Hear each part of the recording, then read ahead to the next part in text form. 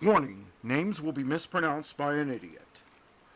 Also, the following programs were originally aired live, long before the advent of high fidelity, and they were duplicated using a variety of means, from direct audio capture onto glass records or wire recorders, to simply placing the microphone of a tape recorder in front of a radio playing the program. I hope, however, that any variance in audio quality will not take away from your pleasure in listening to these, some of the all-time favorite shows.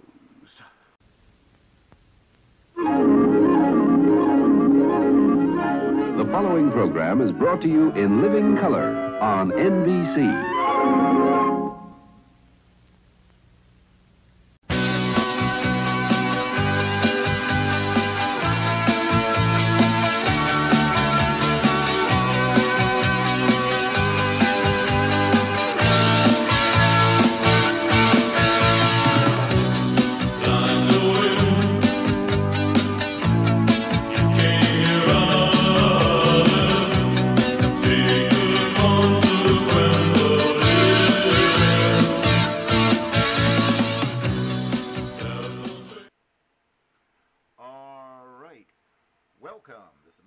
Welcoming you to the classic radio shows tonight.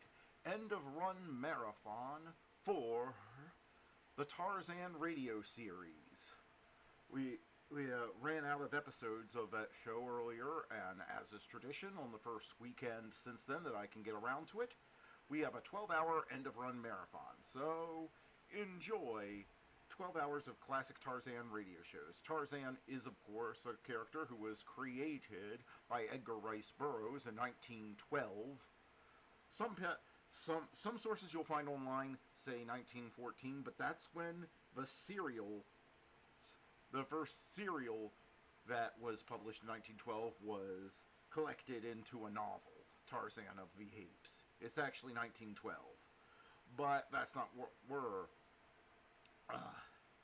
concerned with. What we are concerned with is the Tarzan radio programs, specifically the two classic ones, one that ran from 1932 to 1936 with James Pearce in the role, and the second, which ran from 1951 to 1953 with Lamont Johnson in the role.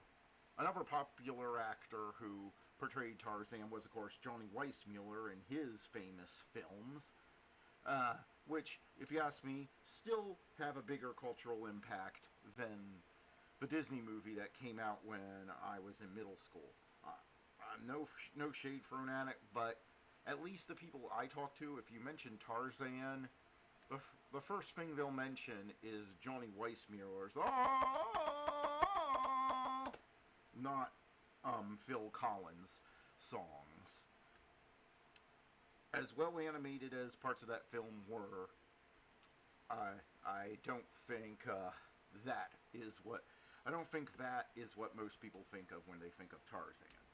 But these radio programs are two classics, and I'm going to do my best to present complete serials as much as possible in order in this marathon, so you don't have to worry about that. And so, with all that out of the way, let's get on with the shows. Tarzan of the Apes, a character of Edgar Rice Burroughs' famous book, in reality is the son of a titled English couple, Lord and Lady Greystone, who were put ashore by a mutinous crew in the jungles of West Africa. The maroon couple were left with tools and firearms, and Tarzan's mother and father built the little hut in which Tarzan is born a year afterward. It's the night of their little son's first birthday. Lord and Lady Greystone are sitting in their rude but strongly built home. Around them lies the jungle, dark, mysterious, teeming with great sinister shapes, mocking with dreadful quiet through the night. The roar of a lion tells that the mighty monarch of the forest has made its kill, and from farther away can be heard the hideous laughing cry of the hyenas, echoing the lion's thunderous roar. The wind rustles the leaves of the trees outside. Both are startled. What's that, John? Yes. Yes. I heard it, too. Oh, it's only the wind in the trees, dear. It gave me rather a start. It did me, too, for a moment. Silly as both of us. Nothing short of a herd of elephants could force its way in here. I confess a bit of pride. This place is built like a vault. Oh, John, I know we're safe enough, but sometimes I don't think I can stand it a moment longer. It's the nights. They're dreadful. There, that's what I mean. All night long, the jungle seems to threaten us. And those hyenas, oh, that hideous cry of theirs. It's like the laugh of a maniac. They seem to be jeering at us. Though someday they... Now, Alice, get hold of yourself. You can't let go this way. You'll go mad. You have to hold tight, dear. For him. For him. Oh, he's a year old today, John. Yes, a year old and as sound as a nut. Sleeps through gunshots and everything. He's a darling, isn't he, John? And the picture of you. Nothing of the sort. He looks exactly like you. Oh, yes, he does, dear. Why, he has your eyes and that sweet little smile of his. Why, that's exactly like you, dear. There. He can't get it. Dear, keep tight. I'll pop the beggar through the ladder.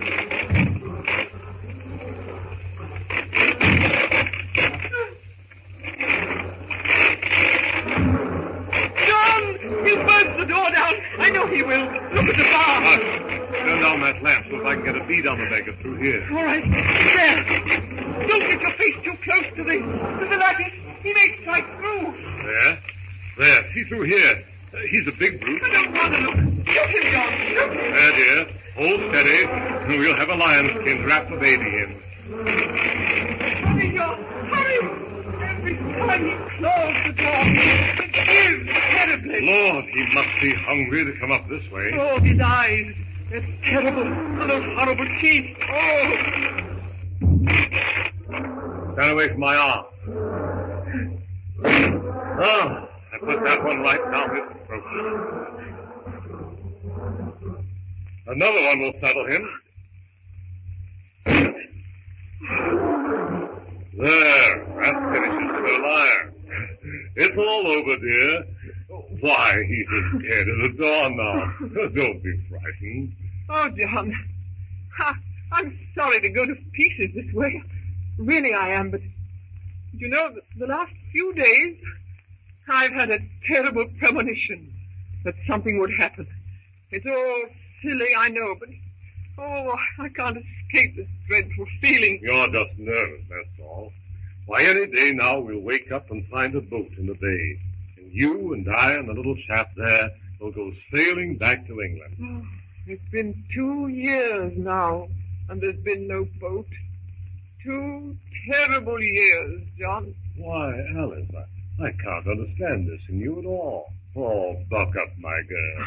Don't let it get you this way. Oh, I'm sorry, John. It's like a terrible threat hanging over. Listen to the jungle now. Why, there isn't a sound. No.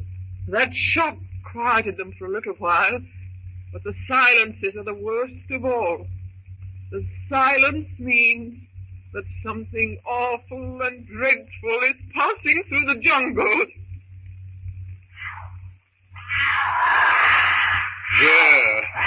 The silence is broken for you. A panther. Oh, John, I hate to show the white feather like this, and I shan't do it again. Now there, that's a promise. White feather? Oh, why, rot. You've been marvelous, Alice. This infernal jungle is bound to get you once in a while. Come on, kiss me and forget it. Gladly, sir.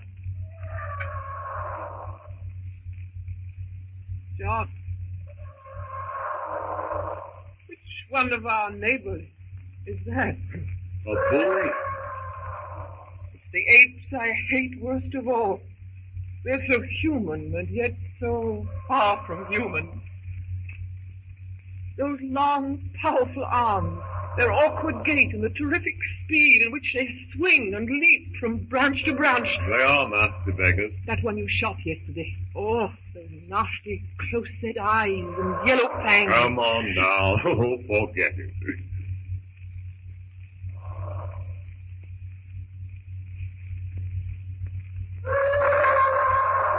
Again the cry of a huge bull ape, a brutish creature of terrible strength and awful temper. The ape has suddenly gone mad, raging, foaming mad, with that peculiar madness which suddenly seizes bull apes and quickly passes. He's running rampant among his people. The younger and lighter apes are scampering to the highest branches. Kayla, a young female, comes into the clearing. Her baby is clinging to her neck. She doesn't know that Bolat has gone into one of his terrible rages. Bolat tries her. The others yell hoarse cries of warning. He's bearing down on her. She leaps from branch to branch. He has her by the ankle. She breaks loose. Up the tree she goes. Bolat behind her. She makes a terrific leap to another tree. She makes it. The jaw tears her baby's grip loose from its mother's neck. It falls to the ground with a thud. Bolat's roaring grows fainter, fainter, as he hurls his powerful body through the trees.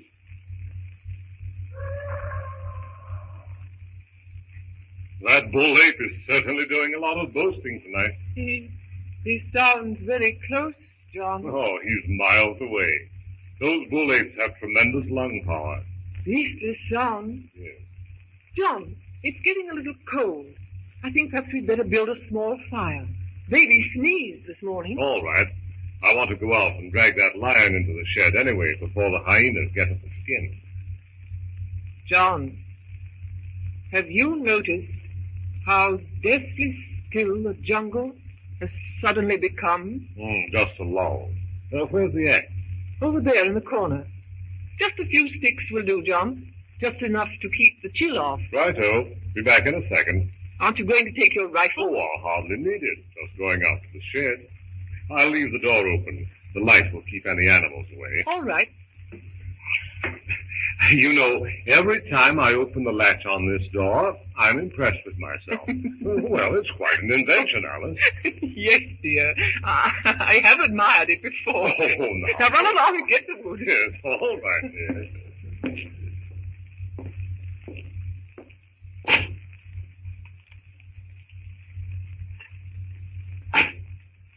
The sound of Greystoke's axe echoes through the strangely silent jungle. Greystoke doesn't notice the fearful tenseness of the silence. The jungle is cringing away from a monstrous shadow which moves ominously through the hushed and fearful night. A huge ape comes to the clearing. It is Bolat, the crazed derelict of the jungle. He halts. His insane, bloodshot eyes catch sight of the unsuspecting Greystoke. They gleam hatred from beneath his shaggy brows.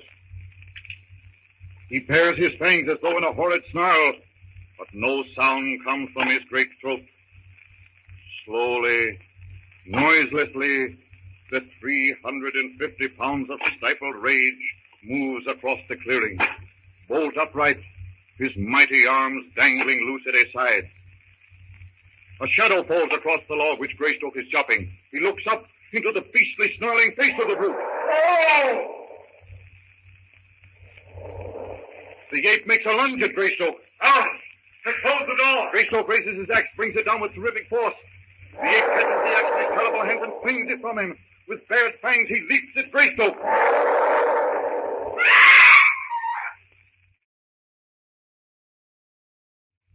We continue with Edgar Rice Burroughs' famous story, Tarzan of the Apes. Greystoke throws himself flat on his face. The ape lunges past. Greystoke regains his feet. The ape is faster. Greystoke is running for the hut. The great ape in one powerful leap cuts him off. It's too late. Those horrible, hairy hands are reaching for him. Greystoke turns. His face is a horrible mask of terror. He looks into those inflamed, raging eyes. Bolat voices a terrible cry.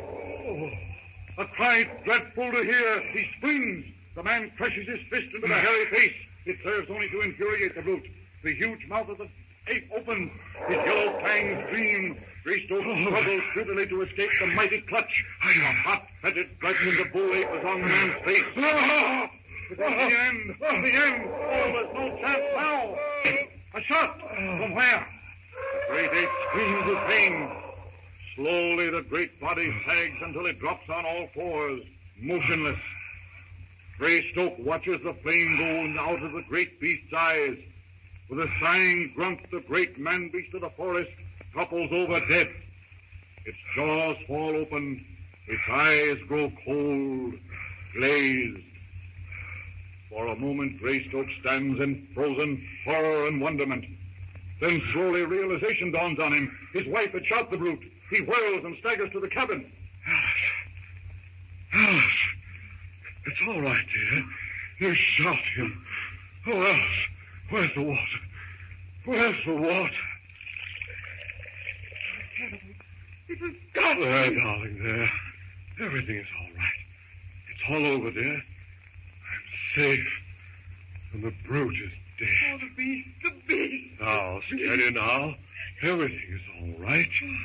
He's dead, dear. Don't get excited. Relax, Alice. You're a little hysterical, that's all. Just a little hysterical.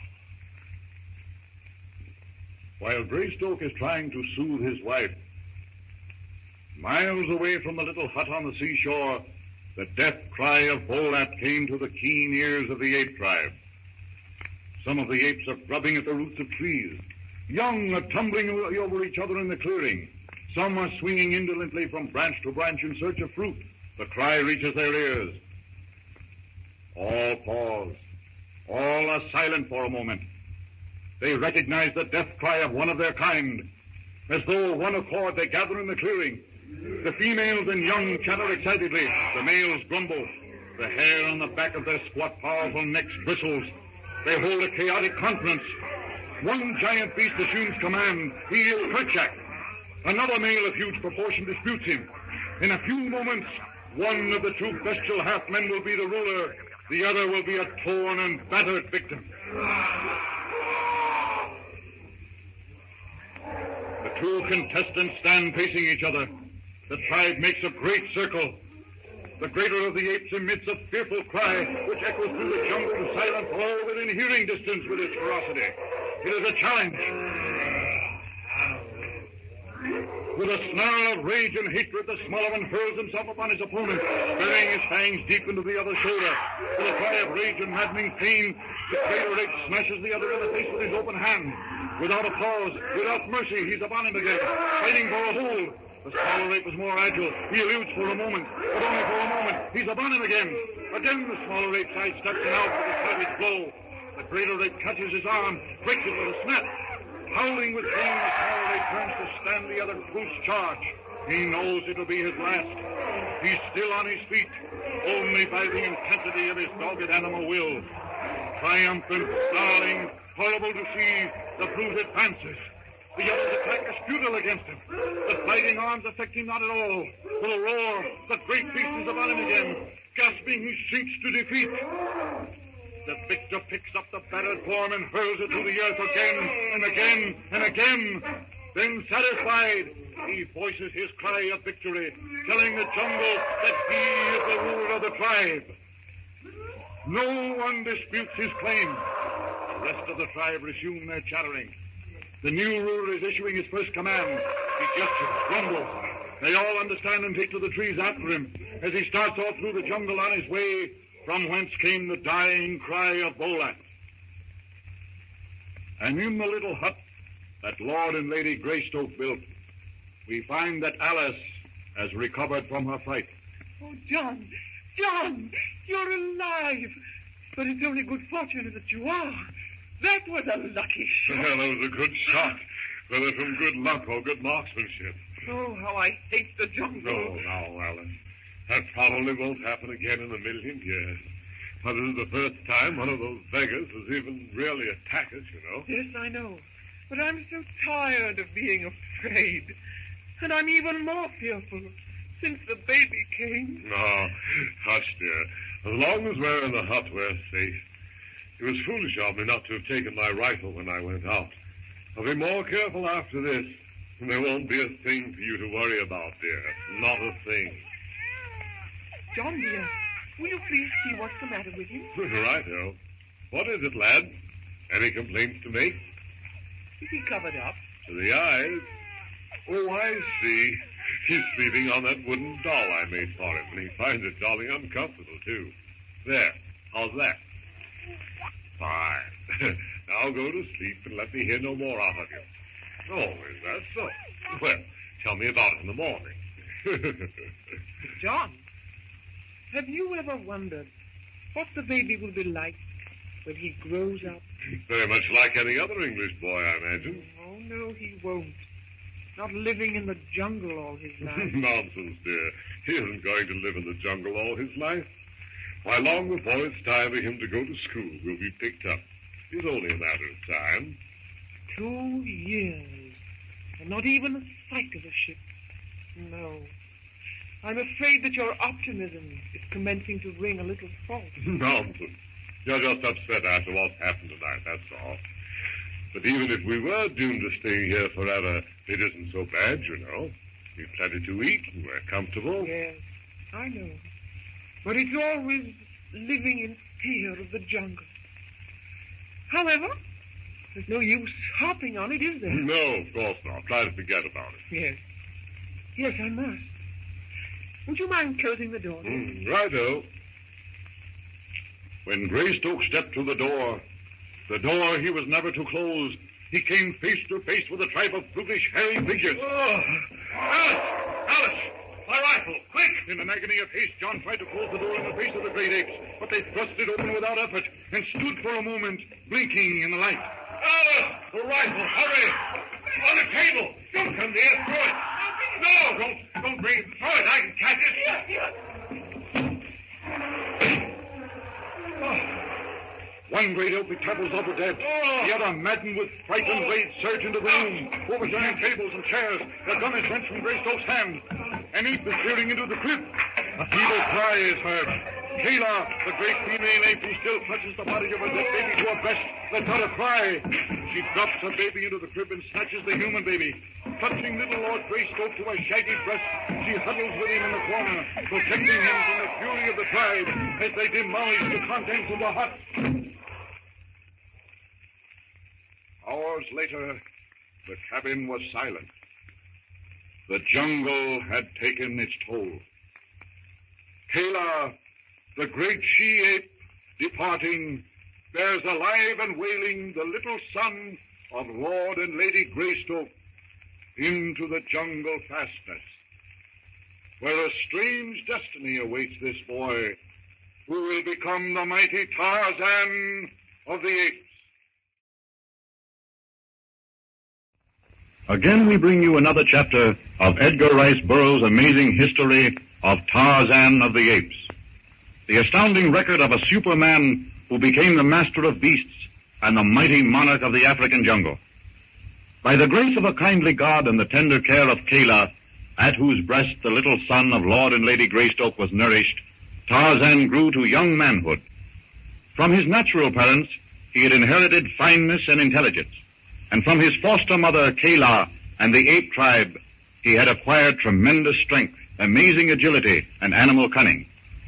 And some 20 years since his abduction, we find Tarzan swinging through the jungles, a young man, splendid both in his youth and manhood. Carelessly, Tarzan's body swings from branch to branch. There's an easy grace about his perilous leaps and accurate catches as he progresses from limb to limb, which suggests both the assurance of the ape and the flowing rhythmic grace of a trained trapeze artist executing an often rehearsed feat of daring. Tarzan is off on a holiday. He's returning to the one place in the entire jungle that is his own, a place he had discovered long ago, a tiny hut on the shore of the great water. It has taken him many years to learn how to manipulate the odd mechanical thing which had swung open to him the door of that hut, which he would have been surprised to learn was the home of his mother and father, and his birthplace. However, the door of that hut had opened to him more than the interior of the rude cabin which Lord Greystoke had built for his wife and son. It had taught him that he was an M-A-N, not an A-P-E. It had taught him to read and write after a fashion. For hour after hour, year after year, he had pored over the first primer which he found there. But perhaps more important to his physical being and survival, it had given him access to the hunting knife which hung at his side and the locket which dangled from his throat. Occasionally, Tarzan left the ape tribe and ventured to his hut near the seashore. And now he's making his way there. It's late afternoon.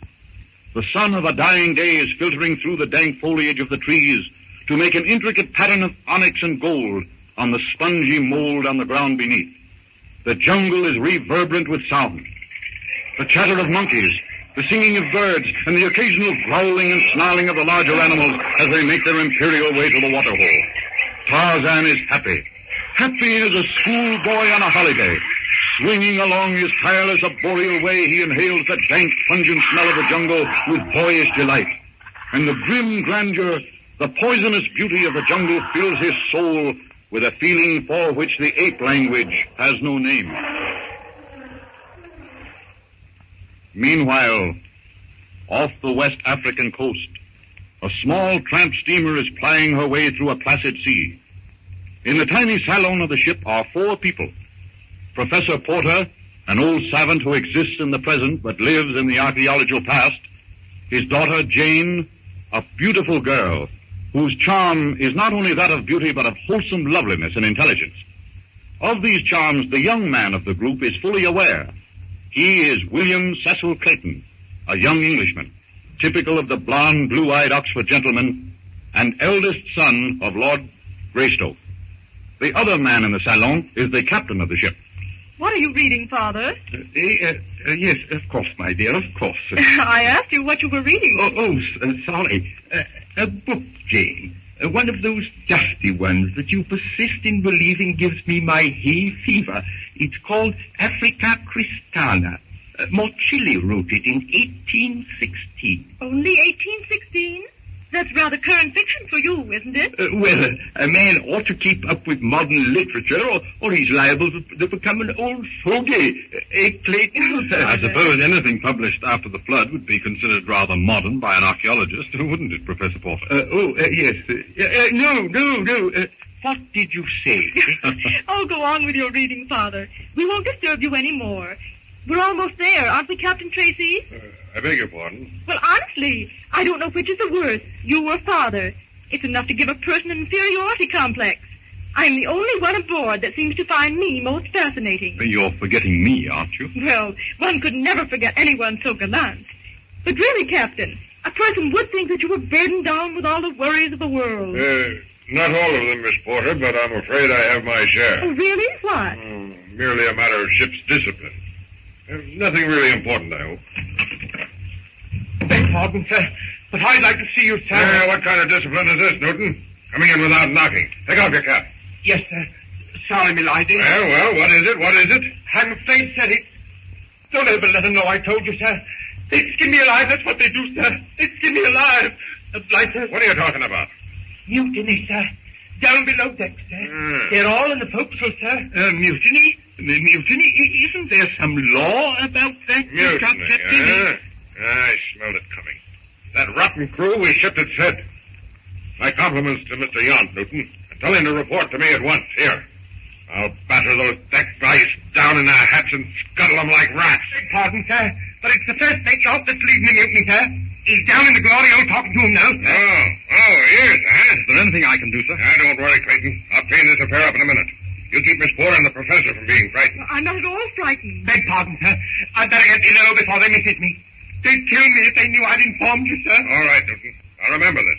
Go below, then, and save your skin. Thank you, sir.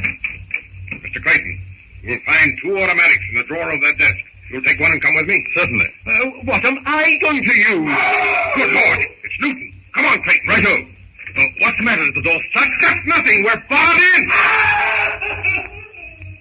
While the voyagers from the world outside are at the mercy of a mutinous crew, miles away, Tarzan is hanging from a tree branch, overlooking a clearing in the forest, and sees the beginning of a jungle tragedy. Tabor the lioness is dozing, surrounded by her happy family. One of her cubs wanders beneath the tree that hides Hista, the snake, the silent, strangling horror of the jungle. Hista, hungry and alert, drops part of her great and snarling length down from the branch and circles the cub, draws it up into the tree to slowly force it down into her constricting being by the undulating, torturous contraction of those great ringed muscles. Tabor, the lioness, awakes to the danger with a snarl of mingled rage and anguish, hurls herself with a terrific leap to rescue her cub. She misses. Again and again she leaps in a frantic effort to reach the snake. Her roar shreds the chaotic monotone of the jungle into tatters. Tabor's bestial anguish moves Tarzan to pity. He falls forward, giving himself a tremendous impetus with his legs, and catapults himself through the air. It's a tremendous leap, superhuman. He's leaping for the end of Hista's tail. If he makes it, he may not be able to cling to that slimy, lashing length, and will fall to the infuriated beast below. He won't make it. He won't. He does. He slips. He slips. He holds. His weight nearly jerks Hista loose from the branch. Like lightning, Hista contracts to lash him to the ground. But Tarzan lets go, drops to the branch beneath. Grasping it just in time, he falls fast. He dangles for a brief moment, but just for a moment.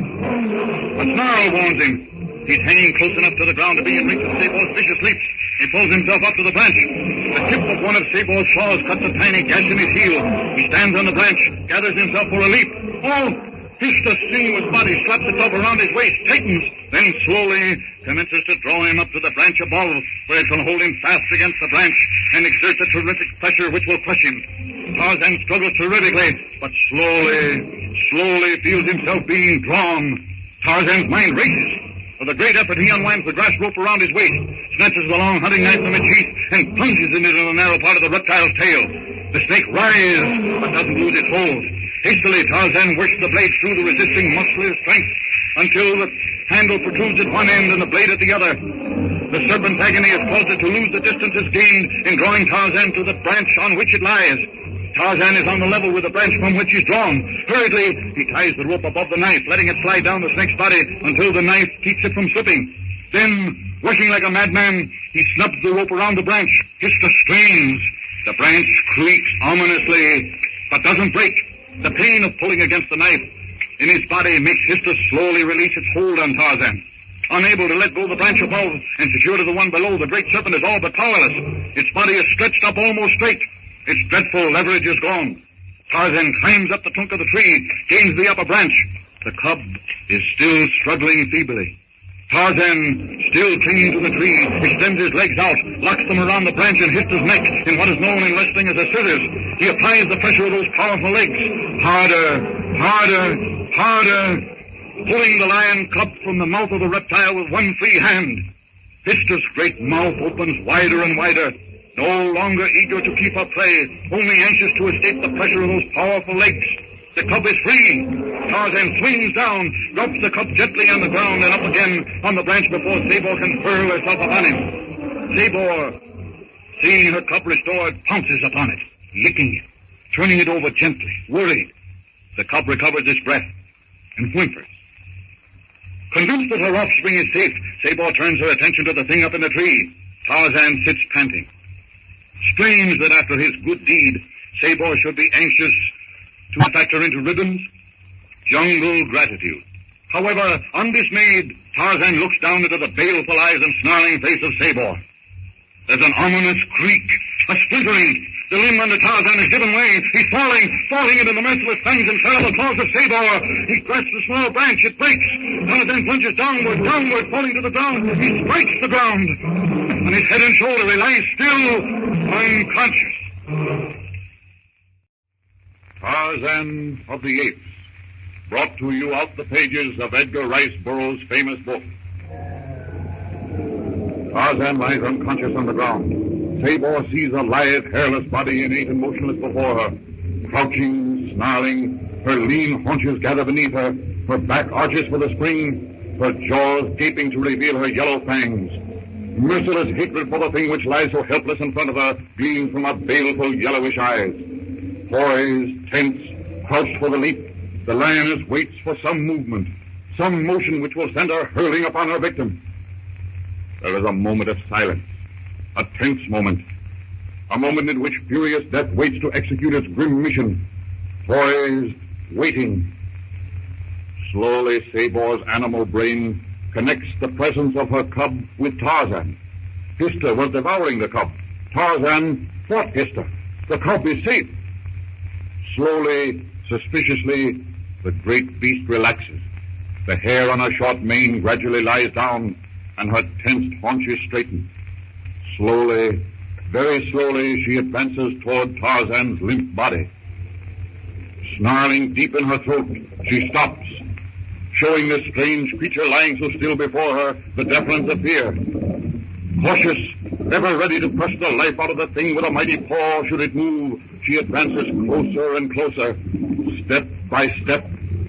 Her sharp, pungent breath is hot on Tarzan's neck. Tabor sniffs. The thing has a strange scent. Not the scent of an ape. Tabor is puzzled. Tarzan stirs. Moans a little in his unconsciousness. Tabor leaps back, snarling, her powerful paw raised to crush the head of that strange creature. Slowly, she puts her foot back on the ground, circles Tarzan, and without further ado, trots away, urging her cubs before her. Tabor, the merciless killer, the feared, the dreaded, Tabor the beast, has learned gratitude. Tarzan lies unconscious. The fall would have been sufficient to kill an ordinary man, but Tarzan breathes. The jungle sun sinks lower and lower. Suddenly there is no day. A dank, steaming mist arises from the ground and drifts in great clouds through the forest, like ghosts of massive monsters returned from some primitive jungle of eons before. Tarzan still does not move. He lies easy prey to the savage beasts of the jungle, the deadly insects, the sleeping leopard, the murderous gorillas, and worst of all, the snake, Hister, the silent, cold, crushing, slithering death. The moon comes up, making the jungle a wilderness of tall shadows, growing in a myriad of puddles of moonlight. The jungle becomes replete with sound. The whimpering cry of the lemurs, the weird laughter of the hyenas at the waterhole, the roar of Numa, the lion, walking in imperial disdain, heralding his approach to the waterhole. A cold, dead weight is slowly coiling itself around Tarzan's body. Its heavy, gliding pressure stirs him. With a growl of anger, Tarzan regains consciousness.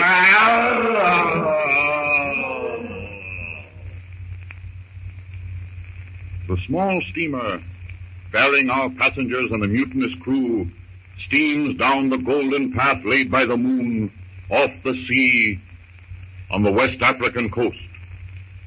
The same moon which shines down upon the inert Tarzan, his cousin Clayton could see if he chose to look through a porthole of the ship Salon. How closely related, and yet how far removed these two. Tarzan, the ape man, and William Cecil Clayton. The four in the Salon, Jane and Professor Porter, Clayton and the captain, discovered that they're locked in. The crew is mutinied. Newton, the seaman, has informed the captain. Newton leaves. A scream is heard. It's his. Grabbing the two automatics, the captain and Clayton rush to the door. It's locked. We're barred in. Oh, what are they doing to that poor man? There, dear. Everything will be all right. I'm afraid it won't be all right. This is mutiny. We can't stand here and let them torture that man this way. Open the door. Open it, do you hear that? I won't stop him. I can't stand here and listen to that. I'm going to try and shoot the latch off the door. You'll do nothing of the sort. I'm captain here, and as long as I am captain, I'll be obeyed. Understand that. We've a devilish grave situation. This is mutiny. If I can get them to open that door of their own will, we have a chance. If I can't, we're better off in here. I'd suggest, Mr. Clayton, that you leave the matter entirely in the captain's hands. Sorry, Captain. Not at all. Miss Porter. Yes, Captain. You will find in the top drawer of my desk a small jade green bottle. Its contents are deadly. I hope it proves to be a souvenir of an unsuccessful mutiny. You don't think, Captain, this would be necessary? This brew is the scum of Port Said. And Port Said, my dear Clayton, well, you've seen it. I found the bottle, Captain. Thank you. Isn't there some way that we can placate these mutineers, Captain? If it's money, why, I have a little... And I have a great deal. See if you can buy them off. If they take the ship, everything on it is theirs anyway. Yount, my first mate, is in back of this, and Yount is no fool. Rather an intelligent fellow, in fact. I've had several conversations with him. Seems rather interested in archaeology. You stand away from the door, Miss Porter. Thank you. Mr. Yount! Mr. Yount, do you hear me? Yount! Yeah, I heard you, Captain. Come here and unlock this door. And get shot down? No, thank you, Captain. Throw those 2 automatics. They're in your desk out the port first. Are you presuming to order me, Mr. Yount? You'll lose your papers for this. My papers? You're on the high seas now, Skipper. Not at the Admiralty. My papers, they've been changed, Tracy. They're Captain's papers now. You're mad. This is mutiny. Do you realize what that means? Yes, and you'd better realize, too. Throw out those automatics on the deck. I'm not asking you. I'm telling you. And I'm telling you, Mr. Yount, that I'll see this ship run aground in Hades before I'll take orders from you. Yeah? Well, we'll twist the bloody arms off of your nosy man Newton here and throw him over the side. If those guns aren't thrown out on the deck in exactly 1 minute. Oh! Throw them out, sir! Throw them out, please! Just throw them out! Oh, Captain, throw them out, please. Please throw them out. There goes mine. All right.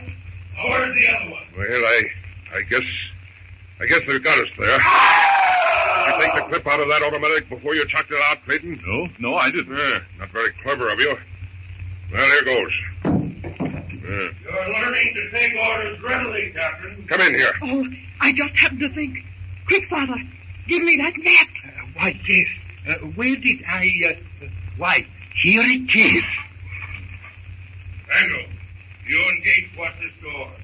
If either the ex-captain or any of his passengers start to leave, I sabe, Tabor. Well, Tracy, it seems... You dirty cad, you. Shut up, Clayton. I won't shut up. What? You killed Clayton. Stand back there, all of you, or I'll start blasting. That's just to show you how this ship is going to be run from now on. Only next time, I'll use the business end and not the butt of the gun. I wouldn't be surprised if you'd killed him, Yount. It doesn't make a great deal of difference, Tracy. Not to you, it doesn't. They hang them just as high for mutiny as they do for murder. Not when there aren't any witnesses. You don't mean... That there won't be any witnesses? Yes. Tarzan regains consciousness.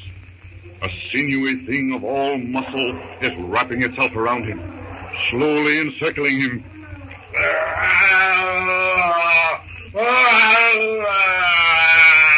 He voices the ferocious cry of a battling beast. The contracting length wound around him tightens. Tarzan struggles.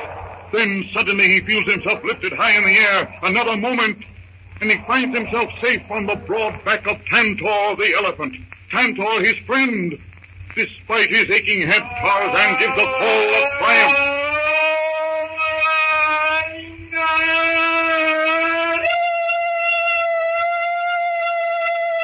Tantor, the great beast of the jungle, whom even Tabor fears, hears the call of his friend. The wise beast knows that all is well with the white ape upon his back. Tantor is happy too, for Tarzan is dearer to Tantor than all else in the world. A strange jungle friendship, as strong as it is odd. Tantor throws back his great trunk and trumpets to tell the fastness of the whole forest and its denizens that the mighty Tantor and his friend Tarzan are passing on their way. Let all beware. Tarzan feels himself all over gingerly, and then shrugs. Nearness to death is life, not adventure in the jungle. Guiding Tantor by kicking him behind the ear, Tarzan directs the great beast to the seashore and his cabin. Tantor sways along his way at a speed which is almost unbelievable for so clumsy an appearance, tearing up the trees and brush which impede his way. Then Tarzan hears the beating of the surf, and in a few minutes they come out of the jungle onto the beach. A strip of white sand, a sea of darkness divided by golden bands. Tarzan looks down the path of the moon on the water. He gasps. A boat! That means men. Tarzan the ape thrills, because he sees in them that which he most wants to be, man. Tarzan the man. Tarzan of the Apes. From out the pages of Edgar Rice Burroughs' immortal book, we recall the strange history of Tarzan. Tarzan the mighty hunter, Tarzan the white god of a dark continent, Tarzan of the apes. You're mad, John. You're mad. There's only one way for you to save your skin now, and that is for you to let me resume command. Throw yourself on the mercy of the court when we return. If you assume command of this boat, it's your death warrant. I'm the first mate. I take command when anything happens to the captain. Isn't that right? When anything happens to the captain, yes, It will. Well, get down to it, John. Get down to it. What do you want? What do you think, Professor Porter? I really wouldn't know, Mr. Yount. I have never made a study of shipwrecks. No, but you've made a study of old maps. Where is it?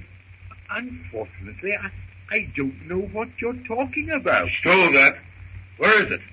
If you will tell me what you are looking for, then perhaps I might not prove so obtuse. Listen, you old fool.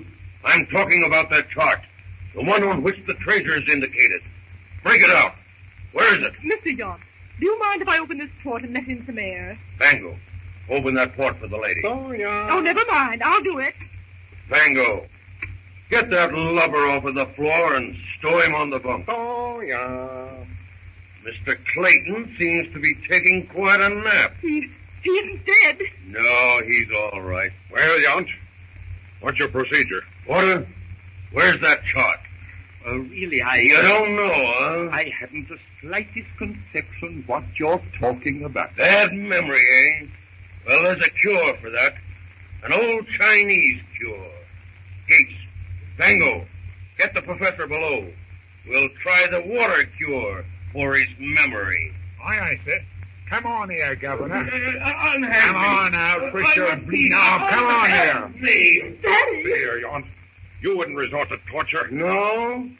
Listen, Tracy. I'm not committing mutiny to be stopped by that old goat. Yes, I'll torture him. And if he doesn't come through then, there's the woman there. I want that chart, and I'm going to have it. You're just a little too late, Mr. Yount. Late? I threw the chart out the port when I opened it just now. Oh, Jane, you didn't. Why, that chart might have opened a new vista of history. I'm sorry, Father, but... Oh, you threw it out of the port, did you? Well, young lady, I think you're lying. And for your sake, you'd better be. I'm going to search your stateroom. And if I don't find it... Gates, you and Fango keep watch here. Skipper, I would suggest, John, that you drop anchor. You're coming in pretty close.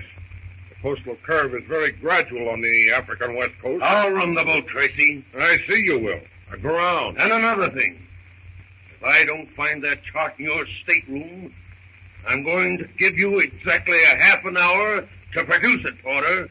And then your daughter will wish you had. You swine! We're in a quandary, I'd say. What would you suggest doing, Captain? John isn't bluffing. The best thing is to give him the chart he's talking about. Because if we don't, John will make good his threats. Where is the chart, my dear? Be careful that these men don't overhear. I told the truth, Father. I did throw it overboard. You mean the chart is gone? Why, yes. Will it make any Any difference? difference? All the difference in the world. You'll never get John to believe that you threw it out that port. He'll think you're trying to keep it from him. He'll try to make you tell by every way his devilish mind can think of. Oh, Jane, you shouldn't have done that. There's no way to get it back now. There might be. How? You know that small jade green bottle that contained poison, Captain? The one you told me to take out of your drawer? Yes? Well, I poured the contents of that out. I rolled the chart up and put it in the bottle before I threw it out the port. It might have washed ashore. It has a good chance of it. The current in the cove swings up against the beach now. Good. The loss of that chart would seriously affect the opportunity of finding vast treasure. The loss of that chart means more than that, Professor Porter. It will mean the loss of all our lives. We've got to find that chart. We have to find it, that's all. And if we don't... It will be unfortunate that Miss Porter emptied the contents of that bottle. Meanwhile, Yount, the mutinous first mate, has searched every inch of the passengers' cabins, ripping open mattresses, scattering the contents of their luggage.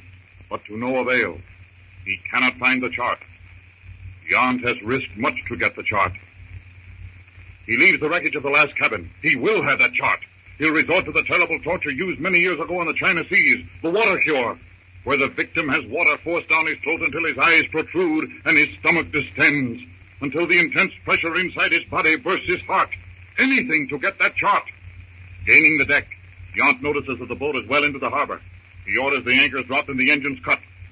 Then, with a fiendish, dreadful glint of purpose making his eyes inhumanly cruel, he makes for the salon. He rips open the door. Tango, go below. Bring 4 men topside, with buckets and lots of water. See here, Yount. You're making a mistake. That chart did go out the port. I don't believe it. They're all lying. But when I get through with you, you'll be begging to tell the truth. Begging. Don't be a fool, Yount. We know what you're planning to do. Listen. Miss Porter threw that chart out the port. Before she did, she put it in a jade green bottle. The current in this cove will wash that bottle up on the beach. Let me and one of your men go ashore and look for it. To find it's our only chance of saving our skins. Yount, convinced that Captain Tracy is telling the truth, finally agrees that the captain shall go ashore with 2 of his men to look for the bottle on the beach. But before Captain Tracy leaves, Yount takes the 2 men who are to accompany him outside the cabin and talks to them. Gates, you and Fango go ashore with Tracy. He's looking for a jade green bottle that's washed ashore. Aye, sir. And when you come back alone. Understand? I understand, sir. We'll stick the blighter. Fango's a hitchin to carve his even initials in somebody's back. All right. Get those davits out and put that boat over the side. Crouching high up in a tree hidden from view, Tarzan watches as a small boat bearing 3 men pulls to shore. The ape man for the first time is seeing beings of his own kind. His first impulse is to drop down the tree, run down to the beach to greet them. But the shyness of a wild thing keeps him motionless, staring from his retreat. Fango, the giant Chinese, whose eyes are dead and unblinking as a serpent's, and the sly Cockney Gates are rowing the heavy boat. In the bow sits Captain Tracy, his weather-beaten face a mask.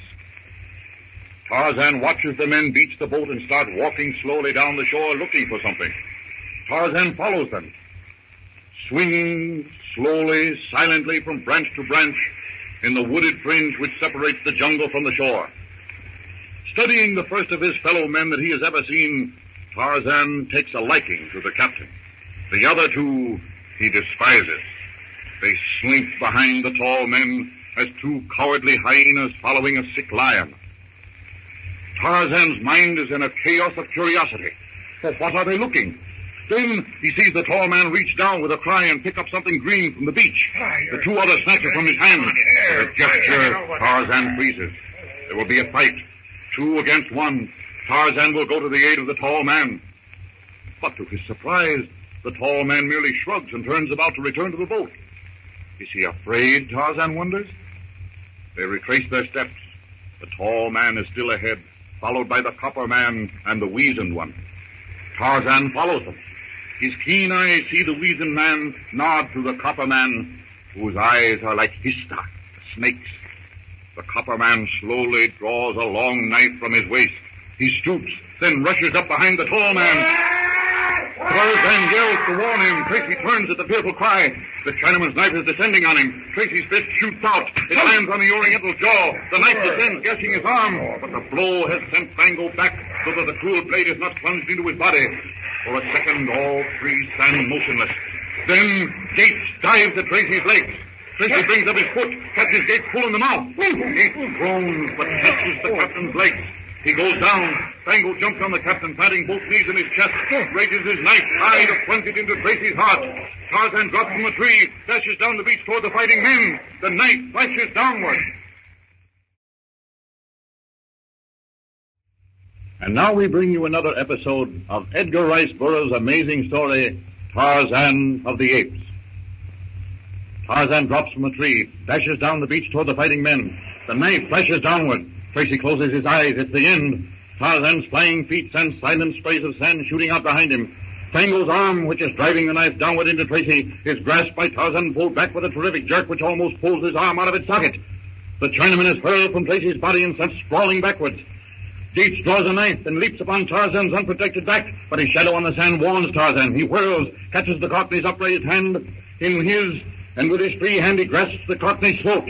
Tarzan's vice-like fingers close the man's windpipe. The Cockney's eyes bulge.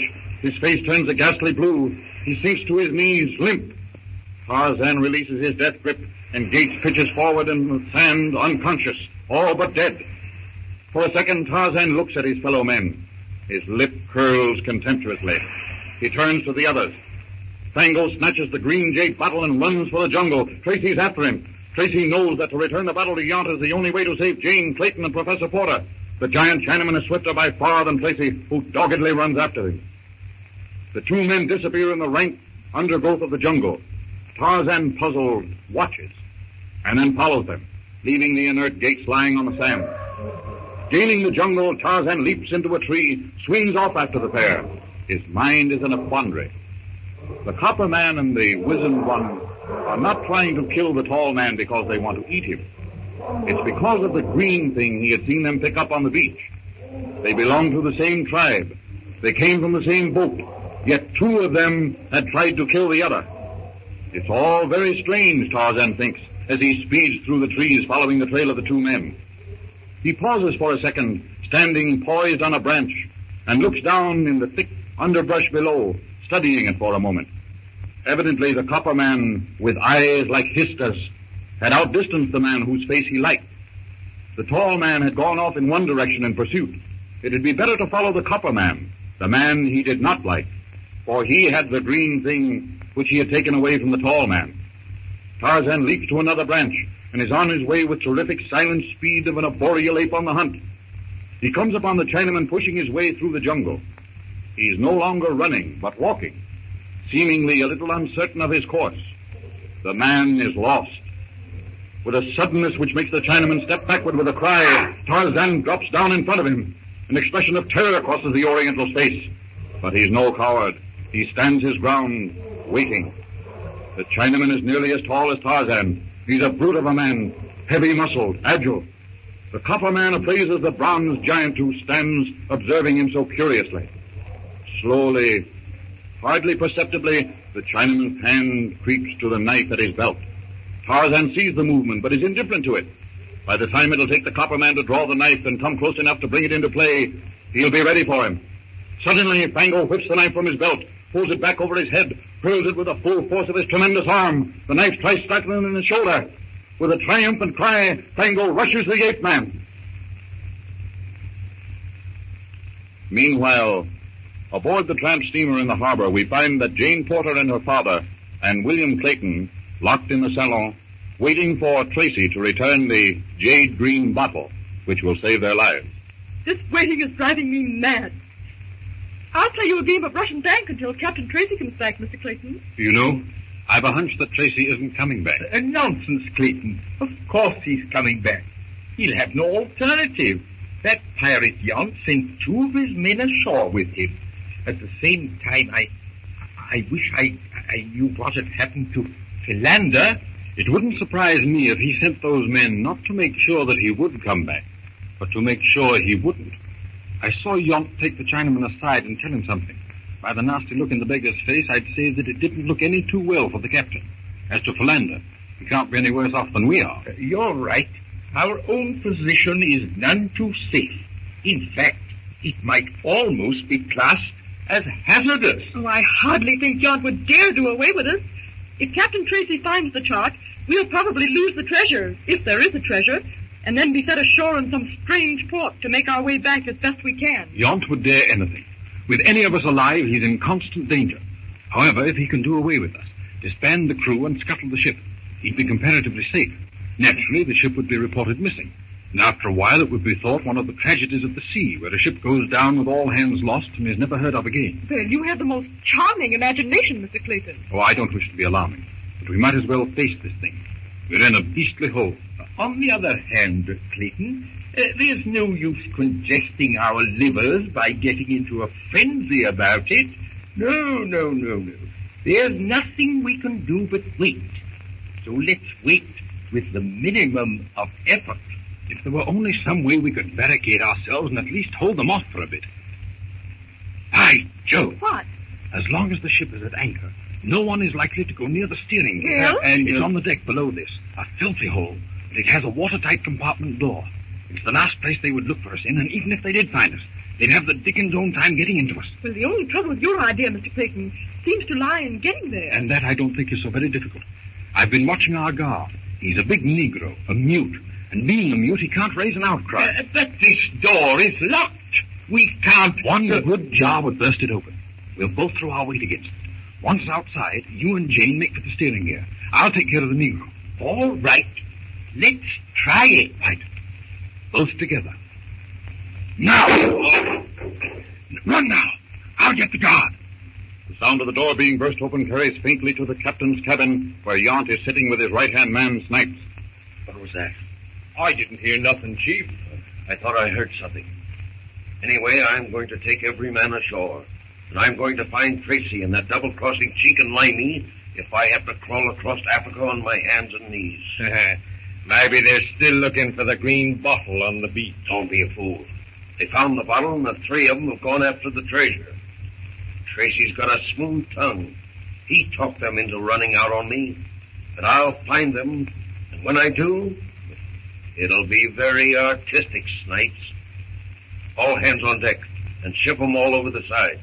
Shall I leave the dumb nigger to stand watch over the passengers? No. Ain't they liable to get away? No. You ain't going to... Yes. We gotta get rid of them sometime. Give me that automatic. And get these men in the boats while I cancel our passengers' round-trip tickets. Righto. I'll send one of the boats back after you as soon as... This way, Porter. What was that? Hey, look out the port here. What? The guys have busted down the saloon. Now, let me see. A fine guard you put over them. Shall I follow them, Chief? No, they're going below. Let's see what their game is. Right, no. Come on. Now we return to Tarzan. He tries to lift his arm. There's a shooting pain in his shoulder. If he moves his arm, he'll cut a muscle. The arm is useless until he removes the knife. Fango is upon him, confident that his strength will equal that of Tarzan now that one arm is crippled.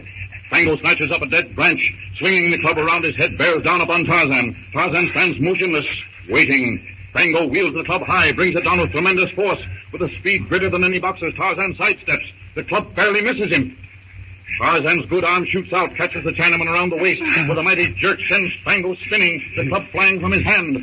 Before he falls, Tarzan is upon him. Running low like a football player, Tarzan strikes Fango with his good leg just above the knees. Chinaman falls over Tarzan's back. At the same time, Tarzan stands up, grabbing the Chinaman's foot. Fango hangs over Tarzan's shoulder like a sack of meal, holding the Chinaman's ankle in an armed grasp. Tarzan starts to revolve. Faster, faster. Fango swings out wide in an arc. Tarzan, with superhuman strength, clings to his ankle as he turns faster, faster. Tarzan is swinging Fango around with him. And as an athlete will swing a hammer, leaning back farther and farther, turning faster and faster. Suddenly, Tarzan lets go. Fango flies through the air with a flash of fire. Fango crumbles at the base of the tree, stunned. He struggles to his feet, wavers. There's fear in his eyes. Fear for this man whose strength is that of the great apes. Tarzan is upon him before he can run. Fango picks up a huge rock, raises it high over his head with both hands, and hurls it at Tarzan. The rock flies directly at Tarzan's head. Tarzan ducks. It misses him by a fraction of an inch. On Tarzan comes. Fango turns to run. It's too late. The ape-man's charging body strikes him, drives him against a small tree. Tarzan's good arm wraps about the Chinaman in the tree. The great muscles in his arm tense. Slowly, as he crushes the murderous, writhing Fango against the tree. The great muscles in Tarzan's neck, shoulder, and arm knot and swell as he exerts his terrific strength. Tarzan releases his hold. The Chinaman slumps to the ground. Tarzan gives no further attention to the dead man. Slowly, carefully, he removes the knife sticking from his shoulder. The pain makes his jaw muscles bulge. The knife comes out easily. and to his surprise, he can now move his arm. The wound is minor but painful. Tarzan selects leaves from a nearby shrub, and with them treats the open wound. He turns his attention to the dead Chinaman, searches him until he finds the green bottle, and starts with never a backward glance at his victim to seek the tall man to whom the bottle belongs. Swinging with easy grace and miraculous speed, Tarzan comes upon Captain Tracy, hopelessly lost in the maze of undergrowth. A slight movement in the tall grass behind Tracy catches Tarzan's eye. A tawny shadow. Numa, the lion, crouched for a spring.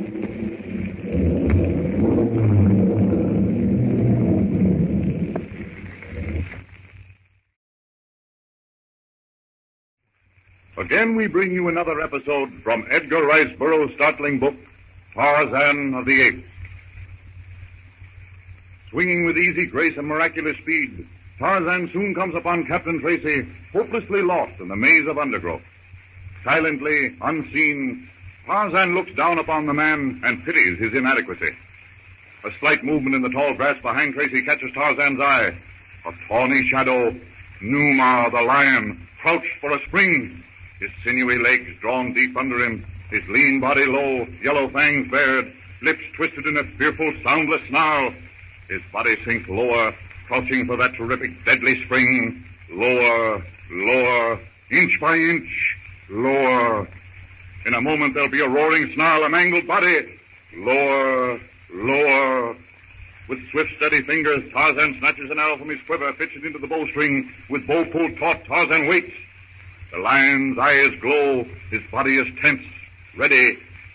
Slowly, the merciless yellowish-green eyes close as the huge, dripping mouth opens. Numa snarls. Tracy whirls. Pull into the bait, snarling death. Tracy screams. There's a moment of deadly tension. Numa springs. As the lithe, muscular body launches itself, an arrow flies from Tarzan's bow, plunges deep into Numa's side. For a moment, the charge is stopped, but only for a moment. Numa turns, snaps at the arrow buried in his lean side. Tracy starts to run, stumbles, falls. And Numa, in an agony of pain and rage, whirls around, tenses for one more terrific spring upon the prone man. Tracy crawls, rolls, digs his fingers deep into the earth to drag himself to safety. It's no use. Numa springs. Like a plummet, Tarzan drops from a tree, lands upon the hurling beast in midair, his fingers clutching the infuriated beast's shaggy mane. They twist in the air, fall. Tarzan's mighty right arm encircles the beast's neck. The giant paws strike out. Tarzan clings to the brutish neck. Slowly, with sinew-tearing strength, he pulls the great head backward. Twisting, snarling, clawing, backward, backward. Suddenly, Tarzan's knife flashes, plunges with terrific force into the side of the lion again and again and again. Slowly, the great muscles of the lion relax. The yellowish-green fire fades from his eyes. The great head goes loose in Tarzan's grasp. Numa is dead. Dropping the dead lion, Tarzan throws back his head, beats his chest as he sends echoing through the jungle his cry of triumph.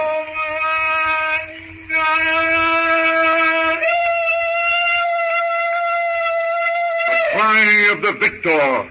Tarzan, the mighty hunter, has made a kill. Thanks. Thanks, old man. You saved my life. It was, well, all but unbelievable. My name's Tracy. Numa Bundolo Tarmant Gani. Tarzan Bundolo Numa. Numa Bun. I don't understand. Numa Bundolo Tarmant Gani. I'm sorry, old man, but English is the only language I know. Tarzan studies Tracy curiously. Slowly he walks around him. Finally, Tracy starts off, motioning Tarzan to follow him. Tarzan realizes that the man is going in the direction away from which he came. He grasps Tracy's arm to lead him in the opposite direction. Certain that he's right, Tracy starts off again in the wrong direction. This time, Tarzan takes from his leopard skin girdle the green jade bottle and thrusts it into Tracy's hand. Tracy is amazed. Bottle. And then... A green bottle. He's aghast. With a swift gesture, Tarzan grabs Tracy, hoists him to his shoulder. Tracy struggles futilely and then relaxes. Certainly this forest man who saved his life at the risk of his own has no intent other than for good. Tracy is appalled. Tarzan leaps, grasps the lower branch of a tree. Up, up he leaps from branch to branch. In a moment they're sweeping along with incredible speed. Meanwhile, Clayton, Jane, and Professor Porter are stealthily making their way aft, where they intend to hide themselves from Yount, believing they'll be safe. Unknown to them, Yount and Snipes are following. I thought I heard somebody following us. I too heard something. Come on, hurry along. It's just through this next bulkhead. Stay where you are, or I'll shoot. Run for it. Take Jane's other arm, Professor. Come on. Stop along.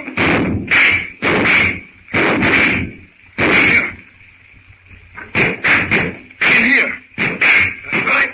Get in, Jane. Shut the door. What happened? Give me a hand with this door. Now, what's the matter with you, Snipes? Can't you hit anything?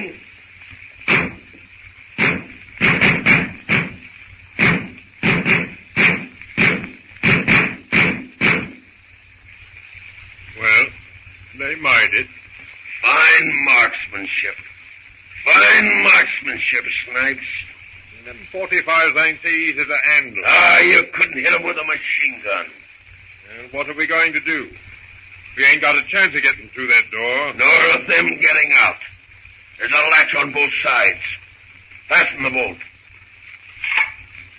Tracy, what's the lie? Am I supposed to sit on my ditty bag doing nothing but waiting for them to get ready to come out? They aren't coming out. Oh, Jan, that's pretty raw, ain't it? Letting the dime starve to death. They aren't going to starve to death. Open that sea cock.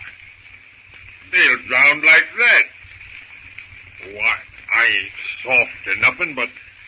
Well, can't we just maroon them someplace, you know, sort of give them a run for the alley? Don't be a fool, Snipes. With them alive, our name will be carved on every gallows in the country. If we get them out of the way, get the treasure, scuttle the old tub, we're away clean. Sure. That's all right for the guy in the old geezer. But what about the dime?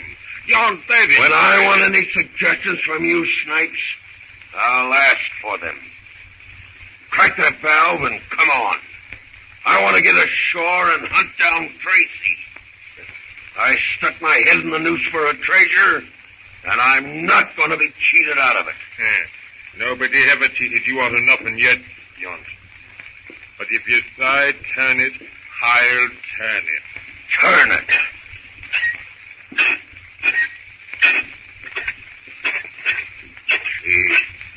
She's on full. Yeah. As far as she'll go. That ends 3 of our worries. Come along. Have you a match, Professor? There ought to be a lamp in here somewhere. Something just ran over my foot. A rodent of some sort, no doubt. Hurry, Mr. Clayton. Put on the light. Here are some matches. Always the last pocket in which one looks. There's a lamp over there. Oh, what luck. Oh, this is great luck. Lamp's full. Oh, the place is alive with rats. Rather an ancient and fish-like smell, if I may quote Shakespeare. Imagine that beast Yount firing on a Oh, woman. this is terrible. I've been thinking it over, Clayton. The best thing for us to do is to go out, face them, and offer to do anything in return for their word to give Jane safe passage to the next port. Their word? What good will that do? Oh, those terrible, nasty little eyes. By George, look, they're scurrying. Half of them have gone already. Thank heaven. What in the world do you suppose started them off that way? When rats desert, it's an ill omen, they say. Look. What? Why, this compartment is being flooded. Oh, let's get out of this. They're going to flood us out. Open the door, Clayton. Oh, no, I'm standing in water now. Well, you might as well go out and face it. When I open the door, stand back. Oh, for pity's sake, open it. All right. Stand back, Professor. Why, the door must be stuck. Put your shoulder to it. All right, now. 1, 2, 3. That door isn't stuck, Clayton. It's bolted on the other side. You mean we're locked in? Oh, now, don't worry. We'll pound on the door and they'll open up. Hand me that bar over there. Oh, Jane. Yes, yes. Let me help you up on the pipe there so you can keep your feet dry. Oh, don't bother. I'm wet up to my knees now. Hurry, knock on the door. Here, Clayton. Here's the bar. Right. They'll hear this. Oh, surely they'll open the door. Why, of course. But that's funny, they don't answer. Yonk, open the door. Yonk, you hear? Open the door. You can't let us drown like this. Yonk!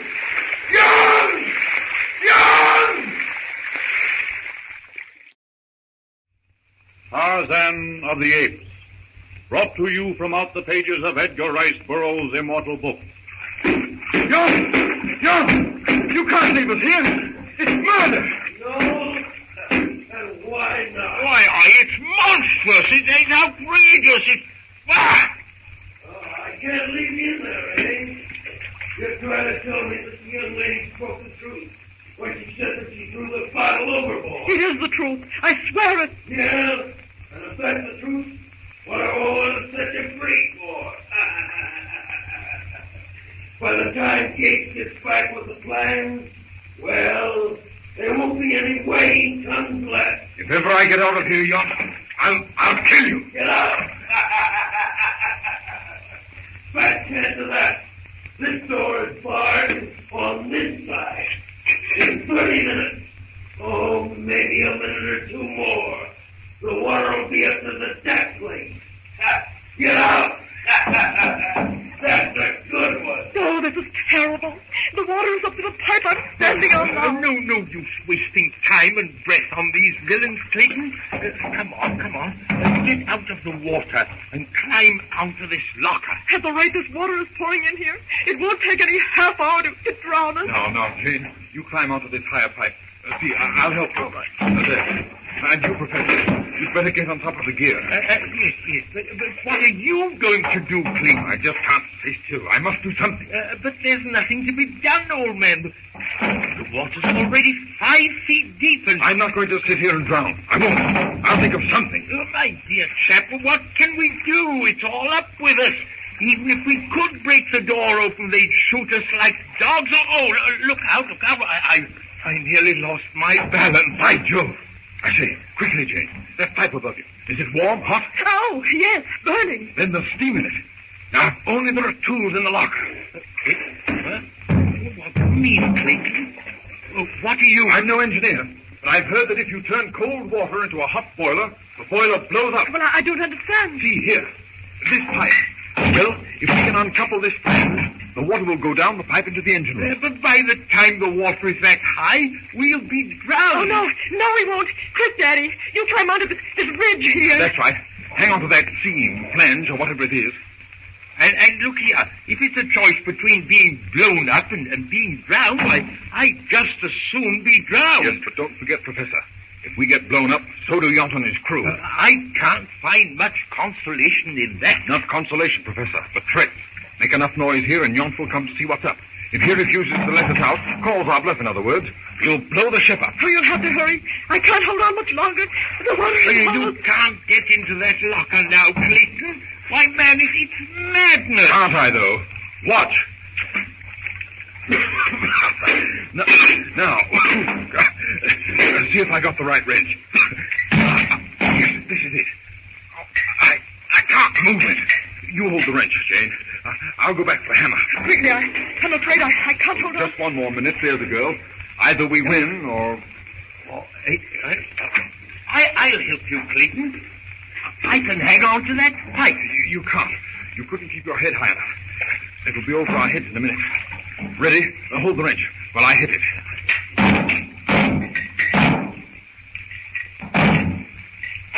Making it, Clayton? Yes, Daddy. There are 3 of them out. Bolts, I mean. How many more? Just 2 more. And... Hey! What's going on in here? What are you doing all? Get Yonk! Tell him if he doesn't open this door, we'll blow the ship up! Tarzan stops in his race through the treetops. Tracy draws a deep breath. Since the moment Tarzan had thrown him across his shoulders, the journey has been one long nightmare. Every moment he's expected to be his last. Any second to find himself hurtling through space, down to the ground, 100 feet below. Tarzan lowers Tracy from his shoulders, holds him until the captain's feet find a resting place. But Tracy needs no warning to hang on. Stretching himself, Tarzan grins, opens his mouth, and rubs an expressive hand across his stomach. Tracy laughs. Yes, old man, I am hungry. And language or no language, there's one sign I understand. Tarzan nods. He grips Tracy about the waist. With the speed of a falling stone, like some burnished bronze missile, he drops from limb to limb. The speed almost sickens Tracy. He closes his eyes, only to open them again when he feels Tarzan shaking him. Finds himself on solid ground. With a word and a sign, which Tracy takes to mean, stay here, Tarzan speeds into the undergrowth. He searches with keen eyes the moss-covered ground. His nostrils quiver. A sigh of satisfaction escapes him. The fine hairs on the nape of his neck stand up. He has seen the spoor of Horta, the boar. Tarzan crouches, moves forward stealthily, his sun-bronzed body melting into the jungle growth. His feet fall on the tangled twigs and leaves with never a sound. There's a crackling of bush ahead. He brushes aside a giant fern leaf, looks into the clearing. There is his meal, Horta, the boar. And Horta has seen the ape man. With a snarl, the beast lowers his head. Its piggish eyes glint evilly. The curled, foaming lips draw back viciously from the pointed tusks. Its cloven hoofs paw the ground. The tough hide tightens as he tenses for the charge. Tarzan grips his knife. His muscles quiver, stand out like knotted cords against the gleaming skin, waiting for Horta to make the first move. Horta charges. The gleaming fangs, sharper by far than Tabor's, miss the ape-man's leg by a fraction of an inch. Like a flash, Tarzan drops on Horta's back. The brute stops, leaps forward. Tarzan hangs on. The boar weaves from one side to the other, digs its hoofs into the moss, lashes its tail. Then, a vicious swing of its head, tusks bared. One of them grazes Tarzan's leg. But it's the move that Tarzan's been waiting for. His arm raises and falls. He plunges his knife into the brute's neck. A scream of pain. Horta raises on his haunches, throws himself on his back, rolls over. Upwards, down, sideways, Tarzan's knife flashes again and again. The gleaming steel sinks into the brute's neck, but Horta is not easily killed. Stretching, squirming, twisting, he throws Tarzan from his back. Like a flash, he turns on his tormentor. The maddened brute is on top of the ape-man. Tarzan thrusts both arms upward, trying to keep those deadly tusks from his throat. He raises his knee, strains his back, pushes upward. The veins in his forehead are almost bursting. A superhuman effort as he forces Horta's head back. Slowly, a fraction of an inch, a little more yet. Horta strangles, gasps, closes his eyes, turns his head. Tarzan draws his right arm back, brings it forward with a blow like a sledgehammer, buries the knife in the brute's throat, and throws the carcass aside. Tarzan jumps to his feet, places his foot on Horta's neck, and from his powerful throat comes the victorious cry of the great ape.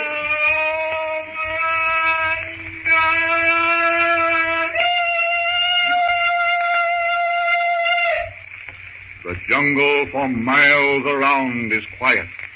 Even Numa stirs uneasily at Tarzan's call. Suddenly, Tarzan hears a call the jungle has never heard before. Tarzan stops. The sound comes from the place he'd left Tracy. Leaping like a panther, he bounds across the clearing. Heedless of noise, he sweeps aside branch and vine that bar his path and bursts into the open. The cry is weaker. Tracy, searching for water, has wandered away from the spot where Tarzan left him.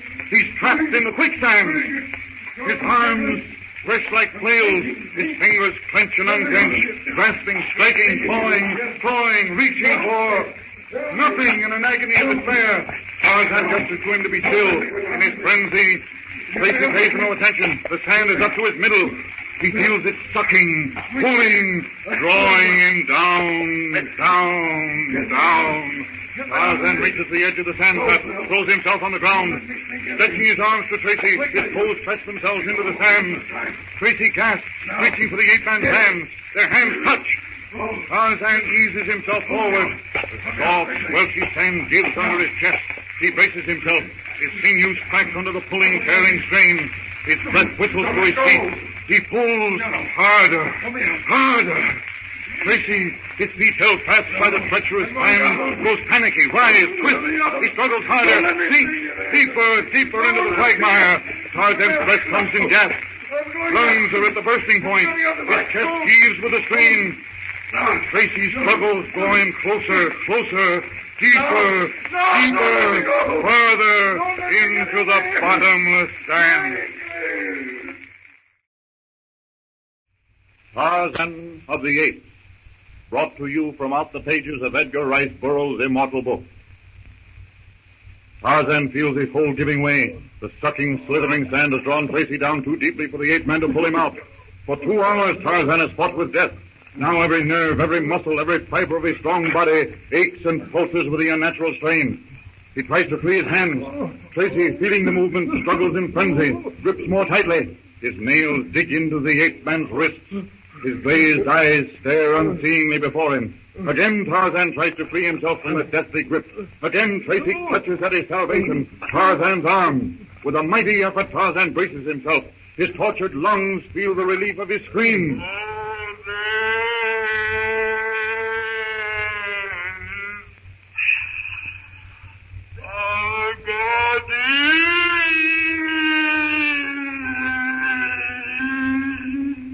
The shock hits Tracy like a blow. His fingers relax. Clutch again, open and close convulsively, claw-like. They grasp at the air. Tarzan has freed himself. Gasping, he throws himself on the sand. His breath comes painfully. The blood throbs in his temples. Tarzan pulls himself painfully to his knees. Tracy is almost up to his armpits in the sand. Every futile movement draws him deeper, holds him more securely in the treacherous sand. With foam-flecked mouth and bloodshot eyes, writhing like a maniac, Tracy clutches at Tarzan as the ape man staggers to his feet.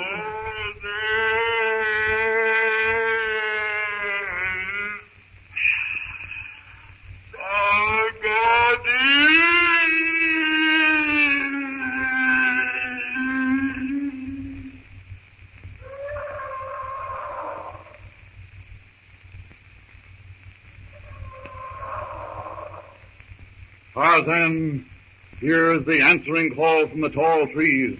The apes have heard. Every movement is torture to Tarzan. Every joint is strained and wrenched. He glances at Tracy, feels his side to be sure that his knife is there, and starts for the nearest costal tree. His fingers are almost numb with pain as he pulls himself up from branch to branch.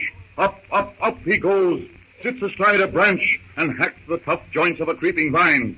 The knife that had so easily killed Horta finds the fibers of the vine a different matter. Tarzan slashes, pierces. The fibers part.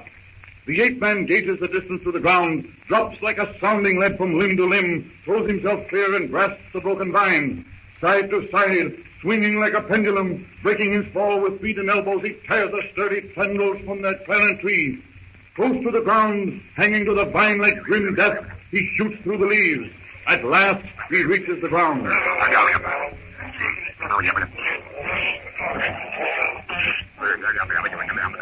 Tarzan points to the vines, then to the quicksands. The smaller apes bound forward. The older take their time. Tarzan leads them to the quicksands. Quickly he passes one end of the vine under Tracy's armpit, throws himself on the ground, reaches out, pulls the vine around Tracy's chest. Tracy's clutching fingers try to grasp Tarzan, but the ape man twists to one side. Tarzan points to the free end of the vine, pulls frantically. The ape swallows suit. Tracy yells in agony as the vine bites into his chest. The apes, scattering among themselves, pay no attention to the man, join in Tarzan's new game. The vine stretches, creaks, sap oozes out of the fiber. It splits. A horrible sucking sound from the quicksand. Tracy struggles. His feet move. He lunges forward, sweeps the sand with his fist. The apes reel back. Tracy dances momentarily in midair, falls on the sand, clear of the trap.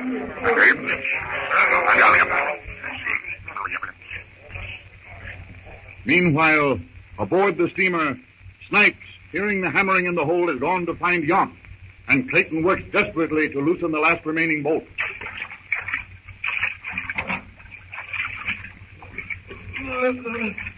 How long, Clayton?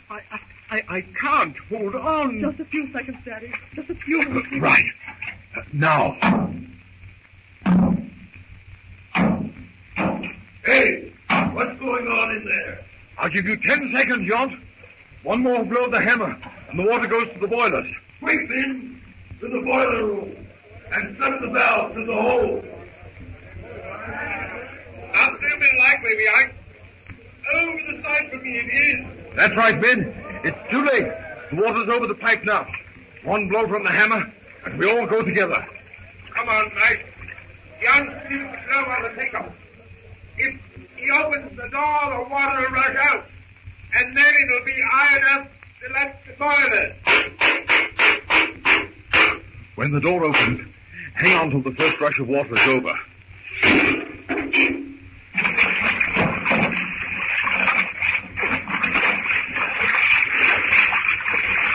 Porter! Yes? Get a gun first thing. Stick it in your rib. All right. Well, Yont. No, don't move. Professor Porter has an automatic pressed in the small of your back. Now, Miss Porter, are you all right? Well, yes, I think I am. Yes, I'm all right. I am a man of peace, but at the present moment I feel almost tempted to press this trigger. Oh, you can't do that. Why kill a man in cold blood? Oh, by Jove. I say, what a crust. Here you jolly well tried to drown us.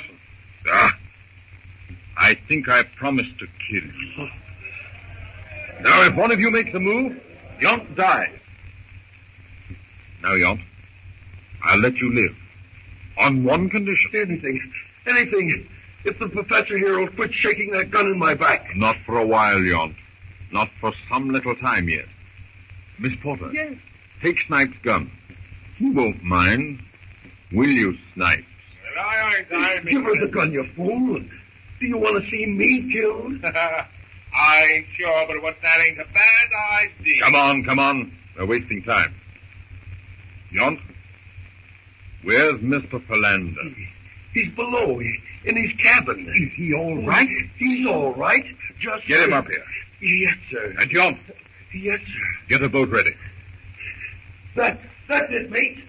Fill the boat for them. I'll turn them free. You'll do as you're told, Yont, or the professor's finger will itch and... Anything you say, Mr. Clayton, anything. Miss Porter, will you go below, get all your things that you can carry, and stow them in the boat? Yes. Now, Yont, I want water, provisions, clothes, a good compass, rope, matches, firearms and ammunition. Yes, sir. And Yont, Yes, sir. rockets. And be sure they're good ones. White, red, green. Yes, sir. And Yont, Yes, sir. not only pistols, but 4 rifles. Now, Yont, order your rats. So late there, mate. You heard the gentleman's orders.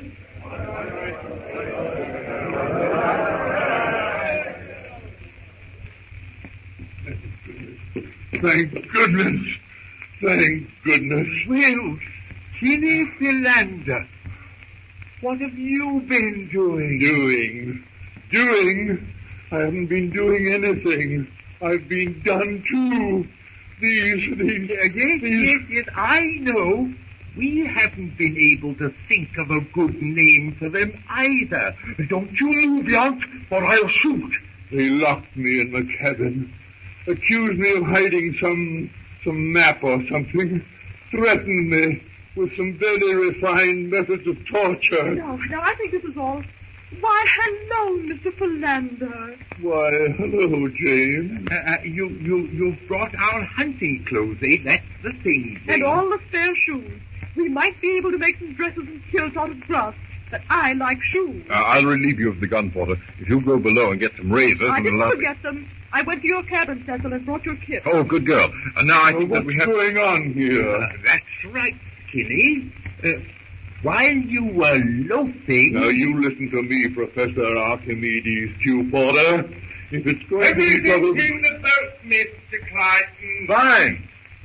Now, Yont, I'll hold this gun on you till Miss Porter, the professor, and Mr. Philander are in the boat. Then the professor will keep you covered till I get aboard. How's that? But, sir... Doesn't suit you, eh?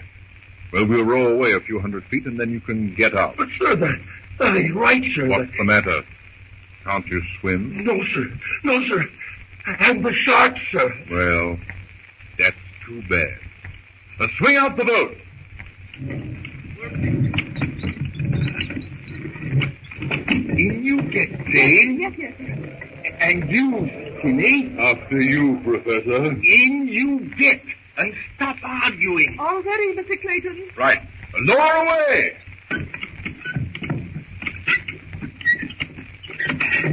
Now, Yon, you're next. I won't. In, I say. I'll go. I'll go. Blooming coward. Don't shoot. Don't shoot. You I'll go. jolly well bet you'll go. Get down that rope ladder. Lively now. Oh, look out! Hey, what the? Mr. Blasted First Officer Captain Young. This is where we get the drop on you. And all of you. This is how the likes of you was meant to be a skipper. I'll show ya.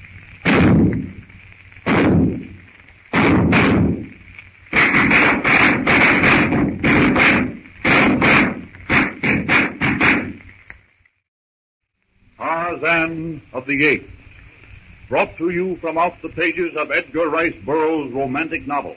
Down, everybody. Down in the bottom of the boat. Snipes, you limey swab. Drop that Well, gun. am I? Here, take this one. You fool, Yon. Don't antagonize There's me. 2 holes in the boat already, Yonk. That's bad enough. And I can't swim with that crew shooting at me in the water. Nor me neither. But it's these. Snipes. Snipes. Yes, Mr. Bloomin' Fish, some of that Captain Admiral Young. What did you eye me for now? If you kill me, If. Ain't that a good one? I've only been trying with you, I have. But I get ready to pop you out. when you do, Snipes, who'll navigate the ship? I will. You will. You. Why, you can't even keep her on a straight course. You can't read a chart. You couldn't take a bearing to save your life. You navigate a ship. Why, you... Well, that changes the situation, eh, my fine sailors? Bunch of land lovers, wharf rats, scum. Go easy, Yon. Easy. Easy ain't the way to handle rats. Wait till I get aboard. Lay down those guns. Quick now. I'm coming up the ladder. If one man has a gun in his hand when I get aboard, I'll do something that ain't been done for years. I'll keel-haul him. As soon as he gets up on deck. Yes, we'll pull away, head for the shore. But they'll shoot. Not if we're quick enough. Professor, can you row? I don't know. I haven't for years. Not since college. Nor have I. How about you, Philander? I couldn't say. I never tried. Anyway, let's grab the oars at the first chance and keep pulling to the left. Now, my beauties. No, Chief, no. What did you call me? I mean, Captain, That's better. So you wanted to kill me? Shoot me? Oh, no, sir. Strike me pink, sir. I was only fooling, sir. Fooling, eh? Well, so am I. Oh! Now, they're fighting among themselves. I'm afraid I'm not too much good. Never say die, Archimedes. Perhaps we'll get far enough away. Can I do anything? Anything at all to help? Yes. Take that rifle.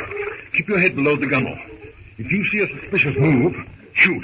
And to kill. Oh, but I can't. I couldn't You shoot them. must, dear. If you don't kill them first, why, they'll kill us. All right, but They've seen us. will I shoot? Not yet. That fellow by the ring. He's raising Now! his gun. Shoot! Did you get him? I don't know. Pull, fella! Oh, Daddy, are you hurt? No, dear. That one came through the boat. Grazed my knee. Again, Jane. That one on the after wheelhouse.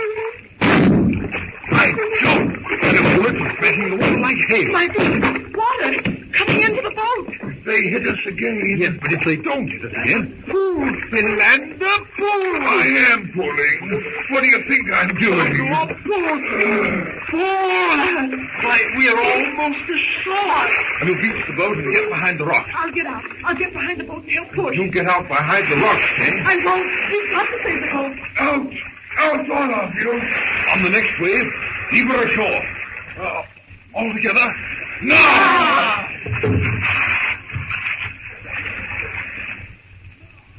Meanwhile, on the beach, we come on Tarzan, the apes, Tracy.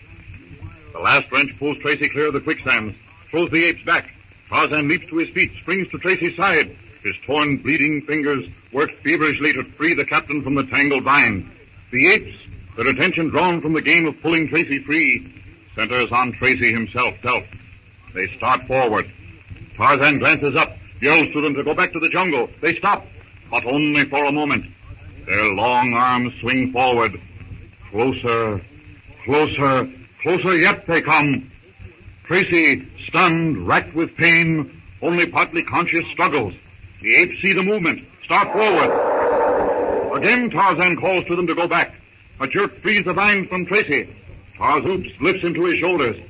A glance shows him that retreat to the jungle is cut off. He starts to run, heads for the sea. The apes follow quickly. They're gaining. Tarzan's double burden forces his feet into the soft sand, but he struggles on. The distance between them lessens. The apes are dangerously close.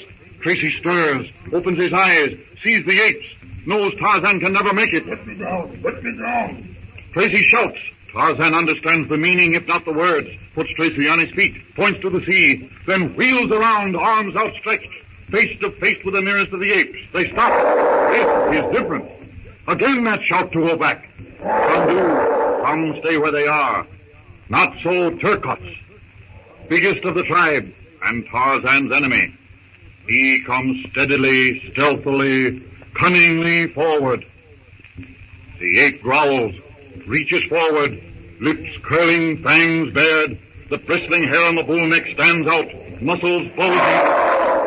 Tarzan again commands. The ape leaps. Tarzan jumps to one side, turns, springs, lands on the brute's neck. Turcots growls, throws himself backwards, back on the sand. Tarzan leaps clear. The ape is up on his feet, lunges.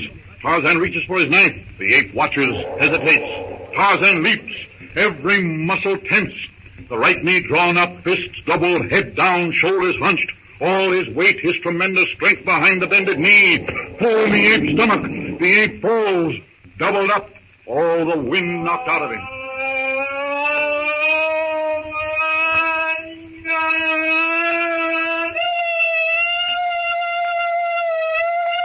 Tarzan yells his triumph, bounds away, up the shore he goes. He springs into the lower branches of a silver tree. Hand over hand he climbs up into the higher jungle terrace. A glance through the foliage shows him Tracy, well on his way, swimming to the steamer. He fills his lungs with a sigh of satisfaction. Good to be back in the treetops again. The raucous screeching of unseen pirates and the tangled branches overhead is music to him. He lifts himself clear of a brilliant emerald whip snake, dozing in a patch of golden sunlight, drops to the trail again, and swings into the well-worn path through the matted labyrinth of jungle green. With the shot, the jungle noises stop. Tarzan hangs from a branch, still, tense, ears strained, listening. Tarzan's heart beats fast. The sounds come from the hut, his hut. Anger seizes him. Are these hairless ones from the thing that floats upon the water coming to his hut? He moves forward, quickly, silently, gathers speed, flashes through the branches with the speed of a bird. Tarzan reaches the familiar clearing. Below is the hut, his hut. He glances toward the beach, sees Jane, her father, Clayton, and Philander headed in the direction of the hut. Don't get so far ahead of us. Then why don't you come on, all of you? He drops silently, swiftly, cautiously through the branches, lifts the latch on the door, opens it, and enters. Standing in the summer gloom, lightened only by the darting rays of sunlight as they filter through the lacy leaves, thoughts, feelings, inexpressible longings surge up in him. He glances at the bare wall, the rude cupboard, the rough-hewn table. Emotion, tumultuous. The primitive sense of possession stirs in his breast. The door with its latch has always been a barrier against the beasts of the jungle, but against M.E.N. He runs his hand across the rough, uneven planking of the table. Days, weeks, months he has sat there, laboring over that primer with its childish pictures of a M-A-N and an A-P-E. Here, with stubby pencil and yellowed paper, he had laboriously struggled with those bugs as he thought of the alphabet, putting into words the things he couldn't say. He had taught himself that he was a M-A-N, not an A-P-E. In this hut, he had found that intangible, that instinctive something that made him different from the apes. That indefinable quality, breeding. And now, again he glanced about. Was he to lose it all? Tarzan hears the voices. He goes to the window. Like a blow, the realization that his hut, his home, is to be invaded, drives him to sudden action. Taking a pencil and paper from the shelf, he prints a message. And then, remembering the little shiny thing on the silver chain, he takes the locket containing Lord and Lady Greystoke's pictures, hangs the chain about his neck, and lifting the paper with its message, opens the door quietly, fixes the message to it with a pointed stick, and leaves the hut.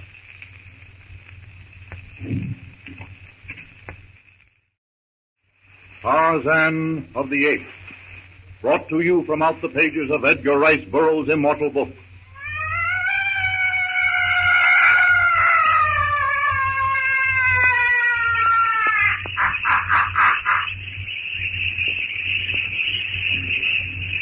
The jungle is uneasy. Brutish instinct warns against this invasion by humans, and the small apes, chattering excitedly, take to the slender branches of the tall trees. Perched high in the twisted branches of a narrow tree, Tarzan watches with resentful interest, waiting to see whether or not these M-E-N will heed the warning he has fixed on the door of his hut. His hut. He clenches and unclenches his hands as he thinks of what he will do to them if they dare to invade his domain. Daddy? Oh, Daddy! What are you doing? What was that? Tarzan leans forward. That voice is different. He brushes aside the sheltering leaves of the aloe tree and stares fixedly at Jane Porter. His heart beats faster. Something, he knows not what, stirs in his breast. This M-A-N is not like the other. It is lighter, fairer, more graceful. Tarzan's eyes eagerly follow Jane's every movement. With effortless ease, he reaches above him, pulls himself to a higher branch to better his view. The difference between Jane and the others puzzles him. Instinctively, he feels it, racks his brain seeking a comparison. Lithe, graceful, like Tabor the lioness, compared to Numa, her lord and master. More like the she-is of Mongo's village, where he gets his arrows. And he touches the quiver on his back that reminds him he will have to go there again soon, brave the horrors of that cannibal kraal, and plunder the chief's hut for a fresh supply. He looks again at Jane. That must be it. This M-A-N must be a S-H-E. All the resentment against the invasion of his home falls away from Tarzan. If she is to use his hut, then they can all use it unmolested. Tarzan reaches out, grasps the tough stem of a giant ivy vine, and with scarcely the disturbance of a leaf, drops rapidly hand over hand to the spongy moss floor of the jungle carpet. Moving the tall grasses and shrub plants, he skirts the clearing about the hut. With the caution born of the jungle, silently, stealthily, Tarzan creeps toward the approaching party. Well, those blighters seem to have stopped firing. Yes. I'm glad, too. It's frightfully annoying. I suppose the next thing to do is to get ourselves out of sight of those pirates and make preparations to defend our lives if they come ashore. Hadn't we better get this stuff out of the boat and take it somewhere? May I make a suggestion? Naturally. Since Mr. Clayton here is an army man, and we seem to be embarked on a sort of Robinson Crusoe or a Swiss Family Robinson affair, I would humbly suggest that Mr. Clayton be appointed head of the party. Well, now, I feel that I'm not... Harry, Clayton, now you must assume the responsibility. I'm in favor of it. It'll leave me to pursue my archaeological investigations unhampered by petty details. But I am much more interested in something to eat just at present. Then I say, let us eat. Cecil, you're a man after my own heart. He may be a man after your heart, but he's the man Shakespeare must have had in mind when he said, "Let good digestion wait on appetite." I'm as hungry as a bear. Well then, here is a can of beans. Oh, horrors. Does the first meal have to be beans? Well, here is some canned sausage. Oh, and some hard biscuits. A meal for a king. I'm really quite hungry myself. Cecil, open this can for me, will you please? Certainly. And I think if we use water from one bottle at a time, we can keep track of our supply more easily. Your glass, Professor? My glass? This tin mug. Thank you, Clayton. Thank you.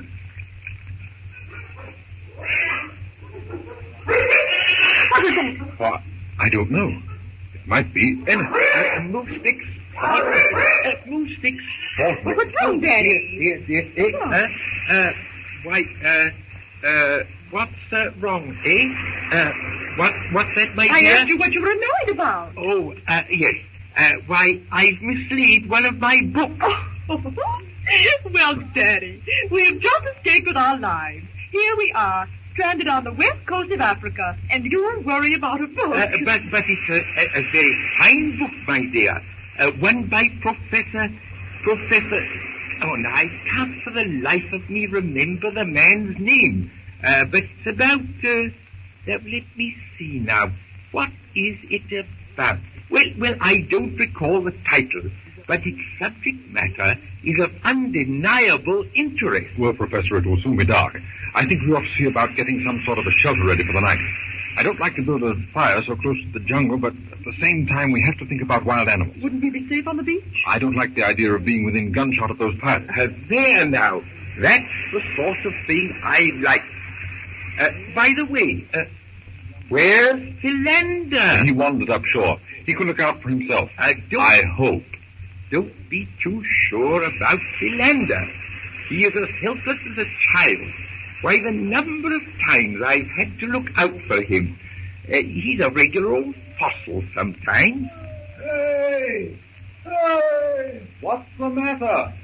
There have been people here before us. Just like Philander. Of course there have. Hadn't I told you that the theory of the land of the two rivers being the cradle of civilization is erroneous? Haven't I always maintained that here in Africa lived the prehistoric man? Listen to me, Professor Archimedes Q. Porter. I'm not talking about prehistoric man. I'm talking about a hut. A hut? Why, that's amazing. How could it... Well, someone must... Look, here it is. Years ago, this must have been quite a clearing. Say, there's a notice on the door. This solves our difficulties for the night, anyway. What does the notice say? Don't touch it, Philander. It may prove to be a very valuable document. It is a very valuable warning if it's true. Listen. This is the home of Tarzan, the killer of many beasts. Do not harm the things that are Tarzan's. Tarzan watches, and it's signed Tarzan of the Apes. Well, what can it mean? I don't know, but it's obviously many years since the cabin was built. But that warning is recent. See, it is not even faded. Why, Professor, the paper's yellowed with age. Bother the paper, the writing. I mean the printing is fresh. There doesn't seem to be anybody inside. Then I suggest that we all take possession. I agree, Professor. In just a few minutes it will be dark. We ought to get as much of our gear up from the boat as possible. Oh, I'm so thrilled. Let's go in.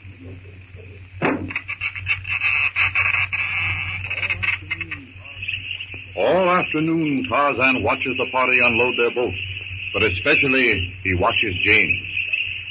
Save for the incessant chatter of brightly plumed birds and the occasional bellow of some beast at the waterhole, the jungle is quiet. The slanting rays of the dying sun, as it sinks into the foam-flecked waters of the Atlantic, lights the depths of the jungle with a ruddy glow, while high overhead, the locked branches of giant trees, like the apse of some vaulted cathedral, are lost in purple shadow. The jungle twilight is short-lived.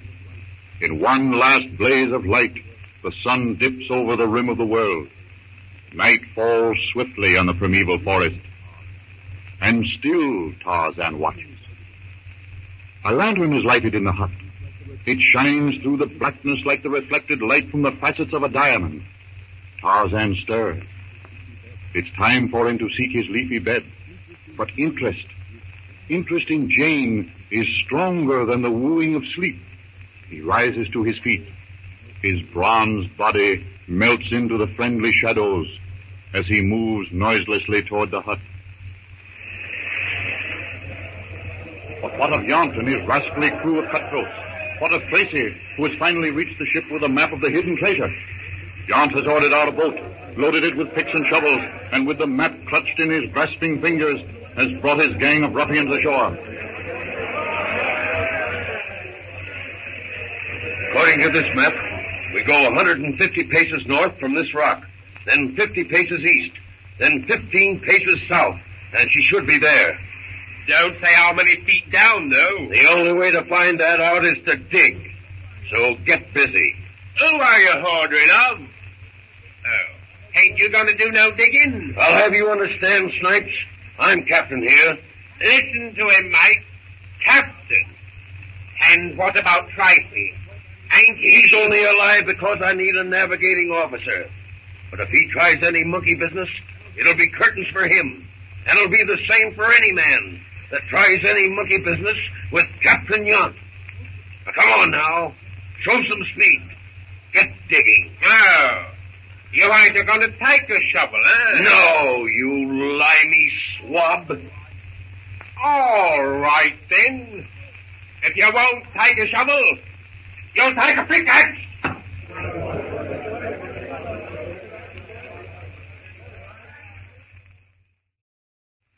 Tarzan of the Apes, brought to you from out the pages of Edgar Rice Burroughs' amazing book. Well, a hut is certainly more than I expected to find in this. Hi, Joe. Professor, keep Jane outside the office. What's the matter? Skeleton. What are you two whispering about? Oh, nothing, my dear. Just a moment. You see, Jane, in simple language, my dear, the previous inhabitants of this hut, poor souls, evidently met their end together, with the inevitable result that... That their bodies are still here? Oh, no. It must have been years ago. Then what you are trying to say is that there are two skeletons and... 3 to be precise. There's a baby in this crib. Oh, how terrible. Oh, the poor thing. To think of them all alone. Well, now, don't be upset. It happened a long time ago. You can just sit down outside. It'll only take a few minutes. I'm not squeamish. Not after our experiences of the past few days. All right. You can put things in order. If that is, if you don't mind. Just put them where you want them. I understand. Get ready to set up housekeeping in our new home. That's the idea. As long as you can see the humorous side of things, well, I'll have no fear. Ah, Philander. Yes? What? Your attention and your advice. Delighted. Take a look at this baby skeleton. Ah, extremely short tibia and elongated radius. A skull, Philander. Don't be so obtuse. And I see decidedly anthropoidal characteristics.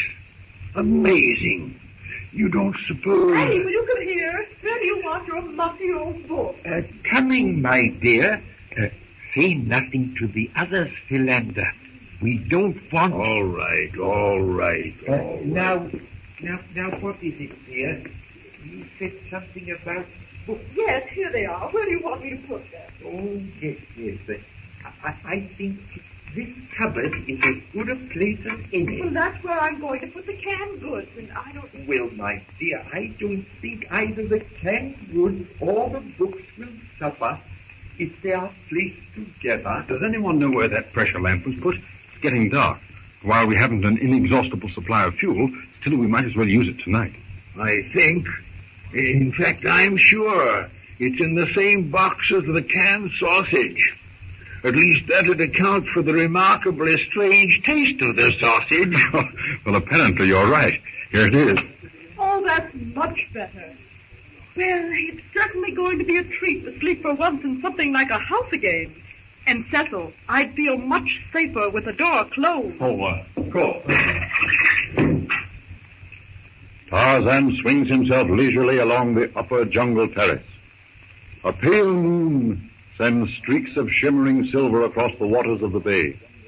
The swaying trees cut fantastic shadows on the spongy moss 100 feet below. Though Tarzan's body moves leisurely, his mind races.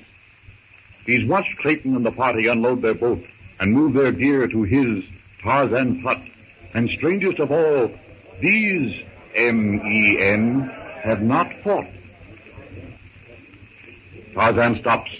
He leans forward, listening. The sounds are coming from the beach. He glances toward the hut. The lamp glows dimly in the distance. He pulls himself higher, branch by branch, to the crest of an acacia. Now he can see. Down on the fringe of the jungle, close by the sea, a light gleams. And a light means M.E.N. Instinct, reason, telling that these men are dangerous, are from the thing that floats upon the water. With lightning speed, he drops, limb by limb, down into the inky blackness of the denser foliage. His body swaying, his strong fingers steel-like, certain of their hold, grasping the branches with ape-like accuracy. His feet touch the leafy carpet, and skirting the treacherous, gnarled branches of a wait-a-bit thorn bush, he glides through the clump of bamboo. Tarzan stops. He sees the pirate crew gathered about Yount, a big man with heavy, beetling eyebrows. The big man waves his arms and points angrily at the ground. A little man detaches himself from the group, picks up a thing like a club. The big man doubles up his fist, shakes it in the little man's face. The little man swings. The big man steps back, but too late. The club-like thing crashes the big man to the ground. You killed him, Snipes. I meant to. What's the use of the likes of him? All he could do was holler. He couldn't work. But he could navigate. What's the word about styling a bloomin' ship? Well, never mind. Let's get this treasure up. This place gives me the creeps.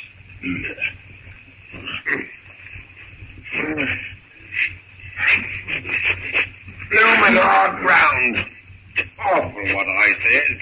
Snipes, look there, through the trees. There's a light.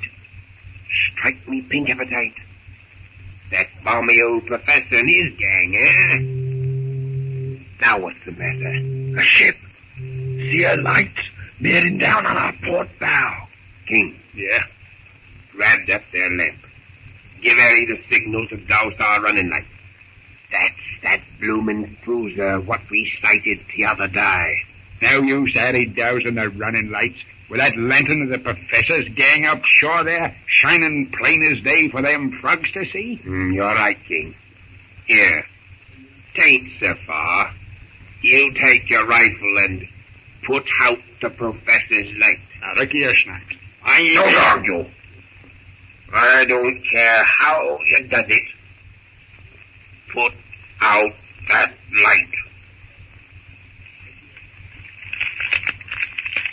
Crashing through the broken twigs, stumbling over roots and vines, cursing under his breath, King starts off through the underbrush. Tarzan follows. The ape-man doesn't understand the words, but the meaning is that S-H-E is in danger. Swiftly Tarzan swings his lithe body along from tree to tree with scarcely the rippling of a leap. He makes no sound that would betray his presence to the stumbling, cursing man below. Now he's between King the pirate and the little clearing where she is. He waits. Tense, he crouches on a low-hanging limb. From his right hand, he dangles a length of grass rope, looped at the end. King is coming. What a contrast! The clumsy sailor stumbling, crashing through the brush, while Tarzan, graceful, sleek, Lord of the jungle, waits. The pirate is nearly under the tree where Tarzan crouches ready for instant action. Now, King is under the tree. Tarzan throws his grass rope. He settles over the man's head and shoulders. The man yells. With a mighty heave, Tarzan yanks the mutineer in the air. King's arms are pinned to his side. He struggles, kicks, curses. Tarzan shakes him like a terrier shakes a rat. Back and forth, back and forth. King is terrified. Is Tarzan going to kill him? Tarzan gathers the sailor into his arms. Swiftly, he winds the rope around the man's body. King cannot move hand or foot. Tarzan leans the sailor against the tree. King's eyes almost start from his head when he sees the brawny, brown figure of the ape man. Slowly, deliberately, Tarzan draws his knife from its sheath. He points to the cabin and threateningly, significantly, draws the knife across his throat.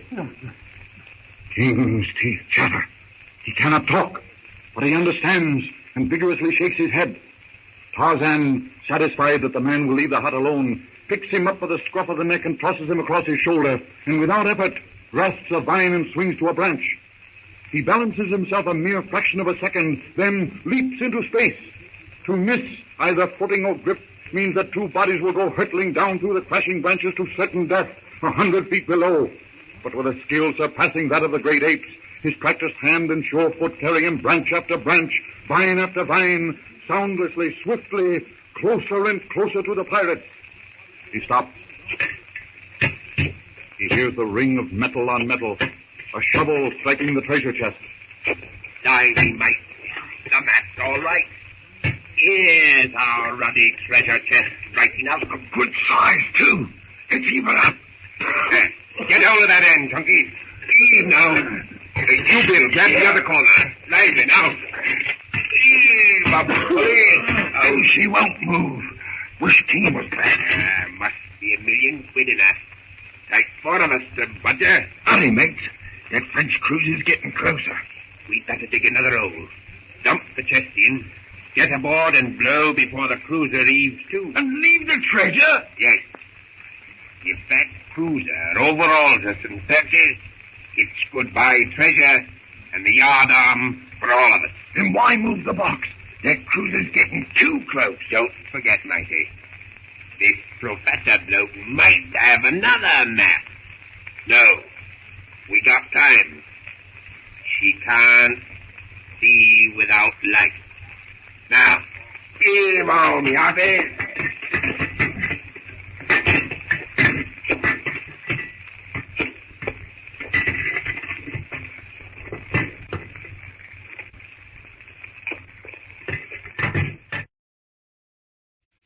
Tarzan of the Apes, brought to you from out the pages of Edgar Rice Burroughs' astounding book. Tarzan tightens his grip. A scream dies in King's throat. Below, his mate stands fascinated, hypnotized, frozen with fear. Tarzan looks down upon the group. In awful silence, his toes gripping the rough bark of the broad limb, inch by inch he moves toward its tip. With one quick movement, he draws the sailor to him.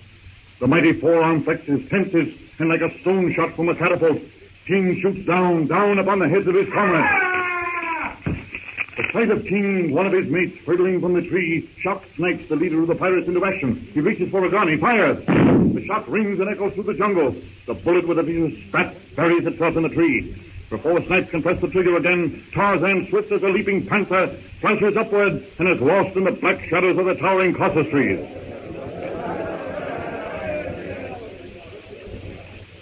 King, what happened? What? Was he an ape? Let me get away! Let me go! Let me get away! Don't let him get near me again! Come off it, King. Pull yourself together. Blimey, you ain't dead yet. Well, we'll all be dead. I tell you, we'll all be dead if we hang around here. King's doing. He goes through the trees like a monkey. He's as strong as an ox. I won't stay around here for all that treasure. I'll stay here as long as I said you will. See? Now, come on with you. What's happened? I was going to put out that light there in the professor's cabin like you told me to. But all of a sudden, out of the trees whips a rope. He's me around the neck. And first thing I knows, I jerk into the trees. Blimey. Rope, eh? I don't know what he is. Ties a rope about me arms.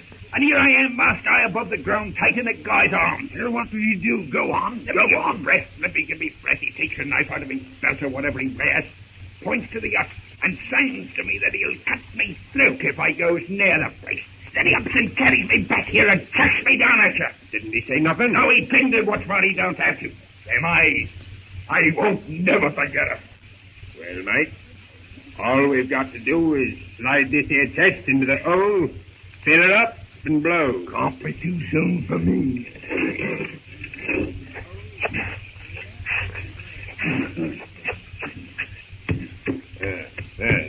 That's it, mate. Now, cover it over with a bit of brush. Then we'll get... Tarzan, from his hidden perch, watches Snipes and his murderous crew bury the treasure in a new hiding place and hurry toward their beached boat. Their one idea is to put as much distance between themselves and this jungle terror as possible. Swiftly, silently as the night itself, Tarzan drops to the lower terrace and, squatting on a limb, stares curiously at the spot where the men have buried the box. If the men did not want the box, then why didn't they toss it aside? Tarzan understands burying the portion of a kill which he cannot eat, but the box, what do they want with that? Perhaps the men are going to return. That must be it. Tarzan swings to the ground. He bends over, with his hands thrust aside the underbrush covering the spot. His hand strikes metal. It's the spade carelessly flung aside by one of the mutineers. Tarzan takes it into his hands, as he has seen the men do, and guiding it with untrained fingers, he pushes it into the ground. He digs. But Tarzan is not used to such a tool as this. The spade hurts his bare foot. His hands will not guide it as he wishes. Yet the ape man goes on. He digs and scrapes away. The loose dirt yields to him. The spade strikes the chest. Tarzan casts the spade aside. He peers into the hole. He runs his fingers over the chest, examining it. Abruptly, he reaches down, and as though that great box were an empty packing case, he pulls it from the hole. He hangs the spade over his back with a brass rope, picks up the chest, that great treasure chest, which taxed the combined strength of 4 men, lifts it to his shoulders, and plunges into the brush. He follows one of the ape trails and makes for a spot deep in the jungle. Nimble, lithe as any of the big cats, he pads silently, swiftly along the trail. He knows nothing about the contents of the treasure chest. He only knows that he does not like the cruel Tarmangani to whom it belongs, and that he wishes to annoy them so that they will leave his jungle. His pace slackens. He pauses for an instant, tense, listening. Satisfied, he flings down the chest and begins to dig with the spade. Tarzan learns quickly. The little practice has taught him a great deal about its use. The hole deepens rapidly. In the surrounding trees, sleepy monkeys wait, blink their eyes, gaze down at the ape man, and scold. The first golden fingers of the coming dawn tinge the eastern sky. Tarzan works fast. The hole is big enough. Quickly he dumps the chest in, scrapes the earth over it. Bending, he smooths the dirt, covers it with twigs, leaves. A perfect concealment. Vastly different from the brush piled on his clumsy hiding place by Snipes and his mates. With one last backward glance, Tarzan catches a vine and swings into the trees. Leisurely he makes his way toward the little cove, beside which stands the hut. The sun glints over the distant mountains. The jungle wakes to a new day. Tarzan glances down into the clearing. He stops, fascinated. There before the hut stands S.H.E. Quietly he lowers himself to the branch and sits, swinging his feet. While Jane is outside the hut preparing breakfast, Professor Porter, Philander, and Clayton are inside discussing their escape from the mutineers. Rather a novelty for us, isn't it? To be able to sleep all night without the possibility of waking up with our throats cut. Now, Archimedes, you know that one can't wake up with a cut throat. Tut, Philander, I was speaking metaphorically.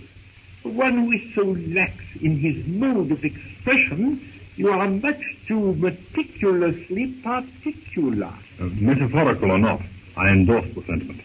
This is the first time for a week that I've had both eyes closed while I slept. Where is Jane? Outside, learning how to make coffee without a percolator. Do my senses deceive me? Or do I really smell bacon? Most emphatically, you smell bacon. Most amazing. Here we are on the west coast of Africa, miles from civilization, and yet we have bacon for breakfast. There's nothing amazing about it. I carried that bacon ashore myself. Breakfast? You want it served in the hut or outside? Outside, I'd say. Most assuredly.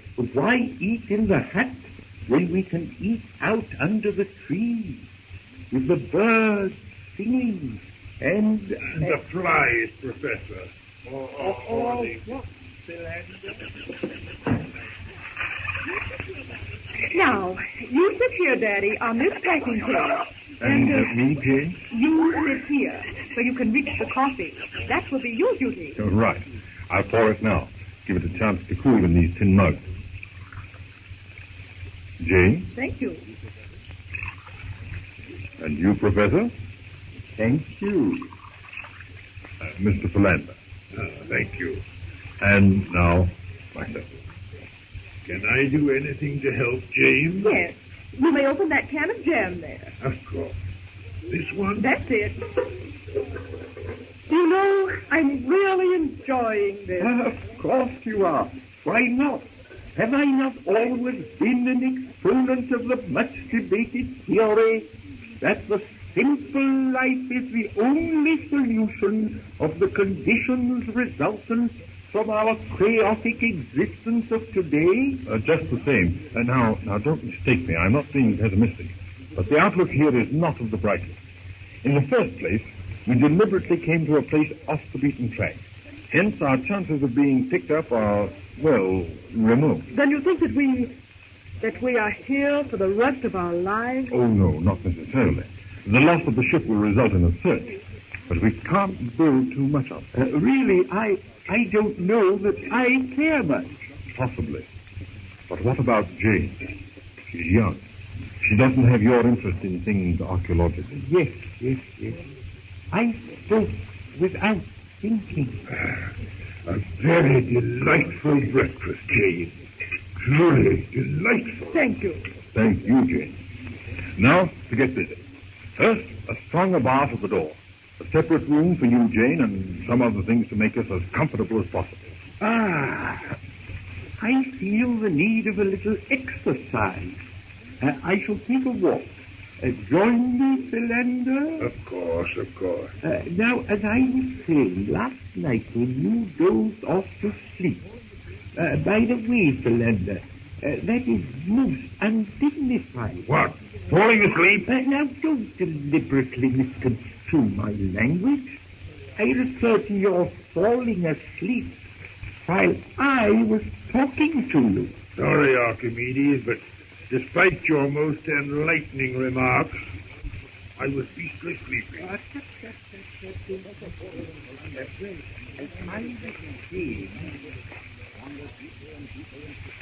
Professor Porter and Philander, intent on their discussion of things scientific, wander deeper and deeper into the jungle.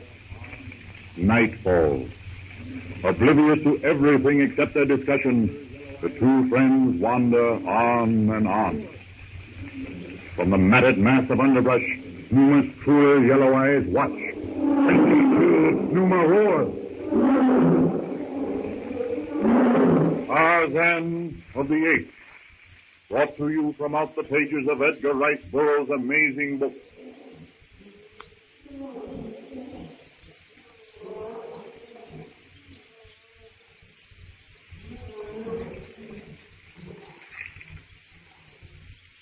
Bless me, Professor.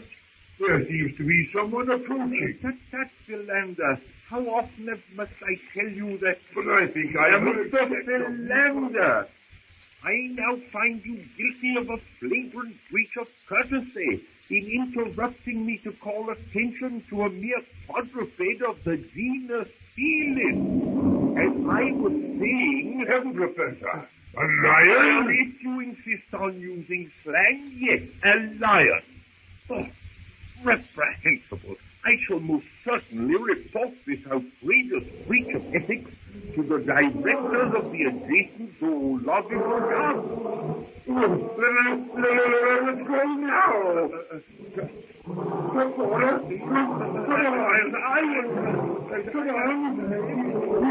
Following. Let's go on.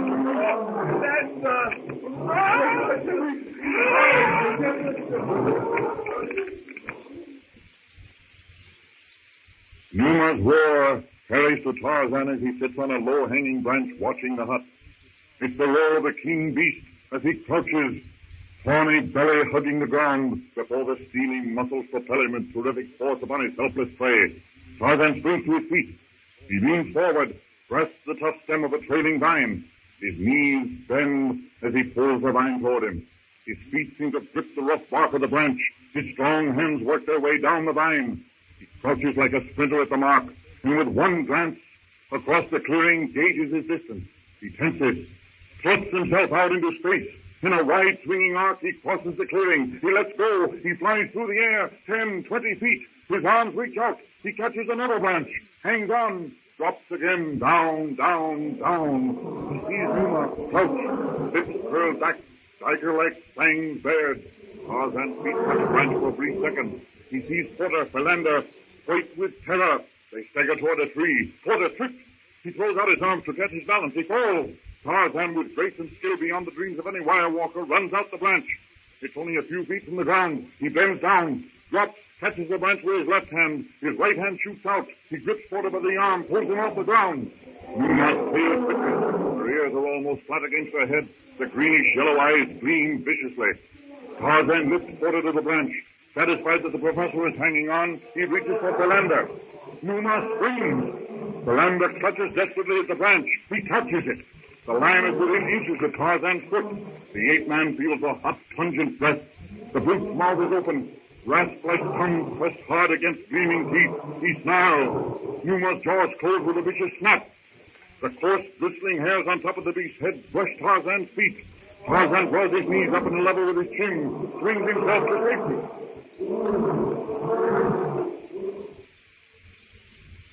Back in Tarzan's hut, Jane, Porter, and Clayton are trying to make their jungle home as comfortable as possible.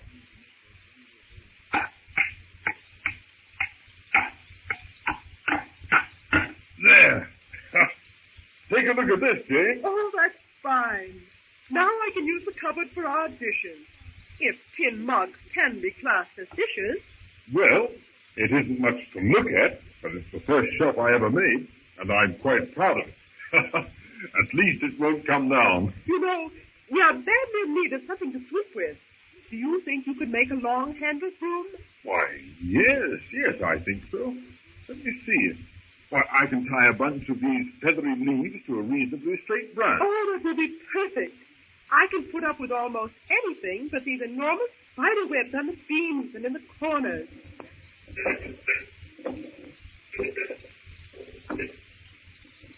You know, Cecil, I've been thinking about that warning we found on the door. So have I. Tarzan of the Apes. Who on earth can he be? And why haven't we seen him? Well, as to that, I have no more idea than you have.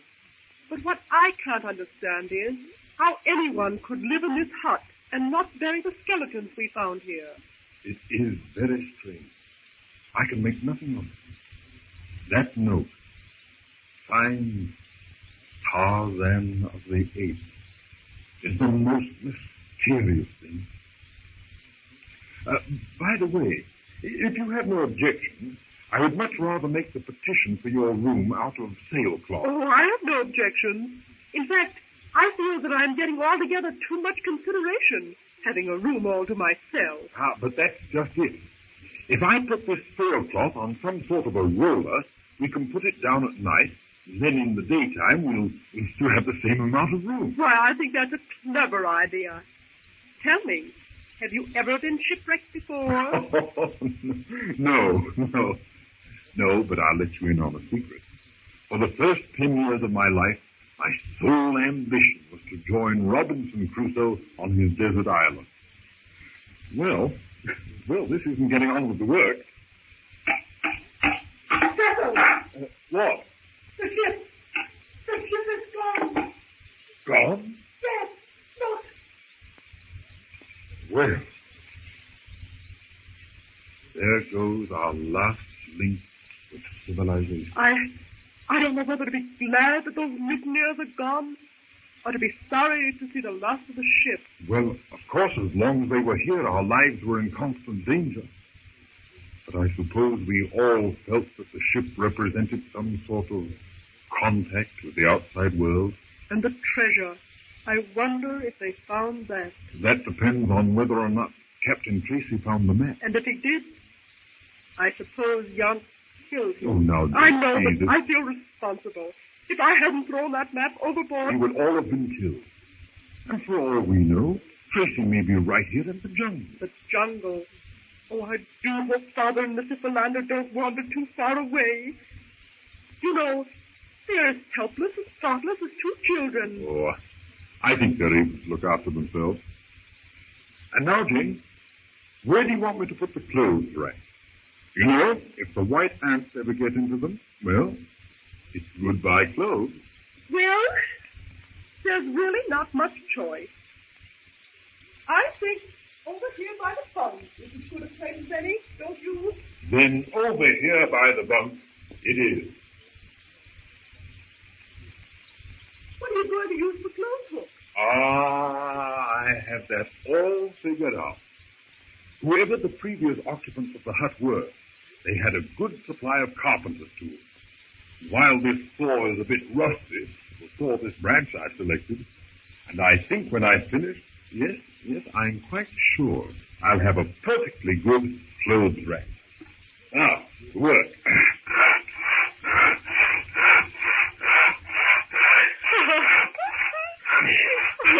Well, your Robinson Crusoe ideas are certainly standing up in good stead. I could do a much better job if I had some decent nails. Have you used the ones from the packing case? Yes, I have. But after pulling them out and trying to straighten them on rough stone, they bend too easily. Well, I think you're doing wonders. Well, I'm not much of a carpenter, but I guess they'll do it. Phew. My, that's warm work, Jane. Yes. What is Look it? here. What? Up on this shelf. What? Look. Away up here in this corner. Well, I didn't notice them before. Books? What sort of books? Well, they're sort of dusty. But this one looks rather like a diary. Cecil, look.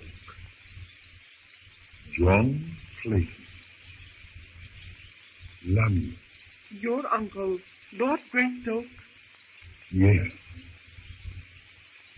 But how do you account for these things being here in this savage African jungle? Well, there's only one explanation. Instead of being lost at sea, as we had believed he was, Greystoke died here. I wonder what happened to the famous Greystoke locket. What locket? A diamond-studded locket that has been in the family for generations. It was always presented to the bride of a Greystoke at her wedding ceremony. I'm sorry, Cecil. I'm awfully sorry. There seems to be nothing here but the book. Yes. Of course. The locket would have been with Lady Greystoke. She was called the beautiful Lady Alice, wasn't she? Yes. I've seen her portrait, you know, in the gallery at the manor. Well, this explains a lot of things and leaves a lot of other things unexplained. Why? What do you mean? I mean, this diary proves conclusively that they were not drowned. What happened to the crew of the vessel? How did Lord and Lady Greystoke come to this place? Were Lord and Lady Greystoke the sole survivors? Or is history repeating itself, as it so often does? Did their crew mutiny and put them ashore? Perhaps the diary will tell us. Oh, well. I'd rather think the famous locket has been worn for the last time by the bride of a Greystone.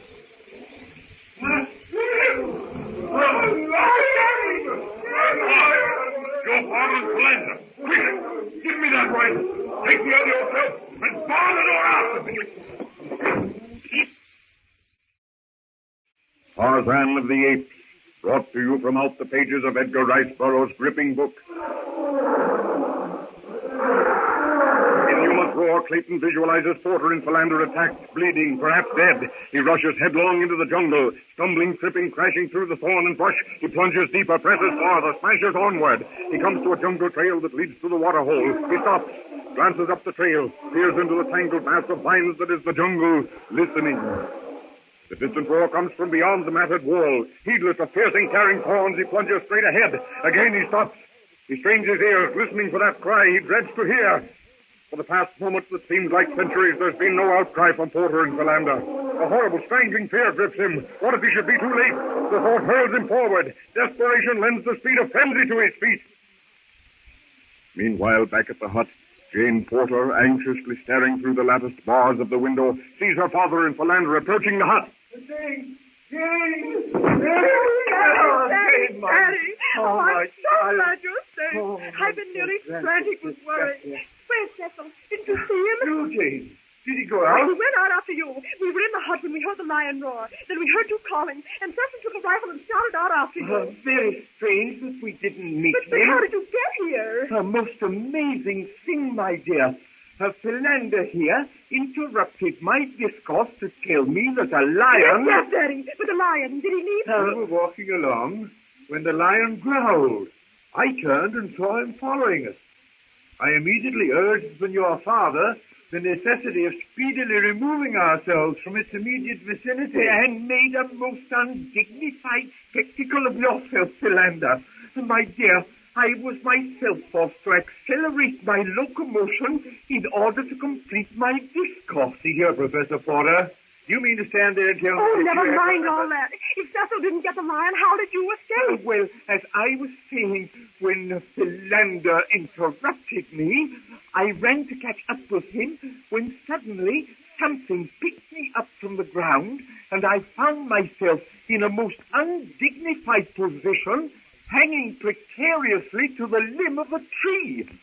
I, of course, retained complete control of all my faculties. Yes. What did you say, Philander? Nothing. Go on. Yes, I will. I looked about there, and to my utter amazement, saw Philander likewise clinging to a somewhat higher branch. I did not have complete control of my faculties, and I admit that I stumbled and fell. But the same godlike creature who rescued your father from certain death also hauled me to safety. But who was he? What was he like? What did he say?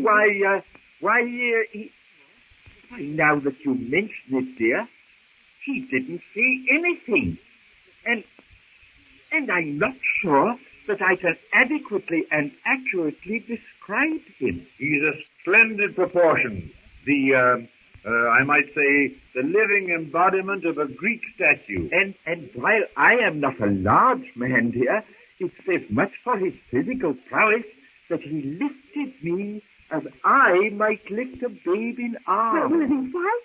Black? Oh, dear, couldn't you tell? He's clean of features, and, as you will understand, I did not, under the stress of existing circumstance, examine him with a scientific attitude.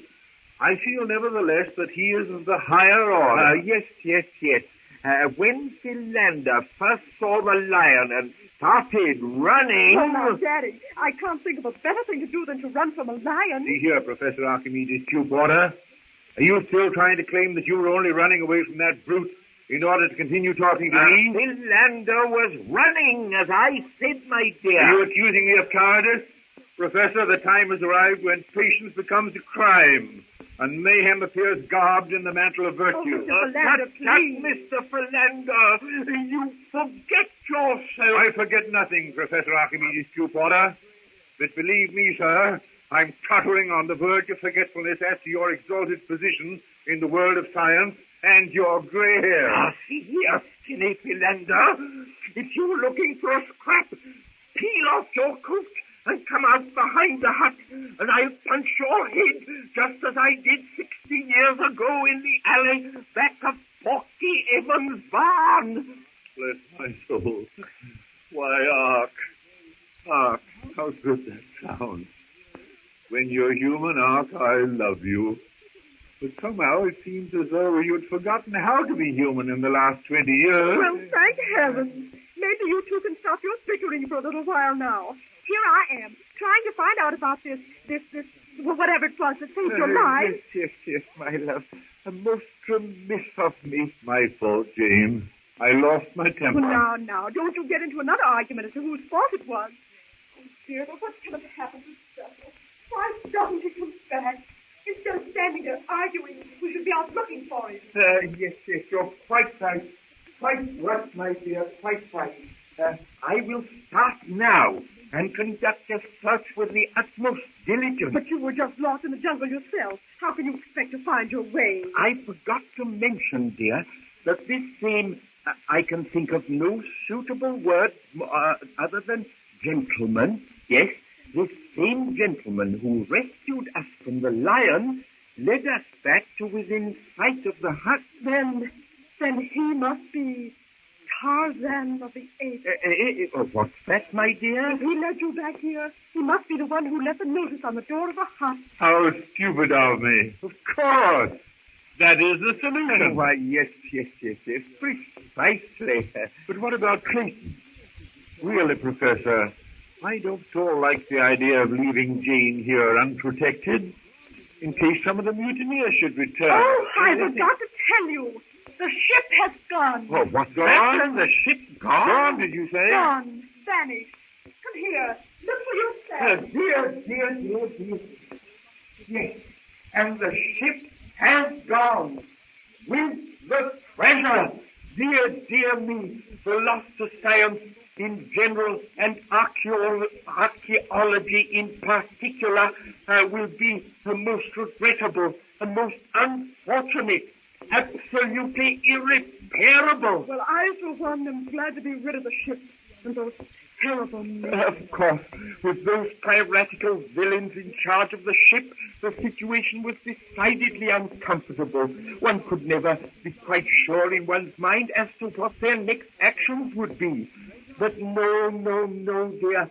The loss of the ship is not nearly such a catastrophe as the loss of the treasure. But, Professor, without a ship, how could we have removed the treasure? One thing at a time, Philander. How often must I tell you that concentration of the mental faculties... Oh, I can't hear a sound from Cecil. Do you think if we fire a shot... No. Clayton might be unnecessarily alarmed, my love. Your previous suggestion that we search for him has my hearty approval. Now, where are those rifles, eh? Here's one. Yes. If you will take that other rifle, Philander. All right. Yes, all right. And be careful you do not shoot yourself. Oh, nonsense. I will arm myself with this one. It seems to be loaded. Be careful, Professor. Be careful. Tarzan, from the lofty branches of a gnarled and twisted tree, watches Clayton, utterly exhausted, his sense of direction gone, thrashing about in the tangled maze of underbrush. Curiosity outweighs the ape-man's feeling of contempt for this stranger who violates all the laws of jungle prudence. Never before has Tarzan seen anything, not even Tanto the elephant, deliberately chase a lion. He shakes his head. Had it been earlier in the morning or later in the evening, the man surely would have fallen prey to the lightning-like stroke of Numa, the lion, or the death-dealing lunge of Sheeta, the leopard. Clayton leans his rifle against the bole of a tree, mops his forehead, and glances about him. The impenetrable walls of tree, thorn, vine, and scrub hem him in securely in the tiny clearing. In his anxiety to rescue Porter and Philander, he has blundered, broken, and thrust his way in, and now he's hopelessly lost. There's a crackling of brush behind him. He whirls, sees nothing. But Tarzan has caught a glimpse of Sheeta, the leopard. He hears the soft, bending grass, the stealthy pad of feet. He glances back at Clayton. He wonders why the young white man's not warned. Can it be that he's failed to hear? Never before has Tarzan known Sheeta to be so clumsy, so careless in his stalking. A ripple passes under the spotted silken sheen of the leopard's coat. The muscles, strong as steel traps, tighten, tense, stiffen. Tarzan watches. Sheeta's ears flatten, tail straightens. The tip of the brute's tail twitches. The twitch that signalizes the charge. Tarzan's call of warning splits the threatening silence of the jungle. Sheeta crouches motionless. The baleful glare dies from Sheeta's eyes, gives way to a glint of fear. The standing hairs ridge down the leopard's spine, wilt. The flattened ears twitch. Clayton stands petrified. With a mingled cough of fear and anger, Sheeta, tail between legs, slinks off into the jungle.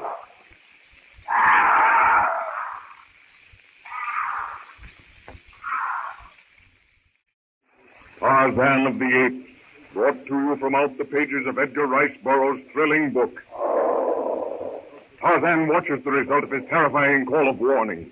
He sees Sheeta's glossy form slink behind the cover of a spreading mimosa bush. Then turns his head to find Clayton staring up at him in utter amazement.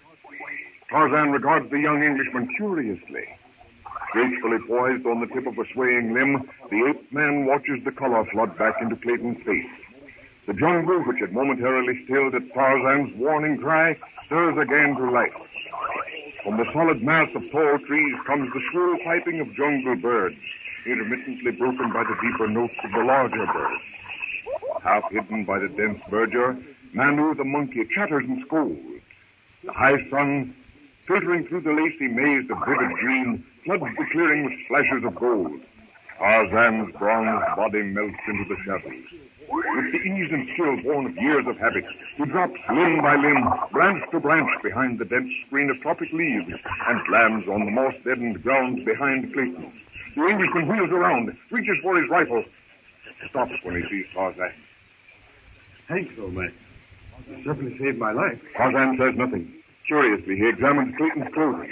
He runs his hand over the woolly texture of the khaki hunting shirt. Clayton turns to face the ape man. Tarzan grips him by the shoulders, spins him around. Into Clayton's mind flashes the memory of the warning note pinned to the door of the hut. You must be Tarzan the Ape. Tarzan pays no attention. Now he's examining Clayton's boots. By Jove.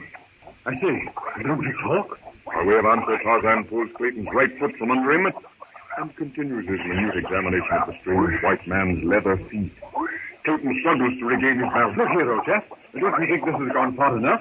Tarzan lets Clayton's foot go. He reaches for the rifle, but Clayton's too quick. The Englishman tries to get his hand over the trigger guard. Tarzan grips barrel and stock. He twists. Clayton winces, his fingers caught in the guard. They sway from side to side. Tarzan raises his arms above his head. Clayton hangs by his fingers to the trigger guard. He can't hang on. His fingers slip between the trigger and guard. He tries to draw them clear. He can't. Meanwhile, back at the hut, Jane, her father, and Philander discuss Clayton's prolonged absence. I completely fail to comprehend why a practical man like Clayton does not return. Oh, do you suppose anything could have happened to him? Almost anything might happen in this wilderness. Don't worry, Jane. I'm sure Cecil is perfectly capable of taking care of himself. Yes, of course he is. Dear me, so many things have happened. I've hardly had time to write a line in my notebook. Dear me, I had built such high hopes of finding the treasure in order that it might defray my archaeological research costs. Oh, did it ever occur to you, Daddy, that perhaps there might not be any treasure, that it all might be a hoax? Oh, dear, what has happened to Cecil? Oh, tut, Jane, I'm perfectly convinced by internal evidences deduced by me from the map. Well, mightn't it have been a forgery? Yes, perhaps. To be perfectly fair in my judgment, it might have been a forgery.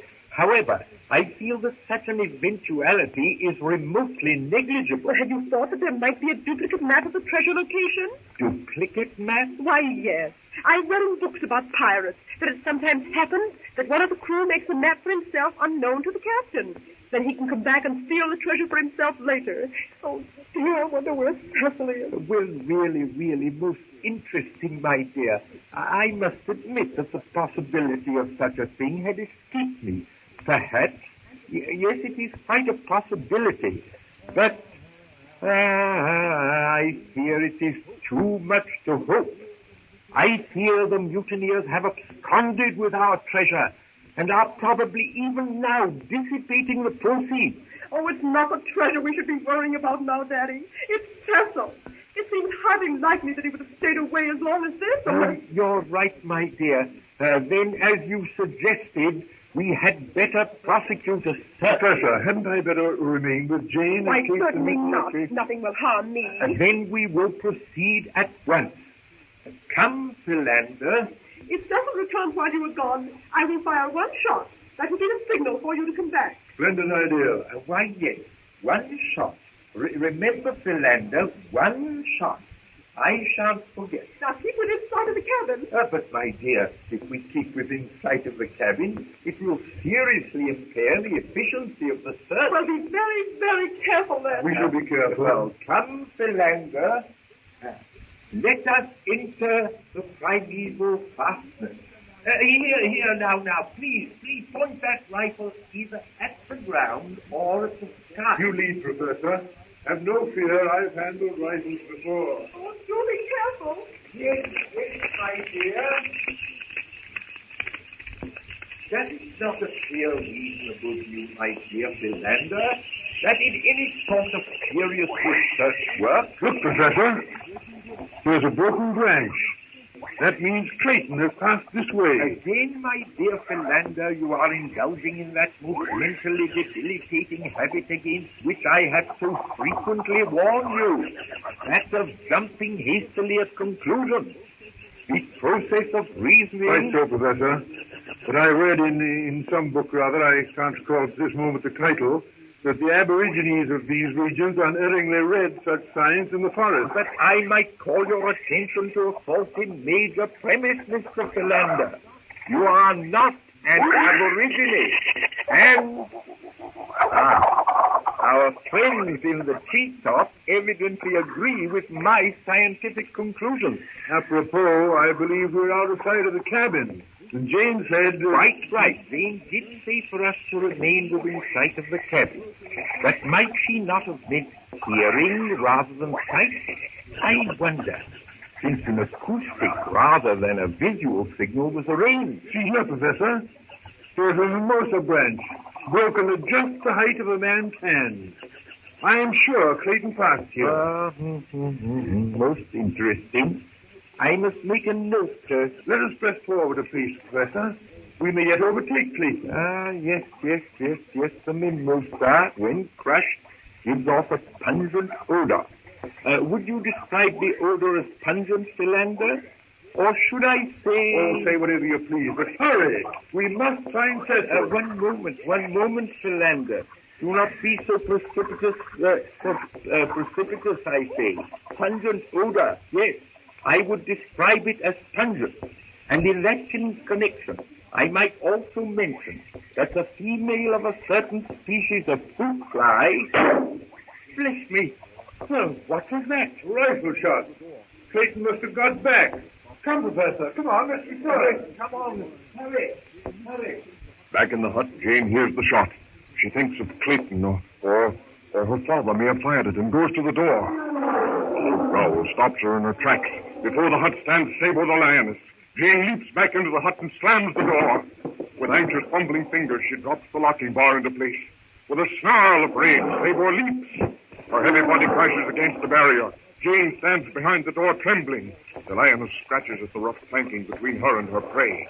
Sniffing and growling, she circles the hut. She stops, looks at the barred window. She raises herself on her hind legs. Forepaws on the sill, she glares through the window. Tabor sees Jane watching at the end of the hut. The wicked eyes gleam. The long, brutal claws work convulsively. She tests the bars with her huge paw. She drops to the ground, gathers her haunches under her, crouching. With a roar, she hurls herself upward.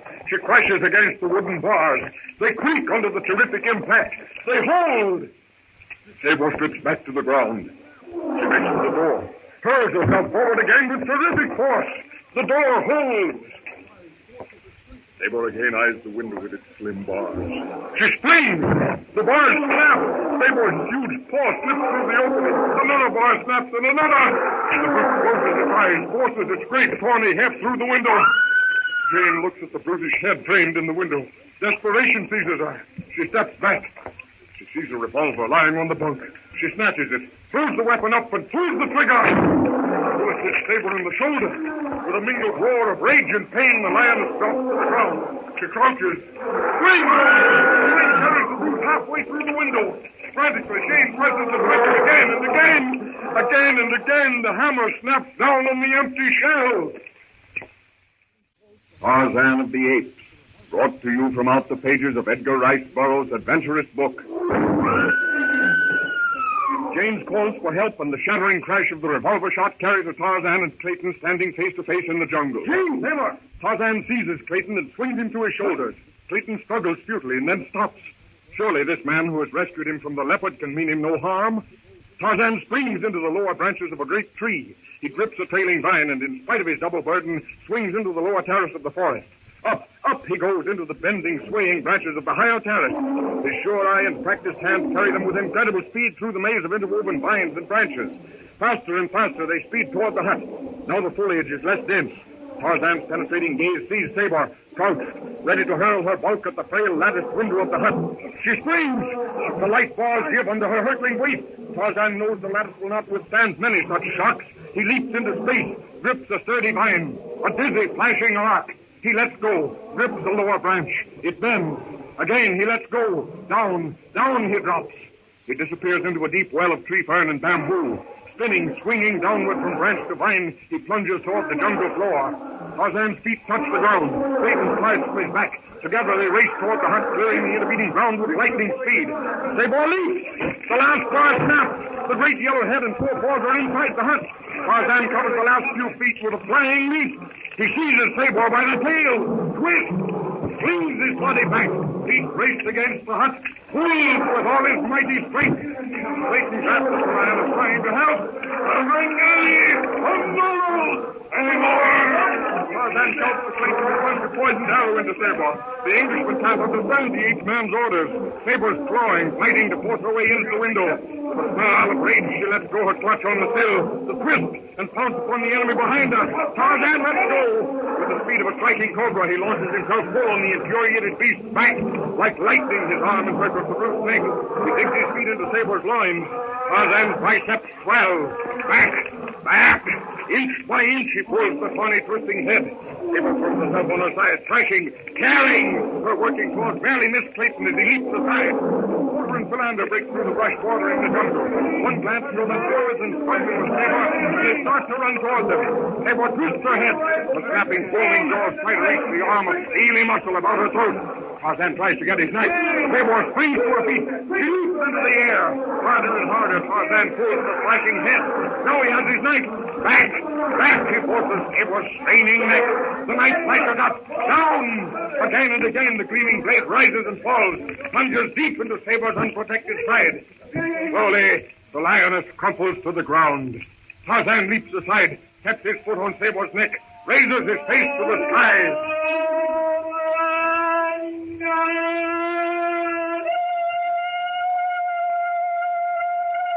The victory cry of the bull ape that has made his kill echoes and re-echoes through the jungle.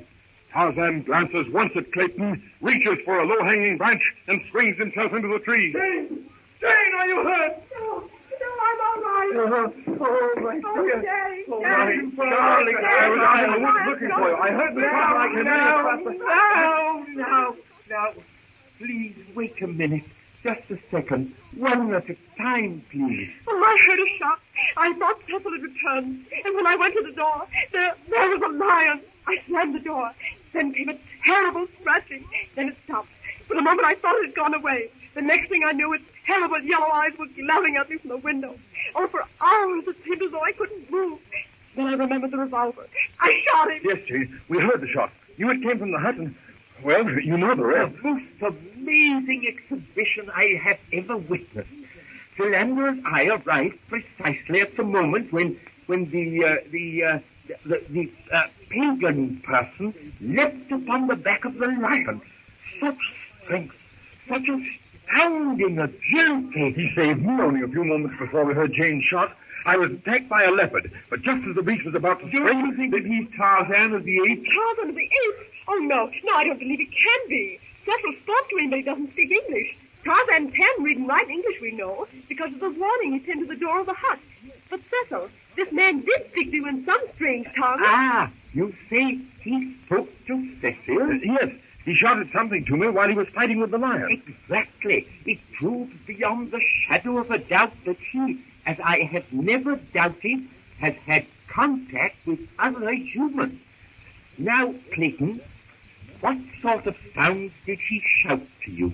Well, Oh, by Jove, I'm dashed if I can remember. Did he make any such sound as la? Or perhaps lass? No, I remember no such sound. Why? Sir Richard Paget has worked out 320 primitive roots from which all Aryan language is derived. The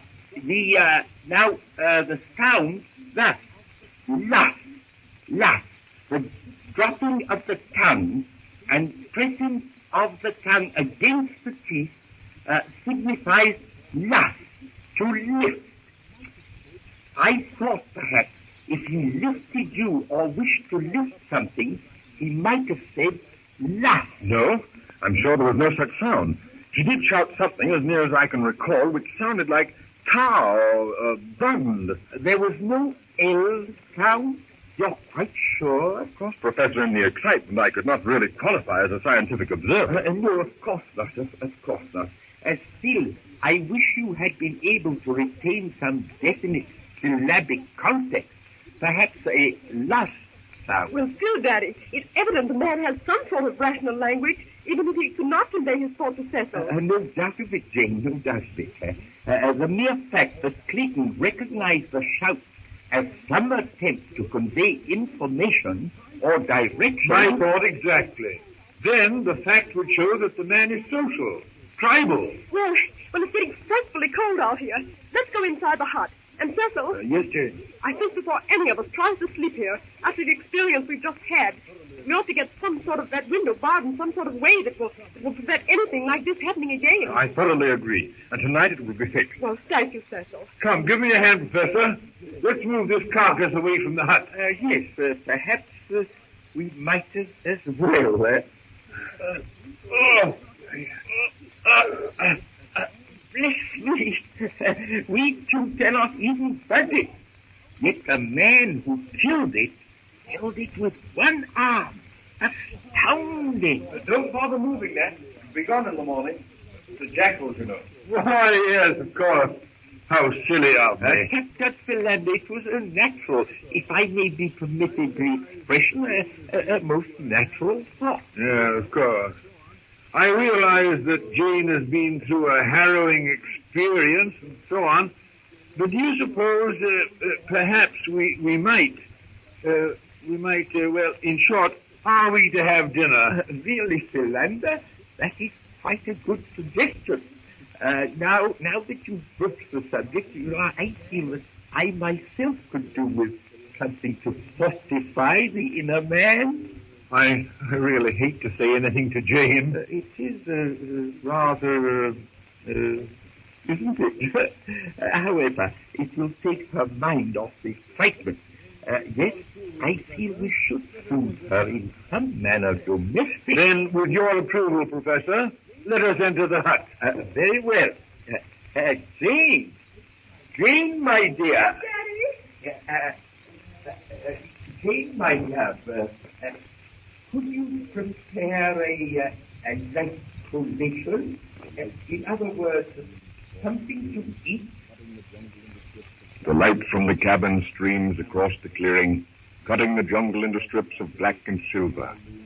Animal trails, mere breaks in the brush by day, now loom like yawning caverns in their inky blackness. From afar off, the harsh, rasping laugh of a hyena tells that the scavenger of the jungle has found some undevoured kill. One by one, the stars pierce the sable sky. The young moon, slender as a silver thread, glints through the sparse tops of the alders. Sleepy monkeys open and close their eyes as Tarzan, leisurely brushes his way through the branches toward the hut. Just as the ape, which for sheer joy of living swings by the hour from branch to branch, so Tarzan, fed and rested, drops to the light-flooded clearing at the hut. Cautiously, he approaches the window, looks inside. With quickened pulse, entranced, he watches the white she he had rescued earlier in the day, seated at the table, his table. He longs to speak to her, but dares not, convinced that, like the men, she will not understand him. Jane Porter finishes the letter she's been writing to her friend, rises, and puts out the light.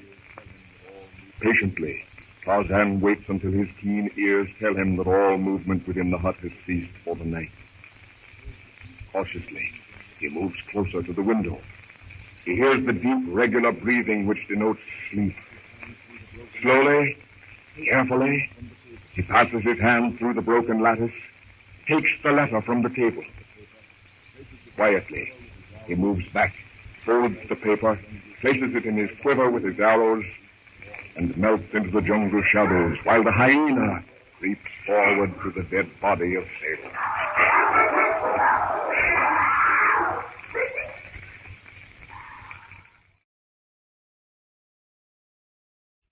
Tarzan of the Apes, brought to you from out the pages of Edgar Rice Burroughs' romantic book. Hidden behind the screen of festooned creepers, Tarzan, forehead wrinkled in thought, tries to decipher Jane Porter's letter. After hours of study, he has at last found a resemblance between the bugs of his picture book and the girl's handwriting. He shakes his head. The contents of the letter baffles him. He can read it, but all that it means to him is that her name is Jane. And though he cannot express it in sound, he feels an association, a kinship, a bond, a something that was not there before. Tarzan folds the letter carefully, places it in the bottom of his quiver, and rises to his feet. He faces that red disk that is the setting sun. All about him, seen and unseen, the beasts of the jungle, Numa the lion, Tantor the elephant, even the little mongoose, all, great and small, are facing the west. There, hinting the mountain that straddles the equator, is that which all the beasts of the jungle worship, the setting sun. Tarzan watches the deep greens fade to purple, blend again into deeper blue, and then, lost in the sky, the snow-cap sparkles with reflected gold. We find Jane Porter and Clayton watching the same sunset. What a perfectly gorgeous sunset. Daddy, Mr. Philander. Yes, what is it? Why don't you join Cecil and me outside the hut? It's so nice and cool after the heat of the day, and the sunset is so beautiful on the sea. A very excellent suggestion, Jane. Don't you think I'd better get you something to put over your shoulder? The tropic evening is as dangerous as it is magnificent. Strange, isn't it? That, well, the jungle, everything here that is so beautiful should be so terrifying, so dangerous. But that, my dear, is life, which, like the toad, ugly and venomous, wears yet a precious jewel in its head. And this, our life, exempt from public haunts, finds tongues in trees, books in the running brooks, sermons in stones, and good in everything. Ah, my dear Clayton, it's so refreshing to find in an army man an acquaintanceship with the immortal bard of Avon. Possibly Shakespeare found books in the running brooks. But you, Daddy, require something much drier than a brook. I believe, Professor, if we'd only rescued our chessmen with which to beguile our evenings, you and I would find the setting perfect. Oh, you too. If you were interested in the beauties of our surroundings. Oh, but no. Nothing appeals to you unless it is wrinkled with age. Oh, come, my dear. Never mind, Daddy. I was only teasing you. Oh, by Jove. What's the matter, Cecil? I completely forgot to look at our beacon today. Monkeys or other animals might come upon it and drag away the wood, but it has cost me a sore back to gather and pile there. I'll just jog along and look it over. Dark is coming on, Cecil. Couldn't you leave it till morning? I'd rather not. It's one of my duties, and I'll feel better if I look after it tonight. I'll come along with you, Cecil. I feel the need of exercise. Oh, good. We shan't be long. Come along, dear. Tarzan sees the figures of Clayton and Jane moving up the beach toward the headland.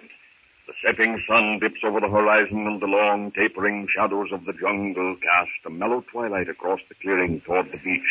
Tarzan wonders where the humans can be going at such an hour. Usually they lock themselves into their cabin at sunset. Curious, he swings himself along the upper reaches of the gigantic jungle trees, lazily, almost carelessly. To Tarzan, who covers many miles an hour through the trees, the white man and woman below move at the pace of tiny beetles. The figures come to a stop before a pile of dry wood, heaped upon a promontory which looks out to sea. Tarzan drops swiftly, noiselessly, easily to the lower branches in order to gaze more clearly at that white she to whom he's so strongly attracted. Blood calls to blood. Tarzan at this moment would give almost anything to drop from his perch, boldly walk out and talk to these, his own kind. A shyness overcomes him. He hears Jane's questioning voice, Clayton's answers, and inhibitions born of contact with the wild bid him remain hidden from those he cannot understand. Evidently no animals have been here. I suppose... Why, it looks as though it hadn't been touched. I think you did a wonderful job in making it settle. No, it wasn't anything. Only wanted a bit of work in the doing. Look across that water. Thousands of miles of it. Oh, Cecil, do you think that any ship will ever come for us? Now, look here, Jane. You've got to keep your mind on other things.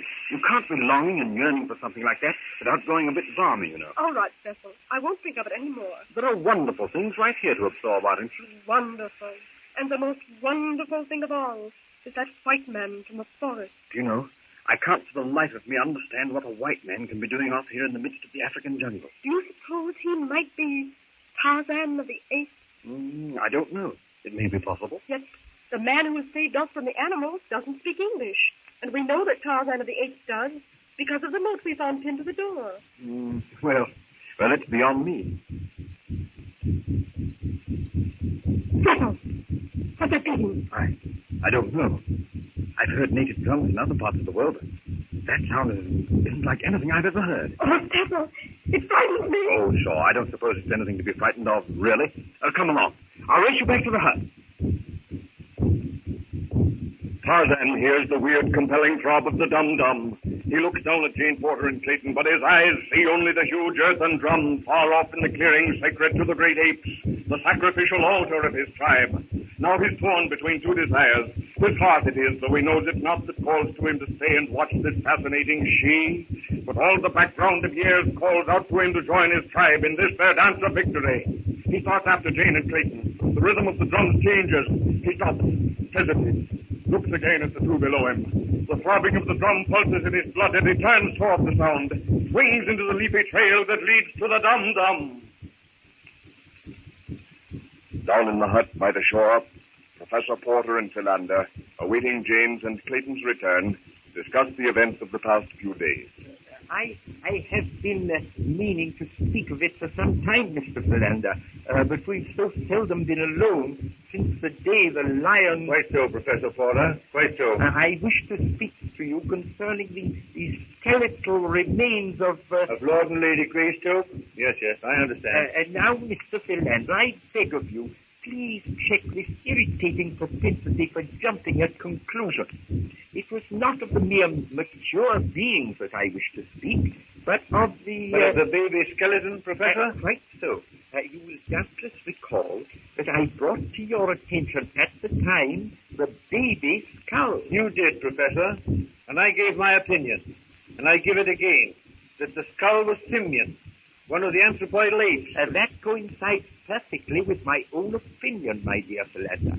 I wish to caution you, however, lest you let slip some incautious remark before Jane and Clayton. I feel that it would only unnecessarily disturb their minds to let them into the secret. Don't worry, Professor. No unguarded remark of mine shall betray it.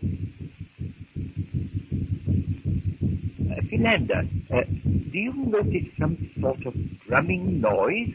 Some, Yes, you notice it too, Professor? I notice it, of course I notice. I notice everything. I've heard it for the last 10 minutes. I didn't like to say anything about it. I feared it was one of my old headaches starting again. Hello, the hut. Hello, hear the drums?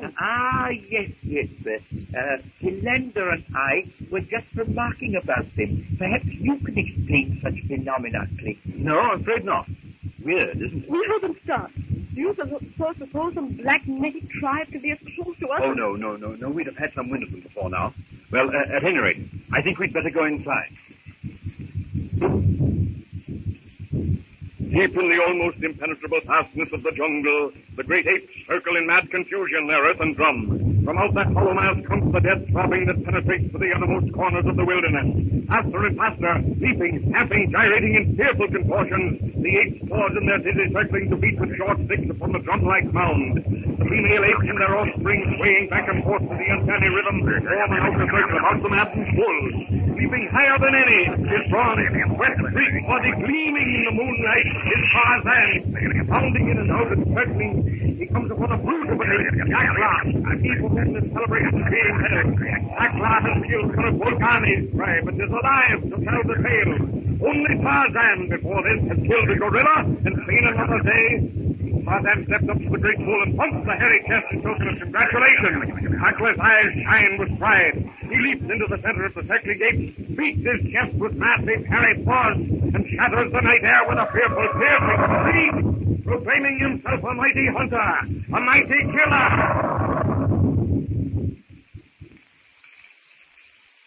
The moon pales in the sky. The great apes sleep the deep sleep of utter exhaustion. Not so Tarzan.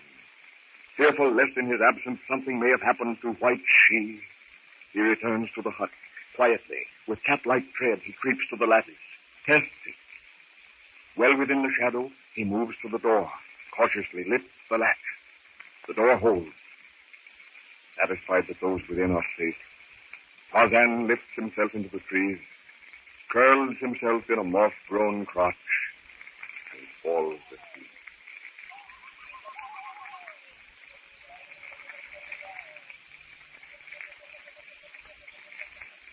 Tarzan of the Apes, brought to you from out the pages of Edgar Rice Burroughs' amazing book. The jungle dawn flames into another day. Tarzan wakes and stirs. He stands up, raises his arms high above his head. He gazes about him. All around, the waking animals yawn and stretch. Little birds try a preliminary flight. Monkeys scamper about in sheer joy at being alive. Off to the edge of the brush, he sees Histon, a snake, unwind his sinuous length and glide off into the tall grasses in search of a fat peccary or cheetah cub.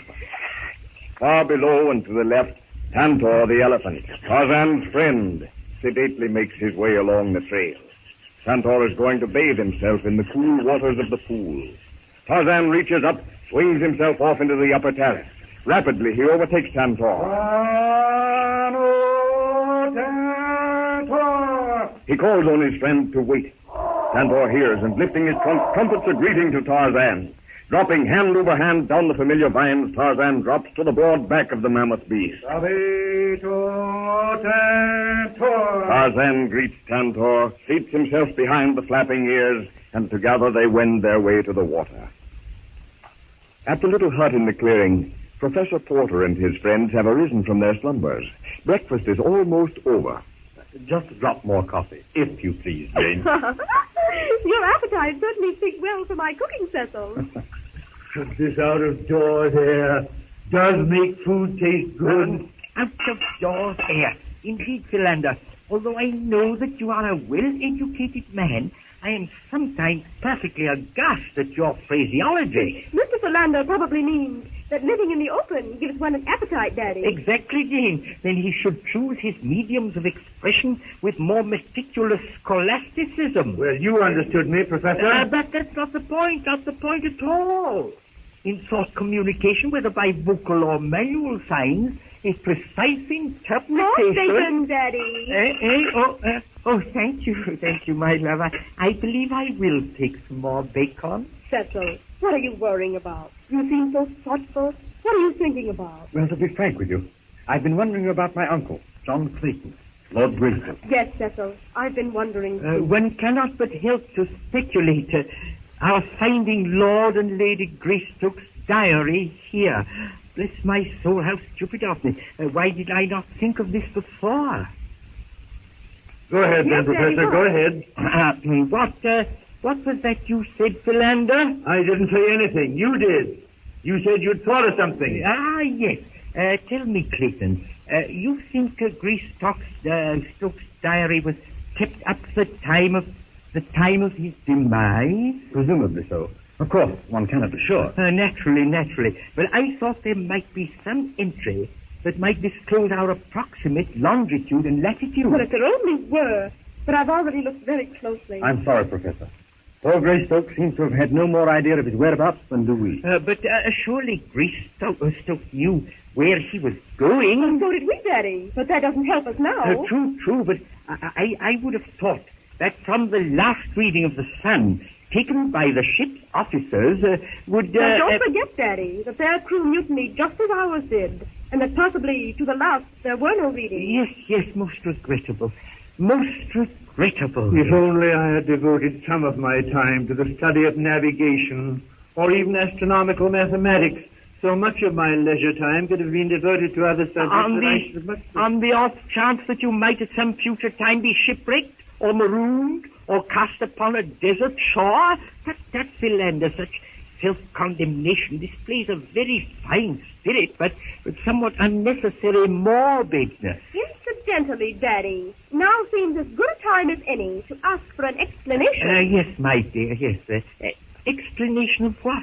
Why, you told me we were going on an archaeological excavating survey, when in truth you were on a hunt for buried treasure. Ah, well, that, my dear, is a somewhat lengthy, and don't forget, Jane, had you not thrown the map of the treasure overboard, we should know where we are because the latitude and longitude were marked on that map.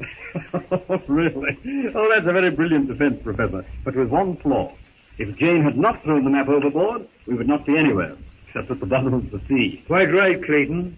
Jane saved our lives. And you, Professor Archimedes Q. Porter, I'm surprised at you, defending yourself by means of legal trickery instead of bringing an irrelevant accusation. The result, Jane, would have been the same. The finding of the treasure would have financed the archaeological survey. Sort of the house that Jack built idea. Well, personally, I'd be very much surprised if there is such a treasure. Now, Jane, you must not talk in such derogatory terms of my very good friend, the name escapes me for the moment. Yes, a bookseller in Philadelphia. You mean the stamp collector in Baltimore? Yes, of course. But anyway, he's a very good friend, I assure you. Otherwise, he would never have trusted me with the map. But you paid $1,000 for that map, Daddy. Jane, you grieve me deeply. Such a paucity of confidence in your father. Why don't you say something, Philander? From internal evidence, I am convinced now, really. Oh, no, Mr. Philander. That's Dad's speech. By the way, our supply of canned meat is getting awfully low. Well, suppose I take a rifle and do a little shooting, what? Yes, Clayton, yes. Perhaps some nice, juicy capons. Delightful. Well, I was hardly thinking of capon, but I thought perhaps some boar or, to venture, a young deer. Shall I go along, Clayton? As beater, I believe it's called? Don't you hunters always have one? Frightfully decent of you and all that, but I fancy not. You understand, scare the game, that sort of thing, you know. That's true, I might. Very well, then. I shall remain here. What shall I do? You can wash the dishes, Mr. Philander. Yes, and there's a bit of the back wall that needs chinking. I found a deposit of clay that will do the trick. It's down by the stream. Come along, if you like, and I'll show it to you on the way. All right. Delighted. Be careful, Cecil. I think this rifle is all... Yes, it's fine. Cheerio. I'll be right back. Down at the water hole, Tarzan lies flat on the muddy edge, face in the water, sucking up in great draughts his morning drink. Majestically, his friend Tantor, the elephant, stands beside him, alternately drinking and spraying the cool water over his gray hide with his sinuous trunk. Tarzan splashes the clear water over his lithe form and then springs erect and, skirting the edge of the pool, strides to the forest fringe. Springing upward and swinging his way through the trees, he leisurely makes his way along the ape trail that leads to the beach and his hut. He stops. What was that? No beast of the jungle makes such a noise when breaking cover. That breaking of twigs, that trampling of leaves is made by a M-A-N.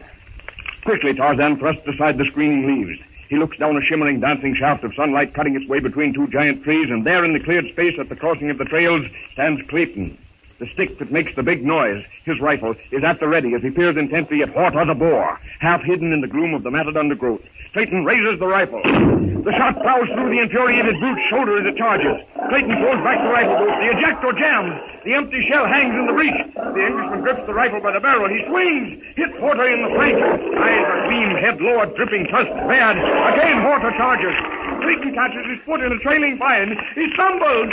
The boar, its bloodshot eyes staring straight ahead, misses the fallen man. It digs its hoof into the moss. Like lightning it turns, but before it can charge, Tarzan, knife in hand, drops on the brute's leathery back. Up and down the bronzed arm flashes, and it's over. Horta the boar is dead.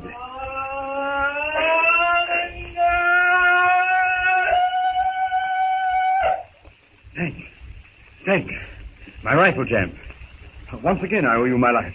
Armagani, Avon Bundle, Horta. Tarzan points to the bullet hole in Horta's shoulder. Clayton shakes his head. Sorry, old man. I don't understand. We were running short of meat. Boar. Eat. Clayton points to the carcass and then to his mouth. Tarzan understands. He nods his head, bends down, and with never an effort hoists the dead boar to his shoulder and takes to the trees, followed by the indignant chatter of disturbed and scolding monkeys as he carries his burden through the high branches toward the hut.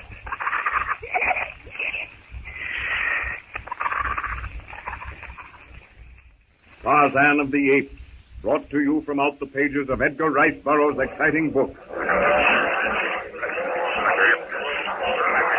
Deep in the forest fastness, Tarzan sits on the hollow mound of earth that is the dum-dum of the great apes.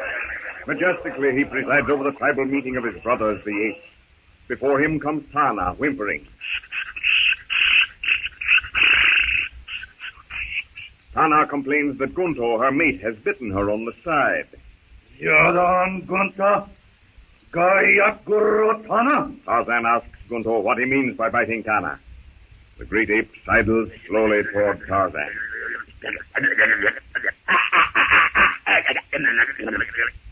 Gunto complains that Tana is lazy. She will not bring him beetles, will not scratch his back.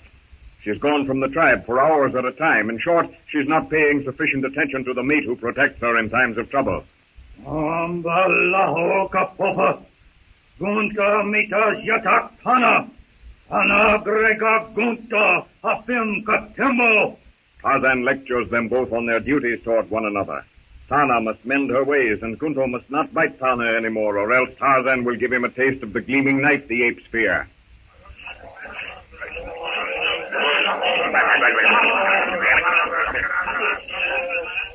Gunto growls deep in his throat and ambles away. Tana whimpers and retires to the shade of a spreading tree.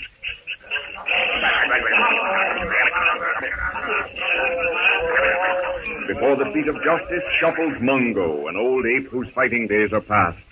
Through toothless gums, he mumbles that Takla, the sullen, brooding ape who recently killed one of Bolgani's tribe, is missing from his haunts. Ludon Magor Bolgani? Tarzan questions the old fellow, but Mungo can give no further information. Malud Takla Wakambi Bolgani? Malud Takla Wakambi Bolgani? Tarzan calls aloud to the tribe, asking for information of any who know Takla's whereabouts, but none can tell him. Tarzan's brow wrinkles in meditation. Once before, Takla had run amok and left a trail of devastation in his wake. The apes are silent as they see their leader lost in thought. Quickly, Tarzan dismisses his thoughts and signals the next complainant to step forward.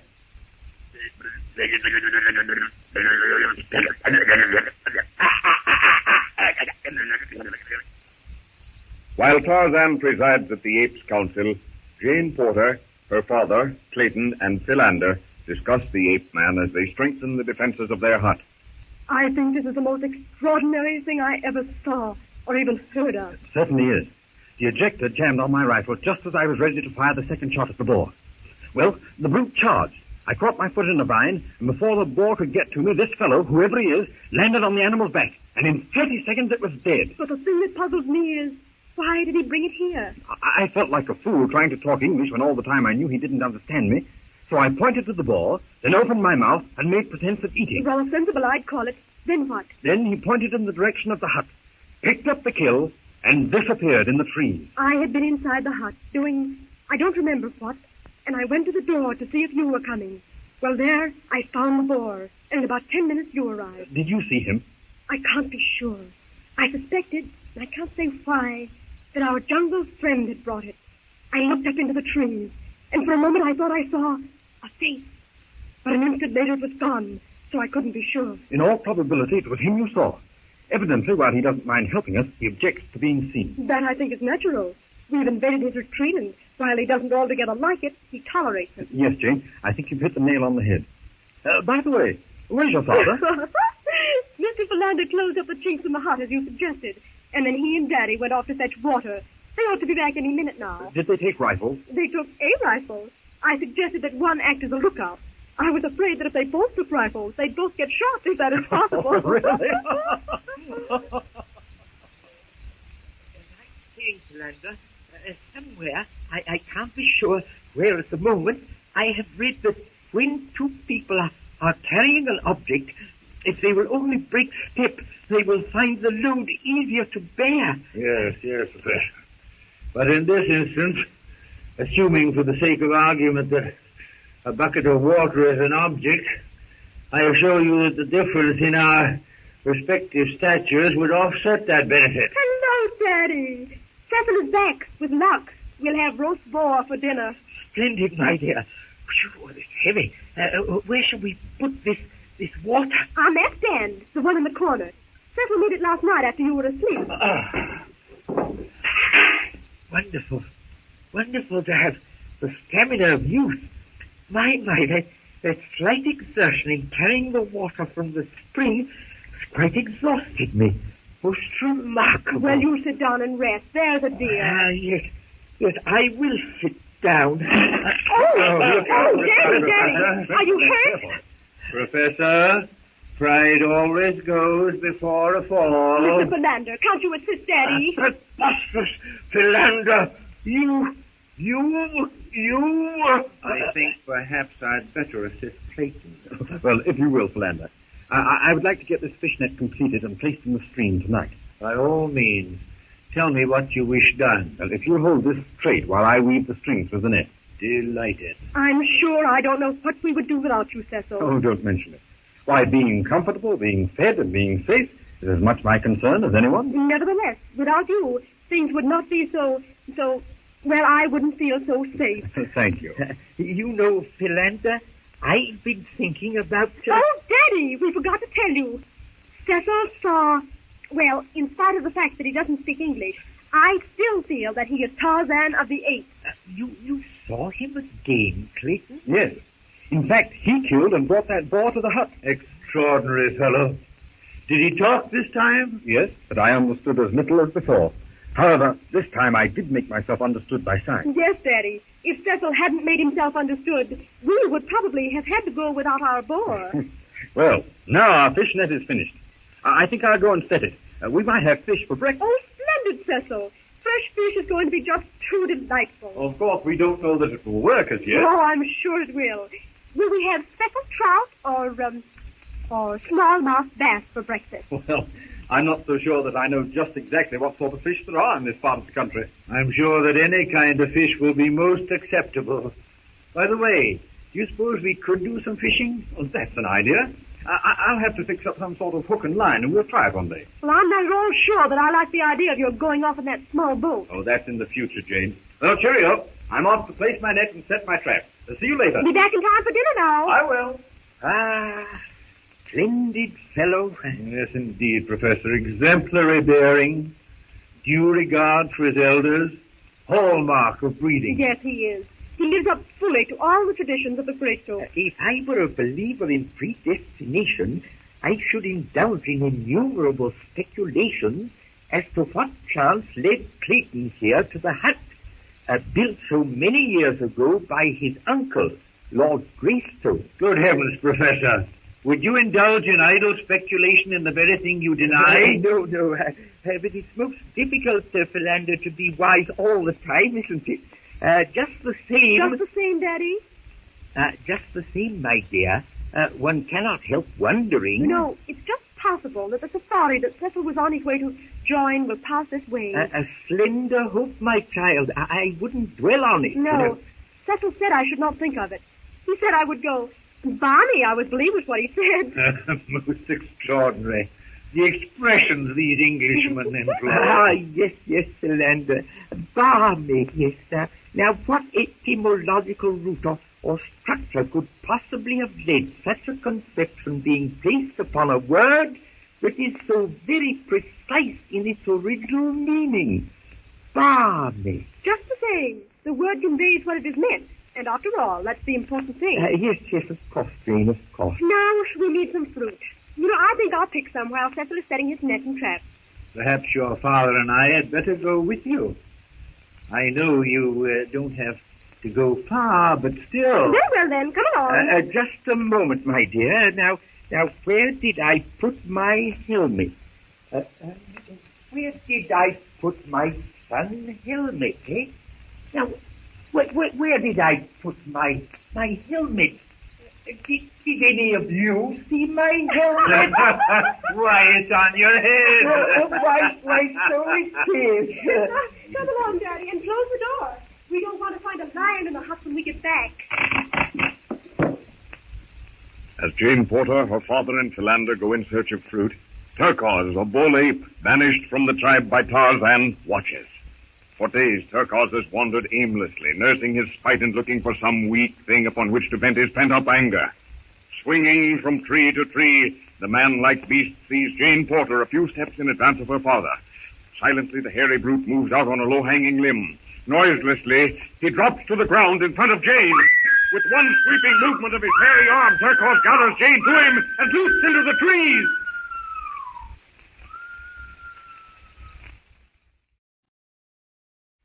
Tarzan of the Apes, brought to you from out the pages of Edgar Rice Burroughs' exciting book.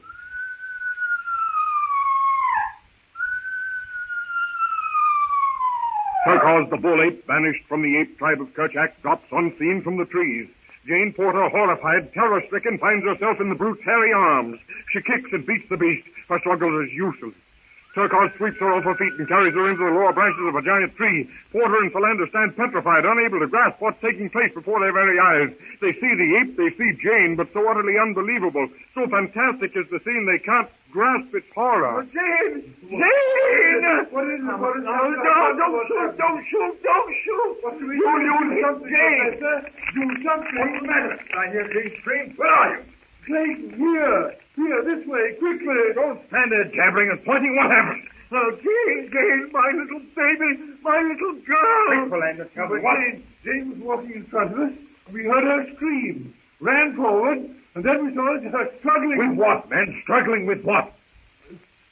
I don't know. I couldn't see. But she was whisked away into the trees. Was it the man who rescued us? The man that saved you from the lion? No, I'm sure it wasn't. Quick, Professor, pull yourself together. Did you see who or what it was? It was an ape, I'm sure. An ape? Why didn't you shoot? We couldn't. We might have killed Jane. Well, this way. Come on. Follow me. Come on. Don't stand there after me. Come on. Jane's screams carry faintly to Tarzan, swinging his way through the trees. He stops, hangs from a branch for a moment, listening. That sounds like she. He strains his ears, hoping to catch some other sound that will indicate more accurately the direction. It is she! Hand over hand, Tarzan drops to the lower jungle terrace. He heads in the direction of Jane's call for help. Far below him and away toward the sea, Clayton, Porter, and Philander thrash their way through twisting vine and tearing thorn. Down from the treetops, flashing behind the dense screen of verdure, drops Tarzan. The ape-man's strong, accurate fingers grasp branch and vine, touch them a bare second while the keen eyes find the next hold. Clayton, Porter, and Philander break through the underbrush, force their way deeper into the jungle. Tarzan, quickly, silently, alert, listening for another scream, drops hand over hand to the jungle floor. He raises his head, his nostrils quiver. He turns to face the breeze, trying to catch some trace of Jane's scent spoor to satisfy himself that it really was she. For a moment he stares at the ground below, then the trees above. The ape in him, by virtue of training and environment, tells him the entire story as plainly as if he'd been present at the girl's capture. Again he sensed the humid jungle air. It was she! Tarzan glances quickly at a bough where a caterpillar has been crushed by Turquoise's brutish foot. Instinctively, he knows where the same foot would touch in the next stride. His eyes gleam as he thinks what he'll do to the mighty Turkars when he catches them. And with the speed of a lance, he disappears in the tortuous pathway of the ape's trail. Jane's screams fade in the distance. The short tropic twilight is already upon the jungle. Professor Porter, Clayton, and Philander stumble headlong into the ever-increasing blackness of the jungle. Come on. You can't keep up with me. I'm going on alone. Wait, Clayton. I'm coming as fast as I can. Just the same, I'm going on. What shall we do? I can't think, Clayton. I can't hear her. She must... Come on, we're wasting time. But, Clayton, we haven't the faintest idea of where we are. We can't hear Jane. If we see her, what am I to do, Professor? What do you mean? Am I to shoot? Yes, shoot. I don't know, but I think I recognize this part of the jungle. Oh, it all looks so much alike, but then, of course, it might be. Yes, Clayton, it looks all so much alike. Just as you say, since Jane's cries have stopped, we have the least idea of where we're going. I'm sure that the last scream we heard was over this way. To the left, I mean. Oh, that's just the trouble. Our sense of direction is gone. Completely. I would have sworn that the last scream came from the right. Then you suggest, Clayton, that we separate and search individually? That is a sensible suggestion, Professor. And if either of us find anything, we'll fire a rifle. All right. But be careful. Why, we're right on the edge of the clearing. Here's the hut. Then, Philander, we've simply blundered around in a circle. Almost silently, the ape man swings through the trees toward Turkos and his prey. Turkos' keen ears catch the faint sound of pursuit. At last overtaken, he drops down into a small open glade and turns to defend his prize. He sees that his pursuer is Tarzan, his hated foe. Tarzan bounds like a leopard into the clearing. Jane Porter, her body flattened against the tree, watches speechless. She stares at Tarzan, then at Turkos. Horror, fascination, fear, and admiration mingle in her staring eyes as she watches the circling pair. Tarzan leaps! So does Turkos. Like two wolves, they go trying to get each other's throats. Turkos reaches out his long, hairy arms. His claw-like hands seek a deadly hold. Tarzan sidesteps, bends low. The brute's arm passes over his head. Now the ape man lunges forward. He's outside the great ape's sweeping arm. Tarzan's fist lands with terrific force in Turkos' face. Turkos turns. Again that death-dealing reach. Again Tarzan sidesteps and ducks. Tarzan's right hand flashes out to grasp the ape by the throat. With the speed of a striking snake, Tarzan's left arm flashes up and down, in and out. The gleaming blade of the hunting knife sinks again and again, deep into the heart of the maddened ape. Turkos, lifeless, slumps to the ground. Tarzan places his foot on its neck, beats his broad chest with his clenched fist, and raises his face to the sky.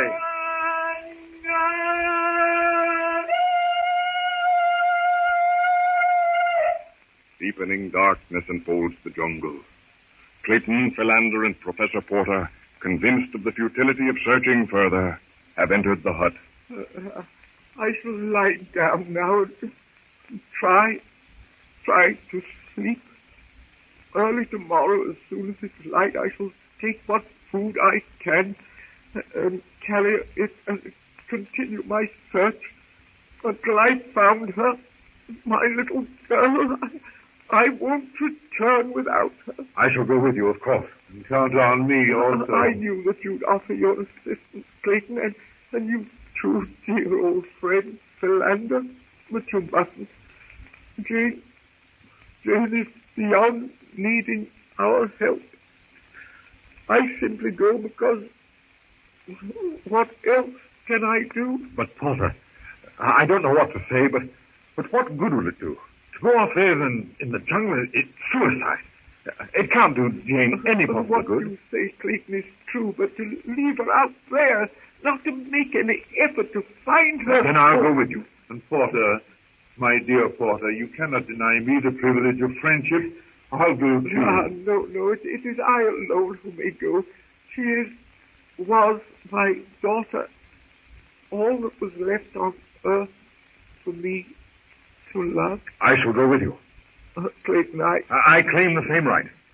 I, too, love Jane. Clayton, give me that rifle. What? I'm going to search. Now, Philander, come over here.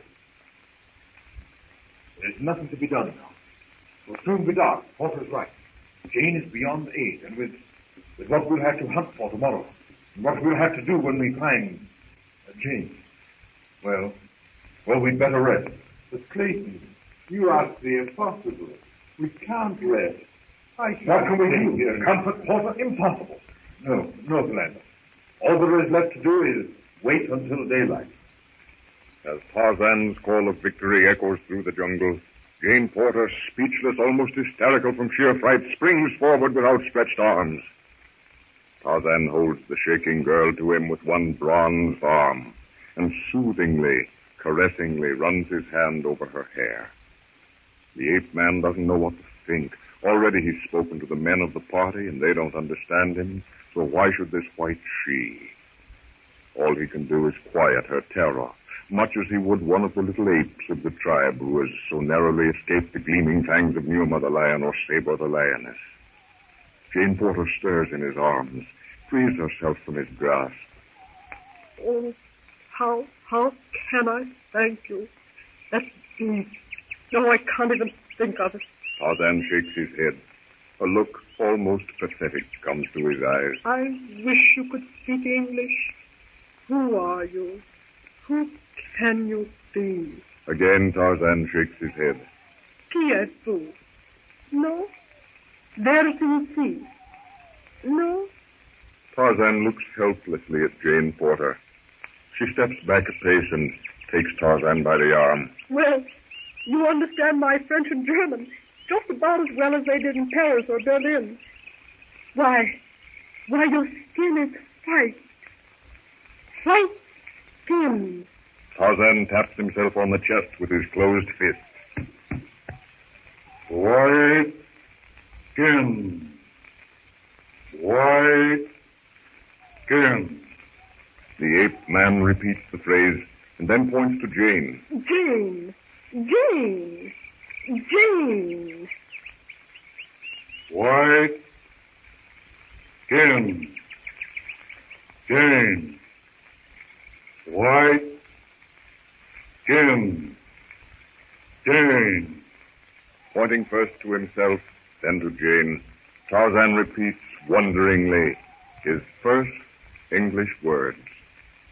Tarzan, able to write his own name, yet without knowledge of its English pronunciation, has accepted Jane's translation.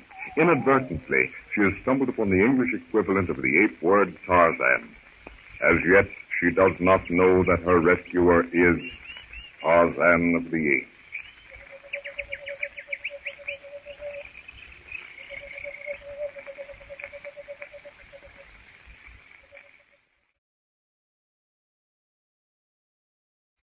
Tarzan of the Apes, brought to you from out the pages of Edgar Rice Burroughs' astounding book. You're determined to go, Professor? Yes, Clayton. What else can I do? To leave my daughter out there in the jungle? Why, it's unthinkable. And yet, Archimedes, what can you hope to accomplish? Nothing. Yes, Philander. What you say is true, but to do nothing is impossible. I should never forgive myself. Very well. Now we stop. Why, that's a gun. There must be a ship. There, off the coast. And there's the pirate ship. I wonder if Captain Trace is aboard.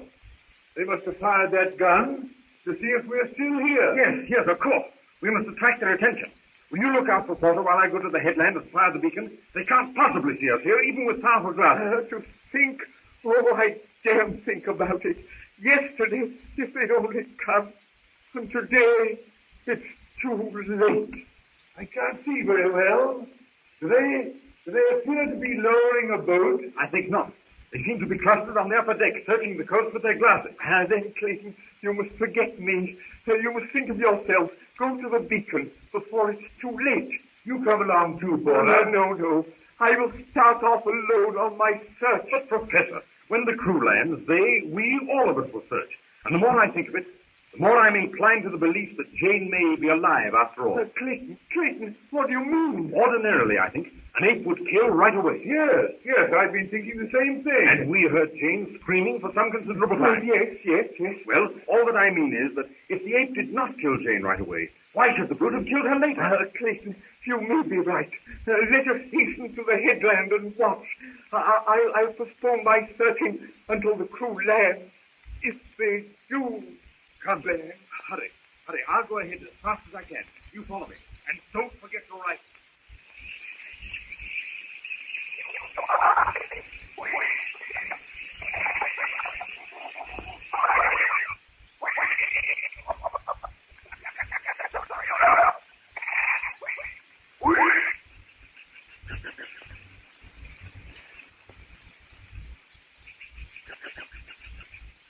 Like a huge yellow silken scarf, the morning fog hangs in the jungle treetops.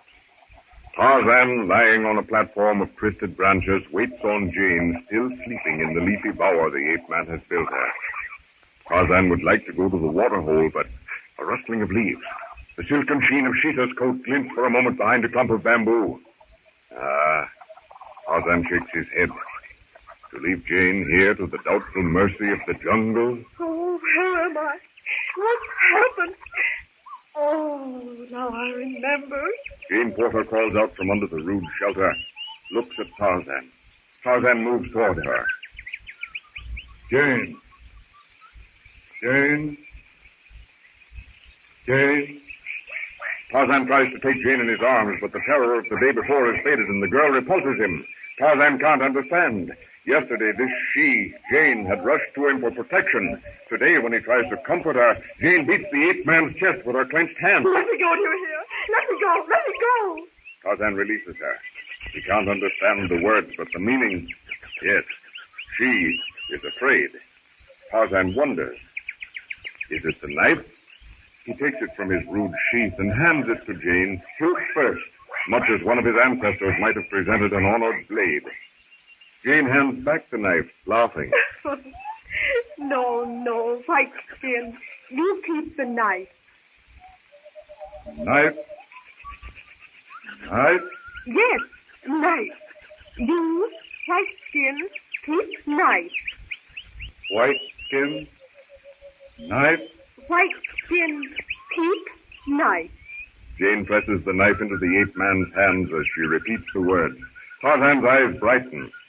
White skin, keep, knife. That's it. White Skin, keep knife. Tarzan points to his mouth, then moves his lips, and at the same time pats himself on the stomach. Yes. Jane hungry. Eat. Eat? Eat? Tarzan moves his lips as he says the words after her. Jane, hungry. Eat.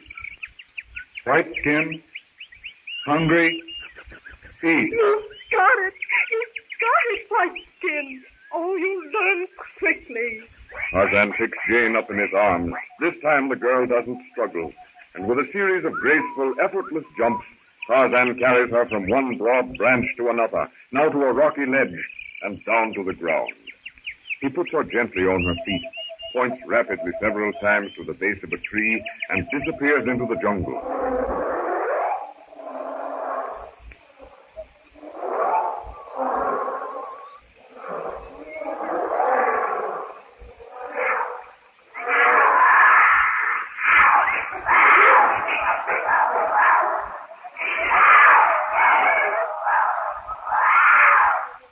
For a moment, fear assails Jane. In every sound, she hears a further menace. Every darting shadow is some fresh, fearful thing. Even the chattering of friendly monkeys sends her heart fluttering.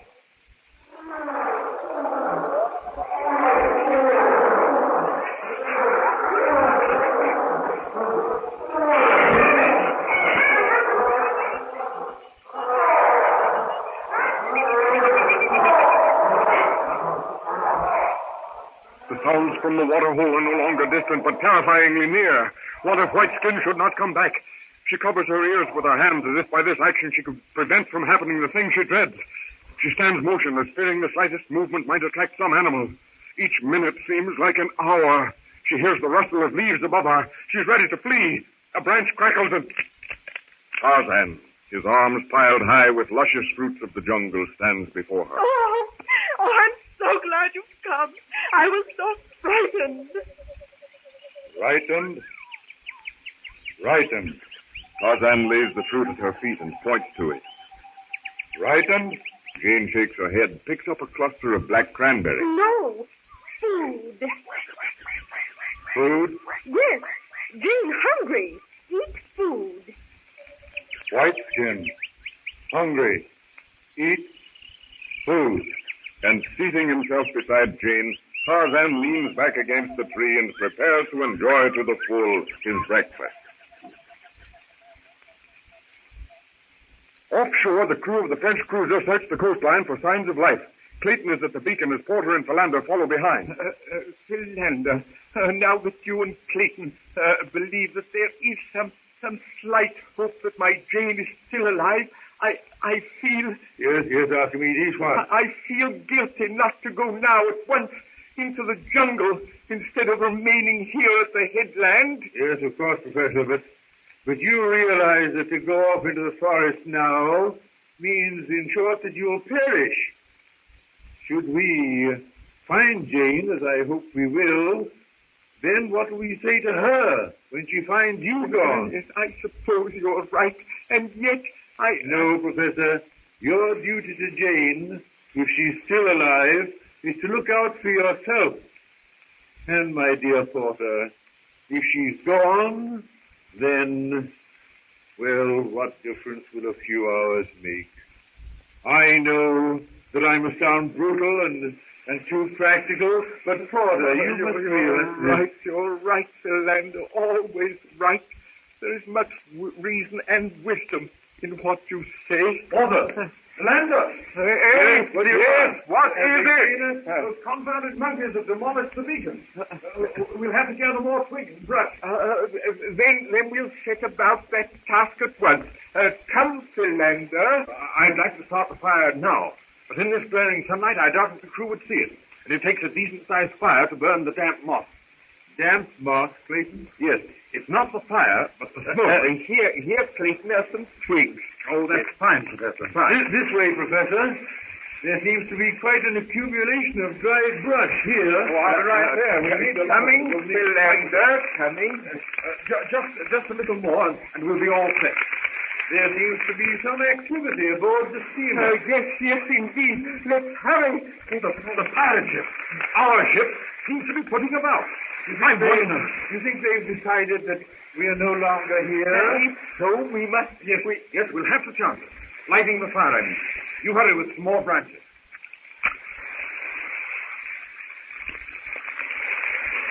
Here, Clayton, here. Throw it right on fire.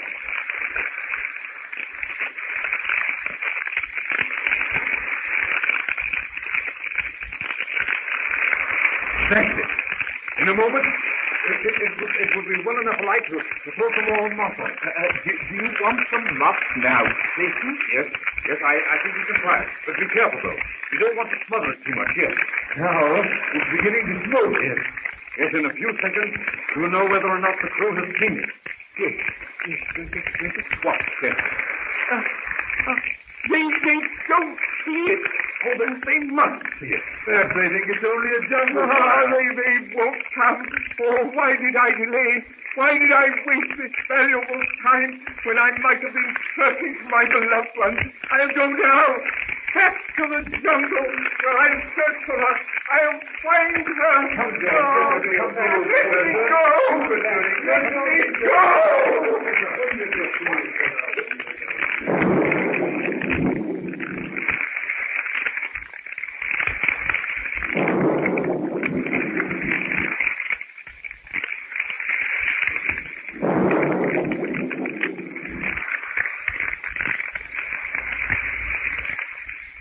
Tarzan of the Apes, brought to you from out the pages of Edgar Rice Burroughs' astounding book.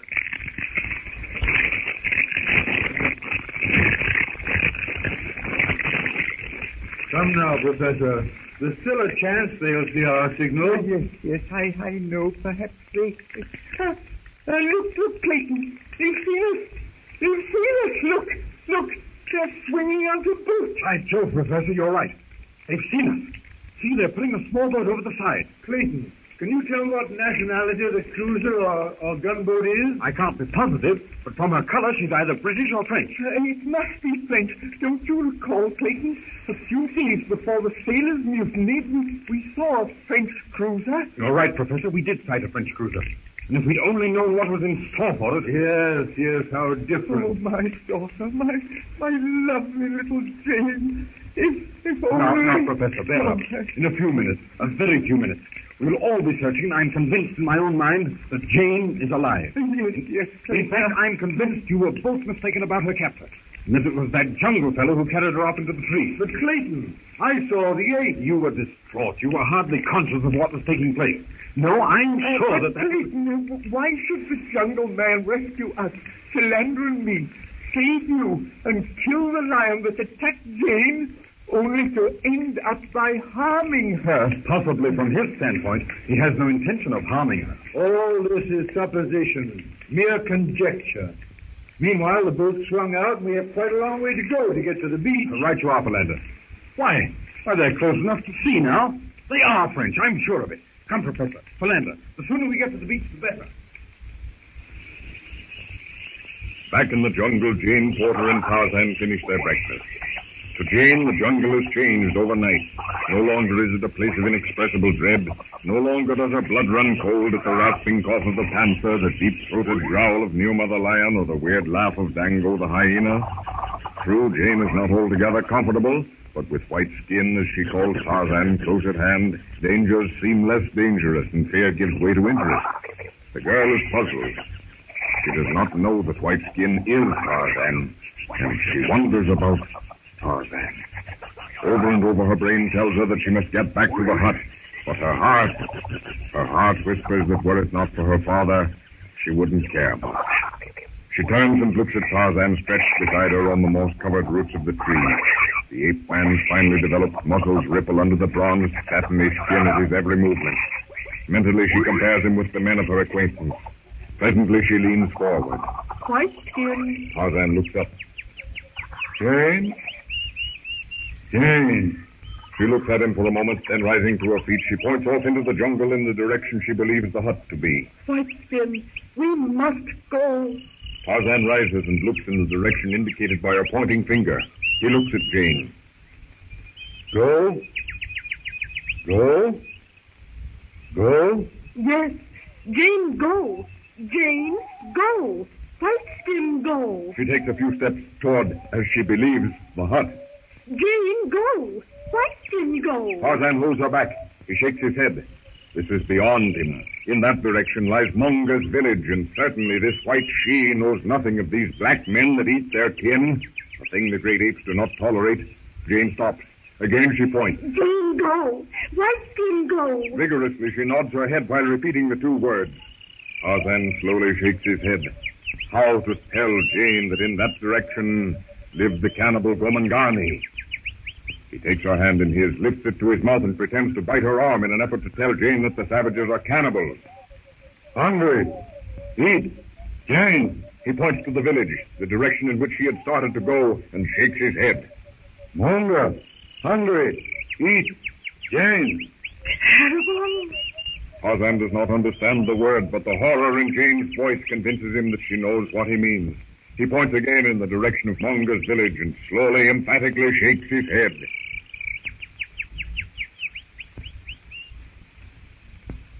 Down on the beach, below the headland with its flaming beacon, Clayton, Philander, and Porter watch with mixed emotions the small boat pulling for the shore.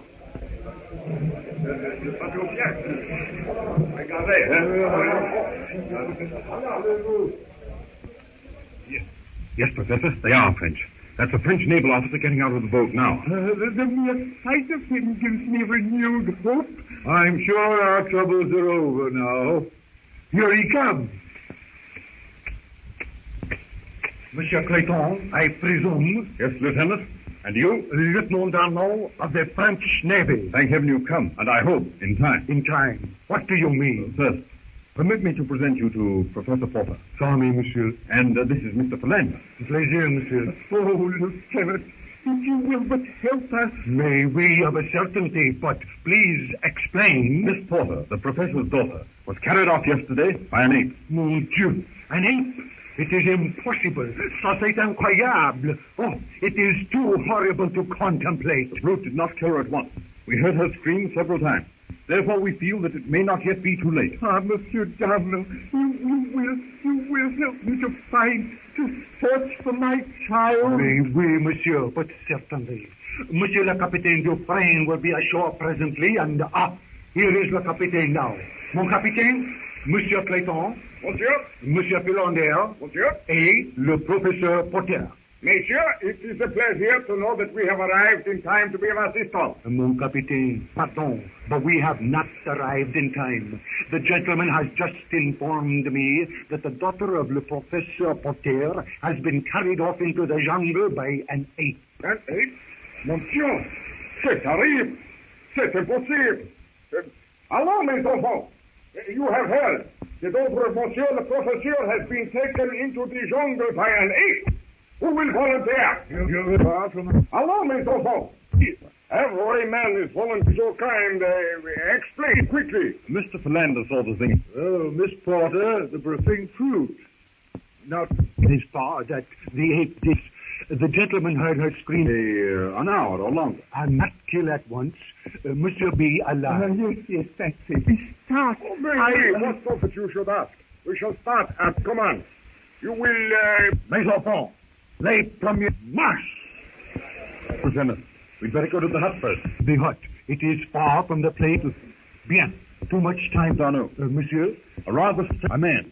I think he goes through the trees more quickly than a monkey. Sounds like it, I know, but true. Very bronzed, and we, Professor Paul, saw him kill a lion single-handed, and not an ape. Abducted. Sauvage? Yes.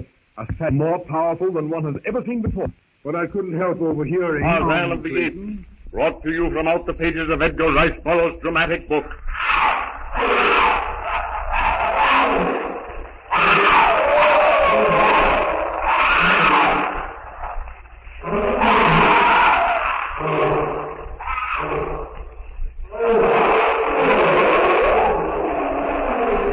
Tarzan watches the column of flame-licked smoke curling upward. The hut, his hut, he thinks to himself. For a moment he's torn between two desires, whether to go at once to the hut or to return, and he stops. He has no words with which to tell Jane what he wishes to do. Go to the hut he must. It is his. Next to Jane Porter, he values it above all else. It was there that he learned that he was a man and not an ape. There, too, is the little book he cannot read, Lord Greystoke's diary. Tarzan does not know it, but that diary is the only thing which can prove him to be the true heir to the Greystoke titles and estates. Tarzan looks down from the treetops, down to where Jane Porter is hidden by the dense screens of tropic green. Limb to limb, branch to branch, he flashes downward. He thrusts aside the matted verdure and stands before Jane. What is it? What is it? What is it, Whiteskin? Tarzan looks at her. He understands only the last words. What was it Jane had said when she wanted to start off in the direction of Monga's? Go. Go. That was it. He points toward the steadily rising shaft of smoke. Whiteskin, go. Whiteskin, go. Never before had Tarzan so wished that he could express his thoughts. Furiously, his mind gropes for something, anything that will indicate to Jane that he will return. Jane senses his excitement, feels the chill fingers of fear grip her heart. To be left alone. She clutches Tarzan's arm. Don't go. Don't leave me. Please. Whiteskin. Tarzan holds the shaking girl close. If only he could speak, reassure her that he would soon return. You can't leave me here alone. Oh, I know you can't understand what I'm saying, but you must understand what I mean. Without a word, Tarzan lifts her into his arms. He places one arm about her waist and, reaching above, pulls himself to a higher branch. Jane closes her eyes. She feels herself being carried up to the very loftiest branch of a jungle giant. Tarzan shakes her gently. She opens her eyes. On every side, the treetops hedge her in. For miles and miles, as far as the eye can see, nothing but waving spires of green dancing in the shimmering heat waves. Tarzan points out the smoke. Look! Fire! Fire! Fire! Jane nods her head. This, then, is why he wants to go. Again, Tarzan points to the billowing gray column. Then he taps himself on the chest. Whiteskin, go! Fire! But you'll come back. You'll come back quickly. Tarzan looks at Jane. Can it be that she's saying what he cannot tell her? He stretches his hand out and then slowly brings it toward him and places it on Jane's head. Come back, quickly. Whiteskin, go. Fire. Come, back. Quick, quick, quick. Yes, that's what I said. Oh, if I only knew that you understand what it means. I'm so afraid to be left alone. Jane covers her face with her hands, and Tarzan, understanding the action, gently pulls her hands away and looks into her eyes. Holding the trembling girl with one bronzed arm, the ape man gently strokes her wavy hair, and then Satisfied that she understands, he holds her tightly and swings down into the denser foliage. Jane opens her eyes to find herself back on the platform in the trees. Tarzan lowers her gently. White Skin, come. Back. Quick. Quick. Quick. Yes, quick. Tarzan looks down at her for a moment. He leans forward, places both hands on her shoulders, and then, bending quickly, he lightly touches her hair with his lips, and in a flash disappears into the trees. Meanwhile, the search party under Lieutenant Darnow's guidance has wound its way deeper and deeper into the jungle up to the very edge of the clearing in which Tarzan killed Turcos. Monsieur Clayton, I am afraid I do not know what to say, but You think that further search is useless? We shall search as long as you desire, but night will soon be upon us, and I do not see any prospects of accomplishing anything after dark. What you say is true, Darno. But how can we tell Porter? What's that? They must have found something. Yes, Philander, under that bush. Yes, Porter. What is it? Jane's handkerchief. Where? Under this bush. Hey! Look. Probably dragged off by the hyenas. A dead ape. The jungle scavengers have not demolished the remains of this ape altogether, and, wait a moment till I make sure. Oh, Porter! Professor Porter! Yes, Philander? Your advice. Look. Ah. Why, I see. Yes, Philander. Yes, this ape has been killed by a knife. Exactly. The ape's hide is cut and slashed severely, just below the heart. Then our jungle man evidently did for the ape. But Clayton, if he has, I feel sure that he'd have taken Jane back to the hut. Made by apes. Look here. See where this stream has made the ground soft and muddy. Footprints, human prints. Then it certainly was Tarzan of the Apes. If that fellow is Tarzan. But I understand Tarzan can talk English, and Jane would naturally have asked him to take her back. But look, Monsieur Clayton, these footprints are almost in a straight line. Aborigine, in fact. But there are no aborigines here. At least we have not seen any. I have been up and down this coast for 10 years, and have heard many rumors of a tribe of blacks somewhere in this vicinity. Oh, you alarm me. Then Jane may have been rescued from the ape, only to fall into more brutal hands. Monsieur le Professeur, I do not know what to say. Mais tonnerre, I shall be brutally frank. These blacks are cannibals. Then there is nothing we can do. Wait a minute. We've not heard the beating of any drums, which might indicate... Yes, we did. Heard the drum. Monsieur Philander, lamps, Lieutenant. And, oh, assuredly, monsieur, of course. In a matter of days, one will have to rest, and night is the best of the big cats. All for food. Then we'd better return to the hut and await the landing of the supply. Oui, and I will ask mon captain host for more supplies. Is it necessary? Bien nécessaire, monsieur. We are already overdue. 10 days we search for that ship of yours, and our stores are deported.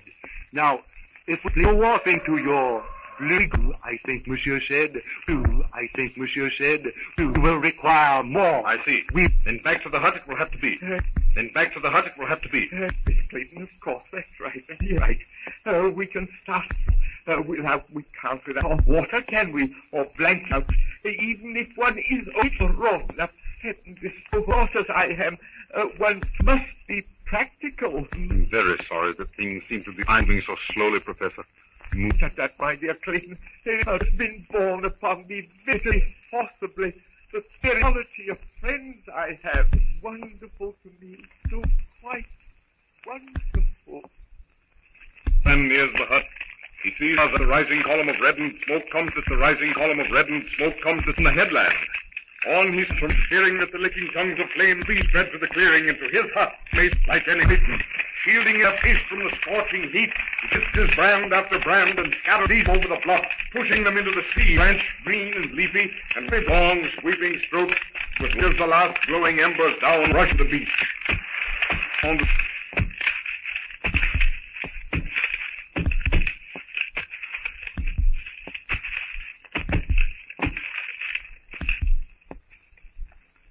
Satisfied that there's no longer any danger to the hut, Tarzan turns and swings himself easily yet sternly into the trees. Only through the fire, Tarzan has noticed that the hut is empty. And there the hut is something he wants. There is the little black book with the books in it that he cannot read. But now he drops silently into the clearing beside the hut, reaches the door in a few strides and pushes open the door. Quick! Tarzan goes to the cupboard where he's left the books. But there's the there! He looks rapidly, not the hut. There, on a shelf, about tin box. Quickly, he opens it, the tin box. Quickly, he opens it. Dipping his fingers into the familiar box, he feels the smooth side of the dash stay.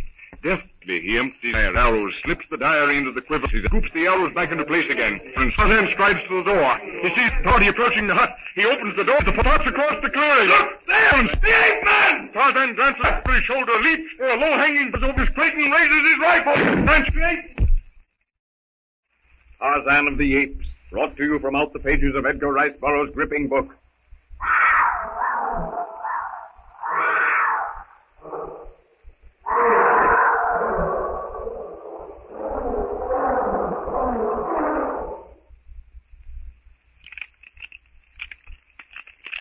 Come on. He went that way. Don't. Wait a minute, Clayton. Don't shoot again. I tell you, I saw him. The ape man, whoever he is. Monsieur, what is the matter? The ape man, and here we are wasting time. But surely Monsieur would not shoot. I did shoot, but Clayton listened to reason. Don't you understand? I intend to get him, and that's all there is to it. One moment, Monsieur.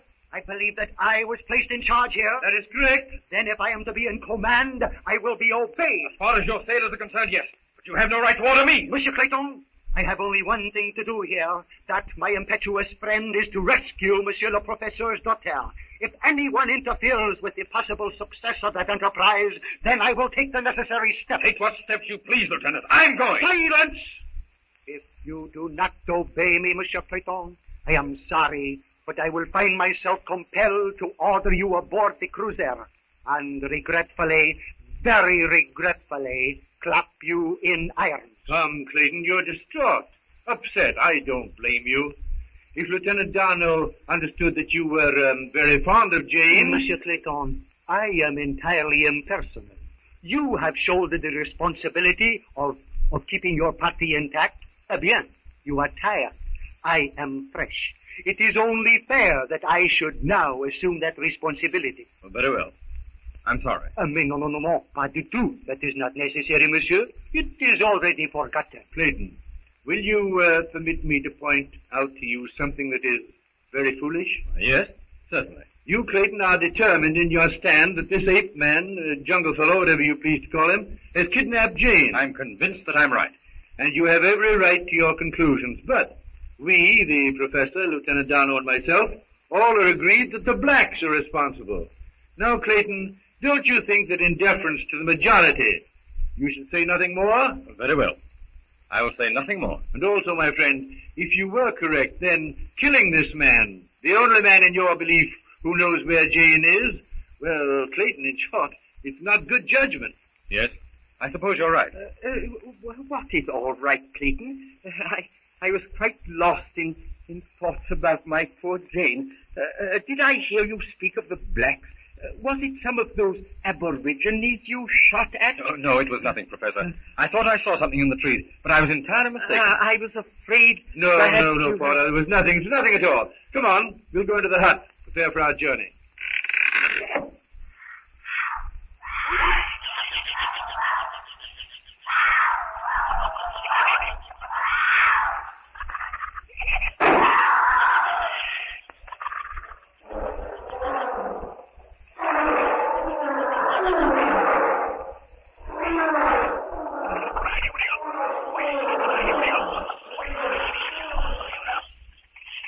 Deep in the forest, Jane Porter, awaiting Tarzan's return, hears the distant report of Clayton's rifle. Momentary panic seizes the girl. What can it be? Her father? Philander? Clayton? Or... The very thought freezes her. White skin. She looks about her. The jungle that had been almost friendly only a moment ago now seems fraught with 1,000 dangers. If White Skin should never come back... Again, Jane Porter's eyes search the jungle depths. To be left alone. To die here...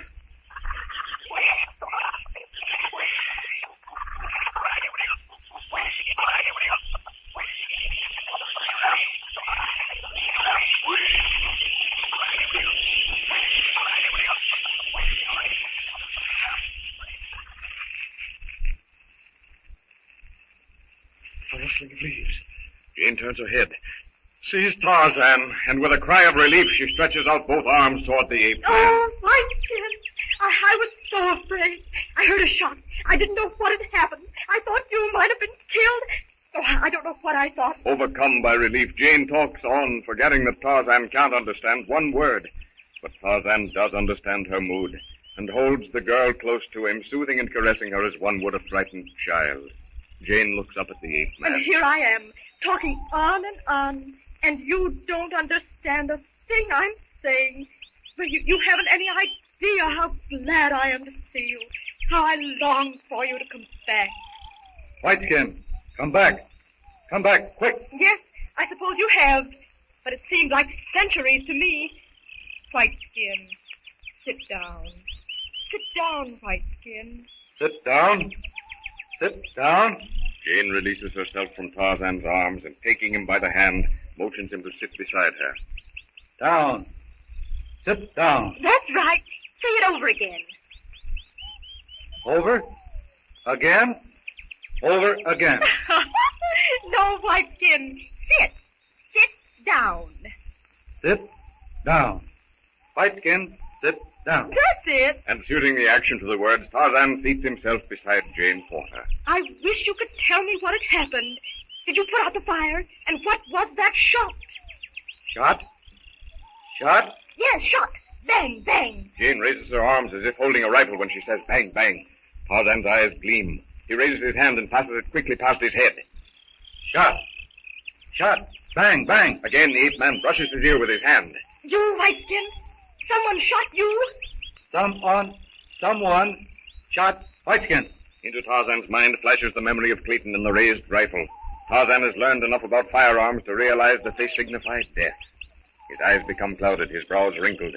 Why should this white man, this man he has saved from Sheeta the leopard, try to kill him? He had thought that these men were different from the men that had come from the thing that floated upon the water, but Tarzan shakes his head. How I wish I knew what had happened. If I only could make you understand. If only I could make you understand that I must get to that hut. Hut? Hut? Yes, the hut.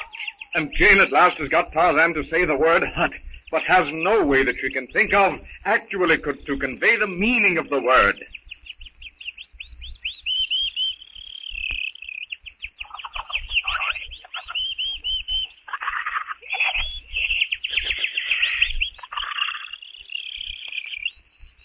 The sun falls away to the west. All afternoon, the sailors have carried supplies from the cruiser to the hut, and Professor Porter, Philander, and Clayton watch with satisfaction the final preparations for departure. Soon it will be dark, and tomorrow will see us well on our way into the jungle. Yes, Professor, and well on our way towards finding Jane, I hope. I'm so nervous. I know it sounds ridiculous, but this waiting is doing nothing. Yes, Clayton, we know. By the way, Clayton, it's barely possible we shall not return here. Don't you think that you should take Greystoke's diary and papers with you? Oh, thanks, Philander. I hadn't thought of that. By Jove, this tin box has been moved. Porter, Philander. Yes, what's wrong? What is it? Greystoke's diary. It's gone. Well, you must have placed it somewhere else, Clayton. No one would think of I'm taking sure I did not. I know that I left it here, in this box. Let us look about the hut. It can be of no possible use to anyone but you, Clayton. What is this? No, this is one of the other books. No, it's gone. And after all, there are not many places in this bare cabin where it could be hidden.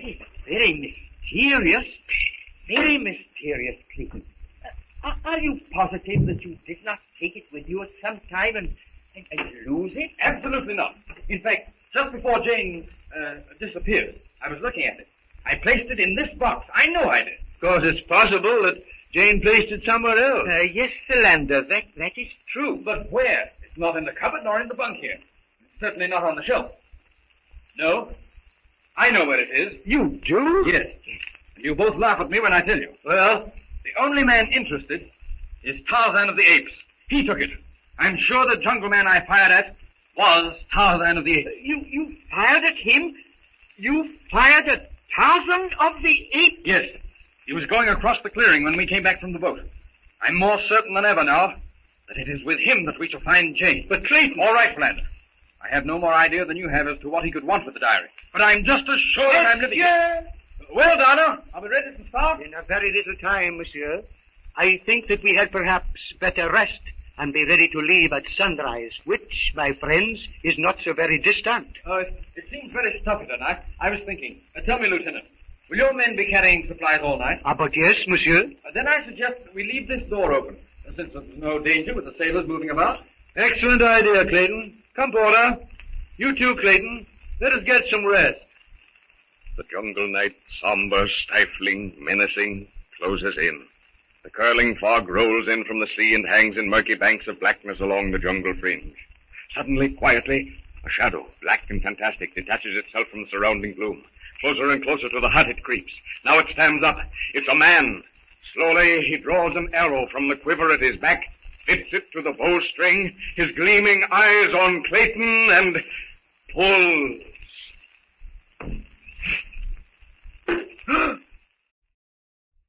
Tarzan of the Apes, brought to you from out the pages of Edgar Rice Burroughs' fascinating book. Tell me, Port, close that door, someone. What was it? I'm not sure. I believe it's an arrow. Monsieur Clayton is right. It is an arrow. No, monsieur, Professor, do not touch it. The natives in these parts use poisoned arrows. Whoever it was must be fearless to come so close to the hut with all these sailors moving about between here and the beach. Not fearless, monsieur, merely cautious. What is it, Clayton? Pardon me. Come, Clayton. Out with it. You're not the man to pass remarks without reason. I prefer not to say anything. But, Monsieur Clayton, surely in a matter of such importance to Monsieur le Professeur... Very well. This arrow is like a dozen others I saw in Tarzan's quiver. Of course, Clayton, you are entitled to your opinion that this jungle man who has rescued us is Tarzan. But on the other hand, how do you explain the fact that the jungle man neither understands nor talks English? Yet we have here a tangible evidence in the shape of a printed warning signed by himself that Tarzan does understand English, and quite well, too. I don't pretend to be able to explain it. I feel it. Incidentally, I'm probably wrong in all of my deductions. But if this jungle man is not the one who fired the arrow, then who is? This is my explanation. Les cannibals. Then if the cannibal shot the arrow, and since I myself have seen similar arrows in the ape man's quiver, it seems reasonable to assume that the ape man has some contact with the cannibal. As to that, of course, we cannot answer. No, exactly. I shall go and question the men as to whether or not any of them saw anything, but I think not. If they had, I feel sure they would have mentioned it. You bring up a very important point, Clayton. Very important. Very disconcerting. Very disconcerting. Because it disconcerted me was the reason I was loath to mention it. But we might as well face the fact. It's all very puzzling. For the life of me, I cannot see why this man should have been so solicitous about our welfare and then act in the manner you suggest, Clayton. Except that, of course, Clayton fired at him last night, and he may have returned to avenge himself. No. Sorry, Philander. That is not the answer either. You see, the fellow, when I fired at him, disappeared into the trees. If he had wished to kill me, he would have done it then, comfortably, without fear of detection. Yes, Clayton, you're right. And that makes it all the more reasonable that the arrow was shot by one of the blacks. But great Scott, Professor, we've been here for weeks and have never seen hide nor hair of the blacks. And now, because of 2 or 3 footprints and a poisoned arrow, we jump to the conclusion that the jungle is infested with cannibals. Very true, Clayton. And very puzzling. Very, very puzzling. Of course, Philander. Of course, we mustn't discount that drumming we heard the day before Jane was captured. Oh, that's quite right. And also we have Darno's word for it, that there are cannibals quite close at hand. All that puzzles me is, why have we not seen or heard them before? Monsieur, the men saw and heard nothing, but we have discovered footprints, and many of them. Then, if Jane is in the hands of the blacks, she must be nearby. In a very short time, it will be daylight.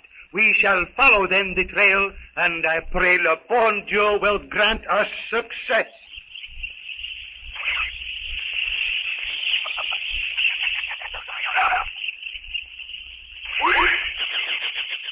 Over the jungle, the tropic dawn flings myriad fingers of iridescent light. Jane Porter, in the rude shelter built for her by Tarzan, wakes and lies listening to the muted voice of the wakening jungle.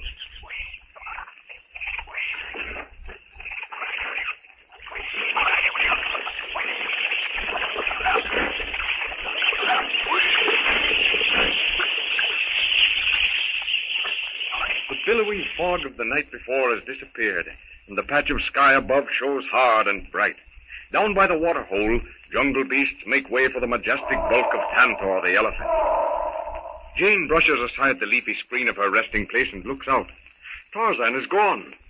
She rises and moves out onto the platform, looks about her. There, coming through the middle terrace, his arms piled high with fruit, is Tarzan. Good morning, Whiteskin. You're up early. Early, the ape man lays the fruit on the mossy carpet and springs into the branches. Tenderly, he lifts Jane and gracefully, easily carries her to the ground. Jane, hungry. Eat?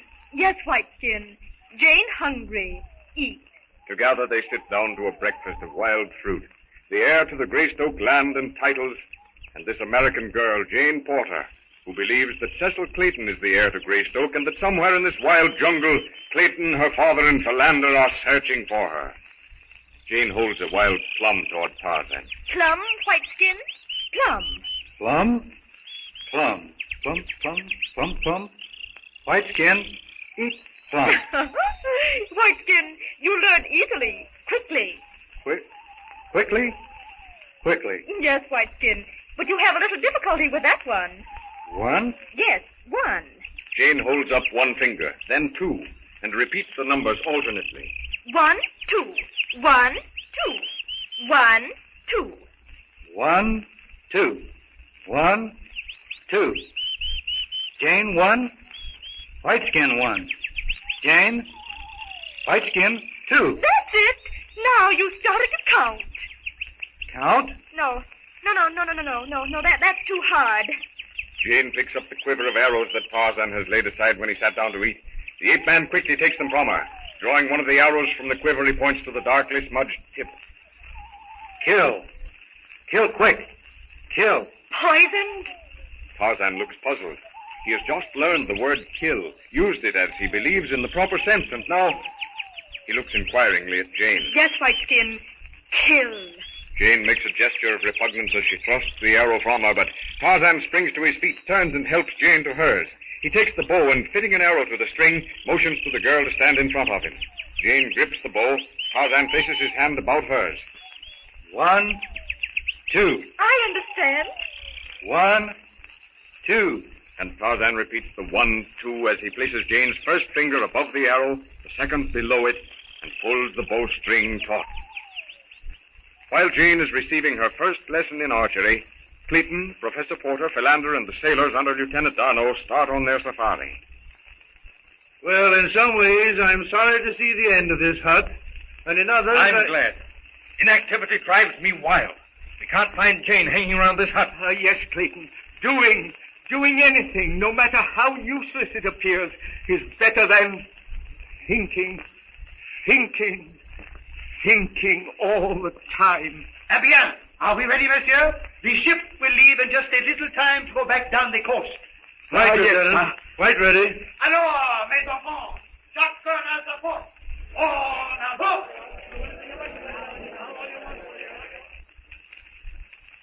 I will close the door. I think it's better. Yes, Philander. Although there is something final about closing a door, still I think perhaps we had better leave it as we found it. Come on, you don't want to get separated? Come All in, right, Clayton. We'll be right with you. Wait a minute, we'll be right with you. While Jane Porter has been practicing with bow and arrow, she's been actively turning over in her mind phrases and words with which she can convey to White Skin, as she calls Tarzan, not knowing that he is Tarzan, phrases that will let him understand her wish that she must return to the hut. White Skin! Jane! Tarzan lowers the bow. Jane steps close to him. She pretends to struggle with him, raising and lowering her arm as though her hand held a knife. She enacts the scene of Tarzan's killing of Turcos. White Skin, kill Ape. Jane, White Skin, go. Go quickly. White Skin, kill. Turcos. Jane, White Skin, go. Go quickly. Yes, but, oh, if I could only make you understand. For the moment, Jane stands undecided. If only she had some way to get White Skin's mind directed toward the hut. Quickly, she thinks again of the various words White Skin has learned. The fire. It couldn't have been the hut. White Skin would have been upset. What could it have been? The beacon. The beacon Clayton built. That's it. Then there must be a ship. White Skin. Jane, go. Fire. Fire. Fire. Tarzan indicates the fire was blown out. Yes. Fire out. Jane, White Skin, go. Fire. Tarzan grasps the meaning. He bends down, picks Jane gently from her feet, and leaps into the low-hanging branches. Swiftly, unerringly, from branch to branch, vine to vine, the ape man carries the girl upward and onward.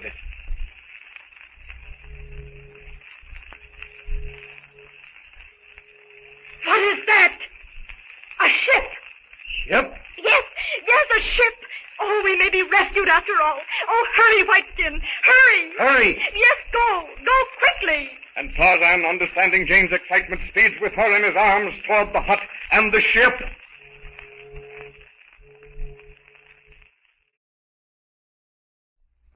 Tarzan of the Apes, brought to you from out the pages of Edgar Rice Burroughs' wonderful book.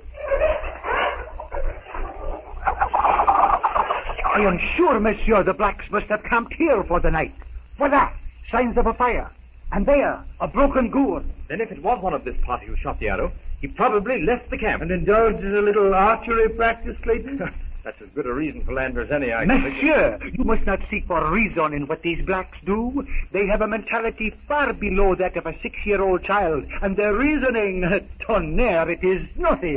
Then, Monsieur Darno, you infer that if one of them decided to shoot an arrow into the hut, he would do it? Oui, monsieur. That is precisely my meaning. And I believe there are from 40 to 50 of them in the party. In which case we should be able to handle them nicely. Mais non, monsieur. Even if we outnumbered them 10 to 1, here in the jungle they are at home. Very much at home. But surely our rifles against their bows and arrows, even if the arrows are poisoned. Ah, Monsieur Clayton, of what use is a rifle if one cannot see that which one wishes to shoot? These blacks move as silently as the night itself. They will hide in the trees and pick us off one by one if we permit them to do so. Then it would seem that the most sensible thing for us is not to get separated. It is our only chance, except that I am using éclaireurs, what you call scouts, who will warn us of approach. And now, monsieur, a request. Yes, what is it? Certainly, my dear Doctor. No matter what the circumstance, no matter what you believe to be the provocation, as long as I am with you, do not shoot without my orders. But great Scott, man. We can't stand idly by and watch if we're attacked. We shall not stand idly by, mon ami. But I am the only member of the party who speaks the dialect. I would much prefer to talk my way out of any situation. But if that should fail, alors, we fight. You have my word, Lieutenant. And mine, Darno. Et vous, Monsieur Clayton? I suppose so, Darno. Although I feel that I can use discretion. Je vous remercie. I knew I could depend upon Monsieur Clayton. Then, it is agreed. We will be as quiet as possible. But there are places we will be forced to cut our way through. Jungle so dense that it seems like an impossible barrier. By the way, Darno, in case of a poisoned arrow, what is the poison and what's the antidote, if any? A very wise question, Monsieur le Professeur. The poison, I do not know. It is made from herbs. It is a fluid which, if it comes in contact with one, oh so little a wound, is death. Regular witch's brew. I do not know what that is, our witch's brew. But to save oneself, a tight bandage above and below the wound, and a sharp knife to cut away the poisoned flesh. And if it becomes necessary to suck the poison from the wound? Then wash out the mouth with this solution, which I always carry in my medical kit, or some of this very strong French brandy as a mouthwash. We shall remember it. I wouldn't mind a little of that French brandy. Overstimulation, my dear Philander, I have always told you, is highly injurious. For myself, I'll risk the injury.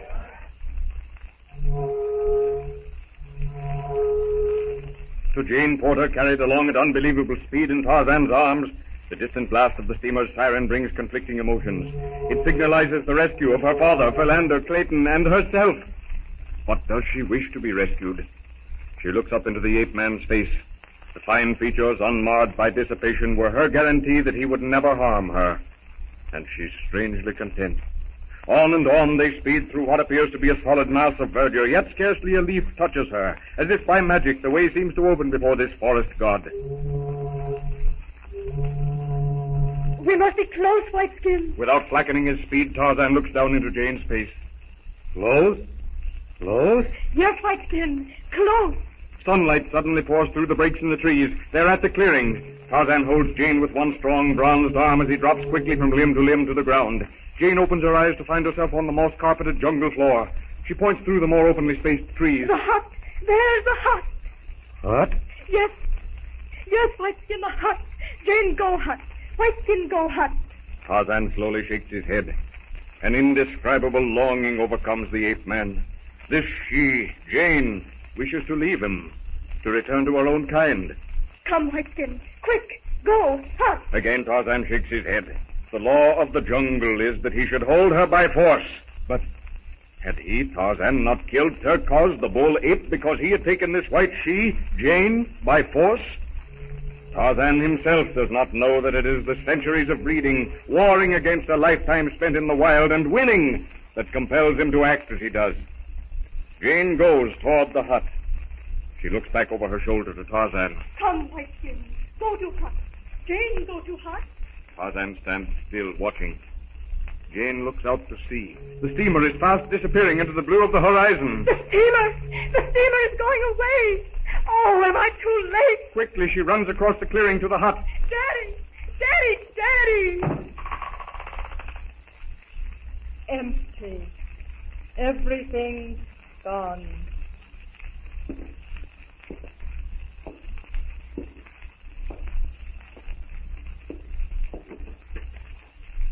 The Greystoke diary, gone too. And all the papers. Oh, that means that Pedro must have taken them with him. It means that I am all alone. Oh, Daddy, Daddy, why couldn't you have waited or left a note?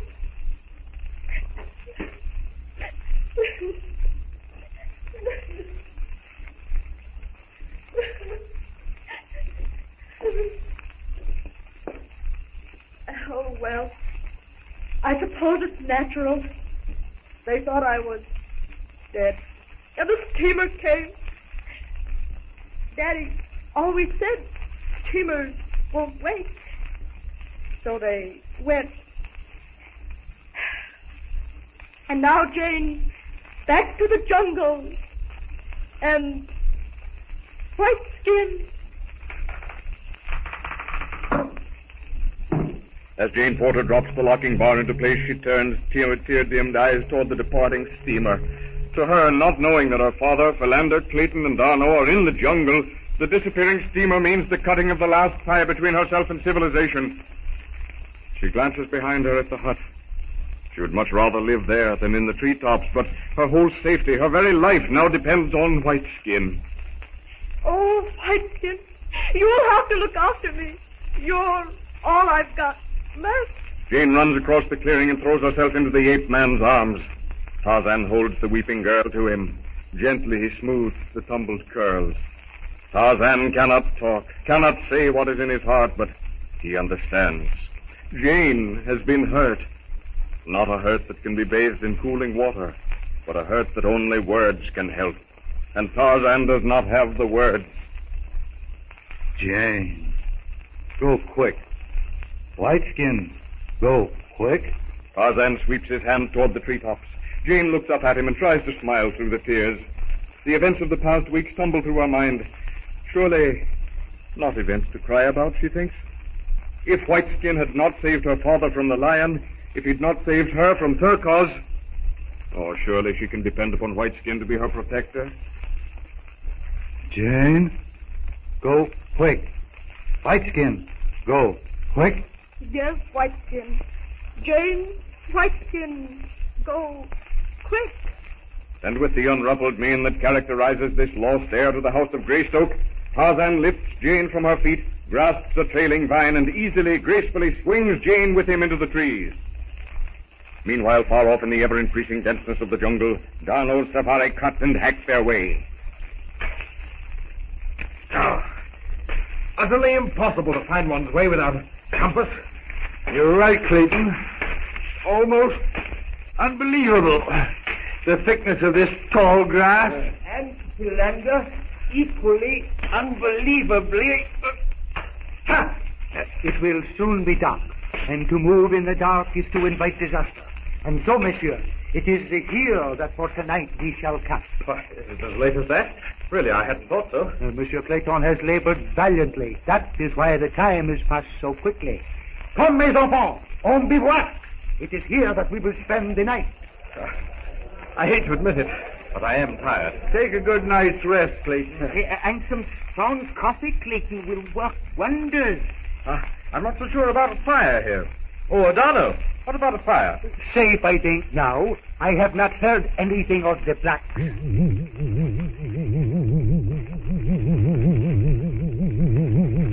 What? Oh. Uncanny. Mon Dieu, the blacks. I just said that we had not heard them, and then this. But what can we do? Do nothing but stand still.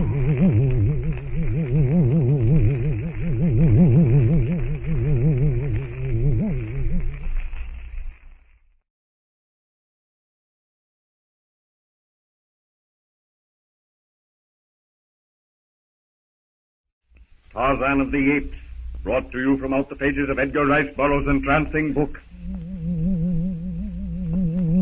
Weirdest thing I've ever heard. What do you suppose it can be? It is impossible to say, Monsieur Clayton. Different tribes have different methods of producing such sounds. To me, at least, it doesn't sound human. No, Philander. It is distinctly mechanical. Sort of compelling, too, don't you think? But yes, Monsieur le Professeur, that is its purpose. To entice you away from your friends, to follow it, and then, voila, fini. Darno, you're acquainted with their methods. What do you make of the noise? Two things, Monsieur Clayton. First, that they know where we are. Second, that knowing where we are and not attacking us leads me to believe that we outnumber them, or else they would not use this sound. They would attack at once. Very logical explanation, but Darno, what do we do? That thing at present. We cannot go to sleep. That would be foolish. We cannot light a fire to make a mark of ourselves, but we must watch for the wild beasts. But we can't stay here forever. We must do something. Darno. When these blacks find that we are not to be lured by their witch doctor sounds and that we are watchful, they will go. And when they move, we shall follow. No matter how much the weird sounds might appeal to my penchant for investigation, I should never voluntarily follow such sounds. No, not you, Monsieur le Professeur. But the uncultured blacks also have the penchant for investigation. But they lack the intelligence that says, stay where you are. Listen to that. Distinctly uncomfortable feeling, this, of unseen enemies. I may be wrong, monsieur, but that to me signalizes their departure. And then what? We shall settle down for the night, and in the morning we follow. But we have followed. We've caught up with them, in fact, and nothing came of it. What in the name of Clayton? You do not understand these primitive people as do I. If we were to attack them, they would in turn fight until the last man dropped, and then we should have no other way to discover Mademoiselle Porter's whereabouts except to look and look and look for a cannibal village. Par cette méthode, in this way, mon ami, we leave them unmolested and they lead us where we want to go. Well, I hope you're right. I'm sure after the time that has been... Where is he? Speak! Qu'est-ce Pierre? What is the matter, Pierre? Your men seem to be carrying something. A man. A black man. He seems to be in the last stages of exhaustion. Buona. Jambo, Tundi? Tuba. Bado Kidogo. Buona. Tuba Baya Sana. Akabaka. Beat Mange. Tuba. Ishai. Boma. Can you understand him, Donald? But yes. He says they, meeting his tribe, were badly treated by their white boss on the plantation and were on their way to their native kraal. Ask him if he knows anything about Jane. I'm afraid, Monsieur le Professeur, there is no use asking him anything more. No, Professor. He is dead. Fellow must have been tortured unmercifully. Look here. There, Monsieur, is the answer to why I have to patrol this coastline. That is a sample of the white man's authority. You don't mean to tell me that a white man did this? His skin is white, and he wields powerful political influence. Every so often some of these blacks rebel, just as this man's tribe evidently did. He said that they were on their way back to their kraal, their village, thought that we might interfere with them, and, well, Monsieur, you know as much about the rest as I do. Well, if we have to spend the night here, I propose that we at least make ourselves as comfortable as possible. But yes, par ici, mes enfants, make the fire, and we come.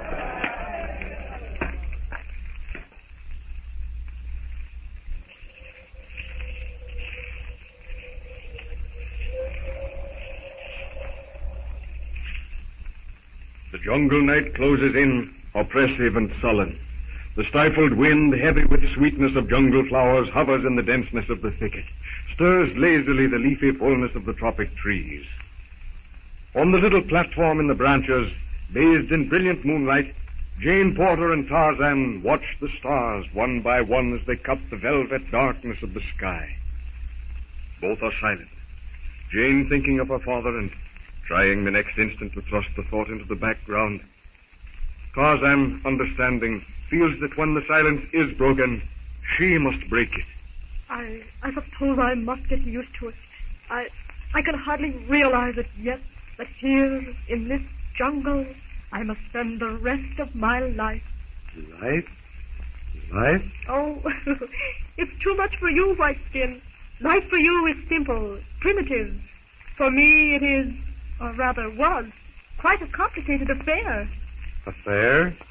That's also too hard, Whiteskin. Your lessons must be along simpler lines. Look, Whiteskin. Jane takes Tarzan's grass rope, then the quiver with its arrows, the bow, and holding them one by one, she gives them their names as she points to them. Rope, Whiteskin. Rope. Rope? Rope? Rope. That's it. And now, this is arrow. Arrow? Arrow? Arrow. Yes, and you shoot the arrow with the bow. Bow. Bow? Bow. Bow, arrow, shoot, kill. Concise and expressive. Now, look. Look? Look? Look. Look is to look. And Jane, suiting the action to the word, shades her eyes with her hand and peers from side to side. Look. Look. See. Look. See. Look. See. That's right, Whiteskin. Look. See. Look. Look. Tarzan takes Jane by the arm, points down the jungle trail. Jane's eyes search the gloomy depths of the forest. Tarzan points to a clump of wild bulrushes bordering the lowland where it falls away to the waterhole. A lion? Numa. Numa? Lion? Numa. Lion. Jane watches the king of beasts pad his silent way down the trail. Again Tarzan grips her arm but points to the opposite end of the clearing. Cheetah. Cheetah. Horta, Numa. Cheetah. Kill, eat, Horta. It's a leopard. And a boar. As Jane says the word, Horta, the boar scents Cheetah and darts in the opposite direction. Numa, feeling that he'll lose his wheel, bounds forward. Numa and Cheetah, both intent on Horta, the boar, have not seen one another. Jane wants to cover her eyes with her hands, but fascinated, she watches. Cheetah gathers his slim, muscular haunches under him. The brute's lips curl back, the long, spotted tail straightens. Cheetah springs. Numa stiffens his forelegs, braces his 20 bolts. With a roar, the lion springs. The beasts meet in midair.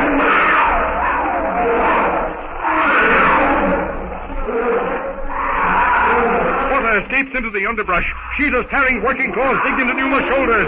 Numa thrusts out his forepaws. All his tremendous strength is bent on keeping the leopard from getting its long claws under the throat, right between the ribs.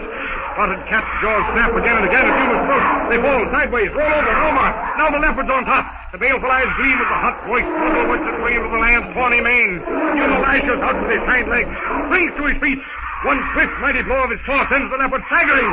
Before Sheeta can recover, Numa launches himself on the cat's back. The huge mouth opens, snaps shut on Sheeta's spine. The leopard drops where he stands, dead. Horrible. Numa kill Sheeta. Lion kill Sheeta? Yes, I suppose it was fair, since the leopard attacked first. As Jane Porter watches, Numa, king of the beasts, with one disdainful look at his vanquished enemy, silently, majestically resumes his way to where he will find some other prey, the water hole. Far off in the black depths of the jungle, Professor Porter, Philander, Clayton, Darno, and the party of sailors under his command await the daybreak. Are you asleep, monsieur? I, for one, am not. No, Lieutenant. Neither am I. One of my outposts just reported lights moving in the brush. Torches, he said. Then perhaps we'd better not go to sleep. If you can sleep, monsieur, do so. I have doubled the watch. But sleep with your rifles at your sides, and on any signal of alarm, do not move any more than to rise to your knees. That's very well, Lieutenant. You may depend upon me. Where is Philander? I don't hear his voice. He lay down beside me. He may be asleep. Philander? Philander? No matter what circumstances, Philander always could get to sleep. The number of times He's not here. What, monsieur? You are sure? See? Here is where he lay down. Aux armes! À moi! Vite! Philander! Philander!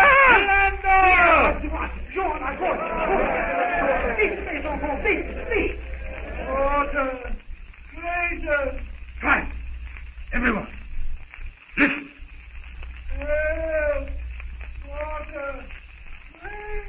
His water coming this way! Come on!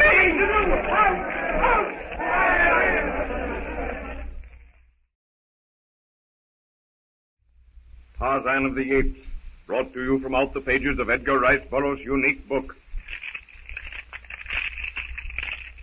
Philander! Philander, where are you? Keep close behind me, monsieur. Bien, suivez-moi. What could Philander be thinking of to wander off this way? Monsieur Philander did not wander off. That is, I do not think so. You think the blacks came into camp and took him? I am sure of it. But he was lying within 5 feet of me. They couldn't have taken him without my hearing them. Monsieur, in certain parts of this continent, we of the French Navy have the rifles chained to the wrists of our sentries. If not, these natives, they steal upon the sentry and poof, before he can scream, the rifle is gone. Quiet a moment, Lieutenant. Listen.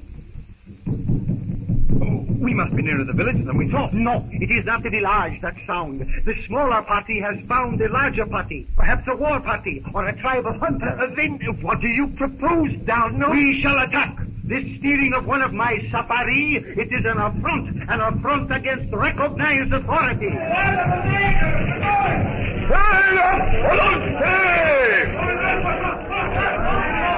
Your sentries, Darno. They've seen something. Yes, see those flickering of lights. Listen, mes enfants. As much as the jungle will permit, we will distribute ourselves in extended order. Upon my signal, we will open fire and aim between the ground and the flame of the torch. Déployez-vous! En tirailleurs, sans accélérer, marche!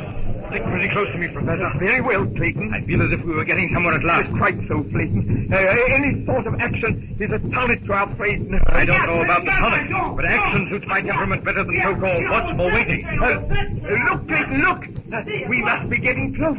The flames from the torch is quite distinguishable. Yes. All we're waiting for now is Darno's men to take their positions.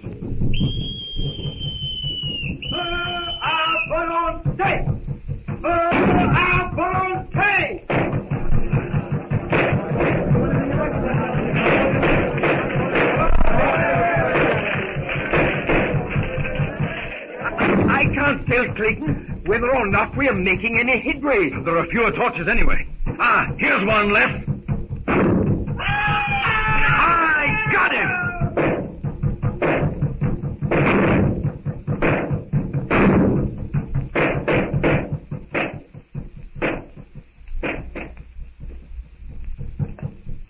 don't know for sure, but it is my belief, Clayton, that they are running away. I think you're right.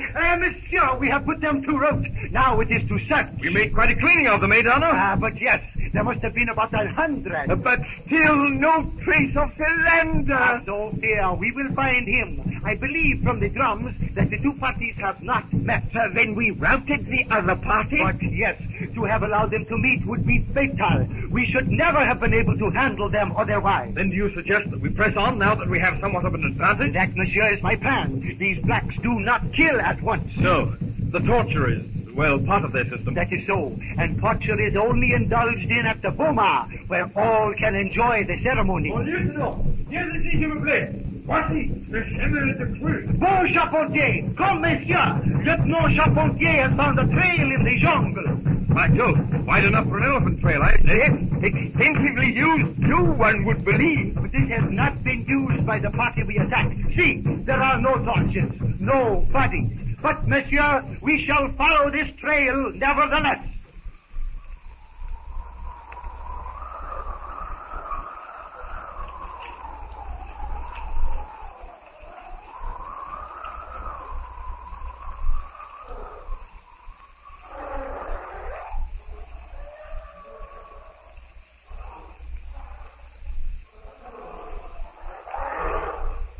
Against the shadowy outline of the jungle wall, the moon rises red, round, and full.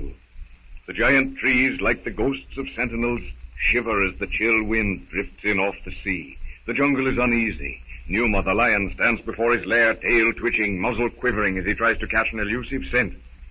Save for Tantor the elephant, the waterhole is deserted, and even Tantor, who fears neither beast nor man, peers with his little eyes at the rim of deepening shadows that is the jungle's edge. Off on the little platform in the trees, Jane Porter and Tarzan watch the moon rise behind the sweeping purple edge of the distant mountain peaks. Beautiful. Even if the jungle is more dangerous by night, it is infinitely more beautiful. Beautiful. Beautiful. Yes, Whiteskin, beautiful. And Jane waves an expressive hand as though to include the whole gorgeous confusion of tropic vegetation and brightly hued blossoms. From a nearby branch, Manu the monkey watches, fascinated, what he considers the strange antics of a pair of hairless apes. Tarzan, Manu recognizes as a friend, but what of the other?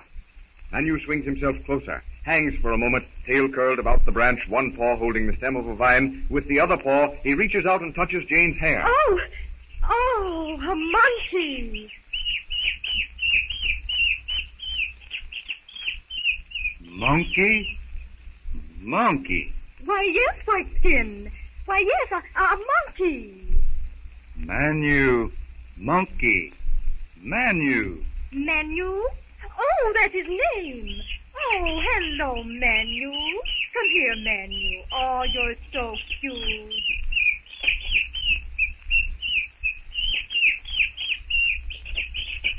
Manu grins and shows his teeth when he hears this hairless she-ape call him by name. He drops from his branch, settles on Jane's shoulder, and chatters excitedly in her ear. Suddenly Manu stops. The lips, still curled, show the little sharp teeth, but now they're bared in mingled fear and anger.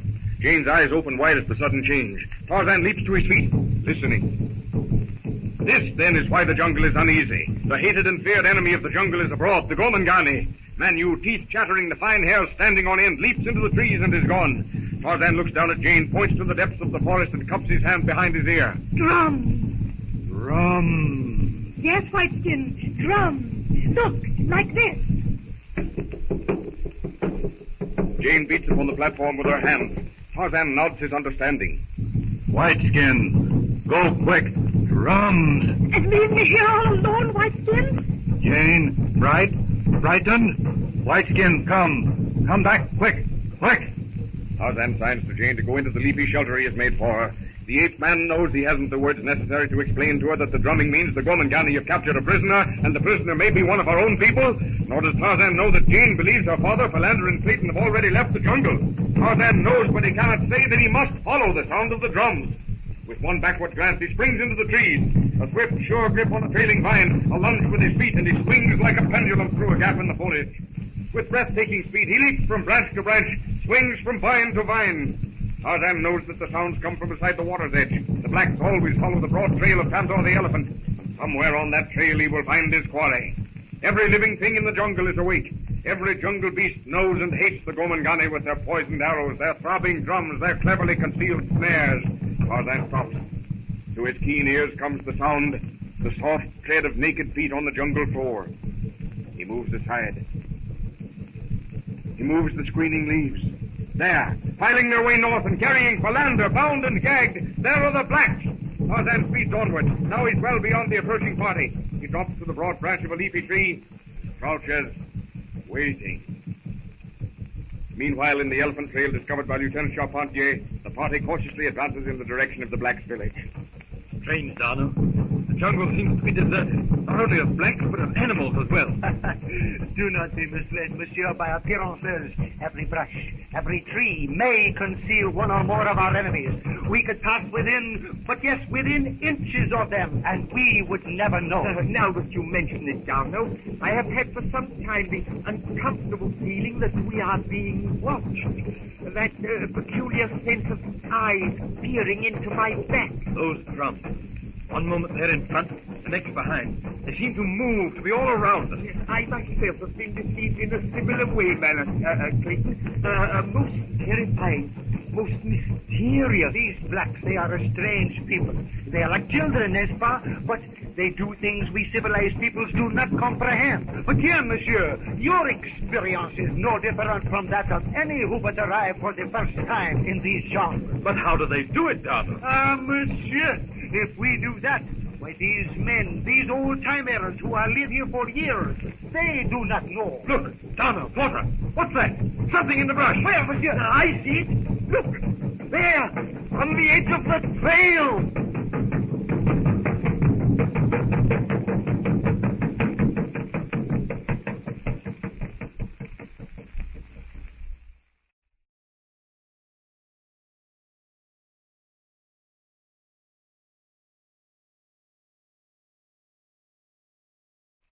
Tarzan of the Apes, brought to you from out the pages of Edgar Rice Burroughs' famous book.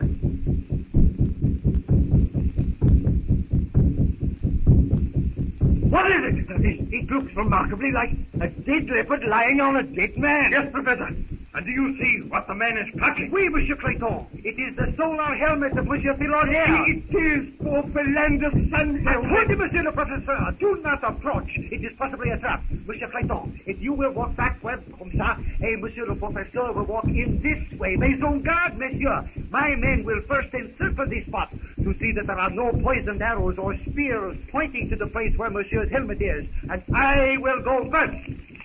Aha, monsieur! It is for the first time that we have the Lady Luck with us. What is it? Yes, quickly, Darno. Is it Philander? But no, it is the witch doctor. One of our shots must have killed him. But what's he doing with Philander's sun helmet? And Philander's binoculars. The witch doctor, he was probably going to make medicine against us by using these things of Monsieur Philander. Well, I can't see much to get enthusiastic over, except we killed a witch doctor. But, monsieur, it is very important. This is proof positive that at the time the witch doctor was killed, Monsieur Philander was still alive. But how, Darno? I cannot see any definite connection. Neither can I. If Monsieur Philander were dead, this witch doctor would not carry these things. It is for the purpose of tribal ceremony that the witch doctor wants the helmet and the glasses. Well, probably you're right, though I fail to understand. I think, in fact, I'm sure I understand.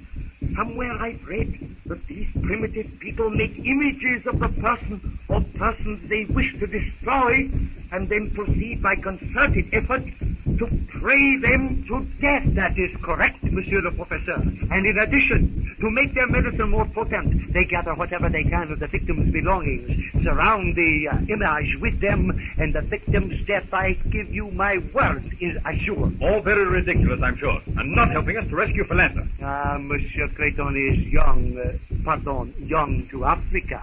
When Monsieur has lived here as long as I have, 10 years, he will not sneer at the black magic. But great Scott, Darno, you're not trying to tell me that we, grown, civilized men, are going to determine our actions and reactions, such as in this Philander capture, by what you choose to call black magic? Ha! It's ridiculous. Preposterous. Ridiculous? Preposterous? Hardly, monsieur. But, tiens, we waste time. Allons. Don't you think we ought to take this witch doctor's costume? Scanty, I admit, but it might be useful. It is but one more thing to carry. It is nothing. Take it. Come, mes enfants. Forward. En avant.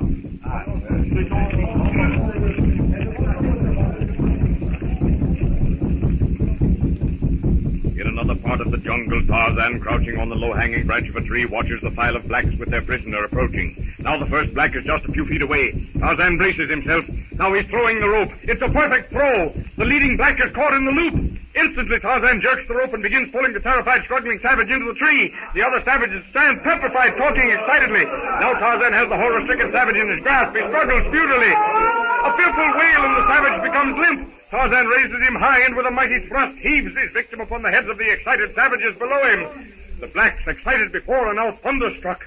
Who and what is this unseen power? They mumble, wail, and utter weird chants to their gods to protect them. The bravest savages begin circling the tree, peering upward. Tarzan, hidden from view, draws an arrow from his quiver. Slowly, deliberately, he aims at one of the boldest blacks. The bowstring twangs, and the huge savage, shrieking, falls. Again and again, Tarzan's arrows with deadly accuracy find their marks. Bedlam breaks loose, and the remaining savages, wailing with fright, flee in consternation, leaving Philander behind them. Tarzan quickly descends. Now he's above Philander. He bends down. Look over here. What was that? Tarzan listens. A half smile crosses his face as he recognizes the voices of the Tarmangani. With a few swift strokes, he cuts Philander's bonds and, leaping from the lower branches of a tree, is gone. That noise! Quickly, monsieur! Almost sounds as if we caught up with them. By Jove! Look there! Philander! Kill it, Philander! Let me get that gag out of your mouth. Oh, What a relief. Down, no. The flask. here it is, monsieur. Oh, now, don't try to talk, Philander. Swallow this. That's right, now. Now, that drink. What a relief. What has happened? Where did he go? Did you see him? What are you talking about? Who go where? The blacks, you mean? No, the jungle man. The man who rescued us from the lion. You saw him? As well as I could, lying there on my back. I saw enough to convince me. Monsieur is nervous, distraught. Perhaps if monsieur tried to tell from the beginning. Yes, Kenny, calm yourself now. Tell your story from the time that you wandered off. Archimedes, Q. Porter, there's a limit. Wandered off. Indeed, I was dragged off. Oh, then do tell us about it. I was asleep, just a few feet from Clayton there. Something, I don't know what it was, awakened me. I felt a sort of choking feeling. I put my hand to my throat, felt a string. Just as I moved, it tightened. I tried to call, found myself getting giddy for lack of breath, and then everything went black. And then, Skinny, what? Go on. When I came to regain, that is, partially regain my faculties, I was being carried along by some blacks. How long I'd been unconscious, I had no idea. Suddenly there was a halt. The blacks dropped me. And from the ground where I lay helpless, I saw a black actually rise from the trail and disappear in the foliage above. The blacks excitedly huddled together beneath the tree, and immediately the one that disappeared in the tree was hurled with terrific force on top of them. They became wildly excited.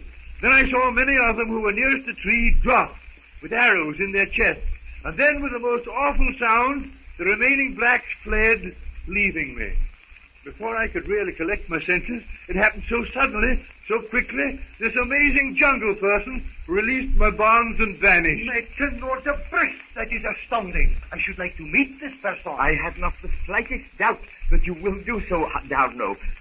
Philander, here is your sun helmet and your... Glasses? Yes. Why, yes. Where did you find them? On the trail, while we were following you. And now, Monsieur Darno, much as I would like to push on to the village, I think that poor Philander requires a little rest. Not me, Archimedes.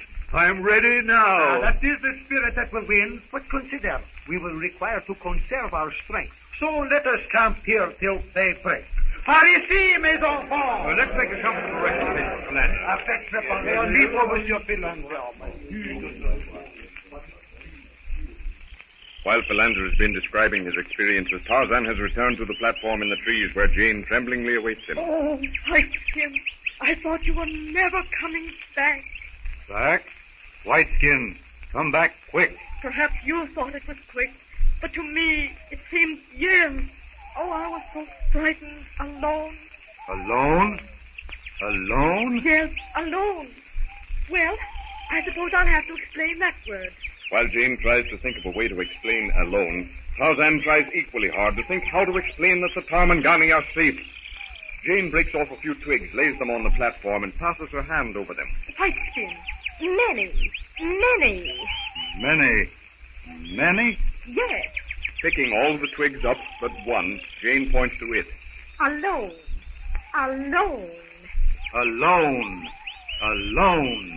Tarzan nods his head, then points to Jane. Whiteskin, go. Jane, alone. Whiteskin, come back. Jane, many? Well, it's not what Daddy or Mr. Philander would consider expert syntax. But then I understand. Understand? Yes. Yes? Yes. Yes. Jane nods her head several times as she repeats the word. Tarzan follows suit. Yes. Then Jane shakes her head from side to side. No. No. Yes, you've got it, Whiteskin. Whiteskin, go. Jane, frightened. Yes? Whiteskin, come back quick. Jane, frightened? No. Well, for a limited vocabulary, you express yourself wonderfully. But enough school for today. We ought to be asleep. Asleep? Yes, sleep. Look. Jane closes her eyes, places her cheek on the palm of her hand, and pretends to sleep. Jane, sleep. Yes. Whiteskin, sleep. Yes.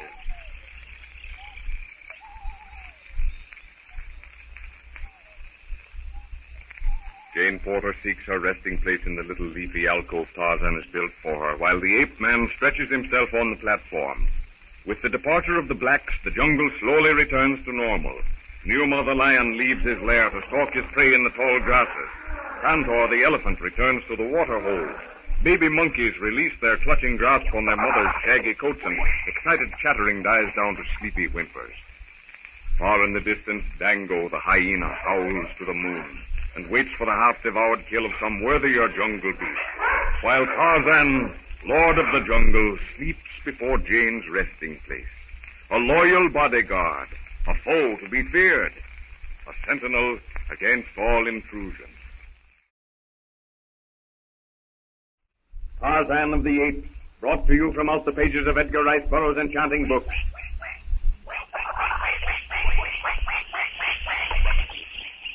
Filtering through the tangled mass of leaf and vine, the darting rays of the rising sun stab the jungle gloom in little jets of burnished gold. From above sounds the screech of brilliantly plumed parrots, the ceaseless chatter of apes and monkeys. Below, from the dark green recesses of the jungle's tortuous paths, comes the soft padding of cat-like feet on the spongy moss. A shadowy movement in the tall bamboo, a glinting of black and gold as Sheeta the leopard seeks a cool retreat after his nightly kill. A flash of green, more vivid than the sheltering leaves, a soft slithering sound like lapping waves on a shingle beach, and Hista the snake slides into the rank grasses.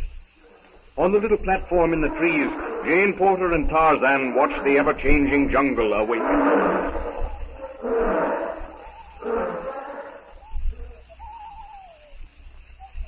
Jane, hungry?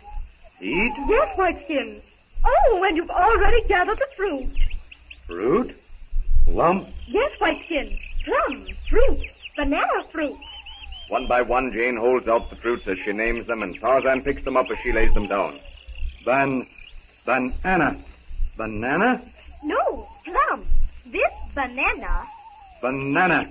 Plum. Yes. Whiteskin, go. Come back, many fruit. Whiteskin, go. Come back, give Jane many fruit. Give? Give. Jane, give Whiteskin plum. And Jane, as she says give, hands to Tarzan a wild plum. Tarzan's eyes brighten as for the first time he recognizes a new word not at the end of a sentence. Whiteskin, give Jane plum. Whiteskin, give Jane fruit. Yes. Now you're really talking. Talking? That's right. Jane emphasizes the movements of her lips as she says the words. Talking. Eat. Eat. Talking. Oh, no.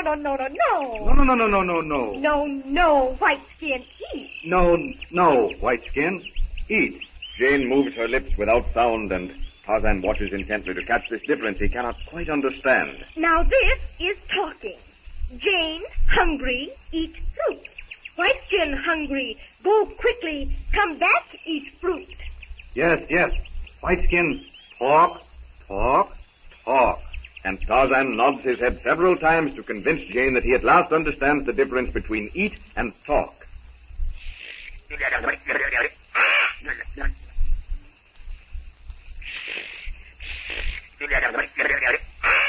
Tarzan turns as the young ape Gazan swings onto the platform.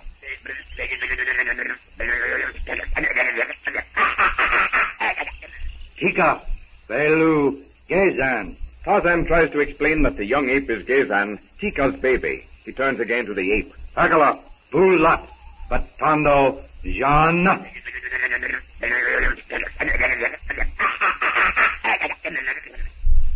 White Skin, go. Drums.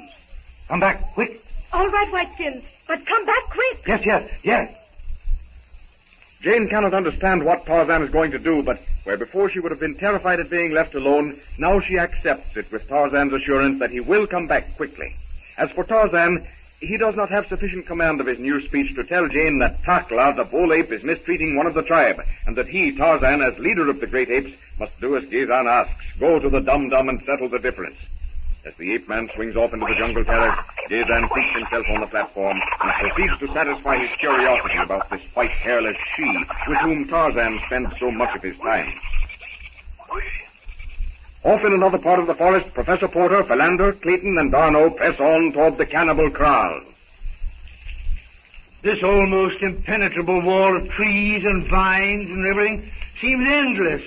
We don't seem to be making any headway. We are making some headway. And in any case, Philander, don't forget that while we are more or less bringing up the rear, Clayton, Darno, and the sailors ahead are really making it quite easy for us. I suppose so. By the way, Professor, I've been thinking. Yes?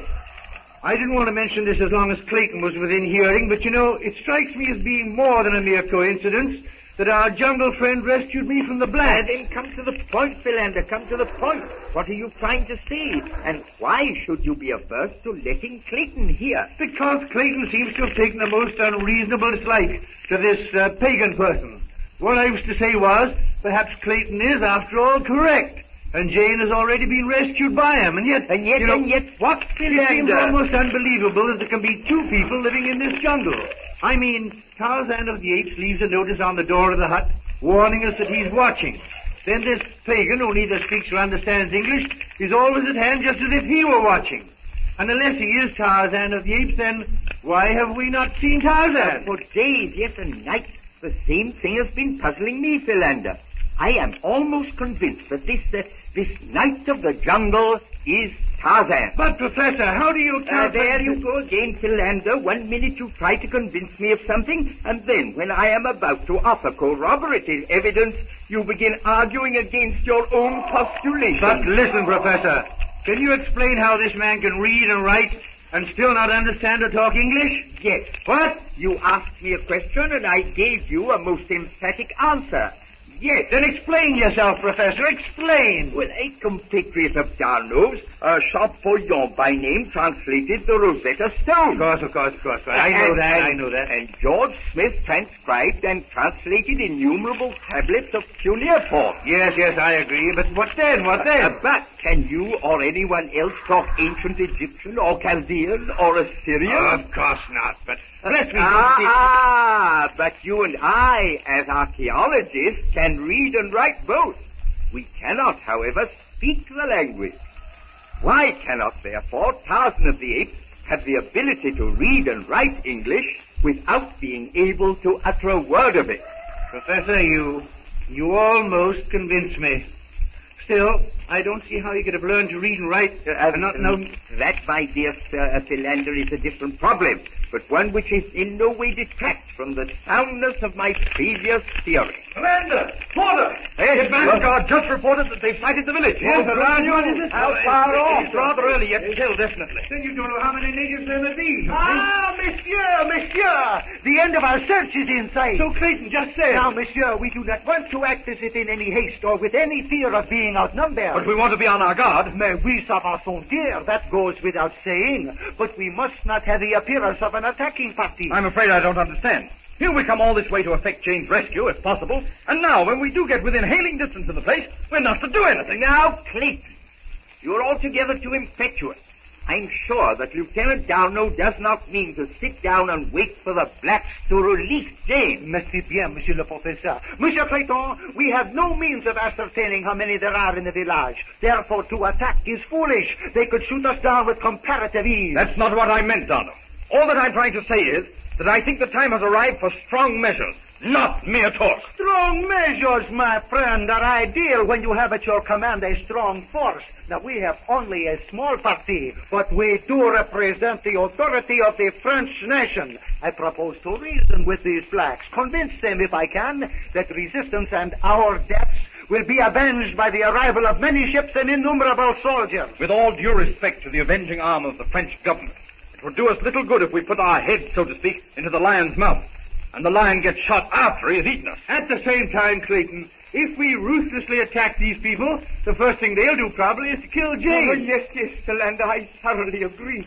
That is the thing I have most feared, though I have not brought myself to speak of it. Then, monsieur, with as little noise as possible, but with no attempt at concealment, we will go on. Nous avançons, n'est-ce pas?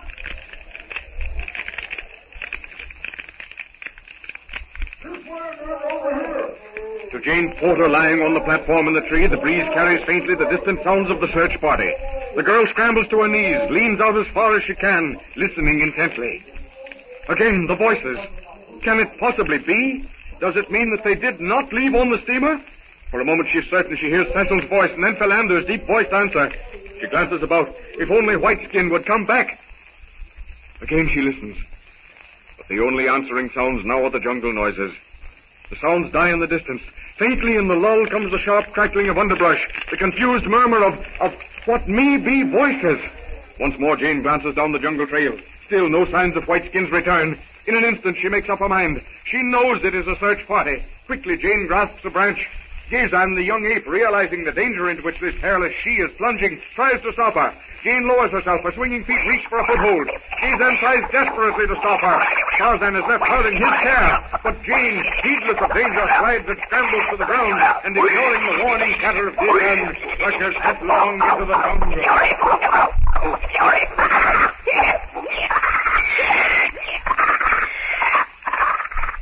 Tarzan of the Apes, brought to you from out the pages of Edgar Rice Burroughs' exciting book. Nous sommes arrivés! Mais taisez-vous, be quiet an instant. What did Darno say? I didn't catch. Darno shouted to his men to halt and be quiet. Then we must be quite close. Let's move up front. Perhaps we can see what's... Yes. Monsieur, it is very strange. Strange. See, the gate.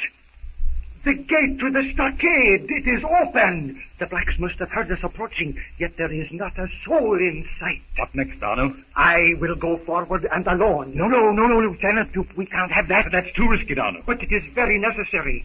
The place, it does not seem natural. It is not reasonable that these peoples would go off into the jungle and leave the gates open. Well, can't we take that as an indication that they fled at our approach? No, monsieur, I would not. And in any case, that would mean that all our efforts were wasted. Yes, if they had gone, they would have taken Jane with them. Yes, and even if they had fled because of us, they would surely have closed the gates behind them. Not exactement, monsieur.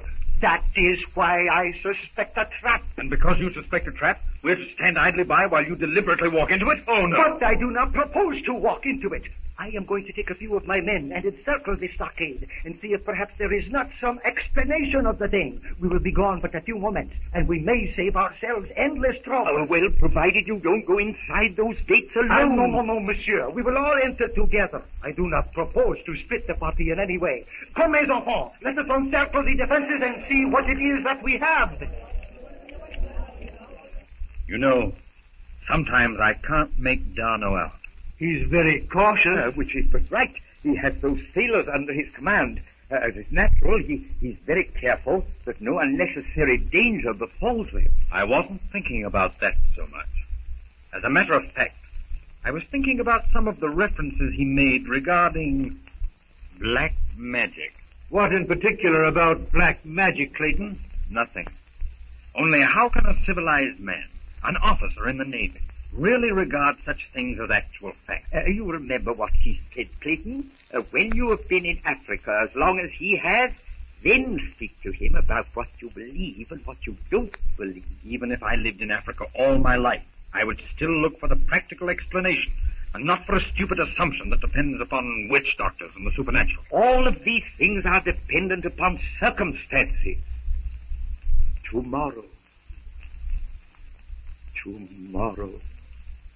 something may happen that will cause you to think. You think and think and think and think. And the human mind demanding a satisfactory answer falls back on, it might be possible. I realize that. But on the other hand, there's an undeniable inclination on the part of travelers to lay everything they don't understand themselves to black magic, voodooism, or necromancy. Even in some instances to cannibalism. But Clayton, there is undeniable evidence of cannibalism even today. That I don't deny. But I've heard men supposedly telling the truth go into exaggerated details about cannibalistic rites, when in all probability the cannibals were just plain hungry. Monsieur, we found nothing, not a sign of life, not a sign. The place, except for some rather grisly trophies, is deserted. Then we advance? Much as I dislike putting, perhaps as Monsieur has before said, our heads into the lion's mouth, there is no alternative. Look, they can't have been gone long. There's a fire still burning in the center of the compound. And in the middle of these more or less flimsy houses is a stronger one, possibly a prison. Come on! No, not too much haste, monsieur. In this case, it is better to proceed as if one were walking on eggs.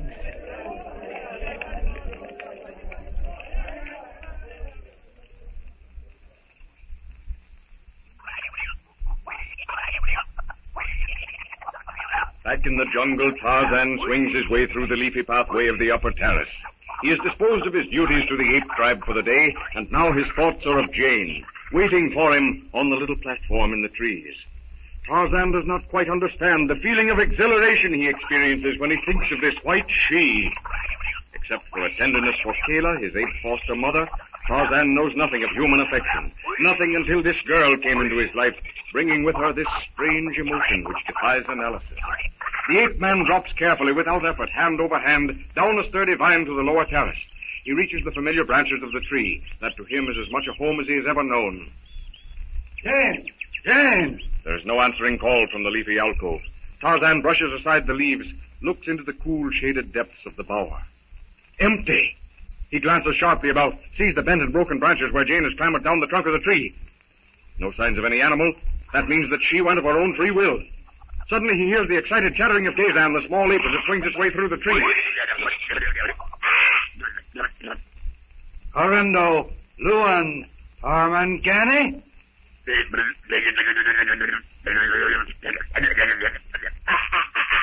The little ape dances up and down on the platform as it tells Tarzan that the white hairless she-ape is out in the jungle.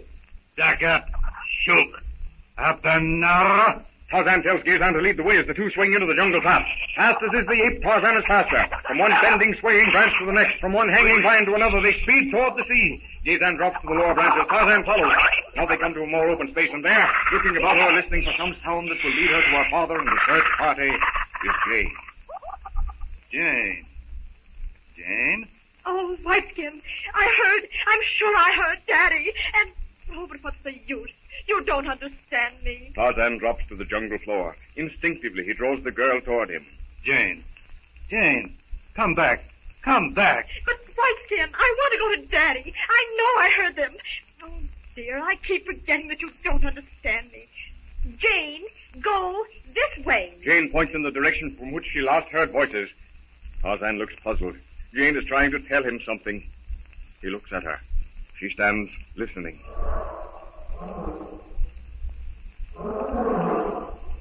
Again, Tarzan looks inquiringly at Jane. She shakes her head. The ape man frowns. If only he had some way, if only he could convince her of the danger she has been in. Quickly, Tarzan turns over in his mind all the words he has learned. He waves an expressive arm as though to include the entire jungle. Numa, Tabor, cheetah, Ista, lion, leopard, many, killed Jane. Yes, what did I know? But I heard voices. Jane remembers that Tarzan understands the word talk. She points into the dense thickets. Talk. Jane, go quick. Talk. This time Tarzan understands, and motioning Jane to be still, he cups his hand to his ears and listens intently. Nothing breaks the silence but the swish of jungle beasts brushing through the grasses, the crackle of broken twigs as some heavy-footed brute pads along the trail. Then Tarzan turns to Jane. No. Talk. Jane, come back, quick. And Tarzan takes Jane by the hand and leads her to the jungle path which winds back toward the platform in the trees. Meanwhile, Clayton, Philander, Porter, and Darno have entered the cannibal kraal, where they hope to find Jane. Not a blooming thing. Not a trace of life. Very ominous. This silence. I almost agree with Clayton that some sound, anything, even being shot at, would be better. It is all so unusual, monsieur. So very different from what one usually expects to find in cannibal tribes. Well, I'm going inside this hut. What is it? What is it, Clayton? Nothing much. Apparently a storehouse of salt. Let me see. A collection of skulls. Oui, monsieur, and those on the spearheads are the very latest victims. So I gathered, Lieutenant. Very interesting. That is why I am examining them so minutely, Philander. They are all aboriginal. Thank heaven. Then Jane is probably, almost certainly, still alive. Yes, Philander. I myself am greatly relieved. Then let's go to the next hut. That one there. Looks as if it might be the chief. That is the witch doctor. See, the leopard skin, and that hideous mask hanging before it. It is taboo. Listen. Don't you hear something? But where are they? This is getting on my nerves. Why don't they show themselves? Come out in the open. Look! Everybody! What, yes? What is it? Monsieur Clayton? The stockade gates! They're closed!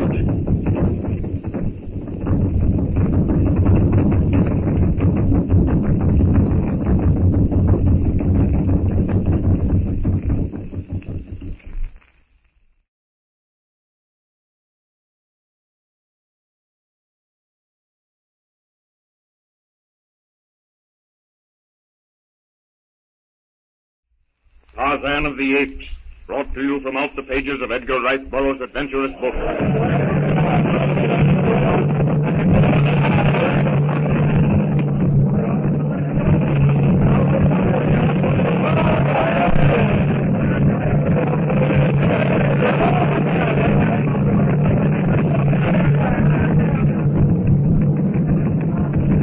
This doesn't look any too healthy. A second ago, there wasn't a soul in sight. Now the village is alive with black. Hundreds of them. And getting dangerously close. I tell you, I don't like it. Don't shoot, Clayton. Listen, Donald. I'm not going to be shot at without putting up some sort of resistance. They have not shot at you yet, but if you so much as raise that rifle, 100 poisoned arrows will find a mark in your body. I think you had better follow Lieutenant Darno's advice. We followed Darno's advice. See where we are now. I fail to see what blame can be laid to Darno, Clayton. If you will leave me to do the talking, it may be very uncomfortable. We may all be killed, but I know that my way is the only way. Quite so. We wanted to come into the village, Clayton, and here we are. Yes, here we are. Submitting to capture at the hands of these savages without even putting up a decent front. Be reasonable, Clayton. We didn't start out with the intention of engaging in a war with the native tribe. All we want is Jane. All right. These blighters are getting far too close for comfort. Well, I must admit that I don't like their appearances nor their actions. The way they close in from all sides, so slowly, so inexorably. It looks rather final. Our only chance, both to rescue Mademoiselle Porter and to save our lives, is to do whatever they ask. Do not resist. It does look rather hopeless Doesn't it sound no? It looks that way, Monsieur le Professeur, but again, they will think twice before they deliberately attack the authority of their French uniform. That fellow in the lead must be the chief or something. Although no one seems to be actually in command. I'm going to talk to him. He's the head man, but not the chief of the tribe. Jumbo! Tabaka menge agole patamo. Jumbo bola. Safari Juan Lomo Memka. Nkuba goles nadawer. On Bundo Bordo. Hidalgo. Huh? Follow my example. Put down your rifles. But look here, Monsieur Clayton. Are we all to suffer because you cannot obey orders? Put down your rifle. Oh, all right.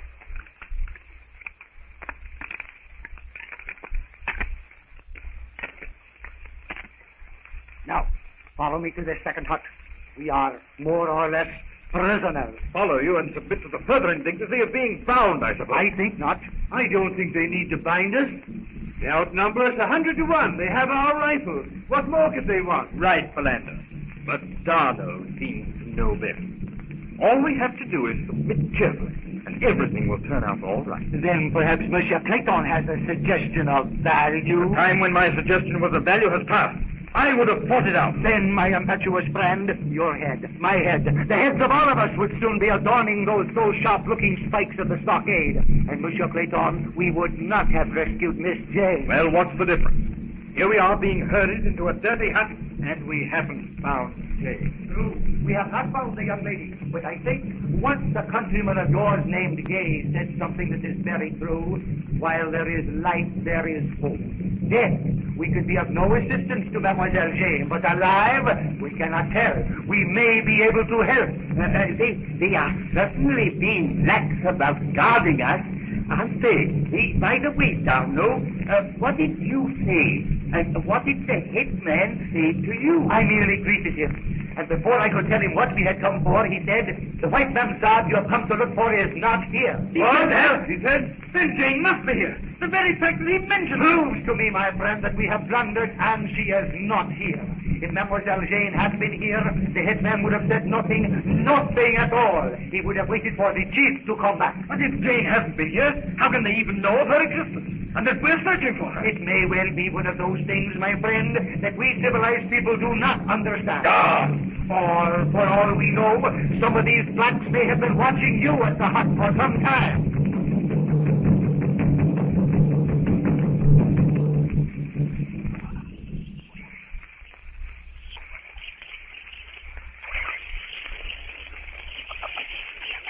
The morning sun shining between the serried ranks of giant trees fills the jungle depths with pools of liquid gold.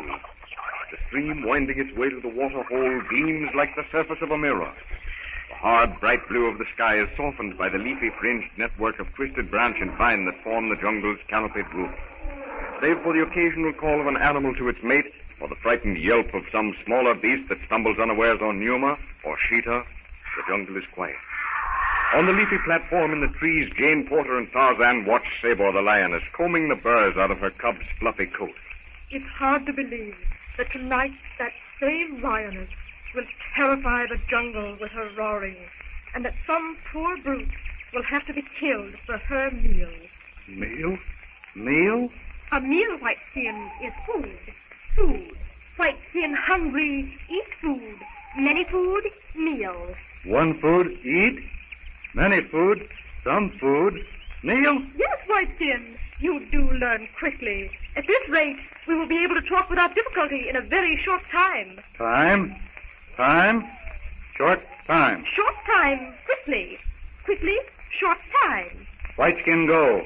Come back, short time. Come back, quick. Exactly, that's right. Tarzan motions Jane to be quiet. He leans over the edge of the platform, listening. Jane tries to listen, but the ape man's acute hearing, his keen sense of smell, tell him of something approaching, something that Jane cannot hear. At the crackling of brush, Tarzan again motions to Jane. This time he points, and Jane sees far on the other side of the glade a huge black warrior, one of the party attacked by Tarzan when he rescued Philander. Tarzan leans closer to Jane. Whiteskin arrows. Not many. Gomangani, many arrows. Tarzan has no word for take, but Jane understands that he intends to take some from the black. Now the warrior is below them. Without a sound, Tarzan drops full on the startled black's shoulders. The black screams as Tarzan lands upon his back. Tarzan slips his arm under the warrior's chin, forces his head back. The black catches a glimpse of Tarzan's face. The strangled scream dies in his throat as he recognizes the forest devil feared by his brothers at the kraal. Tarzan pulls the quiver of arrows from the man's back, throws it behind him on the ground. He grips the black about the middle, raises him high above his head. A slight tensing of the muscles. He's going to hurl the black against the bole of the tree. No, my kid. Don't kill him. Don't kill him. Tarzan holds the black above his head as though he were a baby ape. Undecided, he looks up at Jane. No kill, my kid. No kill. No kill, Gomangani? No kill? Tarzan does not understand. Why should Jane not want him to kill the black? The blacks torture and kill their enemies, even their own people. The blacks are worse than Numa or Sabre. Only the Gomangani torture before they kill. Again, he looks up at Jane. No kill? No, my kid. No kill. Go. No kill. It's all very puzzling, but Jane does not want the Gomangani killed, so Tarzan lowers the black to the ground and stands watching him. The black warrior, his teeth chattering, too frightened even to scream, crashes off through the brush in desperate flight. Tarzan bends down, picks up the quiver of arrows, and swings himself effortlessly back to the platform. Whitekin, no kill, man. Black man. Man? Yes, Whitekin. You, Whitekin, man. Me, Jane, woman. White-skinned man? Jane, woman? Man no kill man. Man no kill woman. And Tarzan learns in speech that he is a man, something that he had learned in writing long ago. But Tarzan is unable to associate the word man with the little bugs, as he thinks of printed letters that spell on paper M-A-N. In the cannibal kraal, Professor Porter, Clayton, Darno, and Philander are seated on the ground inside the hut that is their prison. You said something a moment ago, Darno, that puzzles me. You mean, my friend, about the blacks knowing the reason for our search? Yes. I must admit that I, too, am somewhat at a loss to understand how these blacks could know that we are searching for Jane if they had not seen her. It is just one of those inexplainable things, monsieur. They may not ever have seen Jane, but by means of their mysterious jungle magic, they will be able to describe her quite clearly, will be able to tell you how she was captured, and if given the proper encouragement, will tell us where she is. But how, Darno? How do they do it? That I do not know. Sorcery, thought transfer, telepathy, all suggestions are nothing but guesswork. They know the secret, and they keep it. But it's absolutely unreasonable to suppose that uneducated, illiterate, mud-dog savages can do such things. As Bishop Clayton says, it is unreasonable. But nevertheless, it is true. Without doubt, we will learn from these people the whereabouts of Miss Jane. That is, always provided that they do not kill us first. Of course, that is a provision one cannot quite lose sight of.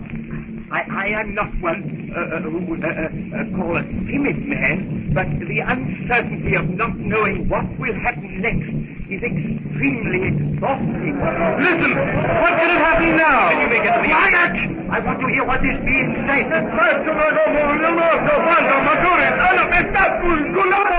Sure, he says he saw the white devil of the trees, and he has a white woman with him. Exactly your black magic now.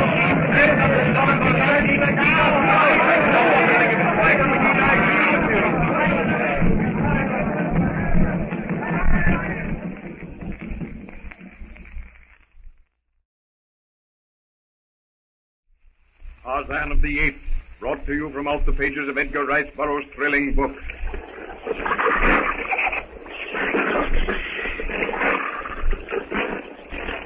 The hot, steamy air of a jungle afternoon hangs like a grayish-blue haze in the treetops. On the edge of the great water hole, crocodiles, their vicious snouts barely showing above the surface, wait for the unwary beast that comes to cool itself in the sluggish water. The shrill piping of the birds is deadened by the smothering fall of heat. The monkeys, almost always active, doze in their nests high in the tangled branches. On the little platform before Jane's resting place, Tarzan sits examining his grass rope, while Jane Porter thinks of the voices she had heard in the jungle. The more I think about it, the more convinced I am that it was Daddy out looking for me. Me? Me? No, Whiteskin. I was just talking to myself. Myself? Myself? Myself. Me. Jane. Whiteskin? Me? Yes.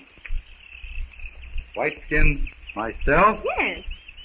Myself? Me. Whiteskin. Many white Skin. Yes, White Skin. Oh, no. Only one. Jane, me. Jane, myself. No. Tarzan nods to show that he understands there is a difference, although he does not understand what that difference is. And then Jane takes the grouse rope into her hand.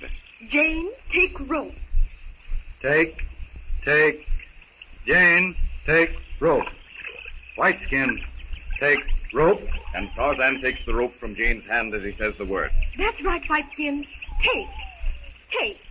Now we will see if you understand this. White Skin, take Jane's hut. For a moment, Tarzan sits puzzled. White Skin, take Jane hut. White Skin, take Jane hut. Then Tarzan looks up at Jane. The flash in his eyes tells her that he understands. White Skin, Jane, to go hut, quick. Come back, quick. Yes, White Skin, you've got it. Come quick. Go hut. What Jane can want at the hut, Tarzan does not know, but he understands that she is excited, and too he needs more long grasses to make a new rope, and these grasses grow on the headland beyond the hut. He bends down, picks Jane gently from her feet, and holding her as easily as if she were a baby, he starts into the heavily interlaced branches of the lower jungle terrace.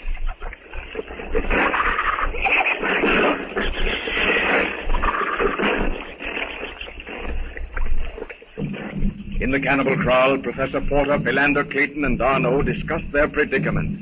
Are you quite sure, Darno? It's incredible. I'm not surprised.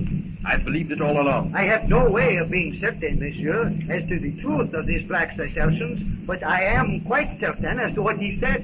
Although, of course, I do not understand his language, I nevertheless detected not only his extreme surprise, but his fear, with almost a note of terror. He was terrified. He said that he was one of the party that had captured Philander. That is, he said you, the big heavy man.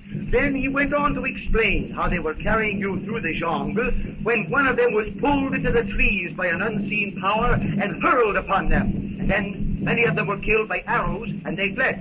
They blamed the devil god. Yes. That scene is graven deeply on my mind. Amazing fortitude on his part. Well, what next did he say? Yes, about Jane.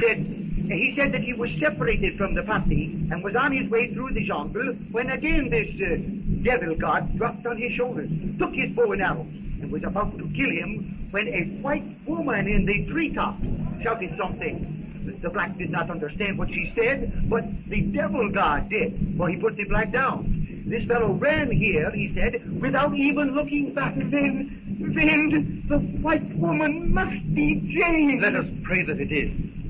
Still, we hardly expected to find a white man in the jungle. Isn't it logical to suppose that he may have a primitive mate? That may be, Clayton, but something tells me the woman is Jane. It must be. If Monsieur Clayton and Monsieur Philander will allow me to finish. Oh, I beg your pardon. Certainly. I was about to observe that the native used the word memsad in referring to the white woman. Now, that word is used among these tribes almost exclusively for a white European woman. Had the white woman been a skin-clad savage, the native would not have used the polite word. Ah, the blessed certainty of knowing that Jane is alive. Relief is hardly adequate to express my feelings. It's a great relief to all of us. But don't forget, we're on the wrong side of this cannibal stockade. Our arms, no one knows where. And we have all the earmarks of becoming just another meal for a bunch of cannibals. Clayton, you're becoming a regular pessimist. Well, I'm dashed if I can see anything to be optimistic about in the face of this situation. Naturally, I'm as glad... Well, there are no words to convey my joy at knowing that Jane is alive. But once our purpose, was it not, to find Mademoiselle Jane? But now that we know she is not here, and since we no longer have to fear the black's reprisals on Mademoiselle Jane, voila, we can fight. That's all nonsense, Darno, and you know it. When we came in here, fully armed, you said that we were hopelessly outnumbered. Now we're disarmed. The sailors are disarmed, and in a different hut. There are more blacks than there were before, and you talk of fighting. There certainly is something to your argument, Clayton. In fact, now that we are assured of Jane's safety, for the moment at least, possibly it behooves us to decide upon some plan of action, some campaign that will lead to our eventual release. Any plan of action that will get me out of this decidedly evil-smelling hut meets with the heartiest approval of Samuel T. Philander. Then to work. I know nothing of cannibals and their practices, but for the past hour, something has been going on out there in the compound, and it looks to me like preparation. Let me see, Clayton. Yes, there is certainly unwanted activity. Peculiar sort of fellow out there. Witch doctor. Going through the most awful antics and contortions. Circling a fire with some sort of clay idol in the middle of it. Monsieur, are you certain? Professor Porter's right. I've been watching it for some time. Mon Dieu, it is right. There is not a moment to lose. We must act at once. Serious as all that now? Oh, yes. That is the ceremony that precedes the sacrifice. Then during the sacrifice will be our best time to exchange. No, Professor. What Dano means is that preparations are being made to sacrifice us.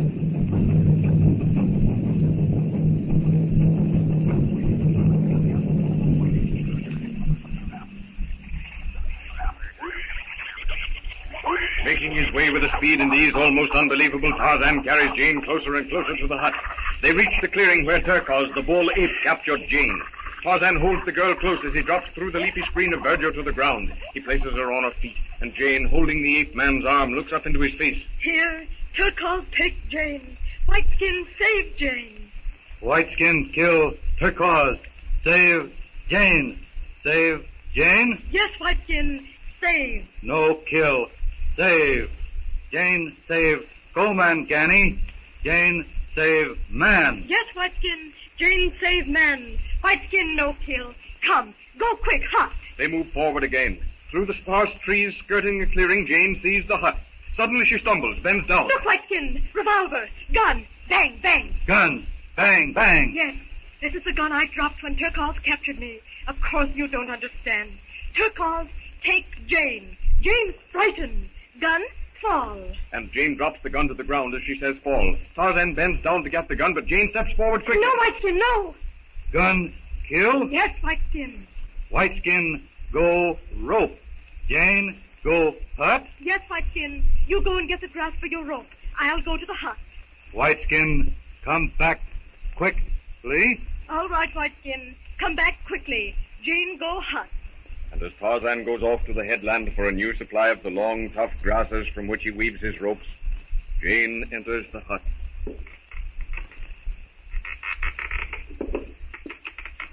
It doesn't look as though they've been back here. Yet I'm almost certain I heard Daddy's voice. It's quite possible that they're out in the jungle now. Of course, there's no real reason why they should come back to the hut every day, but no, there's no real reason. I wonder where they put that oil. The revolver's dusty, but I'm sure that... Oh, here it is. Now. 1, 2, 3, 4, 5. 5 live shells. Who can tell? Someday they may save my life. Or I can use them to signal with. What's that? Jane stands transfixed as the door slowly opens, revealing the menacing figure of a gigantic black.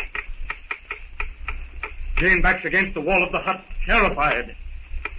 As the door opens wide, she sees gathered behind him the hideous faces of a party of savage warriors. Tarzan of the Apes, brought to you from out the pages of Edgar Rice Burroughs' gripping book.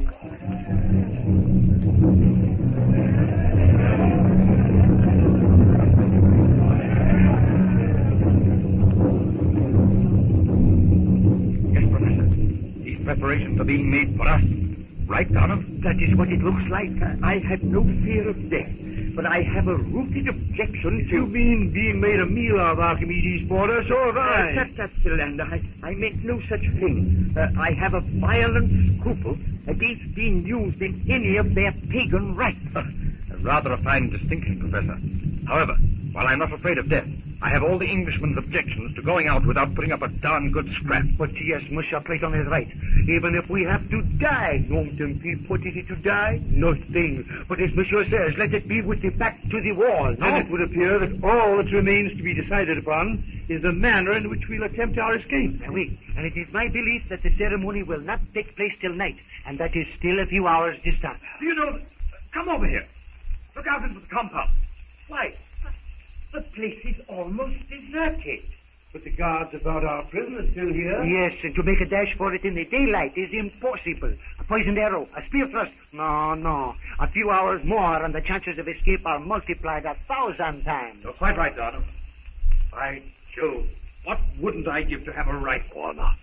Buona. Darno, buona. Hush, Clayton, hush. Darno, I'm sure I heard someone speak your name. Darno, buona. Quiet. It is someone. Keep on laugh. Who is it? It's Nakido. Nakido of Ape Tarzan. Nakido, no forget time, Darno, buona, save life. Mais parbleu, is it possible? Nakido, go now. Bye, come back. Long spear, he watch close. Bye, one time, come again, lay ground. Talk small. Oui, Nakido, come back. Bye. Quick, Darno. What is it? A possible hope, Darno? Yes, it is Nakido, a black, a skilled laborer in the ivory. I once saved him from a drunken plantation owner. But what did he say? I could gather very little. He says he has not forgotten. Then he says the guard is watching, and that he will return later. Do you suppose he knows where the rifles are stored? Probably, monsieur. Every black in the kraal knows that. Then why not get him to smuggle one or even two in here to us? But won't they be guarded? Probably so, but so are we. And yet we're discussing possibilities of escape. I think, in fact, I'm sure that I can see all the other huts from here. And ours, I would say, is the only one guarded. That being the case, I second Monsieur Clayton's proposal. My idea was, get one or two rifles, find out in which hut the rest are stored, then, under cover of the two, make for the hut, seize the rifles, and start from there. As perfect a plan, mes amis, as one could devise. Then nothing more can be done until Darno's friend comes back. And that, if he is wise, will not be till nightfall.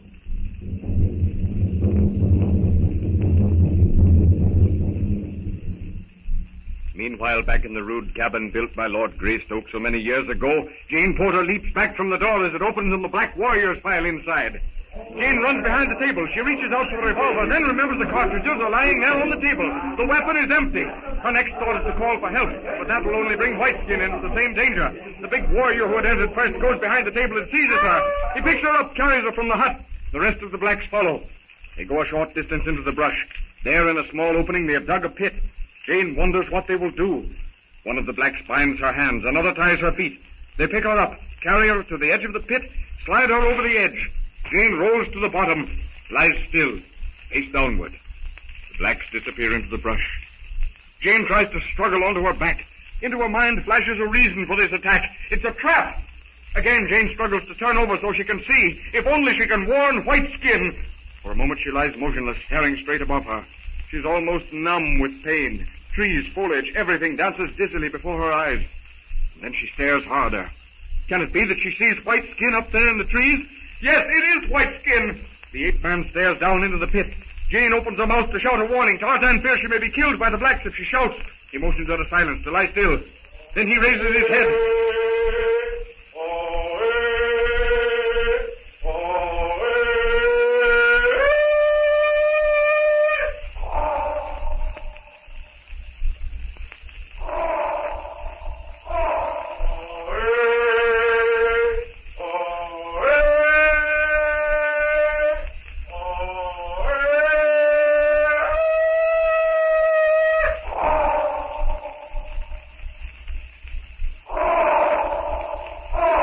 Tarzan's powerful throat comes his demand for help, and from the jungle comes the answering call of Tarzan's friend, the trumpeting of Tantor the elephant.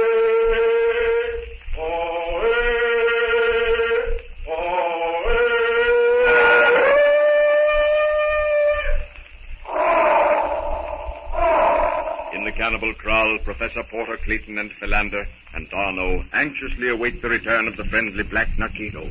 In such a little while, messieurs, dans une demi-heure it will be dark. Also in a little while, we will be free, or at least on our way. You know, I'm really quite excited with the prospect of what Clayton calls this darn good scrap. Yes, and much as I am a lover of peace, I too feel that I will be quite able to give a good account of myself. That's what I heard. Juana. Oui, Nakito. Juana, take quick. Rifle. By Joe. He had some sense to do that. Quick, Professor. Draw the rifle through into the hut. Juana, one time, come again, my rifle. Encore another rifle. Bien fait, Nakito. Good. Ask him which hut, Dano. Nakito, which hut are rifles inside? 1, 2, 3, 4, seaside. Nay, I do not know. I'm so turned around. Which side? Seaside, Nakito. All same, son, he die side. West. Nakito, go now. Too much noise. Bye. All kill. By Jove, what luck. Both magazines full. Now, we'll wait till dark. Yes. Less than half an hour.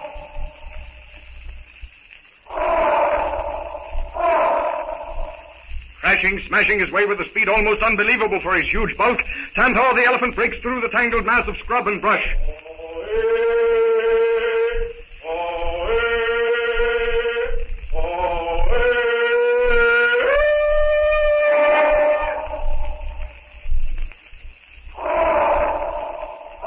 As Tantor thunders on, every few yards he raises his trunk and calls out to Tarzan. Tarzan, high in the trees, answers. The blacks hear the call. Some would like to run, but determination to get the white devil god holds them. Tantor is almost at the pit. Tarzan drops hand over hand. Scarcely a leaf rustles, and his bronzed body is almost unseen in the gathering dusk. With a soft pad, the ape man falls on Tantor's broad back. He bends down and speaks into the massive brute's ear. Abito, Tantor. Bolito, Bandara, Omangani, Tantor. Tantor understands. He charges toward the pit.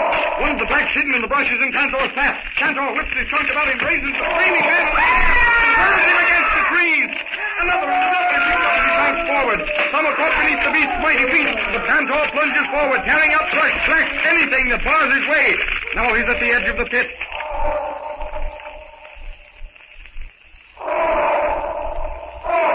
Tarzan slides down Tantor's sinuous trunk.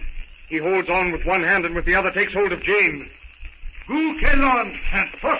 Tantor raises his trunk, swings Jane and Tarzan to his broad, flat head. Jane! Oh, Whiteskin, I was sure we would be killed. Killed? Whiteskin, come back quick. Kill Omangani. Yes, Whiteskin. I'm almost sorry that I asked you not to kill those blacks before. Tantor, can Umi. Tarzan leans forward and tells Tantor to take them back to the platform in the trees. I wonder if it was the black I saved that went out and brought these others with him. If that revolver had been loaded, I would have killed myself. Jane, kill myself? Yes, Whiteskin, if the gun had been loaded. Oh, but what's the use of my talking that way? You don't understand. But it is good to know that you are here to look after me again. Jane, frightened? Yes, Whiteskin. Jane, frightened. Whiteskin, kill many Omangani. Jane, frightened. Whiteskin, kill many Omangani. Kill many man.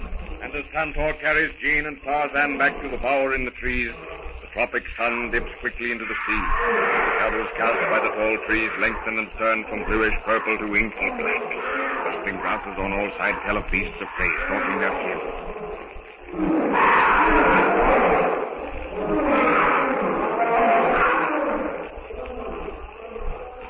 In the cannibal kraal, Porter, Philander, Clayton, and Darno watch the sun set with quickly beating hearts. Well, I think it is the moment. My men are in the next hut. I will whisper to them as we pass. Ready, Professor? Philander? I am. The moment you say the word. Now you, Professor and Philander, must go in front. Darno and I will cover you with the two rifles. Come. Nothing is moving. As quietly as possible. Quick! Clayton! The gypsy has seen us!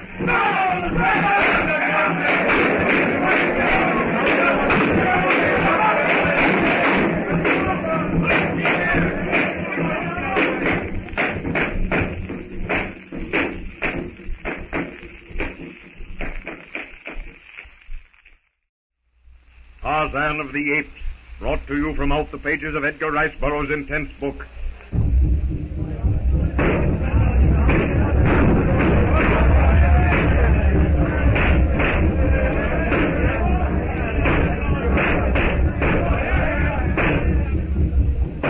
Where's Darno? Why doesn't he get here with the sailor? I can't see them, but I'm sure they're in the hut. Here, Professor, a rifle for you. Ah. Now I shall give him a count of good work, Professor. Did you bring ammunition belts, Philander? No, I didn't see any. Clayton, Monsieur Clayton! Yes, here I am. Clayton, we must fight it out here, back to back. What's the matter? There is no more ammunition, except what is in the rifle. Oh, what happened to it? Probably in some other hut. Oh, my magazine's empty. Nothing for it but to use the rifles as clubs. Here they come. Take that! Look out, Philander! I'll get him. Can we make a run for it, Clayton? Can we make for the gate? Not a chance in the world. We could never make it. I know I couldn't make it. I'm all in now. So am I, Philander, but keep on. Why don't I close in where we can hit them? They stand up. Out. Here they come.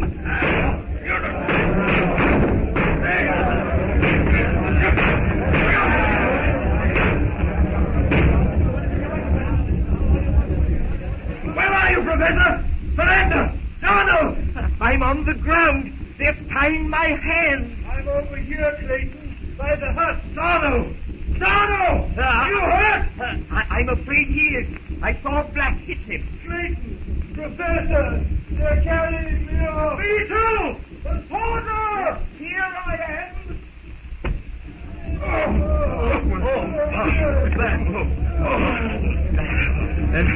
Anybody else hurt?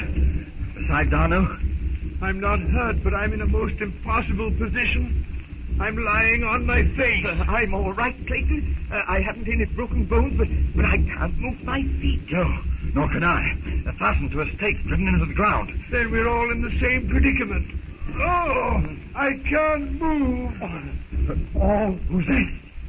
Is it Darno? I think so. He's right by me. It can't be anyone else.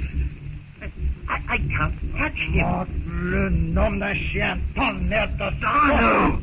You're alive! Yes, that Clayton, of course he's alive, very much alive. I know, but don't you see? If the blacks thought that he was dead, they probably didn't tie him up. If only I could turn over, I might be able to do something. No, you couldn't, Philander. You're tied to the stake just as we are. Oh, tell me, what is it that has happened? My head is all... Someone hit you, Darno. But listen, are you bound? Tied? I cannot tell. Oh, my head. It is black, like night. And my eyes, I cannot see.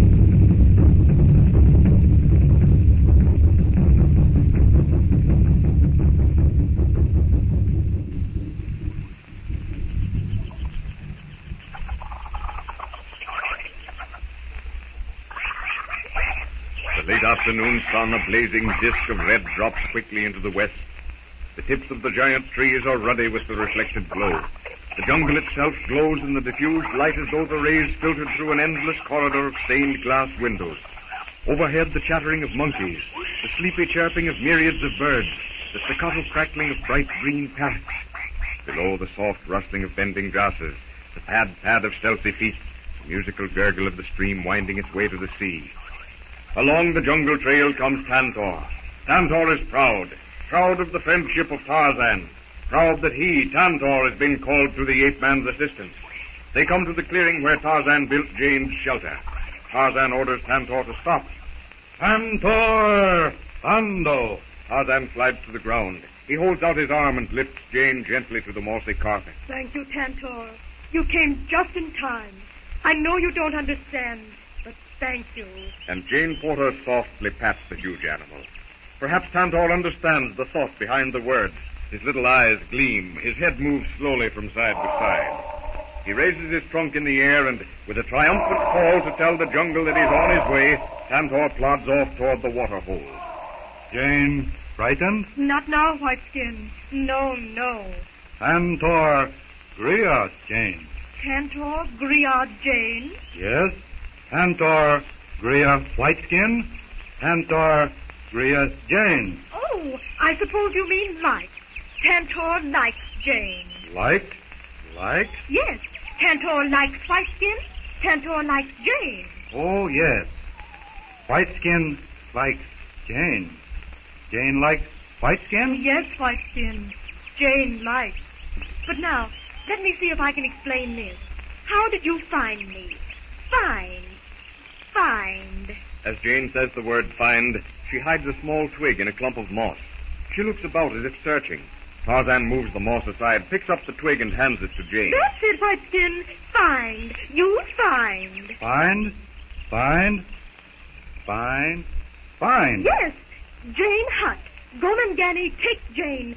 Whiteskin find. For the moment, Tarzan is puzzled. Then he remembers that Jane was not at the hut where he expected to find her. That must be what she means. Whiteskin, go hut. No find. No find Jane. That's right. Yes. Whiteskin find Gomangani. And Tarzan dilates his nostrils as though searching for a scent spoor. Whiteskin find Gomangani. Find Jane. Tantor, come quickly. Whiteskin sent man? Whiteskin find Gomangani. Whiteskin go hut. No find Jane. Whiteskin find Gomangani. Many Gomangani. Find Jane. Whiteskin talk. Tantor. Tantor, come back quick. Kill Gomangani. Expressive, even if somewhat disjointed. Do you know, Whiteskin, you're learning English in a remarkably short time? Time? Short time? Short time? Yes, short time. Same as quickly. Oh, short time, quickly. Same as? Yes, same as. Now let me see. Here, Whiteskin. Jane reaches above her and plucks a leaf from the tree. She holds it up, comparing it with another leaf. Same as, Whiteskin. Same as. Tarzan holds up the grasses for the new grass rope. Then he picks up the old rope. Rope. Same as rope. That's it. You've got it perfectly. Tarzan sits down and ponders over the many new words that Jane has taught him. The gloom of the jungle deepens. A blackness, sullen, foreboding, envelops the forest. A disturbing air of suspense that makes itself felt even to the beasts of the jungle hangs over everything.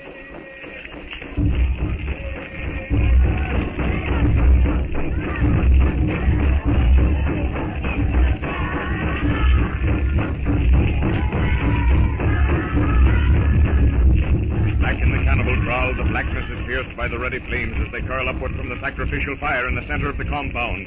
The disturbing throb of the native drums, the grotesque dancing of the blacks as they circle the fire, carries a feeling of menace to the prisoners lying bound in the hut. I twisted and struggled around so much that I'm convinced that the snake to which my feet are tied is loose in the ground. You mean it, Professor? Yes. Really? Then we might be able to get away. Oh, our situation is desperate. No. You all right? Can you see yet? Oui, grâce au bon Dieu, I can see. I've been busy with this rope. Are your feet tied too? Yes, but not to a stake. Then work your way to the professor. His stake is loose. Together, you may be able to dislodge it. That is what I am doing. A few more inches, and there, now, am I touching your feet, Monsieur le Professeur? Yes. I shall raise myself as much as possible. That's it, Donald. Now, a little more.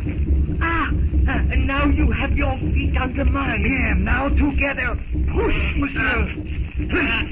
They're coming. Lie still. Don't speak.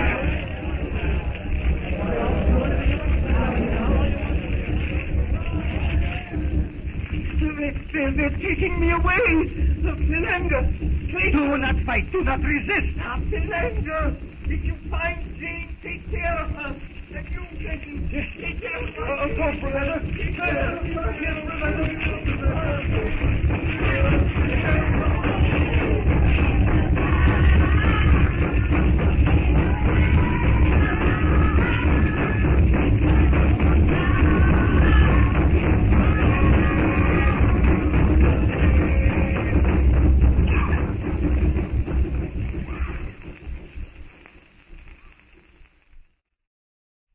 Tarzan of the Apes, brought to you from out the pages of Edgar Rice Burroughs' thrilling book.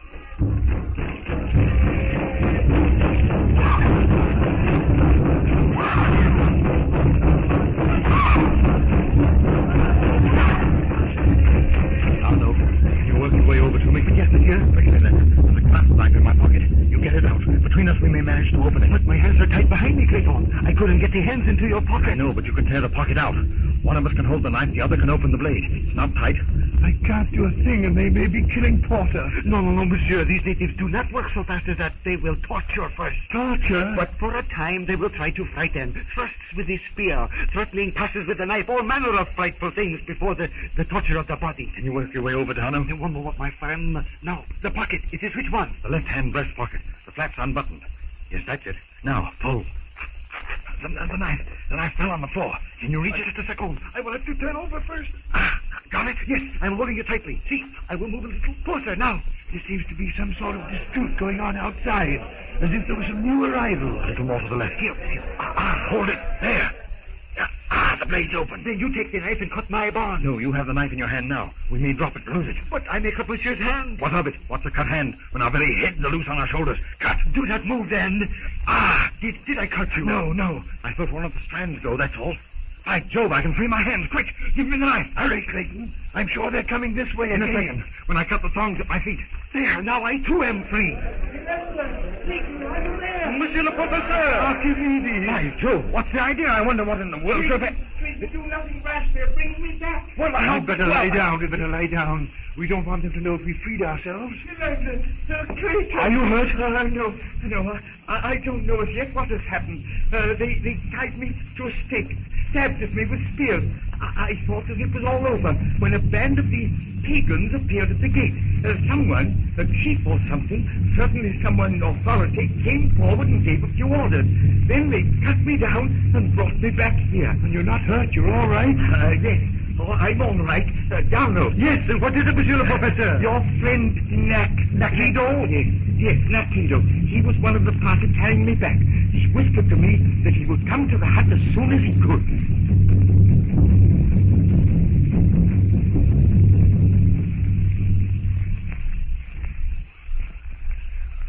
A jungle wind, tempered by the cool waters of the Atlantic, chills the night air. Like great black silhouettes, the giant trees loom out of the dark. Away in the distance, the roar of New Mother Lion tells of a successful kill. A lithe, shadowy form detaches itself from the surrounding darkness. A leap, and Sheeta falls with unerring accuracy upon his prey. On the little platform in the trees, Tarzan sits braiding his new grass rope while Jane watches. You know, you're rather clever, Whiteskin. 6 months in the proper environment, and no one would ever know that you grew up in the jungle. Tarzan glances at Jane for a moment, then goes on with his rope making. He has learned that some of Jane's remarks require no answer, and to him this seems to be one of them. I wonder, Whiteskin, does it ever occur to you to wonder who your parents might be? Oh, if only I could get you to understand the word father, I might be able to convince you that I must search for my father. Father? Father? Yes, Whiteskin's father. Oh, how can I make you understand? Gazan, baby ape. Yes? Gazan, Belu. Yes, Gazan, Belu. Tika, Belu. Tika, mother ape. Gazan, baby ape. But who father? Tarzan shakes his head. The problem is beyond him. He can see no connection between Tika, Gazan, and father. But Jane is not to be discouraged. Convincing Whiteskin, as she calls Tarzan, not knowing that Whiteskin is Tarzan, convincing him that she must go to her father is the all-important thing. She turns again to Tarzan. Tika, Belu, Gazan. Yes? Yes. Father, Turquoise? Turquoise kills. Whiteskin kills Turquoise. Turquoise takes Jane. Whiteskin kills. Oh, yes, I know. Oh, dear, how can I explain what I mean? Whiteskin like Tika? Yes. Whiteskin like Tika many. Turquoise like Tika? Turquoise like Tika many. Tog like Tika many. Tog take, keep Tika. Gazan Belu. There, that's what I wanted. Tog father. Tika mother. Gazan baby. Tog father. Father. Tarzan's face lights as he at last grasps Jane's meaning. Father is the name for male ape, just as man is the name for M-A-N, and woman for the female M-A-N. Whiteskin, father? Who is your father, Whiteskin? Tarzan does not answer. He cannot answer. His thoughts are back at the hut in the clearing. He sees in memory the little books with their strange bugs, the pictures of a man and a boy. He has known since first he made out what those bugs stood for, that he was a man and not an ape. But with that knowledge came another problem. If he was not an ape, then who was his father? All the memories of his earlier life crowd in on him. He thinks of Kayla, his foster mother. Kayla, the she-ape that had raised him, had protected him against the tribe when he was too little to fend for himself. He has always thought of her as his mother, and now the thought is driven forcibly home. He has no mother. Tarzan looks at Jane. Whiteskin, no. Whiteskin, alone. Jane has father? Tarzan looks incredulously at Jane. There must be something wrong with his reasoning. He has just learned, so he thought, that father was Jane's word for male ape. He turns over in his mind every possible solution. Then he hits upon one that satisfies him. Father must be the name of one of the party he had seen at the hut. He turns toward Jane. Jane, father. Go hut. Yes, Whiteskin. Jane, father, go hut. No find Jane. Jane, father, go. Go. Many go. No find. Jane here talk. Jane, father, talk. Jane points out into the forest depths as she tries to recall to Tarzan that day when she had heard her father's voice, and understanding at last that somewhere in that vast jungle is a man called Father whom Jane wants to go to. Tarzan sits thinking, trying to figure out just what he must do.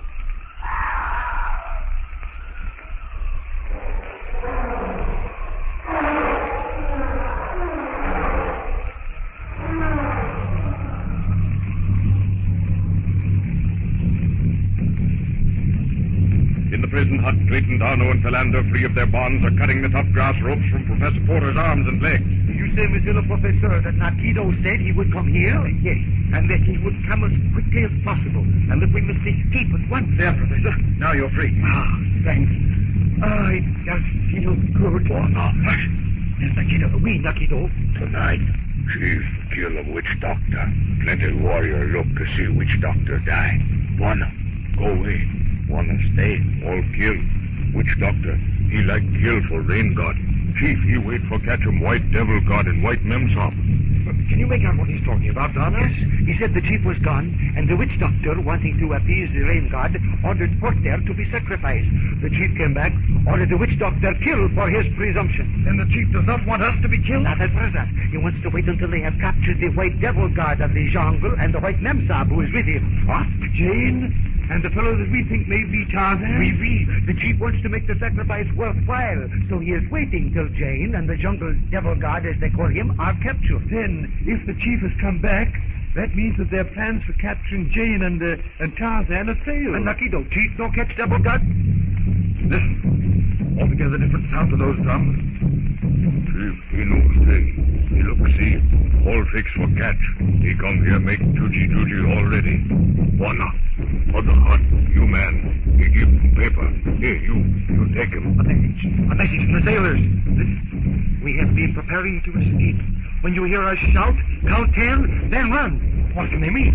How do they know that we're not tied? I speak him. You no more tied. Listen, Wanna. Listen. Drums. He speak.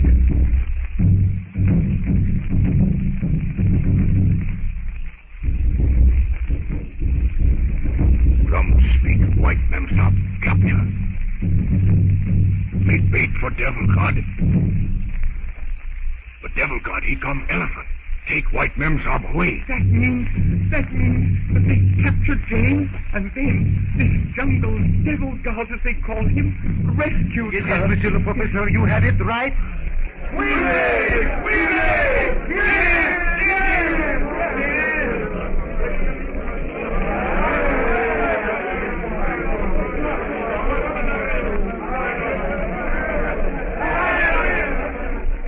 Yes, and the natives have the message, too. They're not going to wait for any sacrifice. Not if I judge rightly. Look at them come. Message, remember, count 10.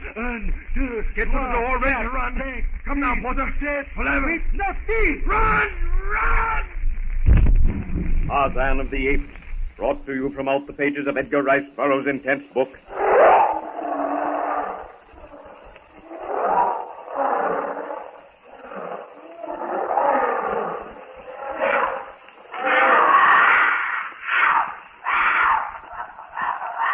The inky blackness of the jungle depths is lighted only by the pale yellow beams of a waning moon. Long, endless, foreboding tunnels that are animal trails by day echo to the soft, sinister padding feet of the prowling jungle cat. Far in the distance, Dango the hyena lifts his head to the heavens and tells his repulsive, slinking brothers that Numa the lion has fed, that the king of beasts has left the remnant of a kill. The moonbeams glint on the shiny stalks of a clump of bamboo by the waterhole. A pair of greenish gold eyes gleam evilly as they stare from behind the bamboo screen. A spotted tail twitches, a chilling, raucous scream, and Cheetah the leopard launches himself upon his prey. Suddenly, a distant crash wakes the jungle to instant life. Cheetah's prey, startled, leaps to one side. Cheetah stops momentarily. In midair, it seems, drops to the ground and crashes into the underbrush. Dango the hyena forgets his meal and slinks tail between his legs into the deeper shadows. In her leafy alcove, Jane Porter wakes. She crawls out onto the platform and finds Tarzan standing, listening. What is it, Whiteskin? What can have happened? It sounded like an explosion. Tarzan motions to Jane to keep quiet. He leans forward, listening intently. Tarzan knows that the sound came from the direction of the cannibal kraal, but he also knows that in all his many dealings with the Gomangani, he's never heard such a noise as this. He turns to Jane as she touches his arm. Man, many men. Boom, boom. Gun, many. Bang, bang. Oh, Whiteskin, I don't know. I can't explain. But that sound convinces me that they must be near. Cecil or Mr. Philander or Father. Father? Tarzan looks at Jane incredulously. He had thought that Father was one of the parties that occupied his hut. But to associate the word father with the noise he has just heard baffles him. I know something has happened to them. They were out in the jungle searching for me. I heard their voices. You remember, Whiteskin? And now something has happened to them. Tarzan looks helplessly at Jane. His command of this new language is not sufficient for him to understand Jane's excited talk, but he knows she's upset over something more than the noise itself. Whiteskin, go! No, you can't leave me now. And yet, if you don't go, something may happen to Daddy. I can't be selfish. I'll be all right. Yes, Whiteskin. Yes, go. I would never forgive myself if I kept you back. Go quickly and come back quickly. Yes. Whiteskin, go quickly. Come back quickly. Swiftly, Tarzan grasps a branch, and with one last look at Jane, the ape man swings himself into the trees and is gone. Meanwhile, at the cannibal kraal, Professor Porter, Philander, Clayton, and Darno pick themselves up from the ground where they've been thrown by the force of the explosion. Great Scott. Whatever that was, it certainly was powerful. I was completely stunned for several moments. And I have been watching the natives. They are certainly mystified. They're more than mystified. Don't you think that while they're lying there, we might try to escape? Yes. Let's move toward the gate as long as we have a chance before they recover their senses. They may be lying on the ground, but they are watching our every move. And did you see that party of warriors move slowly to the gate just as we started forward? Well, when we meet them, it will be time enough to think about what we'll do. I think, monsieur, that we had better stand our ground and let them make the first move. Yes, I too am in favor of that. They don't seem to want to interfere with us, but they watch us closely. Well, how much longer are we going to stand here doing nothing? Frankly, monsieur Clayton, we have not much choice, have we? Every time we take a step towards the gate, the natives get between it and us, or head us off. Quite right, Darno, quite right. While the shock of the explosion seems to have stupefied them, and they show no inclination to attack us, yet they apparently are determined not to let us get away. Evidently, the explosion was to them supernatural. They promptly threw themselves on their faces before the place where the idol used to be. I'd like to know how your sailors, Darno, were able to get to the dynamite, because I'm sure now that it was a stick of dynamite that did the trick. We will probably find that out later, monsieur. Hey, these blighters are coming toward us again. Yes, Clayton, yes. But with an entirely different attitude. Quite worshipful, I should say. See, that one in front, with his hands outstretched. But yes, monsieur. A gesture of peace.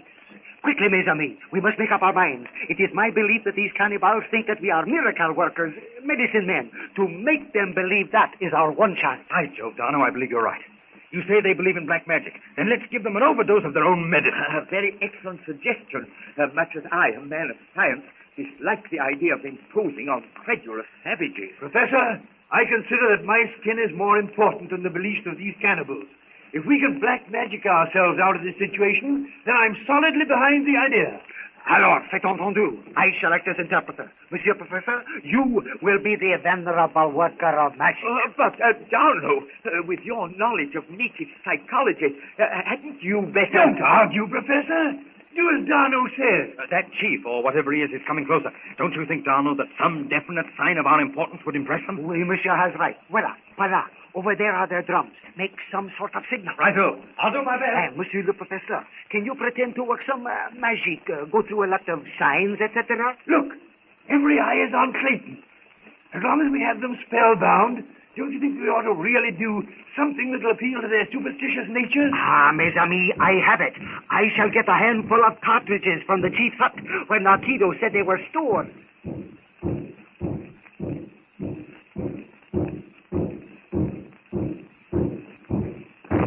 Et puis, monsieur le professeur, you walk toward the sacrificial altar, and when I give you the signal, you raise your hands as though commanding something to happen. There, Clayton has their attention. Walk forward, Professor. That'll draw their attention from Darno.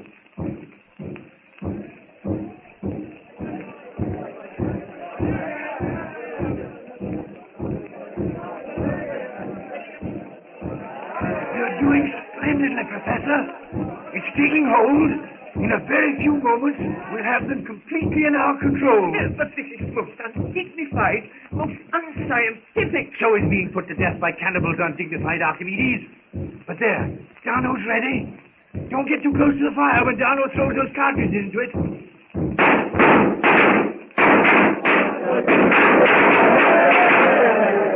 There, Monsieur le Professeur.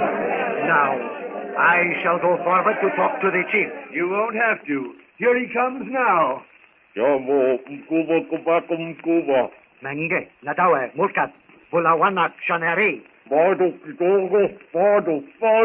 Al, Bayasana, Nukli, Mayata, Imshai.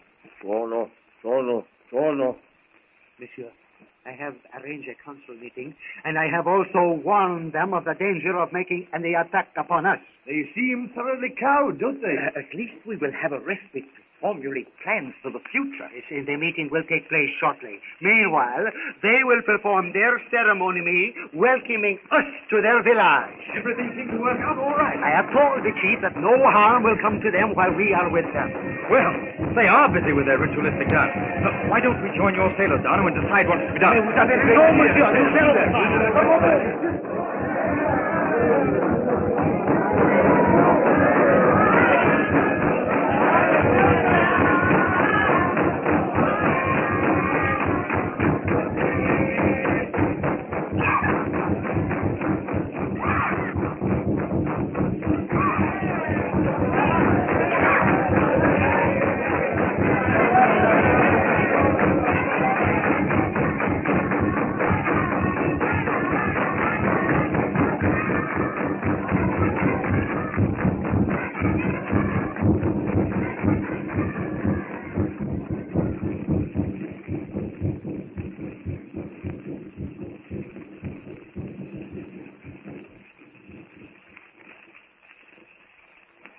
Back in the jungle, Sheeta, balked of his prey by the explosion, prowls angrily through the underbrush.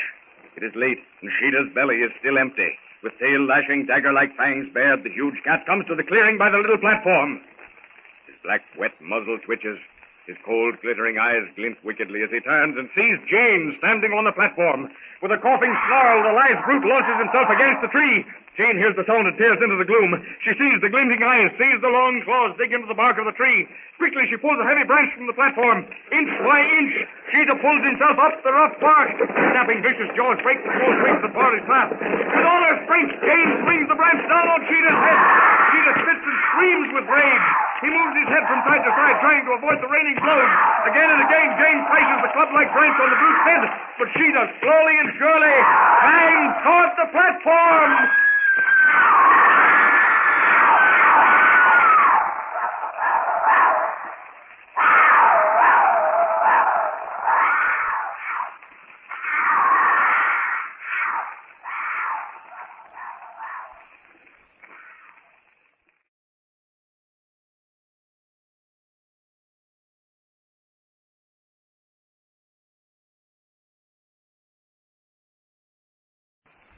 Tarzan of the Apes, brought to you from out the pages of Edgar Rice Burroughs' vivid book.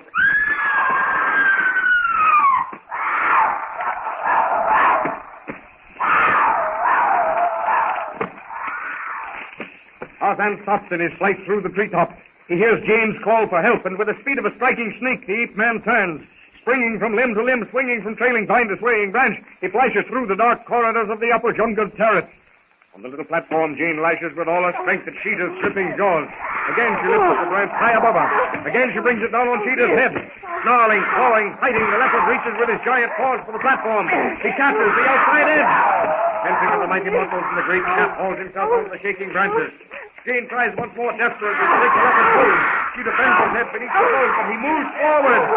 Jane throws the branch from her. She reaches for a low-hanging limb, swings herself clear of the platform. Sheeta strikes out at her with slashing, tearing claws.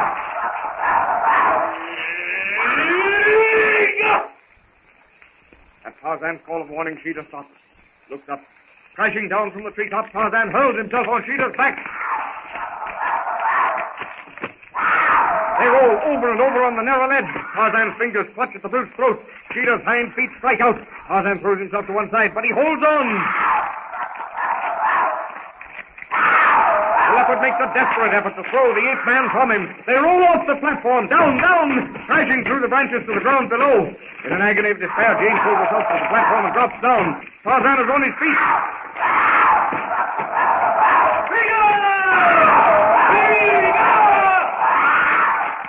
Peter's jaws snap at the ape man's thigh, but Tarzan twists himself clear.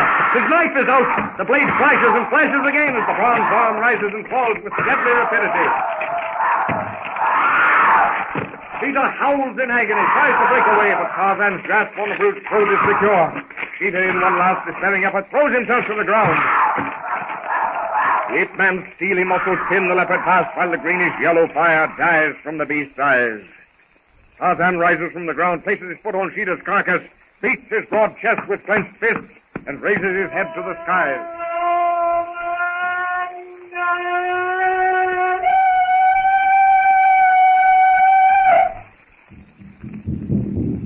Back in the cannibal kraal, Clayton, Professor Porter, Darno, and Philander with Darno's sailors formulate plans for the future and their eventual escape.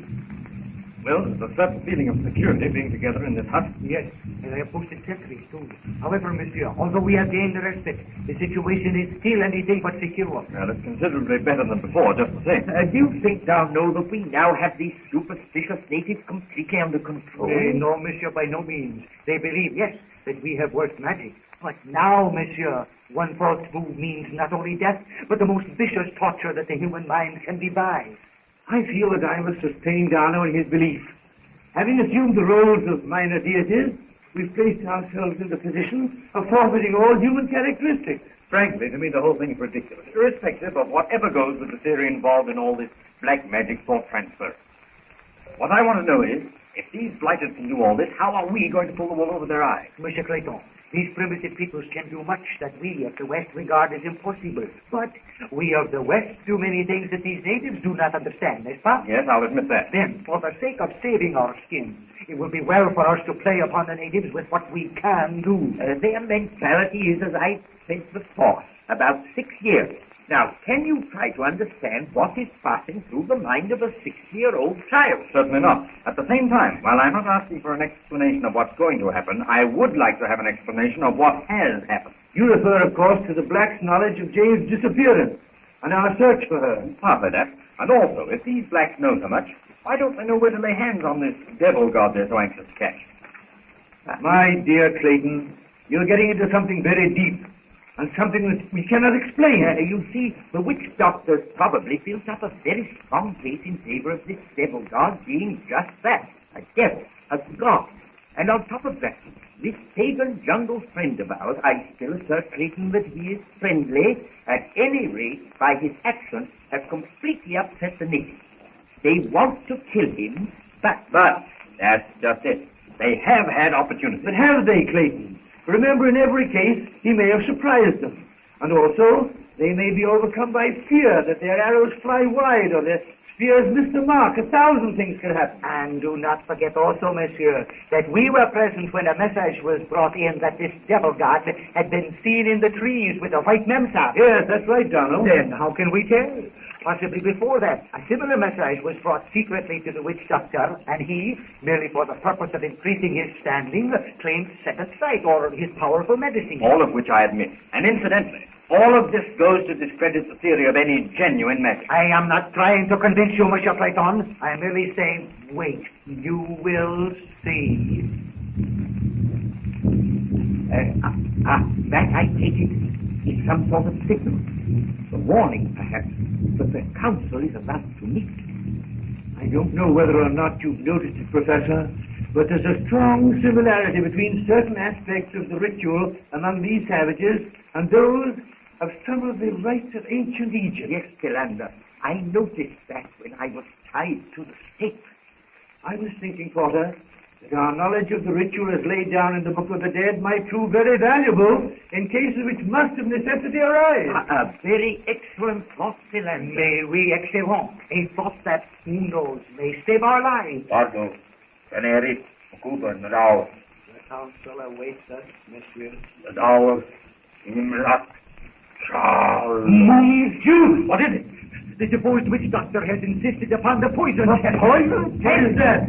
Trial of some sort by poison? Exactly, monsieur. To prove our superiority, we will have to drink the poison cup.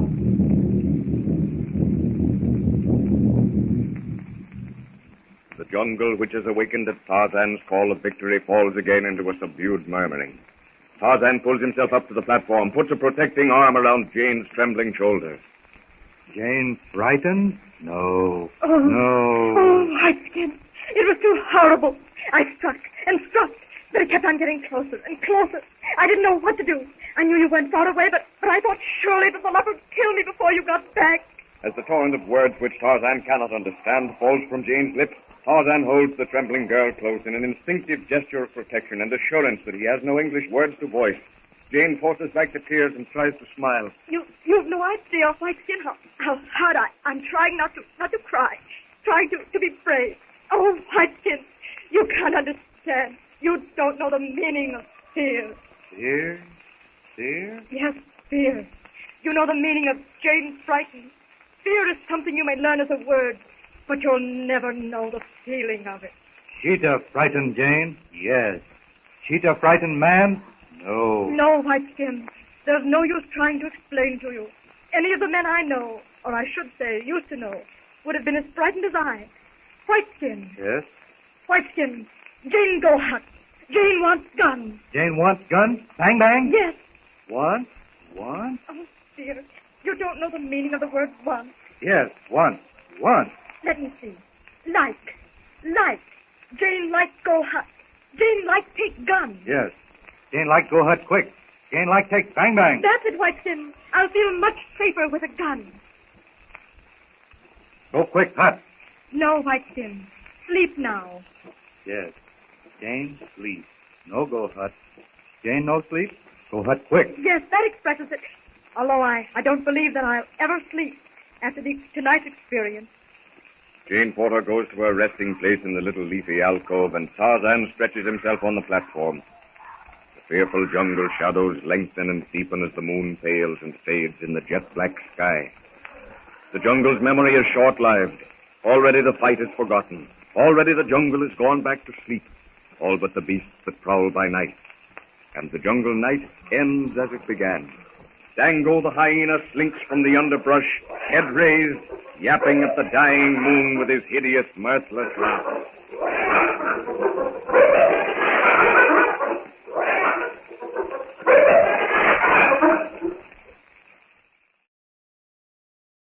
Tarzan of the Apes, brought to you from out the pages of Edgar Rice Burroughs' fascinating book.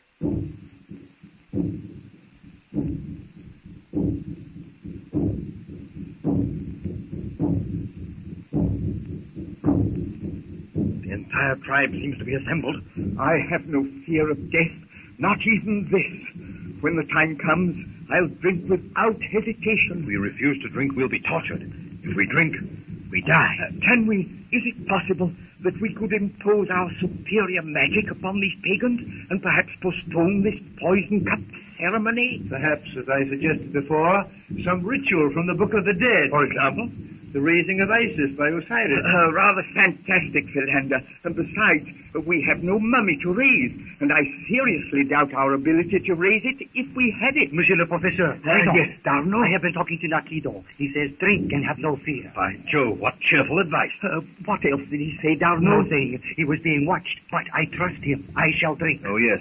So will we all, if we have to. If, monsieur, if, have you another plan? Professor Porter and Philander are to attempt something which I do not think they quite know. I say, do you know I'd completely forgotten till now? The rocket. Rocket? What do you mean? The rockets we brought from the ship. Couldn't you substitute one or even two for the mummy and the right you spoke of? Clayton, I really believe you've hit upon a solution. Yeah, make your preparations and keep the natives' attention away from me. I shall get the rockets. Here comes the chief. Postpone the poison drinking competition if you can. Porto, Wimby, Nadawa? Nadawi Wimby, Kidogo Kindi. No. Whatever you said, it worked, Darno. Heureusement, oui, monsieur. I told him that as soon as the great priest had performed his magic, we would all drink. Will we perform this ceremony, Professor? And can I do anything? Suppose we perform the rite just where we are. You, Clayton, must play the part of the hawk-headed one. take a short stick and the rocket when Darno brings it. Yes, what then? You have seen a picture, I suppose, or perhaps a statue of a mummy. Yes, of course. Then fold your arms across your breast in that manner. Look straight ahead, neither to right nor left. You can trust me. And I suppose, Professor, I had better draw the sacred symbols on the ground. Yes, Philander, and be sure to cover Clayton's movements when he places the rocket on the ground. Voici, here, monsieur, is the rocket. I do not think I was seen. Now then, Clayton, place the rocket. And be sure to place it pointing to the blacks, not toward us. The cannibals watch Professor Porter as he walks solemnly toward the council fire. Darno's sailors stand with their arms outstretched as Philander inscribes before them the mystic symbols. His hands folded across his breast, Professor Porter stands before the fire, intoning the chant of the ancient Egyptian sun worshippers. Ashbu seket metu Juen baka aneb Osiris et hepkepera. The natives lean forward. The professor's intoning wakes in their breasts a corresponding chord of religious sympathy. The witch doctor, morose and sullen, squats in the shadow, a half sneer on his hideously painted face. Professor Porter raises his arms above his head, closes his eyes. Ashbu seket metu. His body sways from side to side as he repeats the incantation. Anebosiris et hepkepera. Clayton, hidden behind Philander, lights the rocket. There's a hit, a blasting shower of sparks. Like a living thing of fire, the green rocket shoots toward the blacks. As they start to run, the rocket leaps into the air. It turns and flashes a gleaming, darting snake of vivid green fire towards the sacrificial altar. The witch doctor leaps aside. The rocket passes him. It turns again, hits the stone, soars into the air, and streaks over the chief's house. Leaving a trail of sparks behind, it loses itself in the jungle. The natives throw themselves on the ground, faces in the dust before Professor Porter.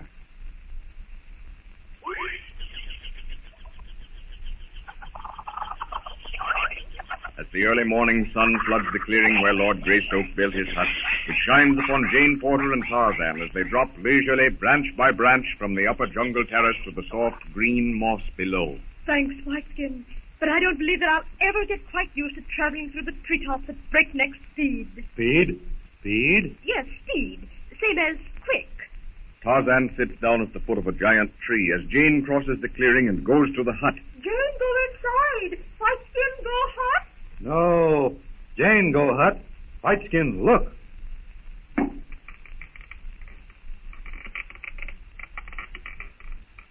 Almost as dusty and unused looking as when we first discovered it. Here's the revolver. Thank goodness the blacks didn't take me. Now, I wonder if there are any more cartridges in the spot. Cecil said that I would always find them. Oh, yes. Here they are. 2 packages of them. Now, I'll feel much safer. I suppose I'd better try this gun again. It seems to be all right, but... What's that? Jane runs to the door. There on the edge of the clearing are several great apes. She clutches the gun in her hand and shouts to Tarzan. Quick! Go hot, quick! She stops as she sees the expression on Tarzan's face. The ape man almost smiles as he watches the great brutes make their way across the clearing toward him. Whiteskin! Whiteskin! Jane, frightened? Yes, Whiteskin. Jane, frightened? No. Tika, Gazan, Hog, Mungo. Tarzan rises and places his bronzed arm about Jane's slender shoulders as the apes approach. They chatter excitedly among themselves as they watch this hairless she. Gazan, Tika's Belu, comes forward eagerly, unafraid. Oh, Gazan! The baby ape dances up and down in sheer delight at hearing Jane speak its name. Pandua, Pula Santo, Dak, Armangani, Jane. Tarzan tells the apes that they must protect Jane from the other beasts of the jungle. He explains that she, Jane, is to be accepted as one of the tribe. Little Gazan, paying no attention to the warnings of Tika, his mother, comes forward and takes Jane by the hand. Tika gathers courage, moves closer, and stretches out a huge paw to Jane. Jane shrinks back. Jane, no frightened. Tika no take Jane. Tika, talk, Mungo, see. Talk, tell Jane. Tabor, Numa come. Yes, Whiteskin, I think I understand. You mean that the apes will look out for me, guard me against Numa and Tabor? Yes. Tarzan nods his head vigorously as he realizes that Jane has understood. The apes turn away. Little Gazan leaps and dances after his mother. Tarzan and Jane follow. And as the great apes take to the trees, Tarzan lifts Jane in his arms and strides into the jungle trail.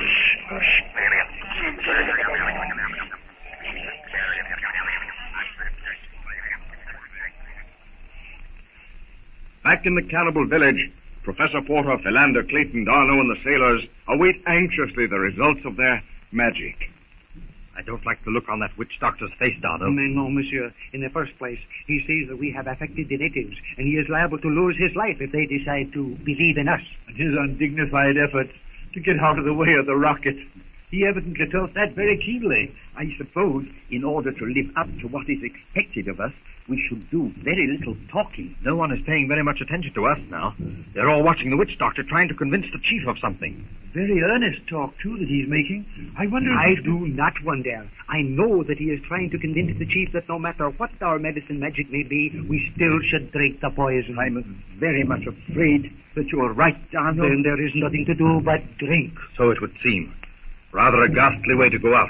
I'd much rather put up a scrap. But we must not forget what Takido said, that we should drink and not fear. Yes, but can we trust Takido? Monsieur, yes, Darno, I'll admit that he has on several occasions tried to help us. But great Scott, to drink an unknown poison. Hush.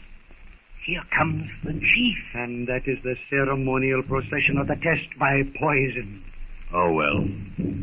What of it? Let's drink.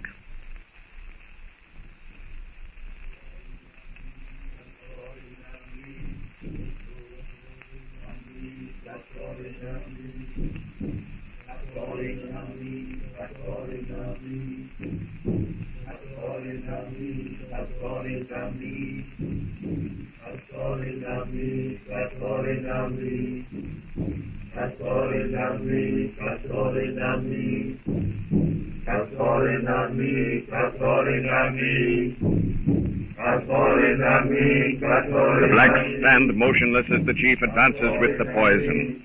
With steady hands, Professor Porter takes the gourd, raises it slowly to his lips, and drinks.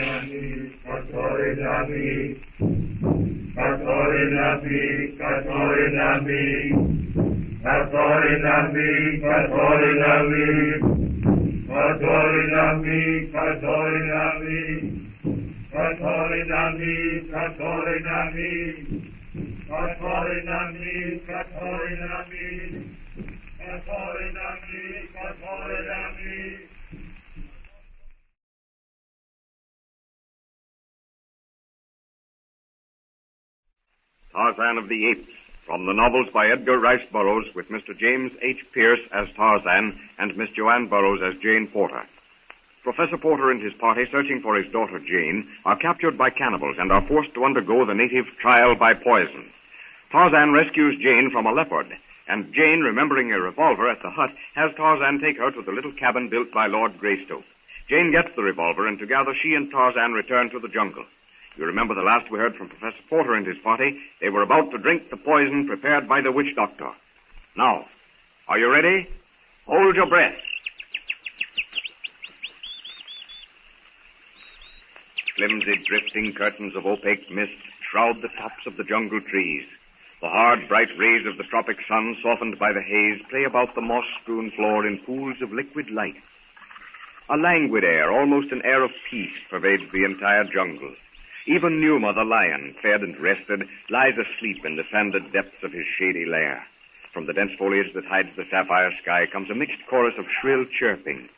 Below the canopy of green, on the platform of branches, sit Jane Porter and Tarzan. Through half-closed eyes, Tarzan watches the jungle trail. Jane looks into the cool depths below and thinks about the events of the past few weeks. In her own mind, she's satisfied that her father and his party have not left the jungle, and despite its present quiet, Jane knows that underneath, the jungle is still savage, fierce, relentless, She turns to Tarzan. Sometimes, Whiteskin, it's almost impossible to realize that the jungle can be so terrible. Look at it now. Beautiful. The air is heavy with the fragrance of orchids. At home, these same flowers would cost thousands of dollars. Here, they grow wild on every hand. Tarzan nods his head. In a short time, he has learned much of this strange new language. Often there are words he cannot understand, but he can grasp their meaning. He looks at Jane. Yes, Jane. Jungle beautiful. Jungle beautiful. Jane, no more frightened? Yes, Whiteskin, you are right. But when night comes, and the lions, the leopards, all these fierce brutes are on the prowl, I'm afraid. I can't help it. Jane got gun. No more frightened. That's true, Whiteskin. The gun does help. But still, this jungle is hardly the place for a woman, even if she has a gun. Of course, it's foolish for me to expect you to understand that, since I suppose you have been in this jungle all your life. Jungle, same as many jungles. That's just it, Whiteskin. You put it briefly, but very much to the point. The jungle is the jungle, and won't change. As long as I am with you, I'm safe. But what about Daddy, Mr. Philander, Cecil, out there looking for me? Cecil? Oh, of course. Stupid of me. You don't know Cecil. Father, out in jungle. No more, Whiteskin. Jungle kill, Father. No kill. Jungle no kill. Father got gun. But Whiteskin, you don't know Father. Just when he's most liable to need a gun, then is when he will most certainly forget it. Tarzan does not quite know what to make of Jane's statement. However, he's been turning over in his mind a thought. Now, if he can only express it in words, Jane will understand. Jane, Father, go Gomangani hut. Father, go man hut. Gomangani hut? Father, go. You mean that Father might be at the cannibal village? Village? Village. Many huts. Yes, Nightman village. Nightman? Yes, white-skin, day man. Jane, day woman. Gomangani, Nightman. Gomangani, Nightman. Oh, black. Night is black, I see. Black man, Whiteskin. Gomangani, black man. Father, go many hut. Village, black man. You may be right, Whiteskin. And if he has... Jane's thought and speech are interrupted by the arrival of Tog, one of the great apes of the tribe of Kerchak. The hairy monster swings from the overhanging branches onto the platform and talks to Tarzan. Kerchak, Kumlat, Tak.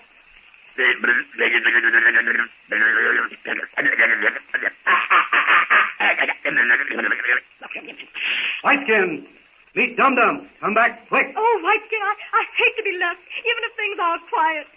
Jane no frightened. Whiteskin talk. Tog. Tog, stop. You mean Tog will stay here with me? Yes. Tog, Thundo.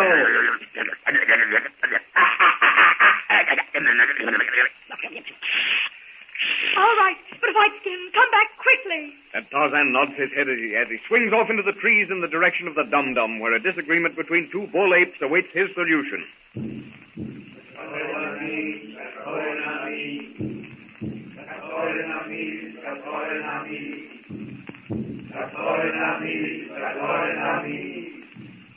In the cannibal kraal, Professor Porter has just lowered the gourd of poisoned liquid from his lips. There's a strained half-question and expression in his eyes. The others, Clayton, Philander, Darno, are watching him in tense, nervous silence. The witch doctor says you are the next, Monsieur Clayton. Give me the stuff, Professor. Let's get this over. It's getting on my nerves. À moi. To me, I shall drink. The Afire, Dari. Here, Monsieur Philander. It smells like sulfurated hydrogen. And tastes worse. Professor Porter hands the half-empty gourd to the witch doctor. The witch doctor takes the gourd and with an evil smile twisting his grotesque features, he drinks. I do. He's drinking. It's half the poison. Do not be too sure of that, Monsieur. Do not be alarmed. I do not think it's deadly. I'm not. If the witch doctor can drink it, I can. But I feel slightly sommeil. I want to go to sleep. Oh, if that stuff has that effect, Darno, you must control your faculties. Do not permit that feeling of sleep to overcome you. Keep moving. Keep moving. If you do fall asleep, nothing can save you. Professor, can you take more poison? Why, yes, Philander, if it's necessary. I have a scheme in mind. Darno, ask for a second gourd. But, Monsieur... Do as I ask. We'll finish this witch doctor once for all. But yes. Not aware. I shall drink last. You don't have to drink much this time. The native hands the freshly filled gourd to Professor Porter. Every eye is fixed on the group as the professor pretends to take a long drink. He passes the gourd to Clayton, and the Englishman, hiding a grimace behind the uplifted gourd, drinks. Darno takes the poison from Clayton, drinks, and passes it to Philander. As Philander lowers the gourd from his lips, he drops something into the liquid. Now he hands it to the witch doctor. The horrible-looking figure raises the gourd in his scraggy, twisted hands. A reddish-yellow foam bubbles up in the gourd. It runs down the sides. The witch doctor stares at it aghast. He looks at Professor Porter, then holds the gourd out to the natives who brought it.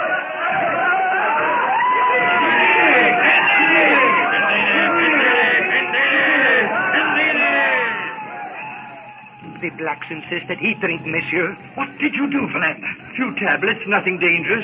I take one occasionally for my headache. Half a dozen will have this witch doctor and have an immediate effect on him right away. The witch doctor is frightened out of his wits. And the natives are apparently insisting that he drink. The paint-daubed medicine man glares vengefully at the yelling natives, then at Professor Porter. At last, with an effort, he raises the gourd and drinks. With a shriek, he throws the thing from him. His black lips are streaked with yellowish foam, and he throws himself to the ground, groveling.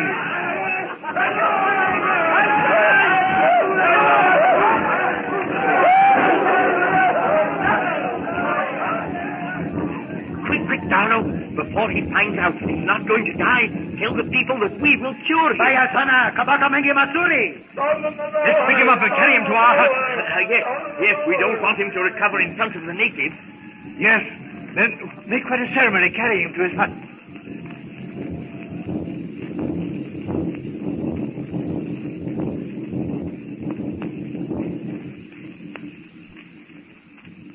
Now we can bring this black gentleman to our terms. That altogether safe, Professor? I think so, Clayton. He evidently thinks that he's going to die, so it's natural that he'll agree to our terms. But, monsieur, what are our terms? Getting us out of this confounded village. Isn't that a little too fast? It can't be too fast for me. I don't see how anyone could possibly want to linger. Perfectly true, Clayton. But if we can inveigle these natives into helping us find Jane, that would be the best solution, would it not? By Jove, I see. That's an idea. And also, since we are embarked on a campaign of deceit, we might as well do it properly.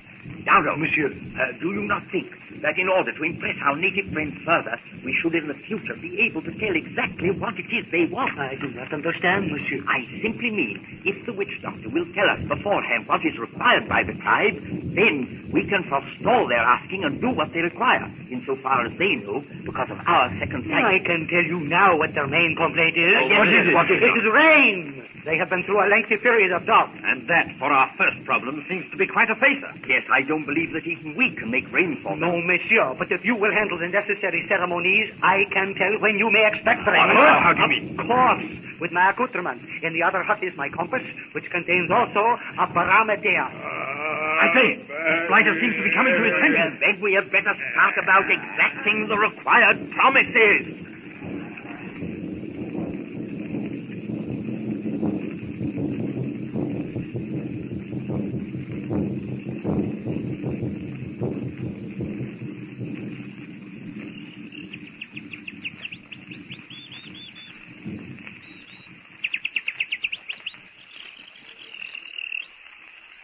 While Professor Porter and his party work over the now thoroughly frightened witch doctor, Jane Porter sits on the platform in the trees, watching Tog, the ape left by Tarzan to guard her, as he hunts for beetles at the base of the tree.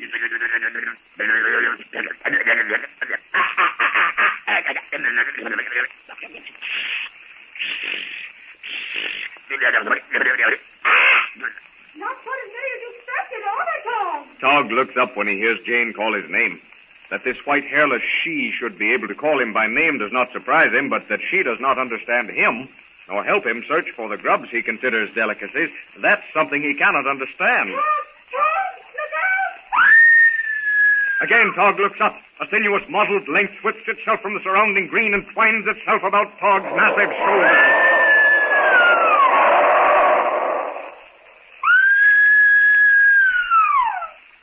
Will his brother Snake kill Tog? What will happen to Jane during Tarzan's absence? This is an American Gold Seal production. Tarzan of the Apes, from the novels by Edgar Rice Burroughs, with Mr. James H. Pierce as Tarzan and Miss Joanne Burroughs as Jane Porter. Jane Porter saves Tog, one of the great apes, from Hister's deadly coils by killing the snake with her revolver. The sound of the shot carries to her father and his party at the cannibal kraal, where they have convinced the cannibals that they're great medicine men. Believing that the shot signals the return of the cruiser, the white party induces the witch doctor to take them to the temple cave. From there, they feel that they can escape to join the cruiser. Now, are you ready? Hold your breath.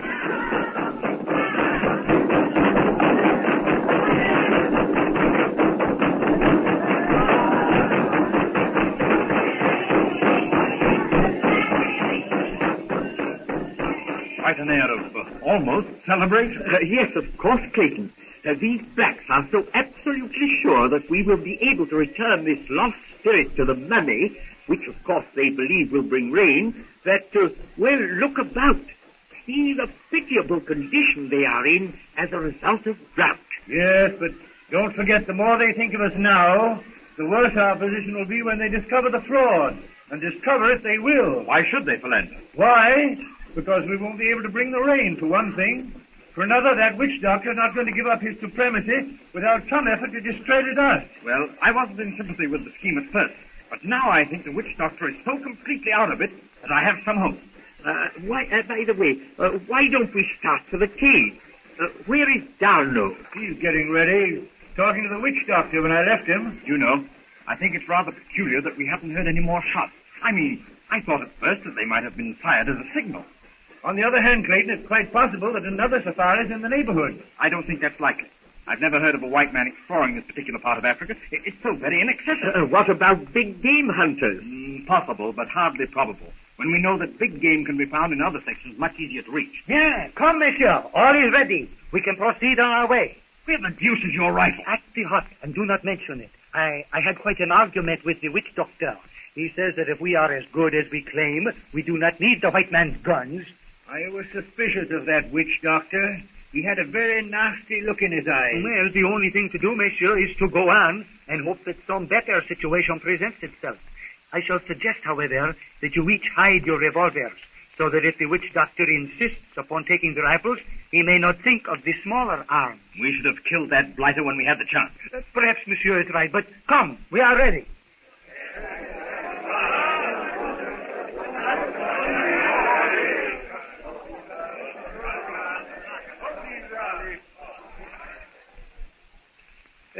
Darno, have you any idea as to how far this cave might be? Pas exactement, monsieur le professeur. Not exactly, but it cannot be far. The natives go and come quite frequently. And also, the natives do not enter the cave. It is taboo. At least that's something to be thankful for. I hate the very sight of them. Really, it's quite amazing how one steps out of the clearing about the kraal and steps, as it were, right into virgin jungle. The witch doctor is certainly keeping his eye on us. He watches our every move and almost listens as though he understood what we were saying. Peut-être. Perhaps he does. Not the words, monsieur, but the thoughts. If I may offer my advice, I should say as little talking as possible.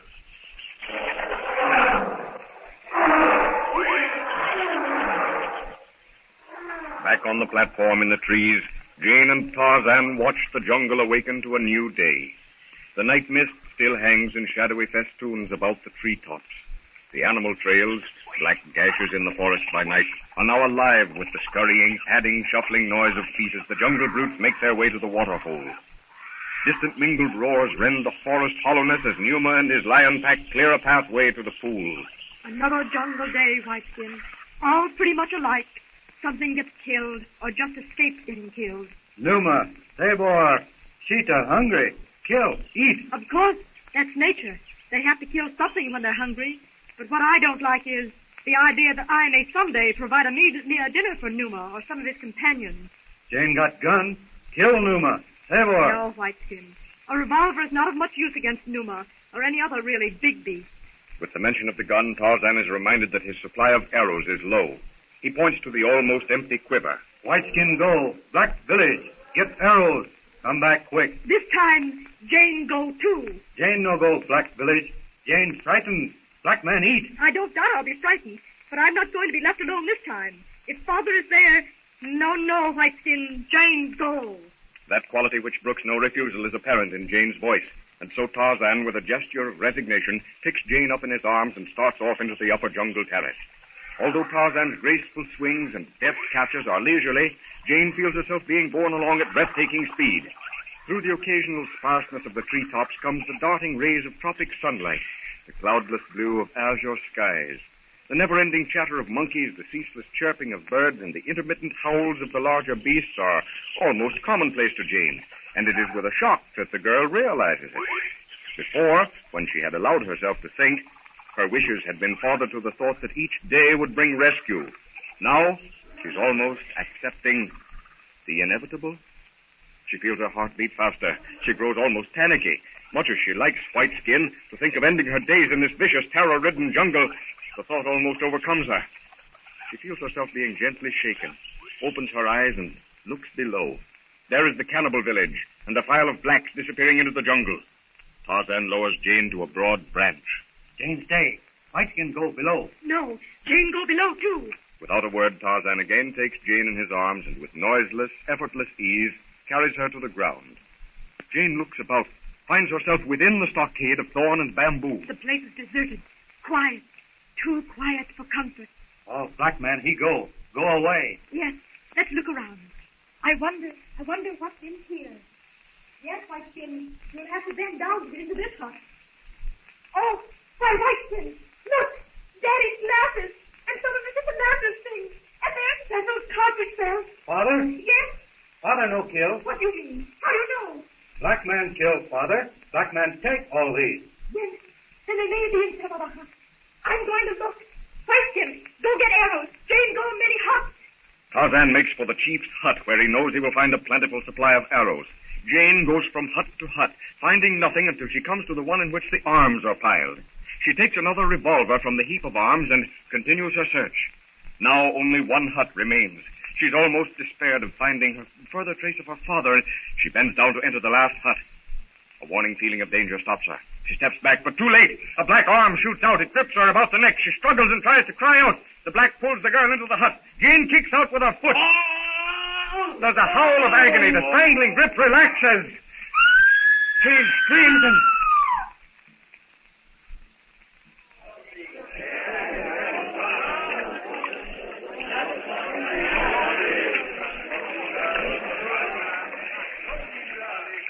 Meanwhile, Professor Porter and the party have reached the cave, which the natives call their temple.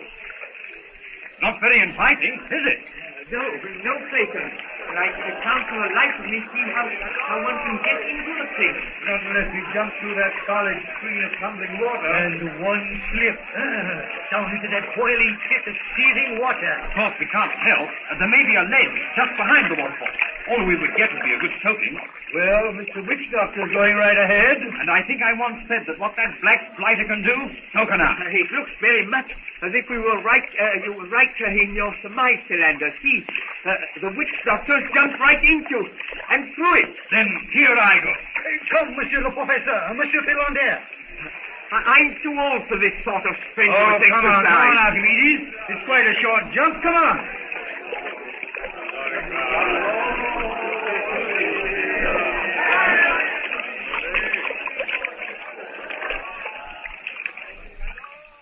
Well, this is quite a place, and incidentally, flooded with water. Yes, and I don't care how quickly we get out of it. I don't think we'll find Jane here. No, monsieur, of course not. But the witch doctor was so insistent that we come here that in order not to precipitate anything, I thought we had better comply. Of course. And in fact, now that we know that the natives will not come in here, I think it's very necessary that we arrive at some sort of a definite agreement with this witch doctor. Well, where is he? I can't see a blessed thing, except that the roof of this place seems to be miles high. I myself cannot see any too well either. But the witch doctor was standing by me just a moment ago. Just a moment, I'll strike a light. I have, at least I think I have, a box of matches. Here they are. Now, what a huge place. Here, Philander, hold the light close to this wall beside me. This strange. That's it, Philander. Another match. All right, I'll take it. Look here.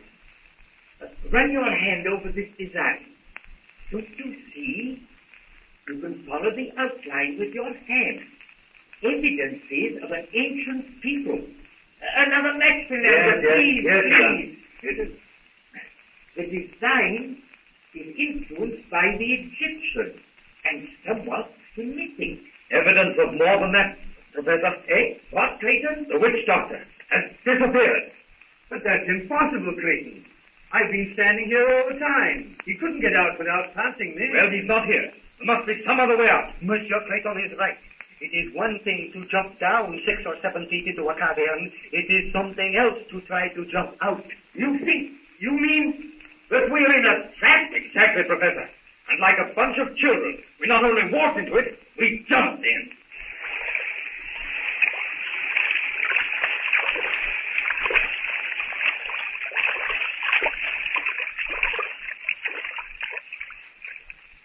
Can Tarzan reach Jane in time?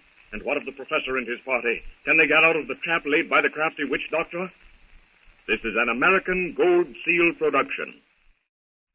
Tarzan of the Apes, from the novels by Edgar Rice Burroughs, with Mr. James H. Pierce as Tarzan and Miss Joanne Burroughs as Jane Porter. Professor Porter and his party, assuming the roles of powerful medicine men, have entered the sacred temple cave of the cannibals, only to learn that they're in a trap. Jane Porter, meanwhile, has induced Tarzan to take her to the cannibal kraal when he goes seeking arrows there. They find evidence that her father and his party have been there. Searching the huts for her father, Jane is seized by a black arm. Now, are you ready? Hold your breath. Jane's screams carry to Tarzan at the chief's hut. Tarzan jumps out into the clearing, speeds across the stockade, reaches the last hut and bursts in through the opening. With a blood-curdling yell, Tarzan grips the black holding Jane. He twists the warrior's arm back. The black screams with agony, but he lets Jane go. Another black leaps on Tarzan's back, but the ape-man lunges forward, throws the black over his shoulder, catches him by the foot, and with a mighty swing, throws the terrified native into the open. Tarzan lifts Jane from her feet. He darts out of the hut and makes for the tree overhanging the palisade. He's too late. The black's hunting party piles in through the gate. They're between Tarzan and the tree.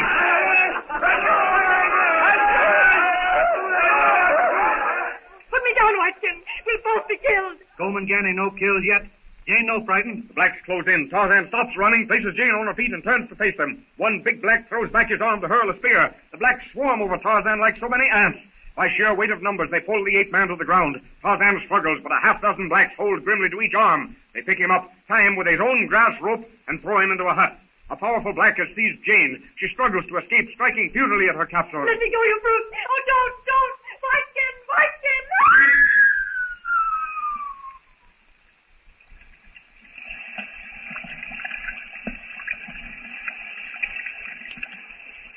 In the mummy cave, Professor Porter, Darno, Clayton, and Philander are looking for the witch doctor or a way out of the cave.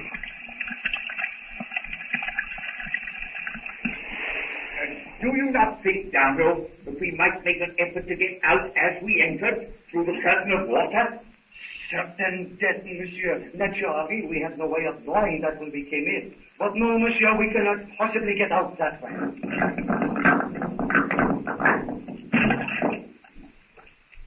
Great Scott! What was that? It was dark enough before. Now it's worse. Something was rolled in front of the cave. Yes. A huge stone I noticed as we came in. Then it would seem that our suspicions of the witch doctor were justified. Yes, but this conversation isn't getting us out of here. And I think, gentlemen, if we are to get out, the sooner we do it, the better. Of course. And at the same time, if we do get out of here quickly, we can pretend that we had no trouble. The other exit must be at the back of the cave, behind the altar. Mais pourquoi? Why, monsieur? Because the witch doctor didn't pass me on his way out. Of that I'm positive. Archimedes. Yes, Look here. This relief carving. Similar to that on the wall of the Sacred Way at Babylon. This is no time, Philander, to be talking of carving. We should be Philander, I do believe you've hit upon it. Let us investigate further. Mais, monsieur, I do not understand you. We should... I knew they were both badly bitten by the archaeological bug, but I didn't think it could be that bad. But, Clayton, you fail to understand the significance. The only thing that I understand is that we must get out of here, quickly. Now, Clayton, have you found a way out yet? Well, no, of course not. Well, then. Now, look, Professor, the similarity of treatment is too obvious. Then, if your assumption is correct, we follow the frieze this way.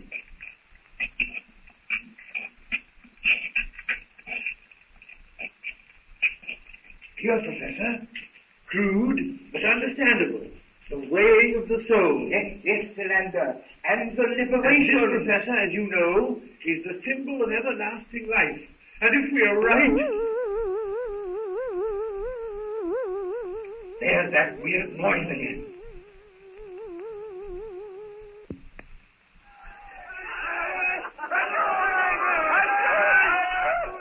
Fine. Can you make it out, Donald? What are they saying? Oh, yes. Wait.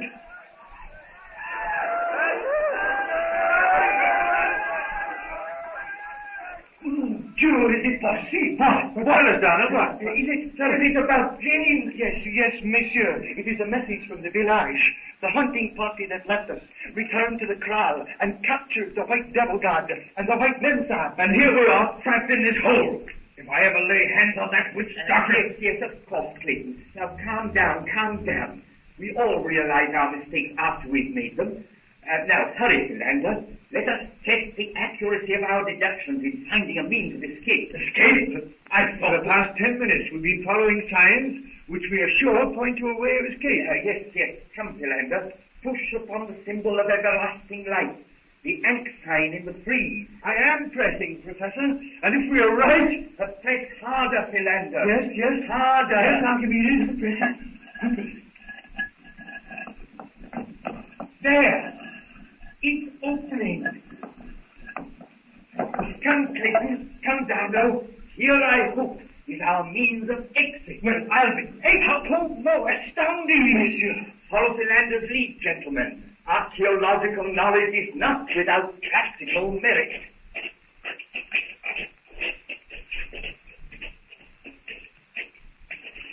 The air is getting more pure. Come on. How did you guess? We did not guess.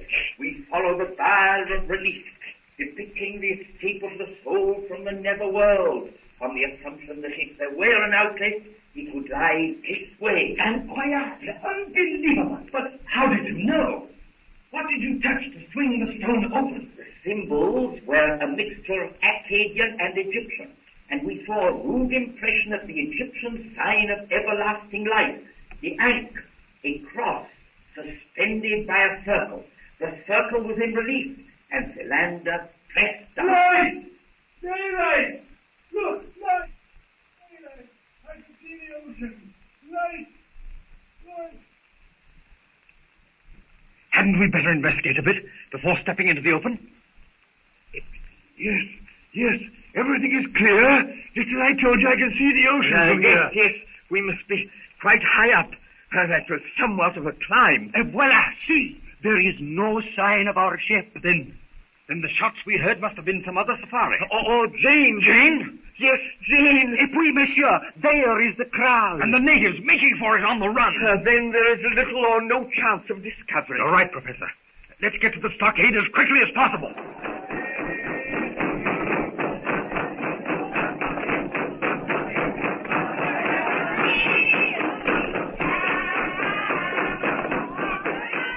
Back at the kraal, Tarzan and Jane lie bound in the same hut. Around the sacrificial altar with its awesome fire, the natives dance in wild confusion. Tarzan struggles with his bonds, but the natives have tied him with his own grass rope, the rope which is strong enough to withstand the struggles of New Mother Lion. Whiteskin. Yes, Jane? Jane frightened? Of course, Whiteskin. Terribly. What do you think they will do to us? Jane, no talk. Little more. Whiteskin, go. What? What are you going to do? Tarzan rolls across the floor of the hut. He may not be able to burst the strands of his own grass rope, but the ape man knows that with his teeth he can make short work of the rope which binds Jane. Jane, stay. No move. Whiteskin, heat rope. Quick. You can't do that. Whiteskin. Jane, no talk. No move. Tarzan grips the strands of Jane's rope in his strong white teeth. If only he had Togs or Tuglas, strong, pointed fighting fangs. It's giving, Whiteskin. I believe you'll make it. Little by little, the ropes loosen. Jane frees one arm. Now the other is unbound. She pulls her arms free, bends down, and unwinds the coil about her feet. Now for you, Whiteskin. I'm free. Let me untie your arms. Oh, these knots are so tight. No quick. Break rope, not quick. I understand. More hurry, less speed. My fingers are all thumbs. Oh, there. Can you move? Tarzan is free. He goes to the opening of the hut, moves aside the covering mat. He sees a big black coming toward the hut. Jane, no move. Down, down. As he talks, Tarzan climbs onto the frame over the entrance. Jane throws herself to the floor. The black thrusts aside the mat, enters. Tarzan drops on the warrior's shoulders. The black tries to scream, but Tarzan's steely fingers choke the sound in the cannibal's throat. In a second, it's over. Tarzan takes the warrior's bow and arrows, his spear. Then he bends down and picks up the limp figure.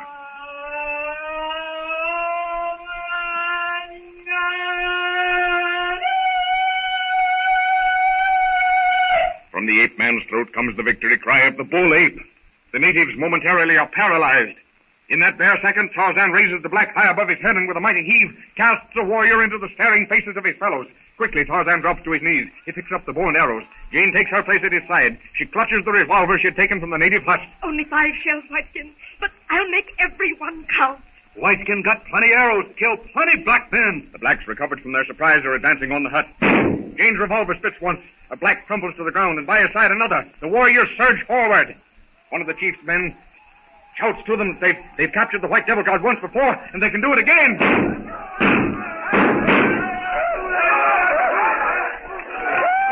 Tarzan's hail of arrows and Jane's shots take their toll. The mob hesitates. Another and another. Another arrow finds its mark. The blacks turn. They make for the shelter of the stockade. All but the chief's son. With a ghastly, vicious laugh, he takes a handful of straw from one of the huts. He ties it to the shaft of an arrow, plunges it into the sacrificial fire, fits the arrow to his bow. In a flashing arc of flame, the arrow wings its way across the clearing, buries itself in the dry thatched roof of the hut.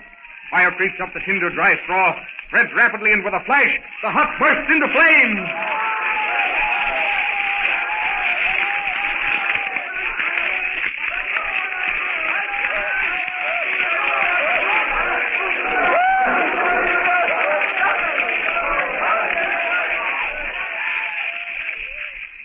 Can Tarzan and Jane escape those crackling flames? Will Professor Porter, Philander, Clayton, and Darno see the flames in time to help? This is an American Gold Seal production. Tarzan of the Apes, from the novels by Edgar Rice Burroughs, with Mr. James H. Pierce as Tarzan, Miss Joanne Burroughs as Jane Porter. Professor Porter's party, posing as powerful medicine men before the cannibals who have captured them, escaped from the cave temple where the witch doctor tried to trap them. Meanwhile, Jane Porter has persuaded Tarzan to let her accompany him on his visit to the cannibal kraal in quest of arrows. They're surprised by the blacks and take shelter in a hut. The chief's son shoots a flaming arrow into the hut, setting it on fire. Now, are you ready? Hold your breath.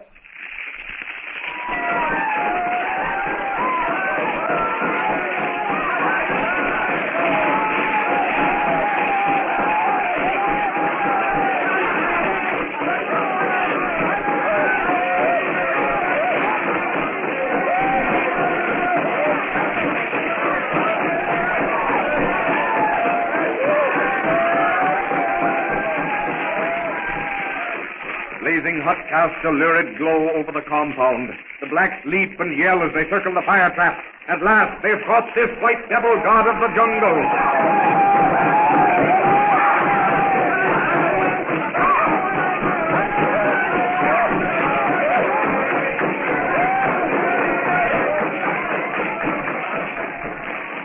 Wilder and wilder grows the dance. At last, their gods will be appeased. At last, the rain gods will send the saving rain.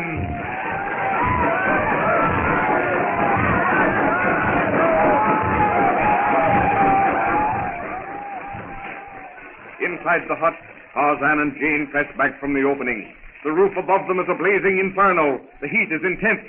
Tarzan glances through the opening. The natives are in front, dancing and yelling, waiting for them to make their break for safety. The rows of upraised, glittering spears and pointed arrows show the ape man the futility of any attempt to leave that way. What can we do, Whiteskin? I can't stand this heat another minute. Tarzan does not answer. A quick glance at the roof shows him that in a few seconds it will fall in on them. He grasps the strands tying the pieces of matting to the upright poles, tears some of the matting away, and looks outside. The path to the rear of the hut is clear. In a moment he has the hole big enough to crawl through. But Whiteskin, if we go that way, they'll kill us just the same. Hadn't we? Tarzan forces himself through the break in the hut, pulls Jane after him. The crackling, licking yellow tongues of flame between him and the natives hide him as he crouches low and lifts Jane in his arms. With the speed of a deer, he crosses the clearing to the witch doctor's hut and disappears into the darkness. Now, Jane, no more frightened. But how will we get out of here, Whiteskin? Oh, if Daddy would come. If the natives come here, we won't be any better off than before. No talk. Black man no come this hut. Black man, many black man. Look, Jane. White skins, other hut. Yes, I know. They think that we are still in the burning hut. But look, in a minute or two, the whole thing will collapse. Then they'll know we're not there. This hut, Devil Man hut. Devil Man come. White skin kill. Yes, White Skin. But that won't help us. Sooner or later, they'll come here. Black man no come. Devil Man hut. Look. And Tarzan takes Jane's arm as he points to the heap of skulls lying on the floor of the witch doctor's hut. Oh, you mean that this hut is sacred to the Devil Man? Only Devil Man come here. Black man no come? Yes. Bowman Ganny no come. Jane lie down. No talk. White skin look. Tarzan kneels behind the matting which covers the opening to the witch doctor's hut.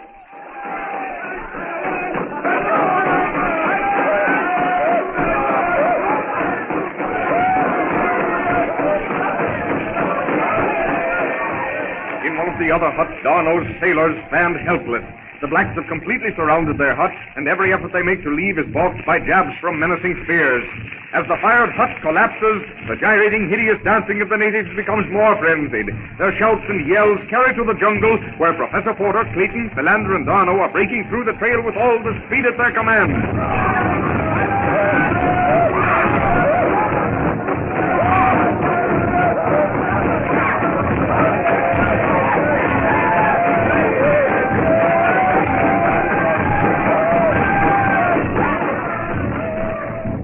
We have our friend, the witch doctor, to thank for this. If I lay hands on him, it will certainly give me a great deal of pleasure to break his filthy neck. You're right, Clayton. Although I'm not in favor of extreme violence, in this case, yes, I hope we'll be in time to save Jane from any harm at their hands. Yes, we let us hope this white devil god is really what they want. And if they have caught him, as the message said, bien, he will occupy their minds till we get there. From now on, I'll never trust another black. Not any farther than I can see him. Look! Do I see flames? Just the sacrificial fire, I think, Professor. No, monsieur. That is not the fire at the altar. Come, hurry. That is the hut. I am sure of it.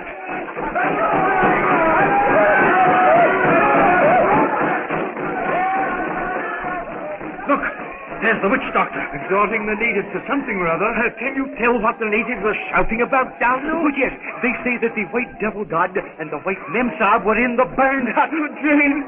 My Jane! In that... Oh, I can't believe... Impossible. There's no sign of anyone having been burned to death there. You're right, Clayton. Come, Professor. Jane was never in that hut when it burned. Do not say a thing, monsieur.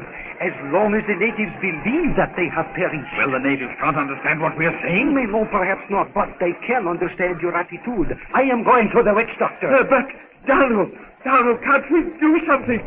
Search the hut for something. That would be fatal, monsieur. If you search the hut, what will you find? Why, Jane, of course. But yes, monsieur, and lead the natives directly to her hiding place? No, monsieur. Let me try to keep the witch doctor's attention from whatever might lead him to suspect that Jane and the white devil god have escaped. I don't think you can, Darno.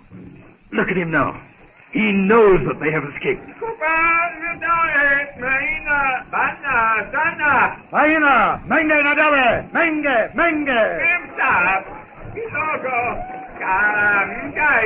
He said that the white memsahib was in there, but that she must have escaped. He said more than that, didn't he? Yes. He also said that his magic was more powerful than ours, that it was his magic that brought the devil god here. Say, Darno, I have an idea. Yes, Clayton. Be careful, Clayton. The witch doctor's near, you know. What is your idea, Monsieur Clayton? If the witch doctor is going to claim the credit, then let's beat him to it and go and see the chief. I must say, Clayton, I don't quite understand you. We must get to the chief first. Tell him that it was our magic, the magic we made at the cave that brought the devil god here.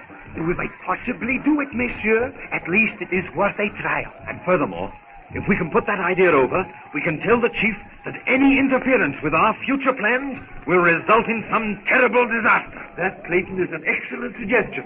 But we should hurry. I dislike very much the thought of leaving here. But, Professor, Jane is obviously not here. Oh, I suppose you're right, Clayton. Quickly, monsieur, the witch doctor is watching. The witch doctor eyes Clayton with venomous hatred. Instinctively, he feels that the tall man is to be feared. Clayton watches the black as he follows them toward the chief. Clayton turns suddenly, but the witch doctor, sensing the move, runs rapidly ahead of them. In the witch doctor's hut, Jane lies on the floor while Tarzan kneels motionless by the door. Whiteskin, don't you think? Can't we leave? Let's try to get to father and settle. Tarzan motions to Jane to lie quiet. The ape man's eyes are fixed on the witch doctor. He knows that if the witch doctor comes to the hut, then the witch doctor will have to be killed, swiftly and quietly, else the whole tribe will swoop down upon them. Jane ready? Little more. Whiteskin. Jane, go quick. But Whiteskin, don't you understand? I can't go and leave my father in this terrible village. Oh, of course you can't understand. You don't know what it means. How can I expect you to know how I feel? Tarzan shakes his head. He knows that for either Jane or himself to be seen means death, a horrible, lingering death, hours of torture preceding the end. He turns to Jane. Whiteskin, Jane, go quick now. Whiteskin, come back. Take father.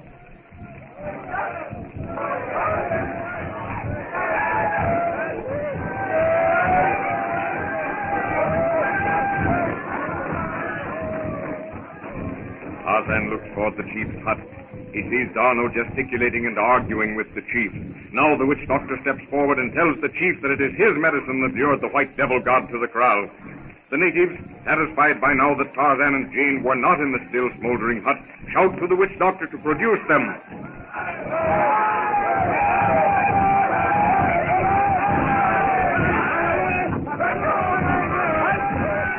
Again, Darno steps forward and warns the witch doctor that to interfere with the white man's magic means a terrible and devastating punishment. He told them that if the white devil god could escape from the fire, the witch doctor's magic could not hold him. Almost looks as if you put it over. The chief is plainly puzzled. Oh, dear. Oh, dear. If I only knew what had happened. If Jane has escaped, or if she's still here.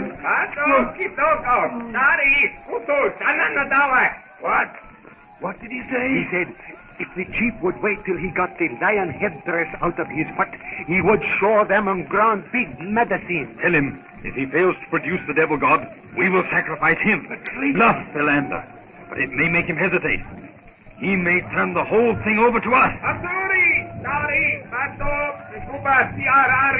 He says he is now going to consult the spirit that dwells in his hut. Tarzan tenses his muscles as he sees the witch doctor coming toward him. Quickly, he motions to Jane to be ready. The black, grotesque in his hideous garb of leopard skin, thickly daubed with paint, draws closer to the hut. The witch doctor stops. Something has made him suspicious. He moves cautiously in a half circle. Now he sees into the hut. Witch doctor shouts that the white devil god is in his hut.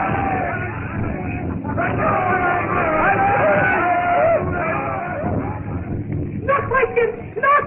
The blacks are closing in on us!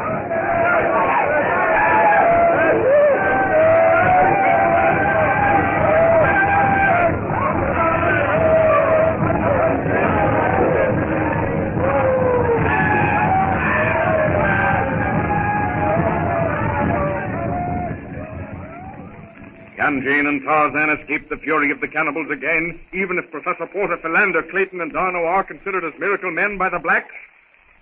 This is an American Gold Seal production. Tarzan of the Apes, from the novels by Edgar Rice Burroughs, with Mr. James H. Pierce as Tarzan and Miss Joanne Burroughs as Jane Porter. Professor Porter, with his party searching the African jungle for his daughter, have imposed themselves as medicine men upon a cannibal tribe, but are virtually prisoners. Jane Porter, rescued from the jungle's perils by Tarzan, believes her father to be at the cannibal kraal. She induces Tarzan to take her with him upon one of his forays to the kraal in search of arrows. Suddenly the blacks swarm upon them and overpower them. Now, are you ready? Hold your breath.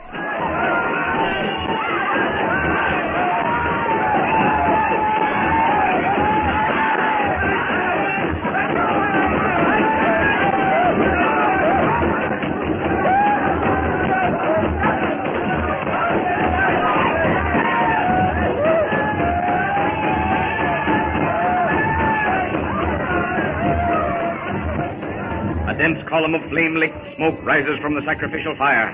The circling, chanting natives, fearsome in their tribal ornaments, loom black and grotesque against the ruddy glow. Their frenzied howling has given way to a rhythmic chanting. For now the white devil god, as they call Tarzan, lies bound and helpless, and with him the white Memsahib. In a short time, a very short time, when the moon is full, the white devil god will lie on the hot stones. The rain god will approve, and the terrible drought will end. The cadence of the drums rises and falls. The blacks circle faster and faster. In the hut where they have been thrown, Jane and Tarzan lie listening.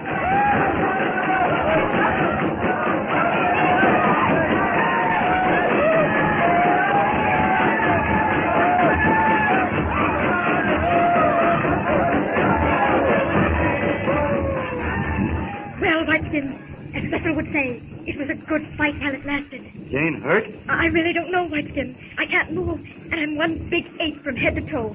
But I don't believe there are any bones broken. Whiteskin hurt? No. Little more rope break. Whiteskin break Jane rope. Whiteskin Jane go quick. Oh, I'm glad you feel that way, Whiteskin. I don't think we will get out. And strange as it may be, I'm almost reconciled. I expect to be killed, and that's all there is to it. No. Jane no kill. Whiteskin break rope. Quick, Whiteskin Jane go away. Black man no kill quick. Little kill. Little kill. Many little kill. Then big kill. Oh, I suppose you mean torture. A little at a time before they kill. Yes, that's what worries me. I'm like Daddy now. I don't mind being killed, but I have a horror of being tortured. Tarzan strains at the ropes binding him. This time the blacks have not used his own grass rope, and the ape man feels sure that when he can exert the necessary power often enough, the ropes will part. He relaxes, slides himself on the ground, trying to work the now loosened ropes to a position where his muscles can exert more pressure. I can't see you, Whiteskin. What are you doing? A little more. Rope break. Oh, I wish I had your courage, your determination, but I haven't. I suppose I never should have come along in the first place, but, well, I couldn't let Father start off on a trip like this alone. Father? Yes, Whiteskin. You don't know what I'm talking about, of course, but it does me good to rattle on like this, so I won't have to think. How are you getting along? A little time, a little more. Tarzan's corded arm muscles swell to their fullest as he exerts his utmost strength against the fibers. The straining ropes give, loosen. Tarzan relaxes, lies quietly a moment, then renews his attack upon his bonds. Oh, I think you're wasting your time, Whiteskin. I'm tied up so tightly, hand and foot, that I can't even budge a strand of these ropes. What is it, Whiteskin? Go, Mangani, come. Jane, don't talk. The witch doctor enters the hut, bends down and covers Jane's face with a piece of matting. Tango, stop at that. At the witch doctor's orders, the two blacks pick Jane from the ground and carry her out. Tarzan lies motionless. If they'd only been a few minutes later, he would have been free. The blacks leave and carry Jane to a hut closer to the sacrificial altar. Meanwhile, Professor Porter, Clayton, Darno, and Philander are in their hut discussing the situation.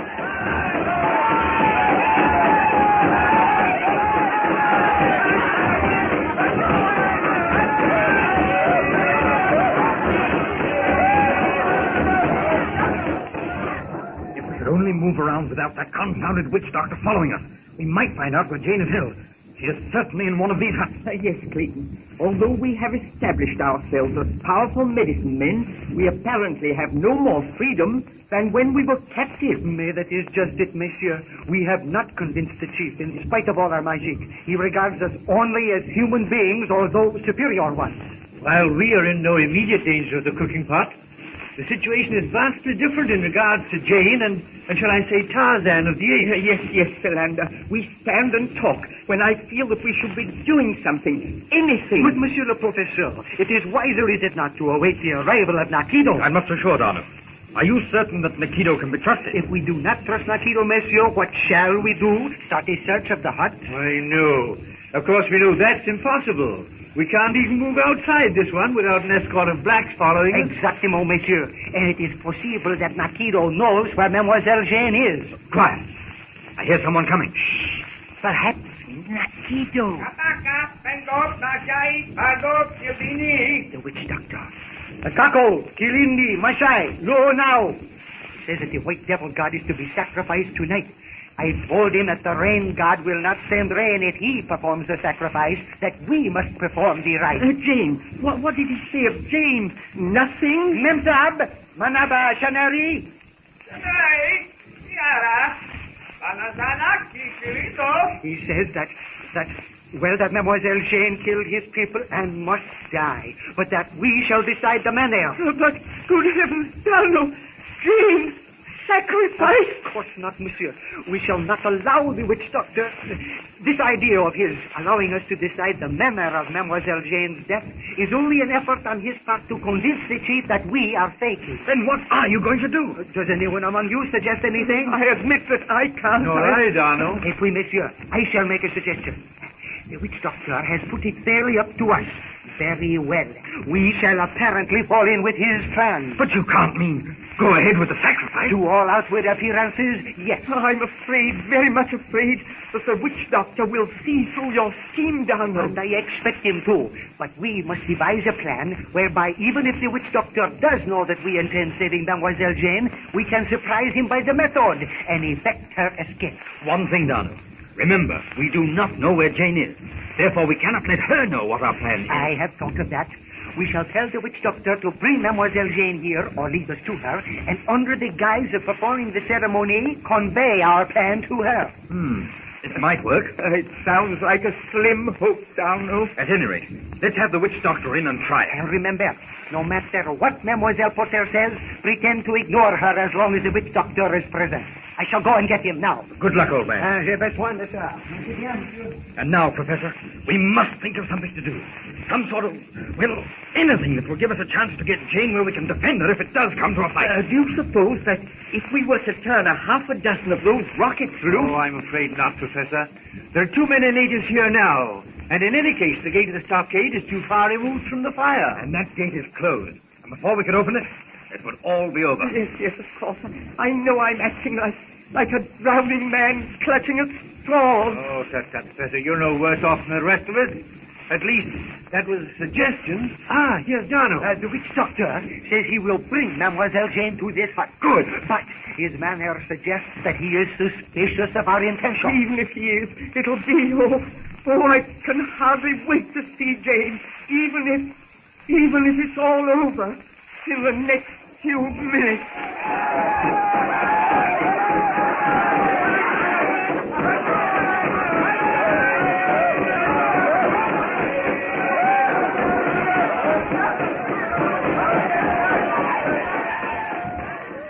In the other hut, Tarzan writhes and struggles.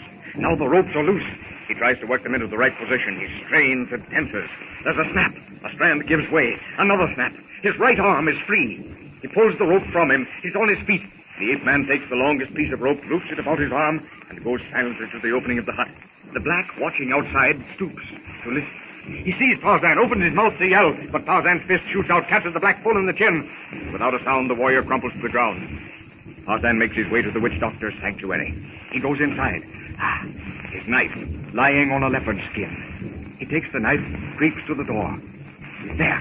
He sees the witch doctor going to the hut, where Jane lies bound and gagged. Like some unshriven thing, the misshapen monster bends down and enters the hut. Tarzan stands motionless. The witch doctor emerges, carrying Jane in his arms. The ape man, crouching, moves swiftly in pursuit through the shadows between the huts. The rope is at his side. The witch doctor, unconscious of danger, continues on his way. Tarzan is almost upon him. He swings his rope, flips it about the black's neck, twists and tightens it. The witch doctor hurls Jane to the ground as he throws his arms up to the strangling rope about his neck. A quick jerk on the rope, and Tarzan pulls the loathsome beast to the ground. Now, the ape man lifts Jane into his arms. A quick glance shows him the way is clear to the trees overhanging the palisade. The witch doctor gets the rope free from his throat and struggles to his feet.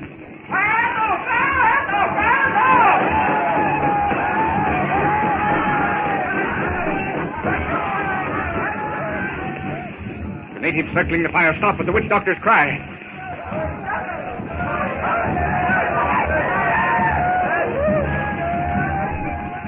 All the natives rush toward the hut. Professor Porter, Clayton, Darno, and Philander fling themselves out into the open. Mais, quoi donc? What is it? Can you see? I don't know. The natives are all coming this way. Look! There!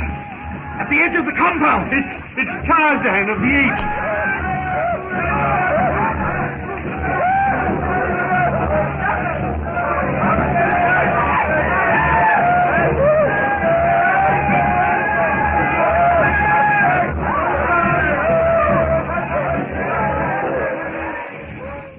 Can Tarzan possibly escape the maddened savages with Jane Porter?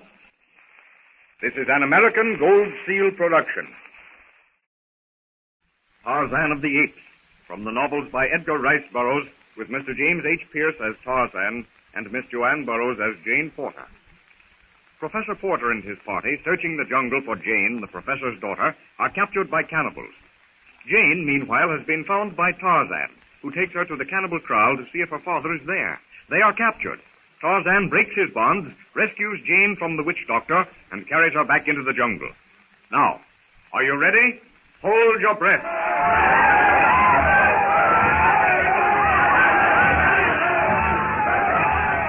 On est de sort.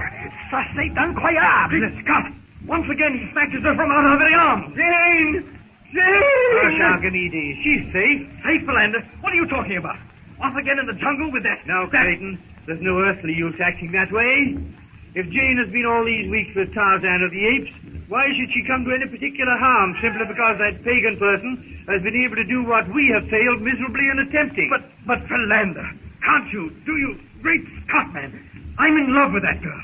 And to see her carried off that way... Monsieur Clayton, we understand. But you must realize that whoever that person is, he has rendered the woman you love a great service. I'm so relieved. I don't know what to do, what to say. Jane is safe. I wish I could share your belief. I'm uneasy every minute that Jane is not under our protection. Come, monsieur. You do not know what you are saying. Only one brief moment ago, we were upset. But why? Because Mademoiselle Jane was in direst danger. That danger seems to be transferred to us. Look, undoubtedly. The natives believe us responsible for Jane's escape. Why, here comes the killer. Warner, medicine man, he speak of chief. Warner save white devil god. I thought so.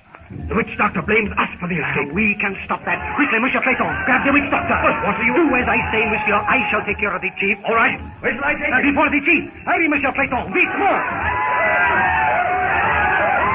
Kabaka nadawe maturi. Bado kidogo kildini. Mkupa chakula.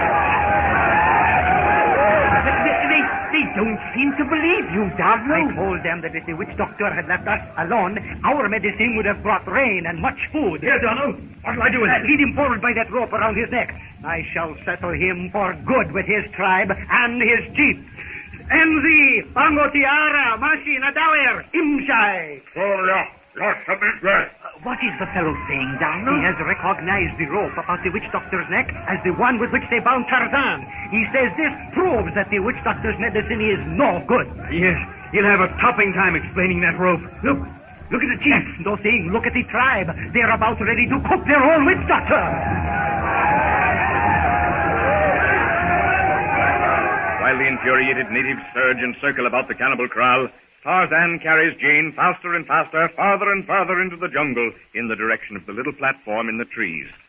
For Jane Porter, the relief at being rescued amounts to a reaction almost hysterical. Oh, Whiteskin, I never expected to see daylight again. I thought that we would both end our days at the stake. Oh, I know I'm rattling on, but you don't know the relief. Why, the jungle is no longer terrible. It's a haven of refuge compared to that horrible village. Jane, all right? Yes, now.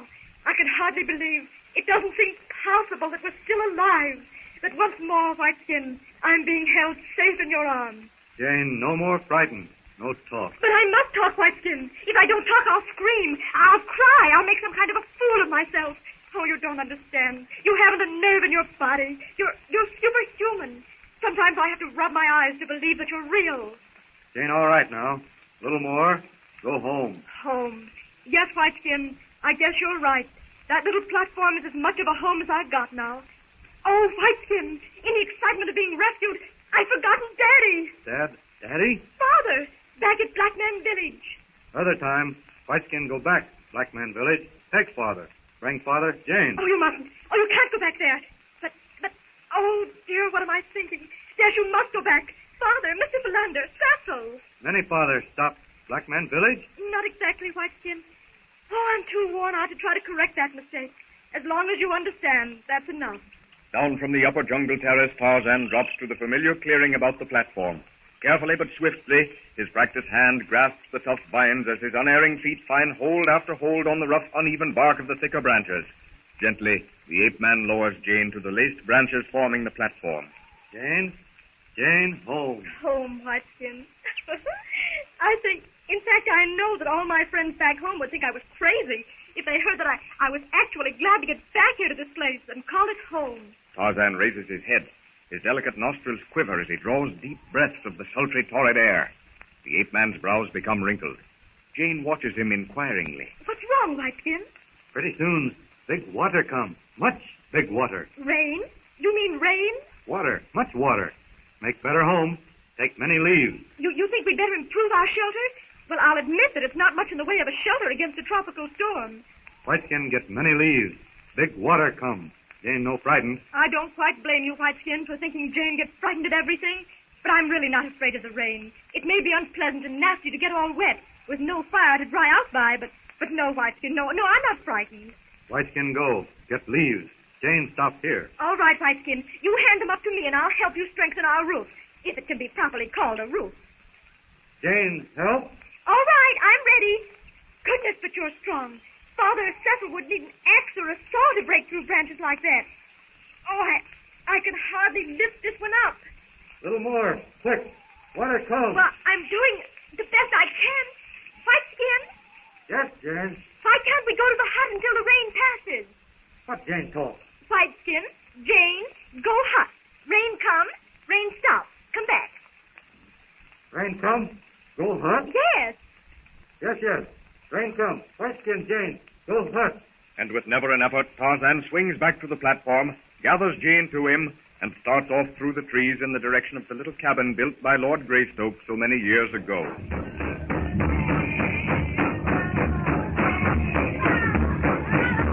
Back in the cannibal kraal, Professor Porter, Philander, Clayton, and Darno watch the discomfiture of the witch doctor as the natives dance about him and shout their derision as he stands with the rope about his neck, the rope with which he had ordered Tarzan bound.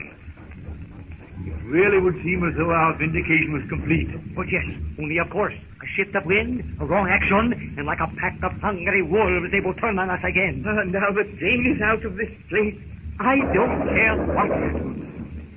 Monsieur! Yes, I know. What is it? Monsieur! Unless my ears deceived me, I heard distant thunder. What? And the natives? The natives are too busy. Second natural, though, for a sailor to catch the sound of distant thunder, but I shall make sure. But how are you going to do that? I'm going to check my glass, the barometer in my equipment at the other hut. I shall not be long. If we can be absolutely sure of rain, then... It almost looks as if fate for once were playing into our hands. We must make some sort of an attempt at a rain ceremony, then. We might as well do this thing properly. Not so much doing the thing properly as it is getting our necks out of the noose. If the rain comes and we do perform the rain ceremony... Yes, Darno. What luck, Darno? Yes, the glass is falling rapidly. We shall have rain, certainement. Then we should start as quickly as possible. Yes, there's the chief. I am going to tell him that in spite of the witch doctor's interference, we shall bring the rain.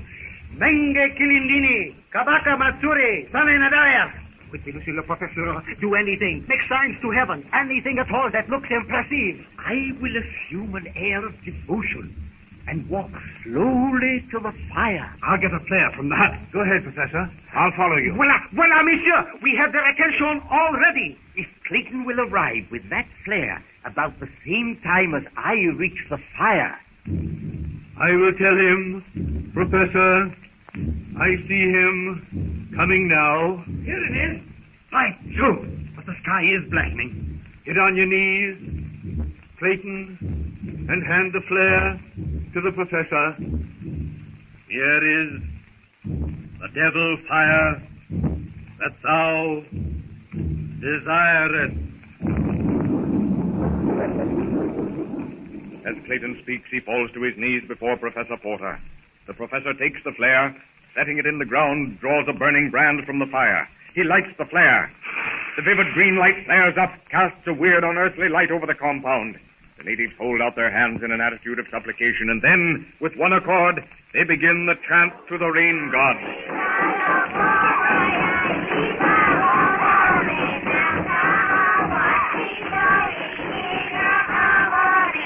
Black smoke will gather the clouds, and the rain will come.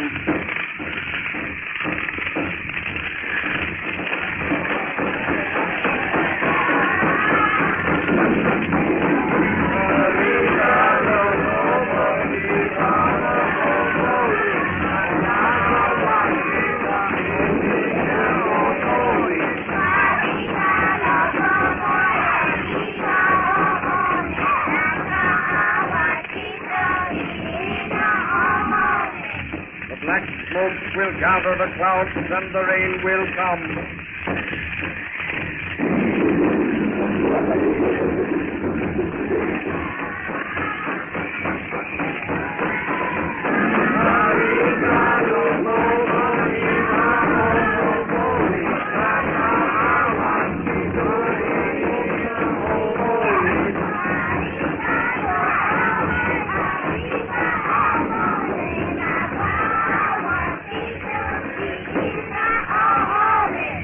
Black smoke will gather the clouds, and the rain will come.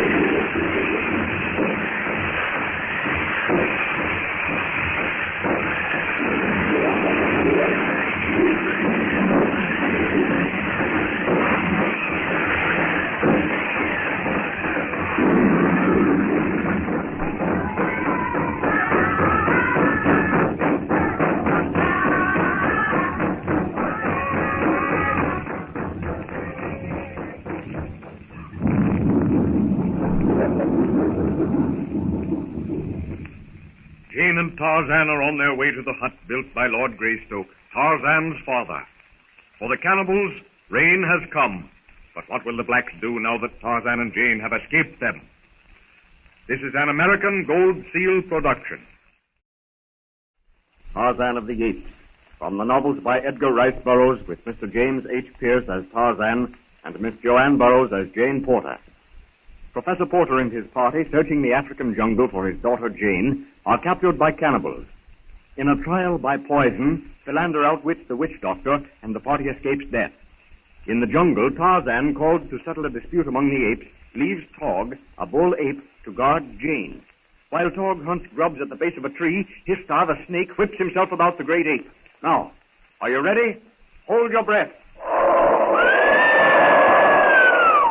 Jane Porter stumbles to the edge of the platform. With wide, staring eyes, she looks down on the deadly combat below. Histar, the snake, secure in his anchorage to the stout branch, draws Tog tighter and tighter in his struggling, crushing, twining coils. Tog strikes and claws, trying in vain to free himself from the twisting, writhing horror. Tog beats futilely at empty air. The snake's jaws are dangerously close to the great ape's neck. Tog throws up a mighty, hairy arm. The snake hisses, draws back, and tightens his coils. Jane watches horrified as Tog's struggles grow weaker and weaker. Tog's yells and screams grow fainter and fainter as the horror of the jungle Histar tightens about the great ape's massive chest. Oh, if I can only get to him in time. Fight, Tog, fight! I'm coming to help you. Jane remembers her revolver. If only she can get close enough to shoot the snake without killing Tog. Jane swings from the platform as she has seen Tarzan do so many times. She drops. Her slender arms reach out to catch a lower branch. She holds it. The rough bark cuts and bites into her hands, but she holds on. Her feet reach for a yet lower limb. They touch it. Quickly, she drops again. Now, she's on the ground. Jumping aside, she misses the darting, swinging sweep of the snake's head. Again, Histar strikes. Jane holds the revolver at arm's length. The snake snaps at her hand. She presses the trigger. Again and again, the bullets tear into the repulsive head. Tog is deafened by the explosion so close to his head. The Tarzan swinging his way back from the dum-dum, the shots mean danger. Danger to Jane. With terrific speed, he flashes through the treetops. Swaying branch and bending limb give beneath his sure foot and accurate hand. He draws closer to the clearing. Down, down through the dense spreading foliage, he drops like a meteor. The verge ends. In the light-flooded clearing, he sees Jane, gun in hand. Jane! Oh, White Skin, I think I killed it. I hope Tog is all right. The snake attacked him. I shot it. Jane kill Histar?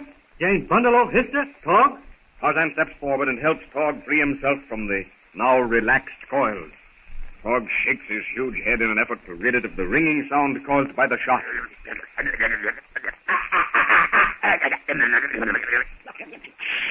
Tog, like Jane, many. Jane kill Histar? Jane no more frightened. White Skin like many. Thanks, White Skin. I'm all upset, but I'm glad that I was able to save Tog's life. Oh, I hate to kill anything, but I hate snakes worse. All jungle afraid Histar. Yes, the beastly thing. I don't wonder that all the jungle fears them. Is Tog all right? Jane turns to find Tog grasping the snake in his hands. The great ape examines the dead reptile with mystified eyes. He knows that Jane killed it, but how? He twists and turns the dead snake about. Then he turns to Tarzan.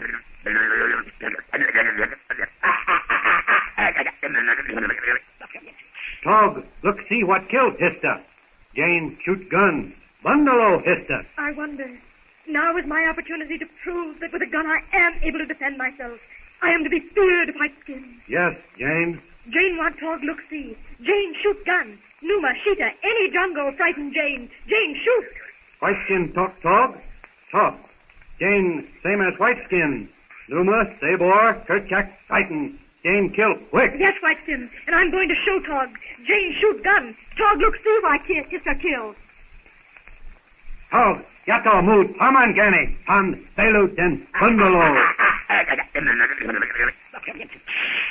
Look, Tog, trees. As Jane raises the gun and points it at a distant tree, Tog claps his hairy hands over his ears to shut out the sound he knows will come. Tog ambles forward and tries to dig the bullet from the plowed-up bark of the tree. Tarzan picks Jane up in his arms and starts back to the platform. Jane smiles, for she knows that Tog will tell the ape tribe of the killing, knows that from now on she, Jane Porter, is a power to be reckoned with in this vast African jungle.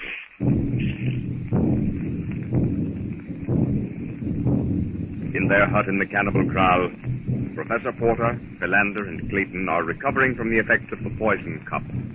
Lying in the center of the hut is the witch doctor, eyes glazed, hideous wrinkled face drawn, and bending over him threateningly, Lieutenant Darno. Tisi kalopago kikogo, parto tisi. Mange sana kutua mashi. Bien, do not forget it. Did you make any headway, Darno? As much as could be expected with this jackal. I've threatened him with the fire, the cooking pot, everything I could think of in his native tongue. What did he say, Darno? I mean, what sort of promise did you get out of him? As to promises, monsieur, for such as they are, he promises to leave us alone, to use what influence he has left in promoting our interest with the chief. And what of my Jane? He says that she will not be harmed. Then that at least is something. But not to be relied upon, monsieur le professeur. That is something beyond the witch doctor's power. No, monsieur. If Mademoiselle Jane ever falls into the hands of these savages after what has happened, but then that is what we must prevent.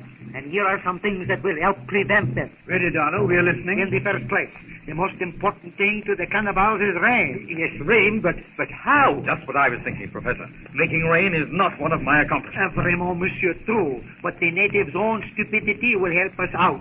Are you sufficiently recovered from that poison to travel? I believe I am. By the way, Darno, do you know what that beastly stuff was, or is? Oui, it is made from the bark of a tree. A vile tasting infusion, but not deadly. Well, I knew that because the witch doctor drank it. But how did the witch doctor expect us to die if he didn't? Monsieur Clayton, the witch doctor has played on the credulity of these natives until they thoroughly believe that this witch's brew is poison. The effect on them, believing that they will die if they drink it, is that they actually die. And the witch doctor thought that he would be successful with us? That's it, but that is past. The main point is, I have information that will, I am sure, get us out of here. Oh, I've heard that so many times. Yes, Monsieur Clayton. I freely admit that had I known that Mademoiselle Porter was not in this compound, we would not now find ourselves in this predicament. But, what is the use of crying when the milk it is spilled? And what is this information? The natives have a rock temple, a cave, I imagine. And in that cave is a mummy, which they believe to be possessed by a powerful spirit or demon. A mummy? That is not so extraordinary, Clayton. Numerous mummies have been found in Central Africa. I see no reason why one should not have found its way here. To be brief, the natives believe that the spirit has left the mummy because of some wrongdoing on the part of the tribe. Similar to ancient Egyptian belief. And the spirit must be returned to the mummy in order to bring rain. Exactement. And further, they believe that the spirit has occupied the body of the devil god that haunts them, steals their arrows, and so on.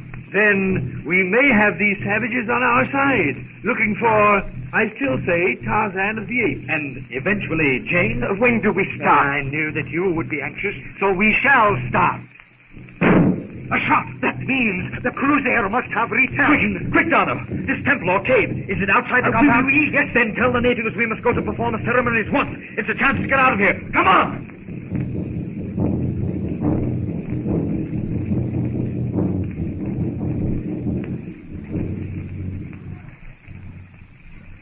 The shot that Darno believed was fired by one of the sailors from the returning cruiser was in reality Jane's demonstration to Tog, the great ape.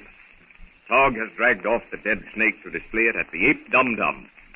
and Jane and Tarzan, seated on the platform, watch the coming night with its velvet sky and silver shimmering stars settle over the jungle.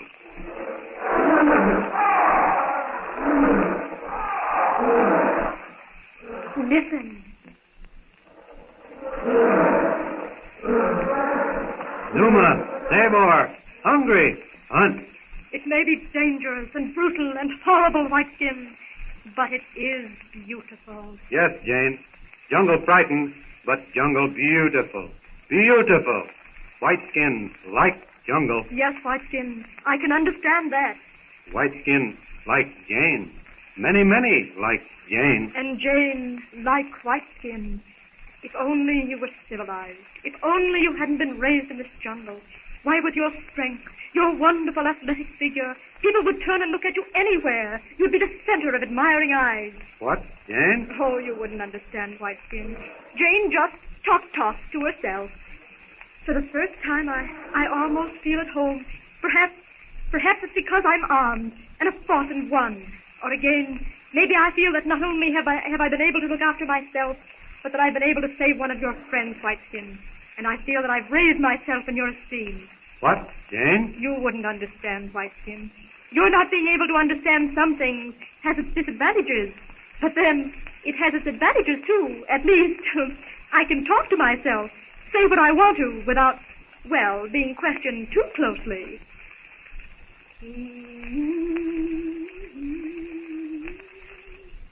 Falling night softens the stark outlines of the jungle trees. Numa, Tabor, all the jungle cats start their prowl for food. But tonight their deep-throated roars mean nothing to Jane Porter. She's safe, happy, contented, with Tarzan by her side. She leans back on the platform of twisted branches, relaxed, humming softly to herself as Tarzan, fascinated, watches. Listen.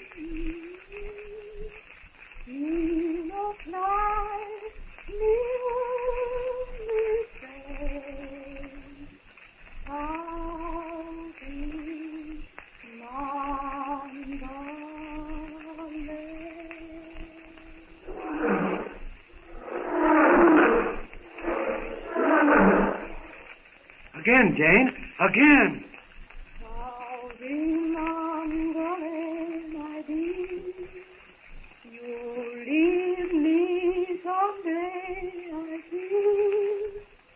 Sailing far away to sea, how blue I get in melody.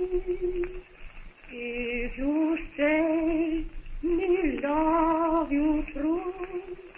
If you leave me, no can do. Me no fly, me only stay.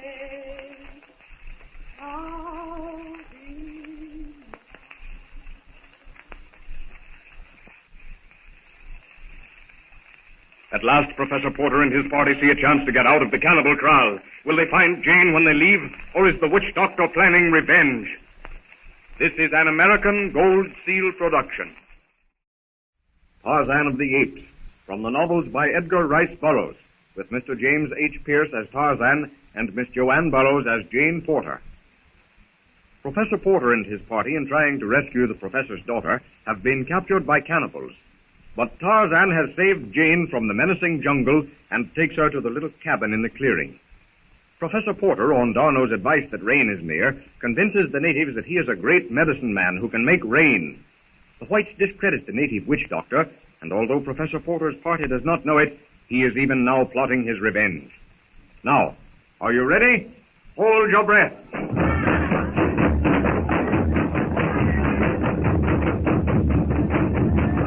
At the cannibal kraal, Professor Porter, Clayton, Philander, Darno, and his sailors watch the natives gyrating in frenzied abandon about their sacrificial fire.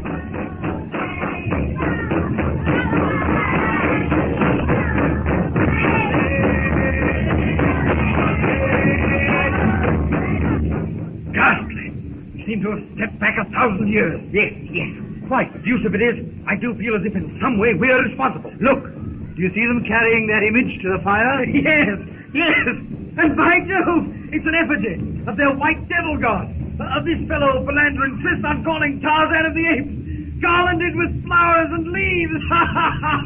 This is the ceremony of stealing the soul of Tarzan to bring it back into that effigy. Alukumoy kahotaka. Alakumoy kahotaka. Alukumoy kahotaka. I bring you a beetle leaf to chew.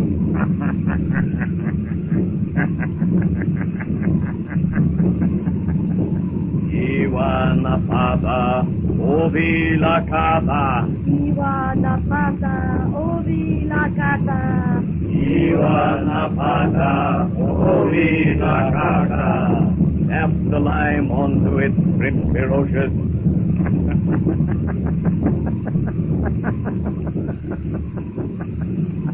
Nunomi, Kahomi, Wachitu, Karoko. Nunomi, Kahomi, Wachitu, Karoko. Nunomi, Kahomi, Wachitu, Karoko. For somebody, Prince Distraction's daughter to choose.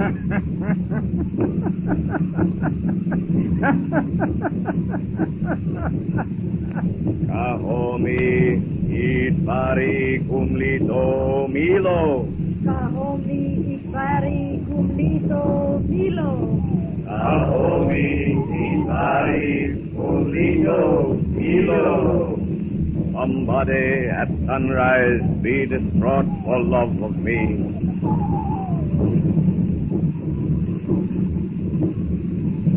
Kakore, Mahari, Katore Nami. Katari, Mahari, Katari, Namu. Kakori, Mahari, Katori Nami. As you remember your parents, remember me.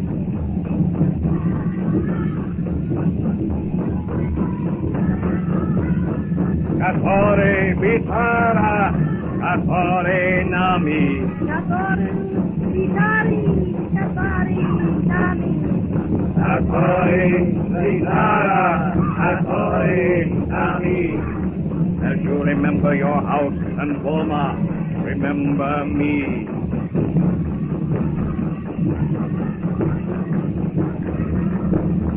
Naumi, Nahori, Katore Nami. Naumi, Nehori, Katari Nami.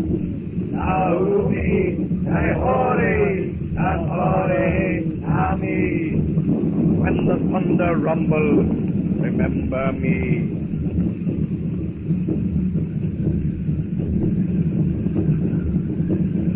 Kafira, Weneri, Katore Nami.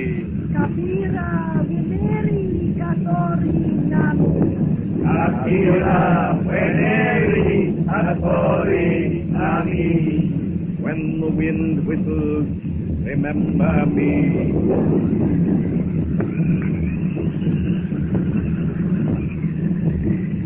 Capra, Mulo, Katore Nami. Capra, Mulo, Katori Nami. Capra, Mulo, Katore Nami.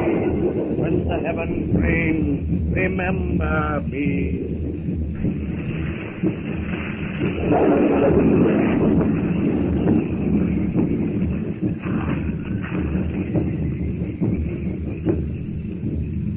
Ahomi, Litkara, Apra, Nami. Ahomi, Litkara, Apra, Nami. Come, soul of him, come thither to me.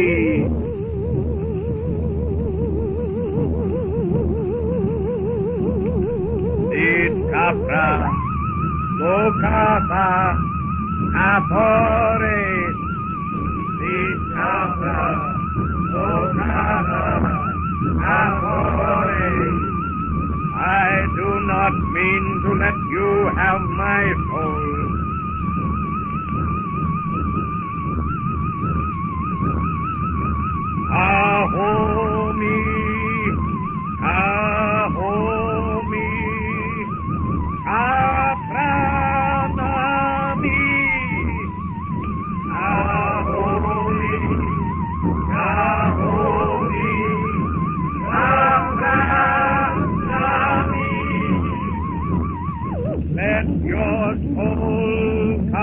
hither to mine. The whole thing's unreal. Diabolical. The glare of the fire, the gleaming, glistening bodies, the smoke rising from the effigy, the low, monotonous chanting. It's like some ghastly nightmare. It's unholy. Messieurs, we are free to leave. The chief, despite the witch doctor's opposition, has told the tribe that we can depart. Let us get Monsieur Clayton away. It's rich. It's priceless. Stop it. Stop it, Clayton. Stop it, I say. I can't. After all our efforts at escape, the gates are open to us. We can walk out. We can walk out. Jane. Jane. He's got her. He's got her. The devil god's got Jane. Oh, I can't understand this in Clayton. Tabor, the African Tabor. He has been going on his nerve. Let us get him to the hut as quickly as possible. Thunder rolls and echoes among the great trees of the African jungle. Inside the hut, Jane Porter and Tarzan watch the downpour from the window.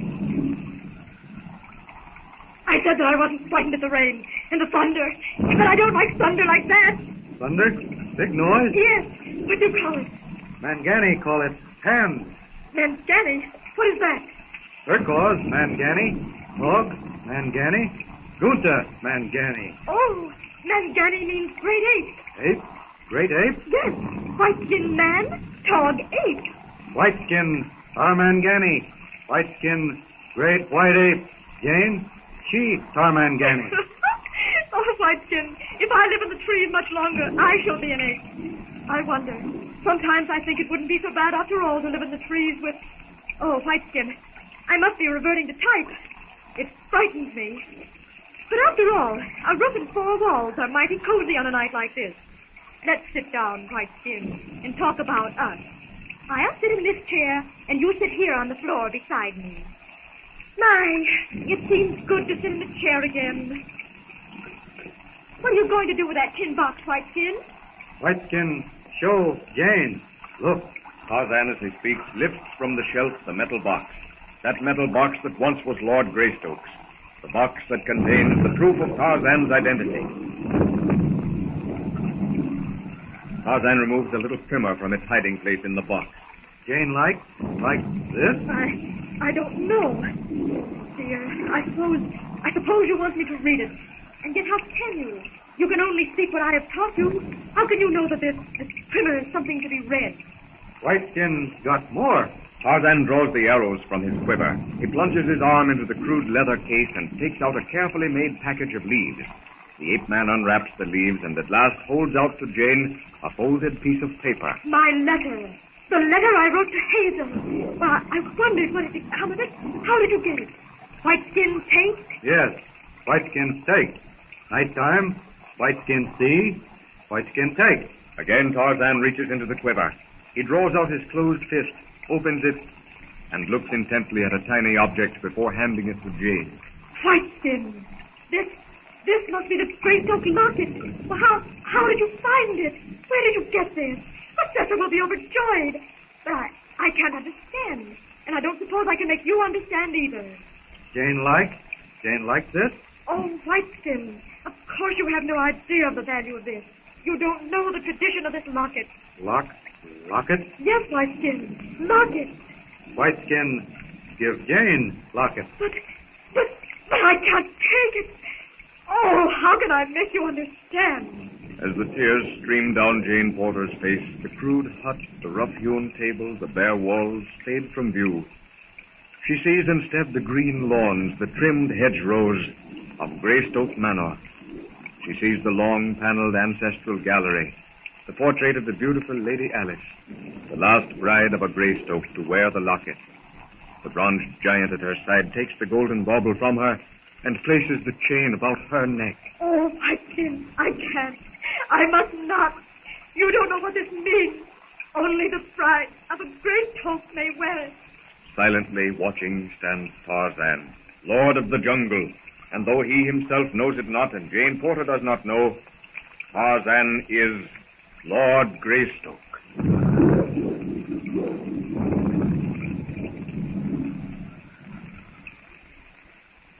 Will Clayton's illness prevent the professor and the party from leaving the cannibals? Is Jane about to discover that Whiteskin is Tarzan of the Apes and Lord Greystoke? This is an American Gold Seal production. Tarzan of the Apes, from the novels by Edgar Rice Burroughs, with Mr. James H. Pierce as Tarzan and Miss Joanne Burroughs as Jane Porter. While searching for his daughter Jane, Professor Porter and his party are captured by cannibals. They establish themselves as miracle workers, however, by predicting rain. In gratitude, the cannibals offer them freedom.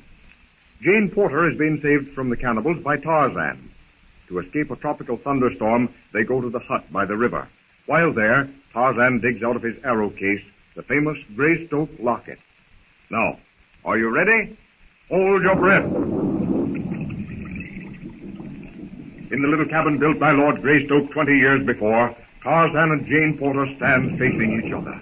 The pale, flickering, yellowish light cast by the oil lamp only serves to emphasize the bare crudeness of the surroundings.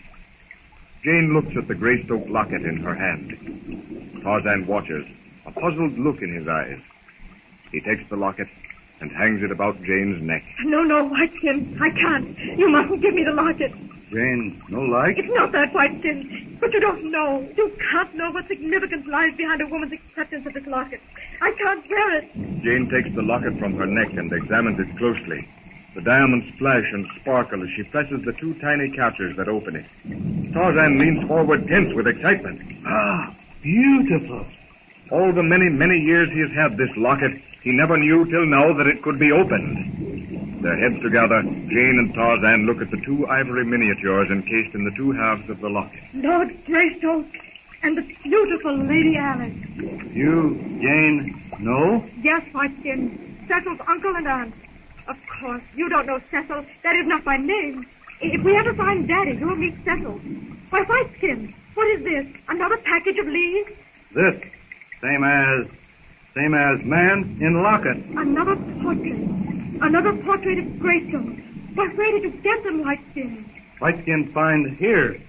Many find here. Whiteskin find he is man, no ape, here. Find locket, all find here. Of course. How stupid of me. You found the box in the hut, in the cupboard. I should have thought of that before. You know, there's quite a resemblance between you and this portrait. But of course, that's just imagination. What, Jane? Nothing, Whiteskin. I was just talking to myself again. Look. Rain stopped. Look. Yes, you're right. I'm glad, although for the moment I was so taken up with these that I hadn't noticed. Now, we go back jungle. Well, Whiteskin, before we do, if we must, I vote for a swim first. Swim? Go in water, creek, river. And Jane, as she says the word swim, demonstrates her meaning to Tarzan. The ape man's face lights up as he catches what she means. Ever since that day so many years ago when he had taken refuge from Tabor by jumping into the river, swimming has been one of Tarzan's keenest delights. He turns to Jane. Jane swim? Jane want to come back hut? Know what? Go jungle? Do we have to go back to the trees, Whiteskin? I feel much safer at the hut. And then, if Daddy comes back? Why, what's that you've got, Whiteskin? This? Whiteskin make. Before day when Jane, father, many men come, Whiteskin hut. Whiteskin make. That printed warning. The warning we found on the hut door the day we landed. You wrote it? Then, but I don't understand. Mine. All mine. Hut, locket, all belong Whiteskin. But this warning is signed Tarzan of the Apes. How can you say this is yours? Tarzan of the Apes understands English, and, well, I've had to teach you. Oh, I don't know what to think. Tarzan of Apes, Whiteskin, all same.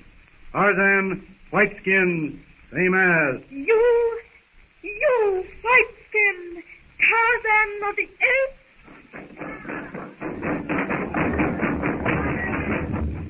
Back in the cannibal kraal, the black witch doctor sits in his hut brooding. His hatred of these whites who have discredited him knows no bounds. His twisted, misshapen body writhes and shakes with pent-up fury as his spies tell him of the white party's preparations to leave. I'm really quite worried about Clayton. Donald, do you think his illness will hold us up? I think not. He has just a slight touch of fever. What Monsieur Clayton needs is action. The strain of doing nothing, of waiting for something to happen, together with this feverish touch, have proved too much for him. Once we are on the move, he will rapidly recover. You don't think, then, that there's anything really to worry about? I do not say that, monsieur. This African fever is a dangerous thing. Sometimes it kills almost without warning. Again, its slow ravages are of such a nature that nothing seems to cure or stop them. Is there anything at all that we can do? Get him into the hands of the ship's doctor as quickly as possible. That is the only thing I can suggest. Save him from as much excitement as possible. And, monsieur, contradict him as little as is possible. But come, let us finish our preparations and leave. I shall await Monsieur Clayton. No need to, Darno. I'm awake. The thought that we're leaving this place is like a tonic. I feel a little dizzy and lightheaded, but I'll be all right in a short time. You see, monsieur, it is as I said. The quicker we get away, the better. Do you suppose the chief will permit us to take our arms? Frankly, I don't feel at home now unless I am carrying a rifle. So far, the chief has raised no objection. My men are getting everything ready now. And have you given any thought as to what we shall do after leaving here? I continue our search for Jane, of course. Oui, Monsieur Clayton, I understand, but after all, the African jungle is a large territory. I should suggest that we go directly to the hut in the clearing. There is a possibility that we may come across the person Monsieur Philander believes is Tarzan of the Apes on our way there. And if not, what then? I would say that some of us remain at the hut, await the arrival of the cruiser. You mean to look after me, Darno? Oh, no. I'm going to search if I have to do it alone. But, my dear Monsieur Clayton... Scott, man. How can you suggest such a thing? Don't you understand that I'm in love with Jane? Every minute she's alone in that jungle. Now, Clayton, we understand. Darno merely meant that until you have recovered your strength, it would be better if you were in the hut instead of out in the jungle. Well, what can have happened now? Voila! Here comes Nakido! Very much upset, too. Excited. One, I hope that nothing else has happened to prevent our leaving this rotten hole. One, message, here come. White devil gun, white memtab, go, cave. What is that, Darno? A messenger has just brought word that Tarzan and Mademoiselle Jane have been seen at the sacred cave, the mummy cave. But goodness gracious, what could they be doing there?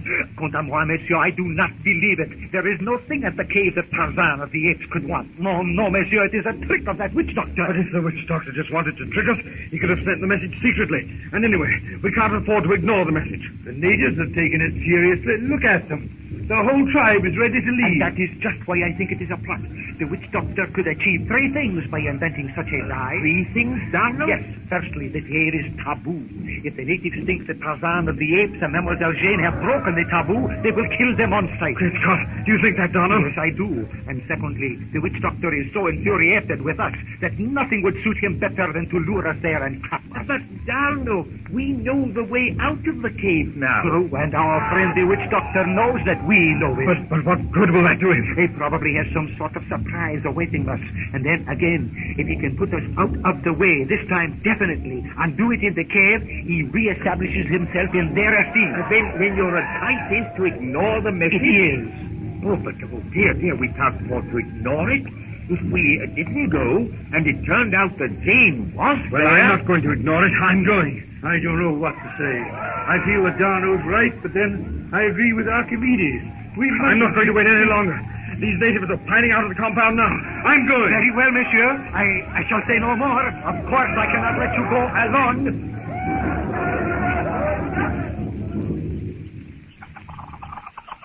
While Professor Porter and the white party hurry toward the cave, Jane and Tarzan make their way to the river. After that horrible cannibal village, the jungle is almost peaceful.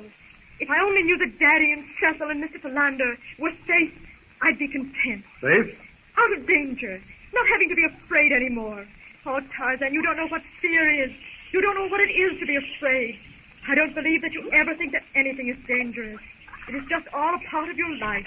Talons, fangs, death, hunting and being hunted. The jungle. You are the jungle. And you are so sure of yourself, like the lion. Yes, you are very much like the lion, Tarzan. You're wonderful. If I'm not careful, I'll be falling in love with you. Love? Now, you would pick out that one word, wouldn't you? Why couldn't you want to know what falling means instead? Tarzan, no falling. Way up, come down. Fast. Tarzan not know love. Jane, tell Tarzan. Now, look here, young man. We started out for a swim, and we're getting way off the track. Much, much too far off the track. Now you swim here, and Jane go upstream a little way and swim. You understand? Tarzan, swim here. Tarzan, swim here. Love. And see that you do swim here. As Jane reaches the little pool surrounded by trees where she has swum before, she pauses a moment, standing on a log that projects out over the water. How quiet and lovely and peaceful.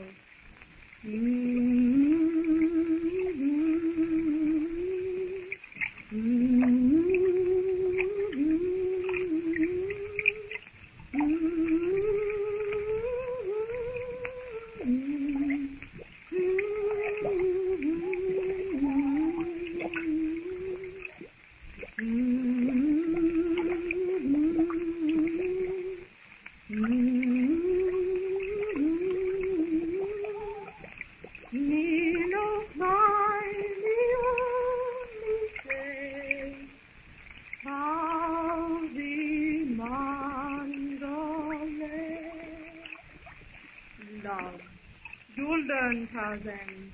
You won't need any teacher either. Oh! Her foot has slipped and she's fallen into the stream. And what is that on the other side of the pool? That long body streaking torpedo-like through the water straight toward Jane. She turns. She sees it. Gimla, the crocodile! She fights out for the shore. She's overhauling with terrific speed, but she'll make it. No, she won't. The bank is steep and slippery. She's partway out.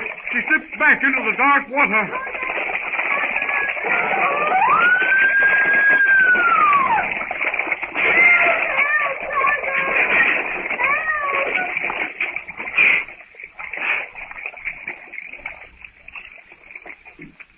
Can Tarzan, even with his superhuman speed, reach Jane's side in time? Darno and the white party are fairly sure that they're walking into a trap, but this time, with their eyes open, can they outwit the witch doctor? This is an American Gold Seal production.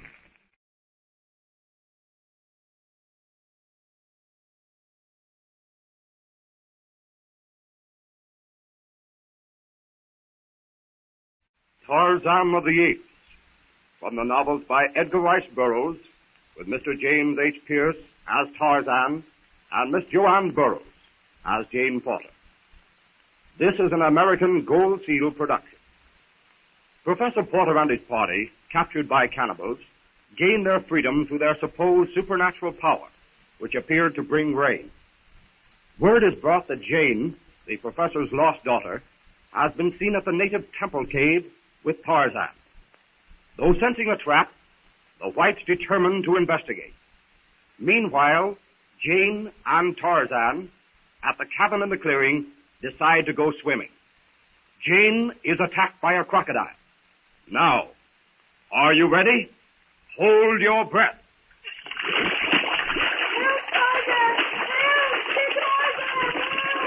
As he hears Jane's first cry, Tarzan swings into the trees and speeds toward the pool. Now he's just above the scene of the savage drama. Only a few yards separate Jane from the reptile. With a savage growl, Tarzan leaps. Jane clutches frantically at the slippery mud of the bank. The great jaws of the monster open to seize her. Tarzan lands in the water beside the brute. This unexpected attack takes the crocodile's attention from Jane, and it turns upon Tarzan. Its jaws snap back at the thing close to it, but to no effect.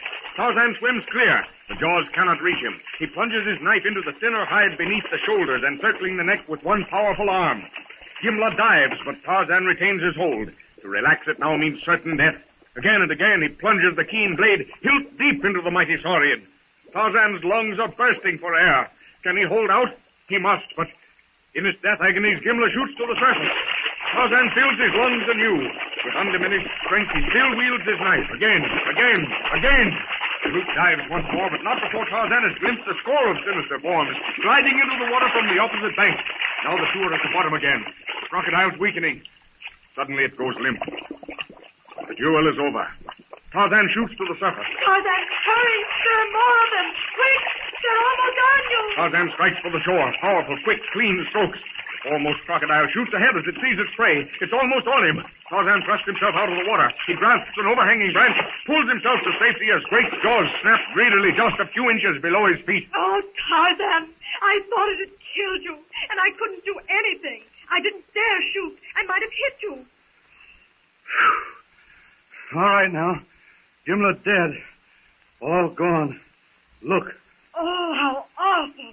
They're cannibals. Cannibals? Yes, like Gomangani. Gomangani eat Gomangani. Tarzan, cannibal? Oh, no. Don't say that. Yes. Tarzan, cannibal. Tarzan, eat Horta. Oh, you're not a bore. Not in either sense of the word. And now, let's get back to the hut. Jane, swim? You're laughing at me, and I don't think that's nice.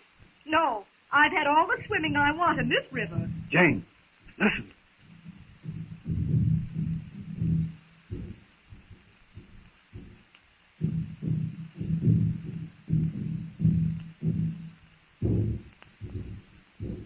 Drums. Black man make many drums talk. Many black man.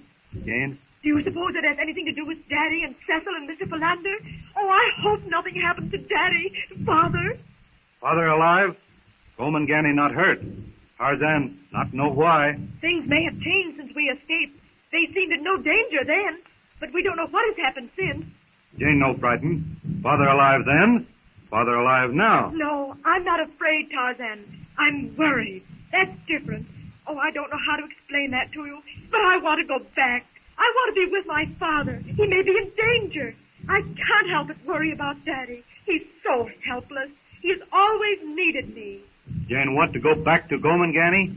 Black Man village? Go to that big tree from where we watched them after we got away. We could see them, see if everything is all right, and then come back to the hut. Tarzan, go alone. Jane, stay in hut. Tarzan, come back quick. Tell Jane. Oh, no, no. I want to go with you, Tarzan. I want to see for myself. Then I'll be satisfied. All right. Tarzan, Jane, go village. Look, come back hut. Yes, Tarzan. Let's go now.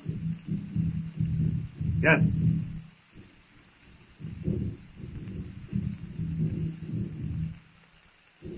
Tarzan and Jane swing into the trees. With his incredible speed, the ape man with Jane in his arms flashes onward. Both are silent. As they speed through the upper terrace of the jungle, the drums get louder. Finally, Tarzan pauses. Drums no come from Black Man village, Jane. I've been thinking the same thing, Tarzan. Drums talk. No kill 'em. Drums talk. Go look. What do you mean? You mean the drums are not ceremonial? That they are telling of a search party? Drums speak. Go look. Maybe Jane? Maybe Tarzan? Yes, yes. Now drums too much close. No talk much.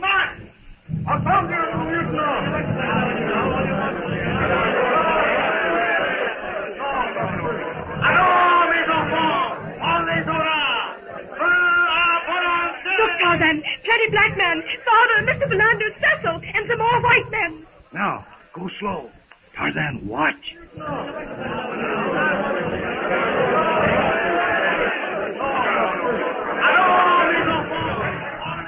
We are getting very close, monsieur, but I am still convinced that we are walking into another trap. It is utterly unreasonable, monsieur, that this Tarzan would come to this cave. Word was brought to the chief that they were here, and I'm going in. During our walk here from the village, I have become more and more convinced that Lieutenant Darno is correct. Remember, monsieur, it was the witch doctor who first led us to this cave and then disappeared. It was only by a lucky chance that we found an exit. All very true. But I can't see what that has to do with the present situation. What more natural, monsieur, than that the native medicine man should select the same place if he wished to trap us? But aren't you overlooking the fact, Lieutenant, that we did find our way out of the cave before? What is to prevent us from leaving again by the same exit? Yes, after all, we do know an exit. A little soaking going through the water is very little to risk when perhaps so much depends upon it. You're deuced well right, Philander. And I'm for going in at once. Bien. But in case of difficulty, I'm going to send 10 of my men back to the hut in the clearing to watch for the return of the cruiser. I shall go up front and fix the details. I don't like the idea of sending part of the men away. Not at all. Well, after all, Clayton, we can't take them all into the cave with us. No, I suppose not.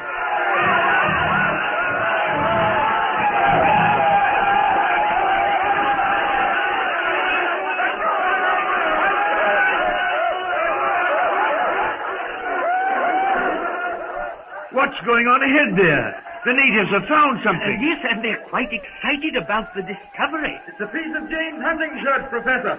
A piece of the sleeve, I know it. Let me see. Yes, it is. Well, hello, Darno. What do you say to this? Where was it found, monsieur? At Tabor, l'ami.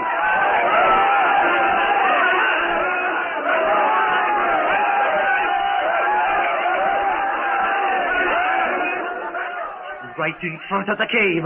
I'm more inclined to doubt than ever. This makes it obviously a trap, monsieur. Look about you. There is not a place where Mademoiselle Porter could have torn her sleeve.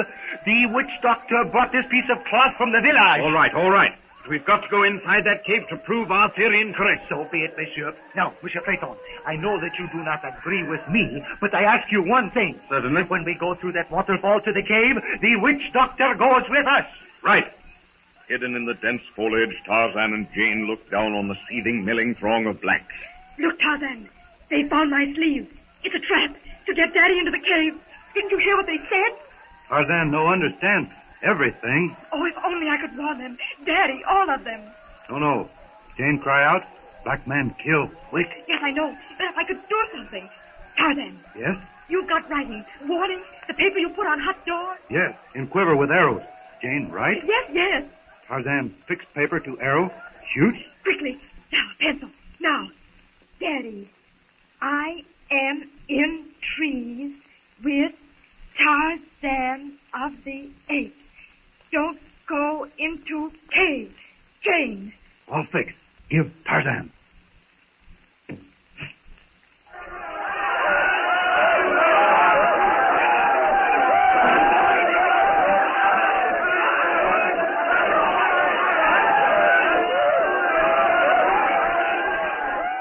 An arrow.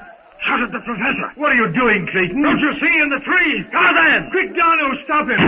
Confound it! What did you... Why did you knock down my arm and spoil my aim?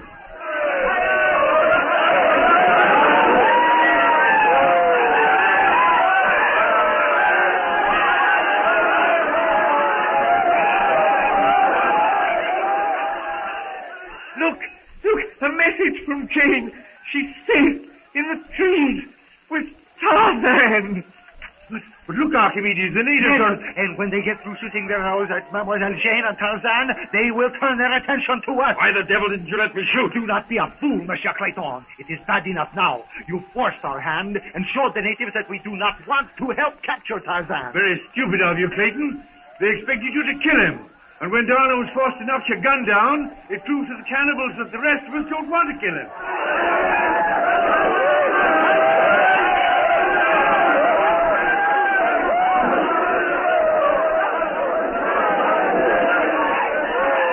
Yes, and there is the witch doctor, urging the man to attack us.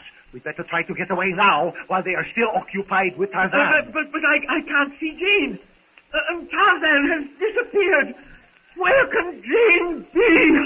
Come, that mob is liable to turn upon us at any moment. If they do, there is only one chance. What? The cave. It is taboo. It's our only chance. Then let's take it.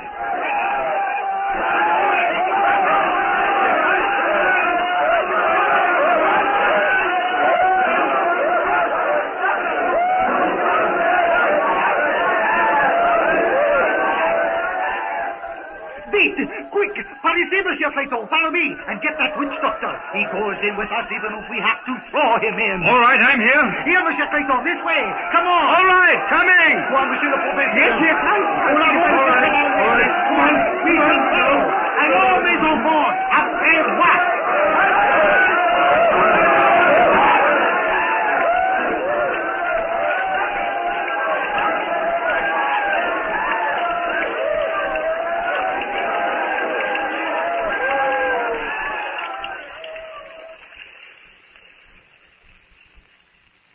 Is the taboo strong enough to keep the natives from following and killing the white men?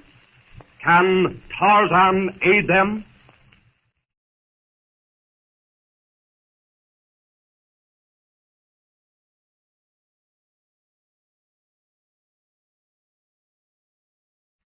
Tarzan of the Apes, from the novels by Edgar Rice Burroughs, with Mr. James H. Pierce as Tarzan and Miss Joanne Burroughs as Jane Porter.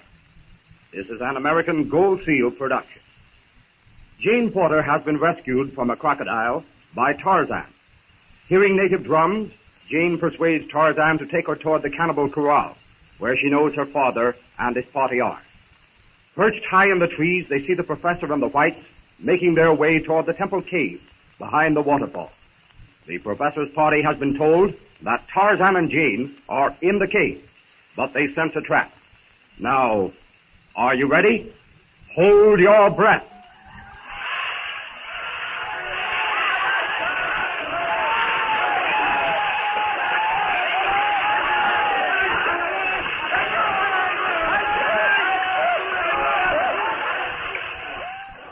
Everybody, all right? I am. I'm with you. Still hanging on to this witch, Doctor. I'm trying to light a torch. I can't see a thing. Francois, Jack, there are only 5 of you.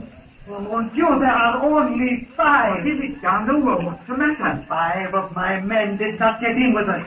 They are on the other side of the waterfall. And just listen to those natives. 5 minutes ago they were friendly, and now... Exactement, monsieur. The lives of my men are probably already forfeit. Give me a hand here with this witch doctor. Still, monsieur. I'll help you try him so that we shall know where he is the next time we need him. All right, you treacherous beast. I'd like to wring your filthy neck. Monsieur, your attention.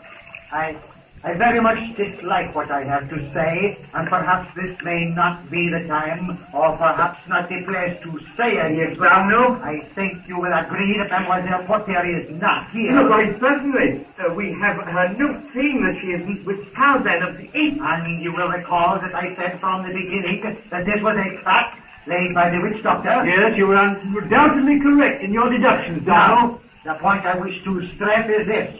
If Monsieur Clayton had not fired upon Tarzan, we should not have had to come to this. Go ahead, say it. If I hadn't fired at him, you wouldn't have had to stop me, and the blacks wouldn't have attacked us.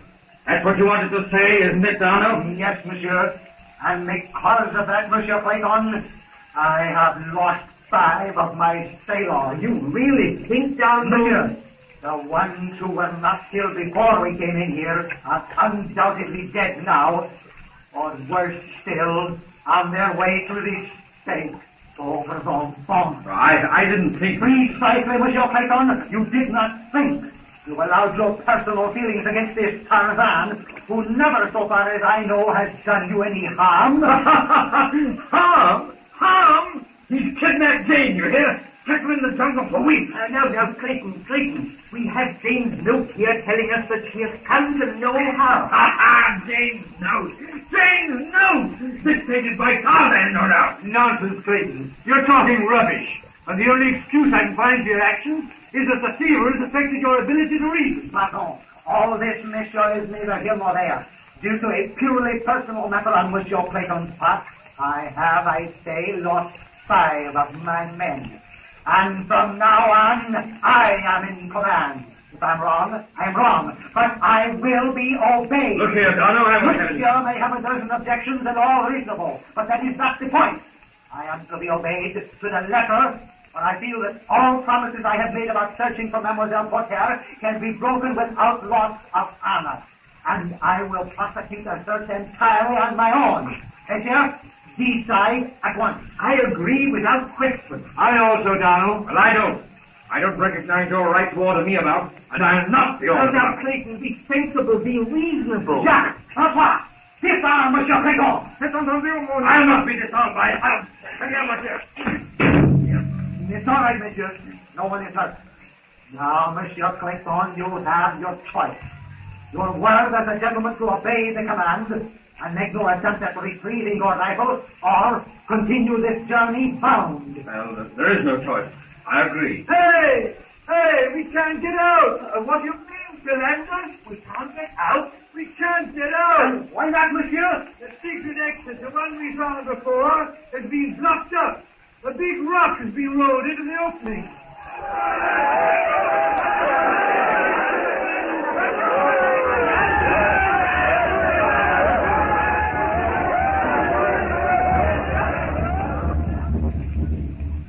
Tops overlooking the temple cave, Jane and Tarzan watch the cannibals attack Professor Porter and the party of whites.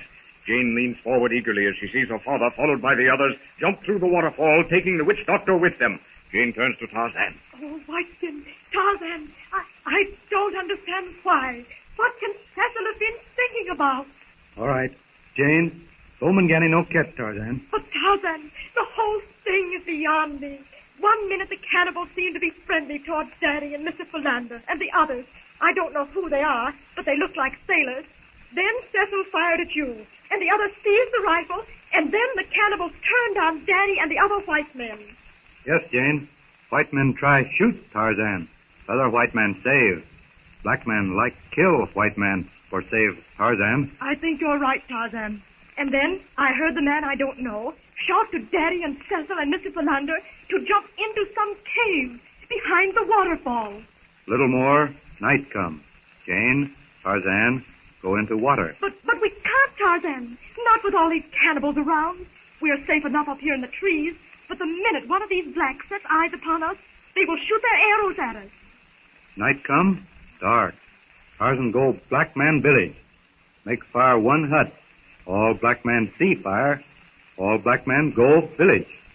Tarzan and Jane go into water. Find father. Now that's a good idea, Tarzan. But do we have to wait till night? Probably there aren't any blacks left at the village. Jane and Tarzan go now? Yes, can't we? We go now. Without further word, Tarzan picks Jane up in his arms, holds her to him, and heads for Monga's village. As they flash at breathtaking speed along the upper jungle terrace, Jane thinks of Clayton's attempt to shoot Tarzan. Was it jealousy? Jane has known that Clayton cared for her. He'd never said anything, but Jane had known. And as they speed through the trees, Jane unconsciously voices her thoughts. Still, that would hardly account for it. Cecil had no way of knowing how much I've grown to care for Tarzan. What, Jane? Oh, nothing, Tarzan. I'll have to be more careful about talking to myself. You learn altogether too quickly. Jane just talk? That's it, Tarzan. Jane just talk. Even that excuse isn't going to serve at the rate you learn to speak English. The days when I can think aloud are just about over. Look, Jane. Gomangani village. As Tarzan speaks, Jane looks down and sees the cannibal kraal. With never slackening speed, Tarzan presses on. Now he's at the familiar tree overhanging the stockade. Down through the leaves, soundlessly, holding Jane tightly, the ape man drops from limb to limb. They stop. Tarzan points to a black, evidently a sentry, standing by the sacrificial fire. Jane, stop here. Tarzan, go make hut on fire. But Tarzan, what about the black man? Tarzan, Jane, look other way. Tarzan fixed black man. You mean kill him? Jane, no look. Tarzan, no kill black man. Other black man kill father. Yes, Tarzan. I suppose that's right. I won't look. And Tarzan silently, cautiously drops from the limb to the ground. Crouching, his grass rope looped and swinging from his hand, he creeps closer. Closer to the unsuspecting black.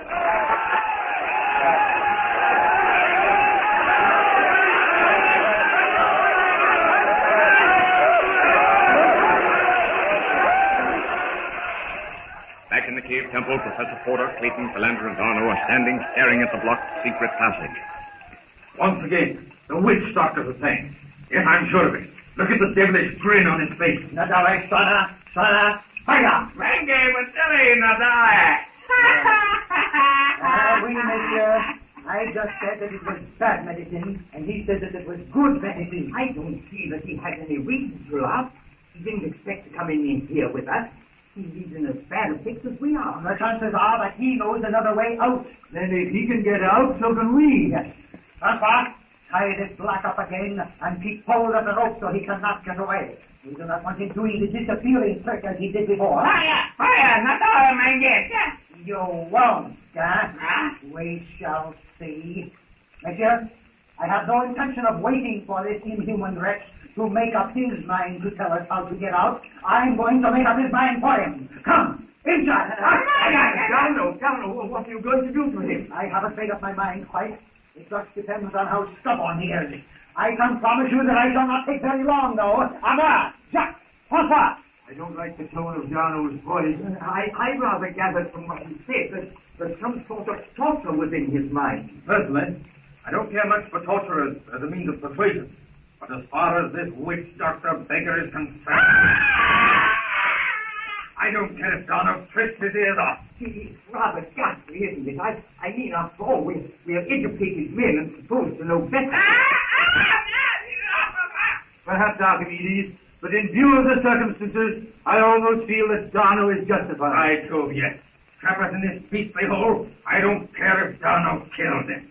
Oh, Darno's coming back. What about none so far? He's quite stubborn. I did not want to harm him permanently, but I am not going to sail a trap he laid for us without making some effort to find out. Yes, of course, Darno. I must say, though, that I don't like the idea of torture, even if he is just a cannibal. If we kill him, it only means a rather nasty finish for us all. We must make him tell us how we can get out of this.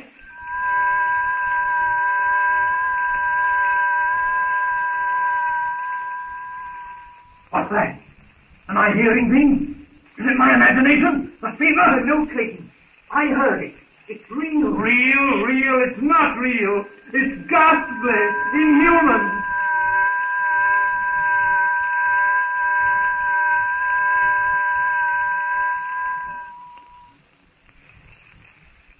What inhuman cry has reached the ears of Professor Porter's trapped party? Does some hitherto unsuspected danger lurk in the darkness? Tarzan of the Apes, from the novels by Edgar Rice Burroughs, with Mr. James H. Pierce as Tarzan and Miss Joanne Burroughs as Jane Porter. This is an American and his party have taken Tarzan, see the escape of Jane's father.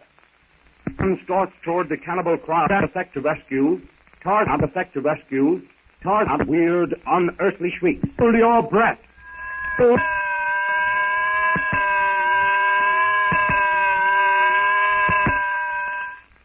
Can't say much more of that. I know Professor Darno. I cannot explore it. We know that there is night, excepting ourselves and the rest of us. Might just the noise have been made by some mechanical meeting, by some mechanical meeting, by some mechanical meeting? You will doubtless recall thieves, which emits a fierce sound at sunrise. From of cold air, you mean, Professor? Perhaps, but I think was created by a human bird, It's anything but human. It is not any reason for it. I had thought that I was trying to warn us all things.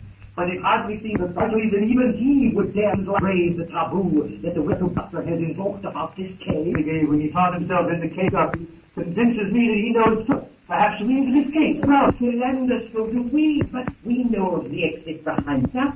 Very well. In order to this same witch doctor here, dashed uncomfortable out of this, sitting about not no sounds coming out of some cranny in the rest. Steady, Clayton, steady. Feeling any better? Some, a little. I'm still shivering, though. Sit right through, you back your shoulders, clammy, rotten hole. Enter the cellar. Well, shall I have another stir, monsieur? You can jolly well wring the blighter's neck for all I care. Do you really feel that your method will get us any information out of the witch doctor? You explore the other end of the cave. I make no objection. Hey, wait, Bishop, I thought. All right, Donald. I'm not about to count with this trespass. Pity for that filthy paper. A cuckoo, fire matsuri, inside. Stuff I thought. Bien. Pick him up at the feet. Right. Let's go. Some of the Chinese torches yawn for them. But the priest already decorated, showing the journey of the soul through the nether world. Have you noticed a certain one of the carvings? Just here, Lander. But I do hope Rodano is a very decent fellow. I'd hardly consider his or that he feels any other duty with him, Lander. It is pride. And I suppose that childlike people understand. You know, run, Philander, lay down the passage. Advances rapidly but quietly on the black standing by the sacrificial. The black to turn. He sees Tarzan at speed. The ape man leaps forward. His strong steel-like fingers grip the black. Tarzan wraps his legs about the warrior as they roll over. Now Tarzan is on top. The black struggles. Speed. Tarzan gets to his feet back. He pulls a burning brand from the hut, sets it alight toward the stockade. Pauses as he's on. He picks up a stick. Now, Jane looks down, rising from the hut, sees Tarzan beating the... Drums talk. Soon. Tarzan! They've been on the other side of the village! Compounded. Tarzan leaves the drum. Quickly, he swings himself leisurely into the tree, flashes upward while the dumbfounded black... I wonder, Tarzan. Little more high. Yes? Careful, Tarzan. Oh, I know you never... But you know I'm not accustomed to believe. Now. Oh, I can hardly look. Why, we're way over 100 feet above the ground. Yes. Oh, yes, Tarzan. They do see the fire. Listen. Soon, Bowman, Jane, go cave? Cave? Yes, we'll go to the cave. If the black find us here, well, kill, quick. Go, Mangani. No shoot arrows here. No, I don't suppose they can see us. But if they did... Go now. All right. Down from the tip of the tree, Tarzan and Jane flash. The brown and green of branch and leaf pass Jane in a mixed blur. Now they're in the upper jungle terrace, and only the occasional glimpses of light between the giant trees indicates to Jane their speed, so steadily and surely does Tarzan make his way. We must be nearly there now. Almost at cave. Men, go away. Fire. Look, cave. You can set me down. Yes. Now, Jane, give Tarzan a hand. Go quick. Oh, I can't run. All right. I do hope nothing has happened while we were gone. Black men go inside before, no go inside after. I suppose that's right. If they didn't go in to begin with, there's no reason why they should have gone in afterwards, is there? Look, Jane. What, Tarzan? No more cave. All water. Cave gone. I can't see anything but water. Where's the opening? Opening gone. But Tarzan, an opening can't move. Black man moved big stone in cave. Tarzan, you mean... Yes, you're right. The blacks have rolled a big rock right across the entrance to the cave. Tarzan, no can move. Of course not. It must have taken 10 or 20 men to roll that into place. But father is in that place. Closed in that place. Closed in. Oh. Tarzan, no can move. Tantor, move quick. Yes, mustn't leave Daddy in there. We can't. Call Tantor. Tarzan raises his head to call for his friend, the elephant. He stops. He sees a pair of gleaming eyes staring at him from the brush. A movement, black arms raising a bow fitted with an arrow. Quickly, the ape man sweeps Jane to him. With a leap accurate and graceful as that of an impale, he gains the top of a pile of rock and breaks against the wall of rock. Tarzan reaches above him, grasps a slender branch. It may not hold the combined weight, but it's his one chance. Right over the heads of the blacks who were hidden in the brush, they swing in a dizzy, flashing arc. The branch folds. Tarzan's arm shoots out. He grips another stouter limb, quickly mounts the jungle vines toward the sheltering dimness of the lower jungle terrace, and they disappear.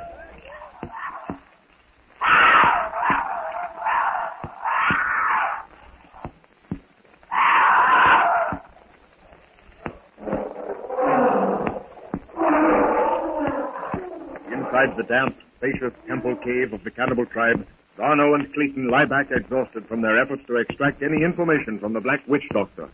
Porter and Philander, returning from their exploration of one of the side passages. Have you been able to get anything out of him, Darno? Practically nothing, monsieur. He constantly reminds me that this cave is filled with the departed spirits of brave warriors of the tribe, and that they are... Not of confounded rubbish. Nobody believes in ghosts. But the witch doctor, I thought you had been in little severe with him. Permanent, I assure you, it will do any good. Simply not, monsieur. If we kill him, even though we are established as miracle workers in the eyes of the tribe, we should all end rather naturally, I'm afraid. But nevertheless, monsieur, of all kind.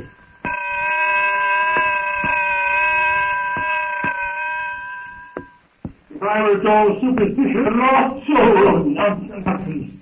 But doesn't it give you a...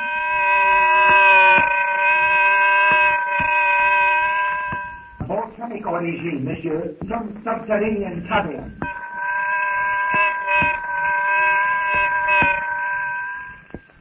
I know it comes from something. They were just down there. We thought perhaps you missed something. Rooms were very damp. But I hardly see where that is. What have we done? Nothing. But nothing. Why? Why? He's dead.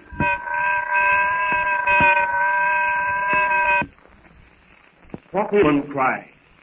Will Tarzan be able to summon Tanner's party before the in the cave overtakes Tarzan of the Apes? From the novels by Edgar Rice Burroughs, with Mr. James H. Pierce as Tarzan and Miss Joanne Burroughs as Jane Porter.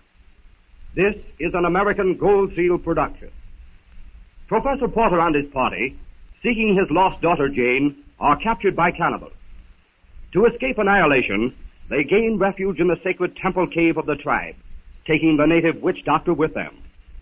Tarzan, who has rescued Jane from the jungle's perils, tries to help the professor, but is driven off by the arrows of the blacks.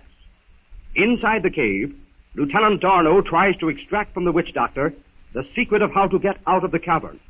Later, they find the witch doctor apparently dead. Now, are you ready? Hold your breath.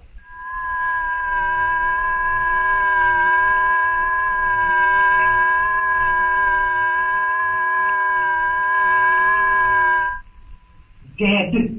C'est n'est pas possible, monsieur.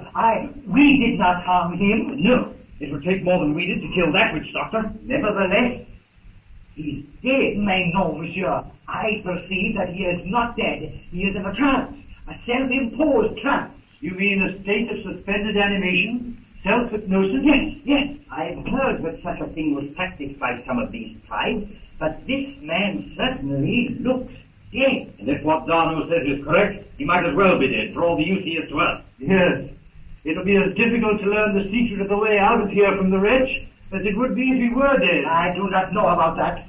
At least, I am going to try drastic remedies. What, may I ask? I am going to bleed him. But Darno, he may die. What if he does? He got us into this mess. If he does die, we won't be any worse off than we are, with him in this blooming trance. No. Oh, no, I have no sympathy with the witch doctor. No more of I, Clayton. But remember, if he dies, we are liable never to get out of here. To attempt to bleed him, when none of us is a surgeon, seems a little short of murder. I do not look at it in that way, monsieur. It is his life or ours. And since the witch doctor trapped us in here, well, I personally feel that we have the right to try the experiment at least. I, for one, do not propose to die just because it's unethical to force this blighter to lead us out here. Monsieur Clayton has right, but don't you think we could postpone the operation? He may come out of this man. No, monsieur. He can throw himself into one of these fits as often as he pleases, and we shall die of starvation or suffocation. Suffocation? But there seems to be plenty of fresh air. Nevertheless, this cavern is nothing but a huge lava tube. The whole place is honeycombed with similar volcanic tubes and flues. We never know the moment that some disturbance may fill this place with sulfurous fumes. That is true, Darno. In fact, already I have noticed a choking sensation, and it's getting warmer in here. I'm going to examine this cavern. The fact that there is a current of fresh air, even with the entrance to the cave blocked up, convinces me that there must be another exit somewhere. Some more disturbance outside, Darno? Do you suppose that the natives will come to look for the witch doctor? No. I cannot hear what they are shouting about. I am going up to the front of the cavern where I can hear.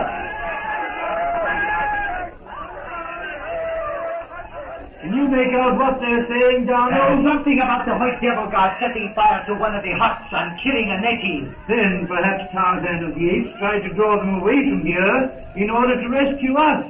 Hello, Porter! Philander! Can you hear me? What is it? Yes.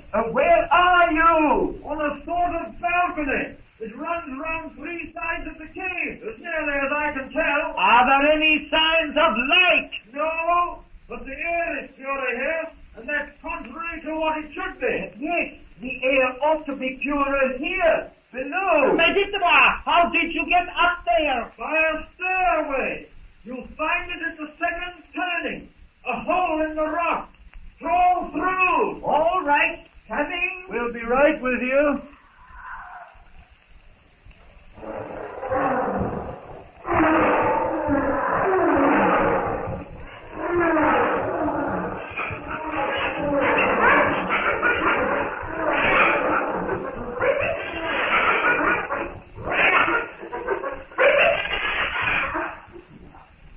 Darkness, dense and enveloping, falls over the jungle, save where the torches of the blacks throw a shifting and uncertain light. The big cats begin their nightly prowl in search of food. Numa, the lion, hungry, angry, makes for the water hole. Sheeta, the leopard, sleek, glossy, and cunning, slinks through the tall bamboo. From the fringe of the forest, Dango, the hyena, calls to his brothers that here by the cave is meat. Meat for the taking, the kind that Dango likes. Meat that does not have to be fought for. A kill made possible by the bravery of others.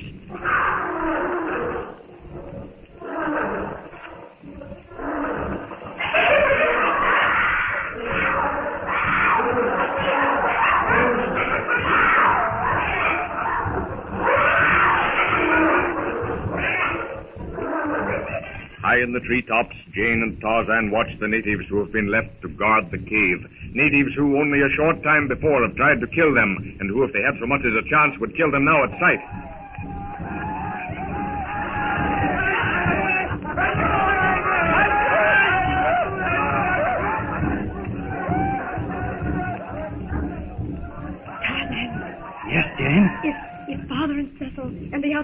Do manage to get out of the cave. These natives will kill them. There are too many for them.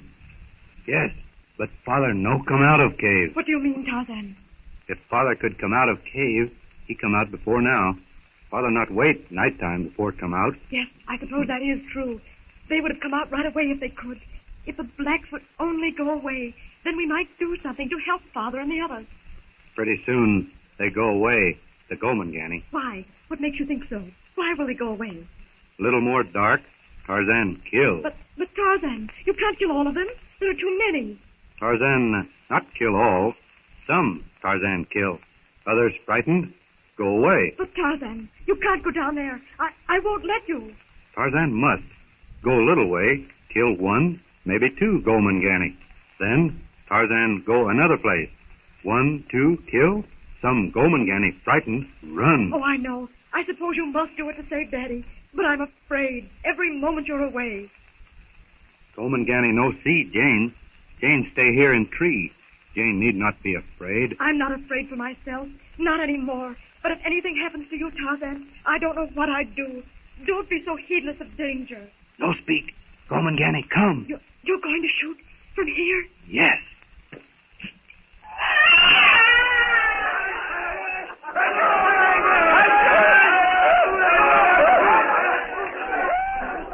That sounds as if you got him. Yes. Jane, no move. Tarzan, go over there. Oh, be careful. Don't let them see you. Gomangani no see Tarzan.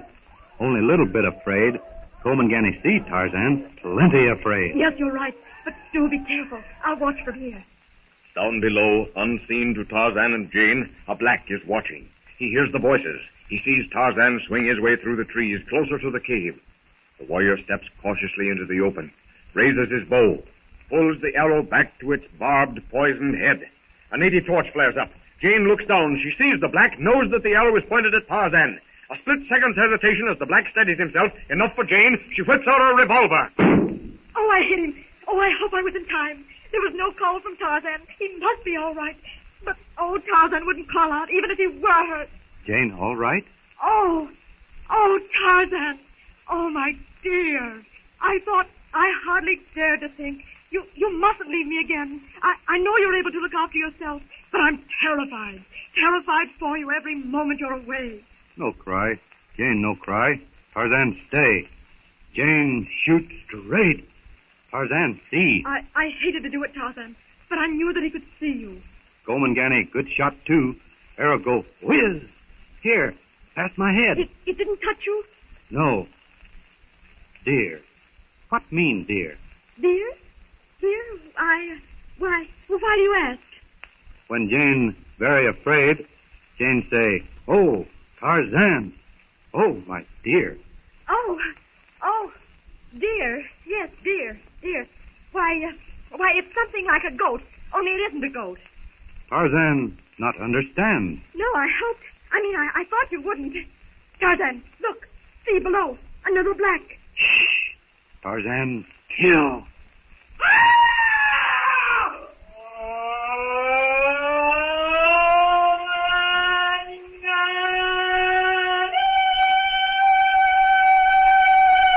Down in the gallery of the cave, Tarzan's call carries to Darno and the party searching for an outlet. Listen. What's that? A mysterious sound? No, Darno. That's the call that Tarzan makes when he kills. You do not mean to tell me that a human being made that sound? Yes, Darno. Every time that Tarzan makes a kill, he raises his head to the sky and, well, you heard him. But the important thing is he's still out there. If he's been there ever since we got Jane's message, they, Tarzan of the Apes and Jane, must be waiting for us. Yes, Darno. Let's not postpone our treatment of the witch doctor another minute. Let's make him show us some way out of here. All right, come on.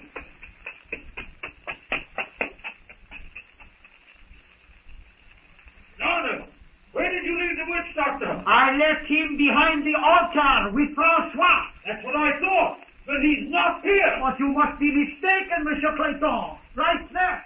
You are right, Monsieur Clayton. Where is Francois? Yes.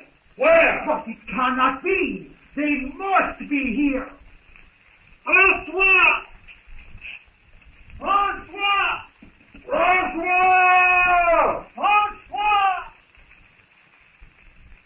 Has the witch doctor outwitted Lieutenant Darno and made his way out of the cave? Will Tarzan's call drive off the natives? Tarzan of the Apes. From the novels by Edgar Rice Burroughs, with Mr. James H. Pierce as Tarzan and Miss Joanne Burroughs as Jane Porter. This is an American Gold Seal production, directed by James Knight Cardan. Professor Porter and his party have escaped from the cannibal village, where they had gone to search for Jane, the professor's daughter. But the infuriated blacks, believing the white men have broken one of their tribal taboos, force them into the sacred temple cave where they are trapped. Seeing lights in the cave, Tarzan and Jane are about to effect a rescue when they hear the weird noise that presages the approach of the witch doctor. Now, are you ready? Hold your breath.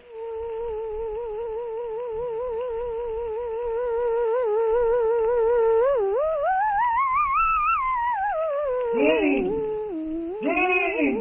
Where are you? I don't hear her. Daddy! Are you there? Yes, my dear. I thought something had happened. No! We're all right! Aren't we, Tarzan? Yes, Jane? Jane, my dear. Yes, Daddy! Can you hear that noise? Yes! What is it, Tarzan? The Gomangani Devil Man. Tarzan says it's the witch doctor! Can you tell where it comes from, Jane? It seems to be inside the cave. Wouldn't you say so, Tarzan? Yes, inside the cave. Well, irrespective of where it is, there is no reason for us not to try to get out of here. Tell me, Mademoiselle Jane, how wide is the fissure? Wide enough for any of us to get through? Oh, no. It's only about 6 inches at the bottom, and it widens to about 10 inches at the top. And it's, let me see, it's about 3 feet high. And how long, how deep, how thick is the rock? Well, it opens up inside right away. I'd say the rock was 10 feet thick, but the narrow part is not over 2 feet.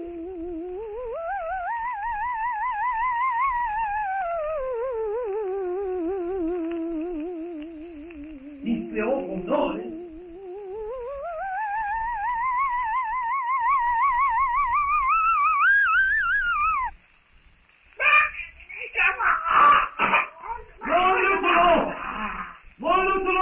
Monsieur Darno! Yes, François.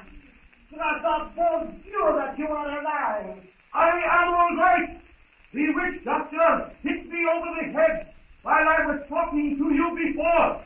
I almost suffocated from sulfur fumes. What did you do, François? We heard the noise stop suddenly. But yes, I came across the witch doctor, and at present I am standing with my foot upon his neck. I have fixed him all right. Who is that talking? Tarzan wants to know who that is talking. The voice seems very near and clear to us. It is one of my sailors, François. He cannot find his way back into the cave. Can you hear my voice? Yes, I can. Then I'll keep talking. Come toward me. This way. This way. Keep on coming this way. Can you hear me? But yes, it is clearer. All right.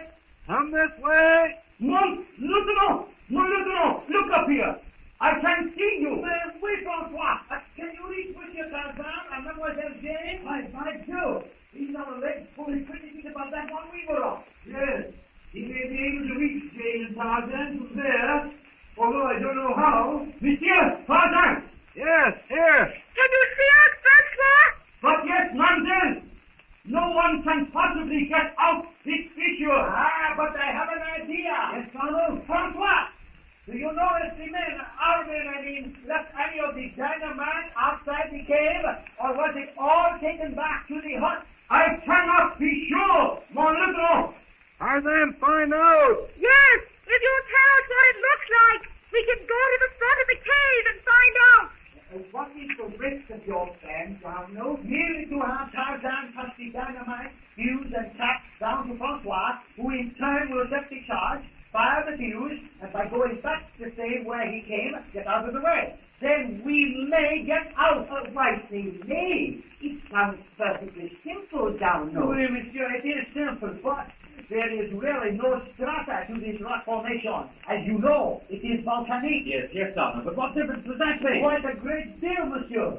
We have, first of all, no way of knowing when the charge is set off, which way the rock will fall. You mean, Lieutenant Tano, that Daddy and the rest of you must take a chance of being buried alive in there, or crushed by the falling rock? Yes, Mademoiselle Jane, and also you, monsieur, know as well as do I, that the place is full of lava tubes filled with sulphurous fumes. That's true. And if the blast pierces one of them, we could easily be asphyxiated before we could get out. And there it is, monsieur. It is for you to choose. But what of Jane? Mademoiselle Jane would be in no danger. She could get away in plenty of time. Pardon, mon lieutenant, but the charge set off in this fissure from this side would do nothing. Why not, Francois? Too much space, mon lieutenant. I cannot get in to where the passage narrows. Tarzan can do it here. Yes, Jane? Does the dynamite have to be placed in a small space? It is possible that bad for Tell him Jane talks too much. Waste time. Goman Ganny will come back. Tarzan thinks. Tarzan says that you are wasting too much time in talking. The blacks may come back any minute. Tell us what has to be done, and we will do it. I can't let you do it. No, certainly not. You cannot accept the risk of your life. More talk. What now? Listen, Daddy, Cecil, all of you. Neither Tarzan nor I know anything about setting off dynamite. But if you don't hurry up and tell us what to do, we'll go ahead and try anyway. No, my dear. I forbid you. You do nothing of the sort. Why, you must be thrown to pieces. All right. Don't be so stubborn. Tell us what to do. Well, no, monsieur. I hate to make any suggestion. I shall leave the matter to you. There is no use doing that, Lieutenant. I have made up my mind, and Tarzan will do what I ask. Whatever Jane say, Tarzan will do. Very well. If there is dynamite in front of the cave, you will find it in a small box. The sticks are about 6 inches long, 3/4 of an inch thick, and are wrapped in oiled brown paper. You said something about fuse and cap. Yes, the fuse is black, almost like string. The caps are, but you must be careful of the caps. One little jar. You got them? And well... Don't worry. We'll be careful. What else? Just bring them all to the fissure. Then I shall tell you what to do. All right. Come, Tarzan. Dynamite. Dynamite. What is dynamite? Dynamite. Let me see. Dynamite. Well, we, at least I think we do. We set fire to it, and it makes a big bang and blows a hole in the rock. Look, Jane. Big hole here. Tarzan helped Jane down. Thanks, Tarzan. My, you're strong. You lift me like a baby. Yes, Tarzan likes to lift Jane. Now, we won't talk about that. At least, not now. Talk about it some other time, Jane? I think you did right in teasing me. Teasing? What is teasing? Well, we haven't time to talk about that either. But it's not very different from dynamite, sometimes. Blow up, eh, Jane? Exactly. Look, Tarzan. Do you suppose that is the box of dynamite? We can tell when we look. If anyone else but you, Tarzan, had said that, I would have said that it was sarcasm. Even if Lieutenant Dino said that the dynamite by itself is harmless, I think I'd handle it a little more carefully, Tarzan. Tarzan, careful. Jane, take fuse. Tarzan carry dynamite and cap. I'd feel better if the dynamite and caps were carried separately. You take the dynamite. I'll take the cap. All right. Come quickly. Anytime Goman Ganny, we'll come back. Yes, you go ahead, Tarzan. I'll hand up the caps to you when you get on top of the boulder. Ready? All right, Tarzan. There. Now pull me up. Fine. Now it won't be long. Here, Jane. Lieutenant! Here we are! Now, Mademoiselle Jane, pay very close attention. Yes? Remember, no matter what happens, if the fuse is once lighted, do not come back here. Even if the dynamite does not go off? I said, once the fuse is lighted, you go. Understand? And do not come back. Now, be careful about my next instruction. Place one end of the fuse inside one of the caps. Here's one in the box. The cap is already on the fuse. Good. Now, place the cap inside the paper on one of the sticks. Here. That's it, Tarzan. Tarzan, hold it. Now, Jane. All right? Yes. What next, Lieutenant?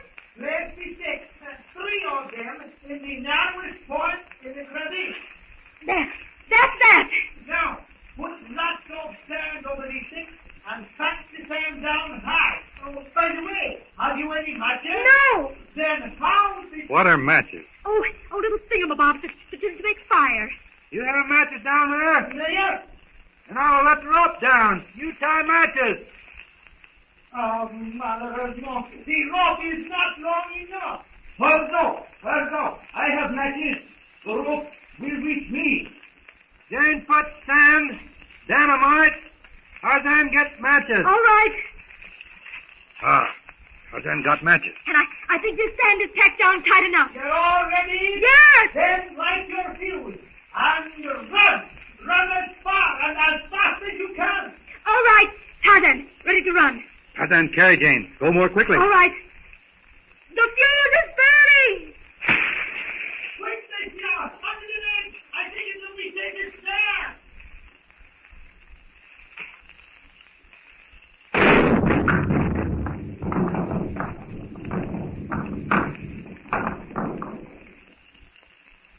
Will the dynamite widen the fissure sufficiently to allow the party to escape? Or will they be more hopelessly trapped by falling rock? And what of Tarzan and Clayton when they meet? Tarzan of the Apes from the novels by Edgar Rice Burroughs. With Mr. James H. Pierce as Tarzan and Miss Joanne Burroughs as Jane Porter. This is an American Goldfield production. Seeking Professor Porter's lost daughter Jane, the party of whites has escaped the cannibal village only to be trapped in a sacred temple cave by the witch doctor. Tarzan and Jane, however, succeed in establishing communication with the imprisoned party. Lieutenant Darno tells them where to find some dynamite.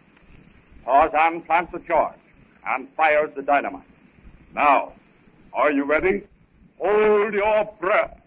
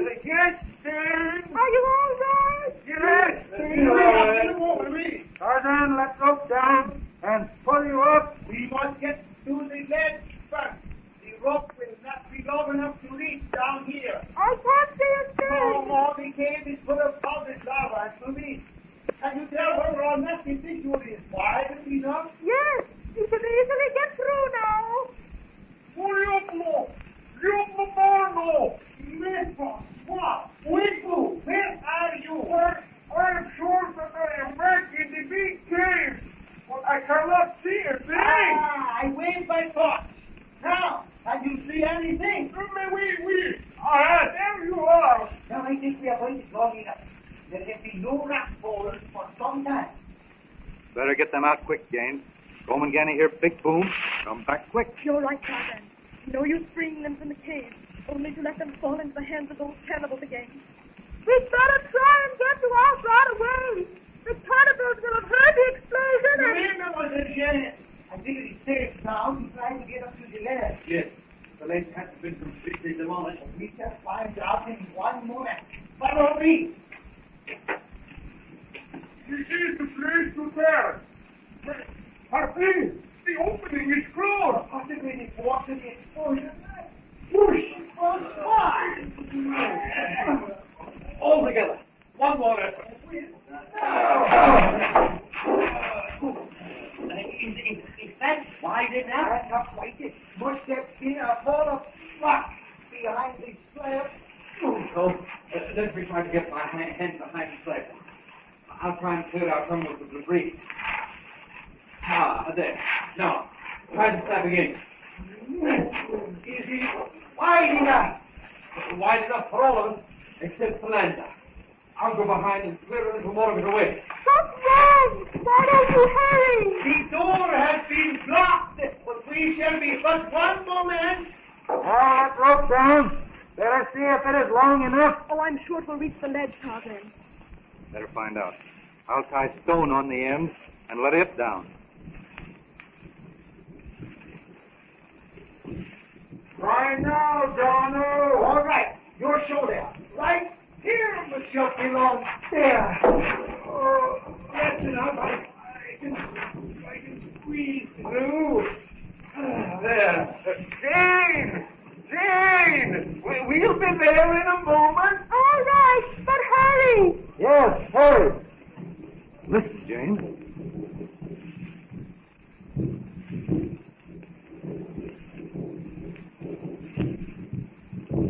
Drums. Gomangani drums talk again. Yes, I hear them now, Tarzan. Oh, we must hurry. The drums mean Gomangani are coming. Hurry up! We can hear the cannibal drums. Here we are, Jane. This is the rope. Yes, Daddy. Hang on to it. Tarzan will pull you up. Here, Tarzan, let me help you. No, they're not heavy. Jane. Oh, Jane. Oh, Jane, my dear. Oh, Daddy, Daddy, are you all right? Are you sure you're all right? Yes, dear. A little worse for wear, perhaps, but still undamaged. And this is Mr. Tarzan, of course.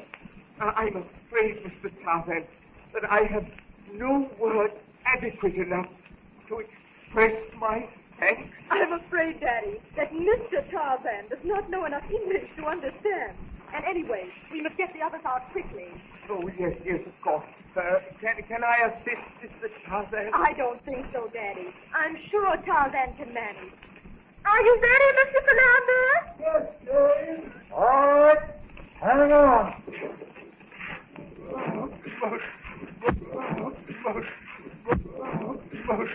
Most undignified exit or egress or... My thought exactly, Philander. But anything to get out of there. Yes. Mr. Tarzan, I want to shake your hand. Better get others out. Talk afterward. Quite right. Quite right. Let's Clayton. All ready?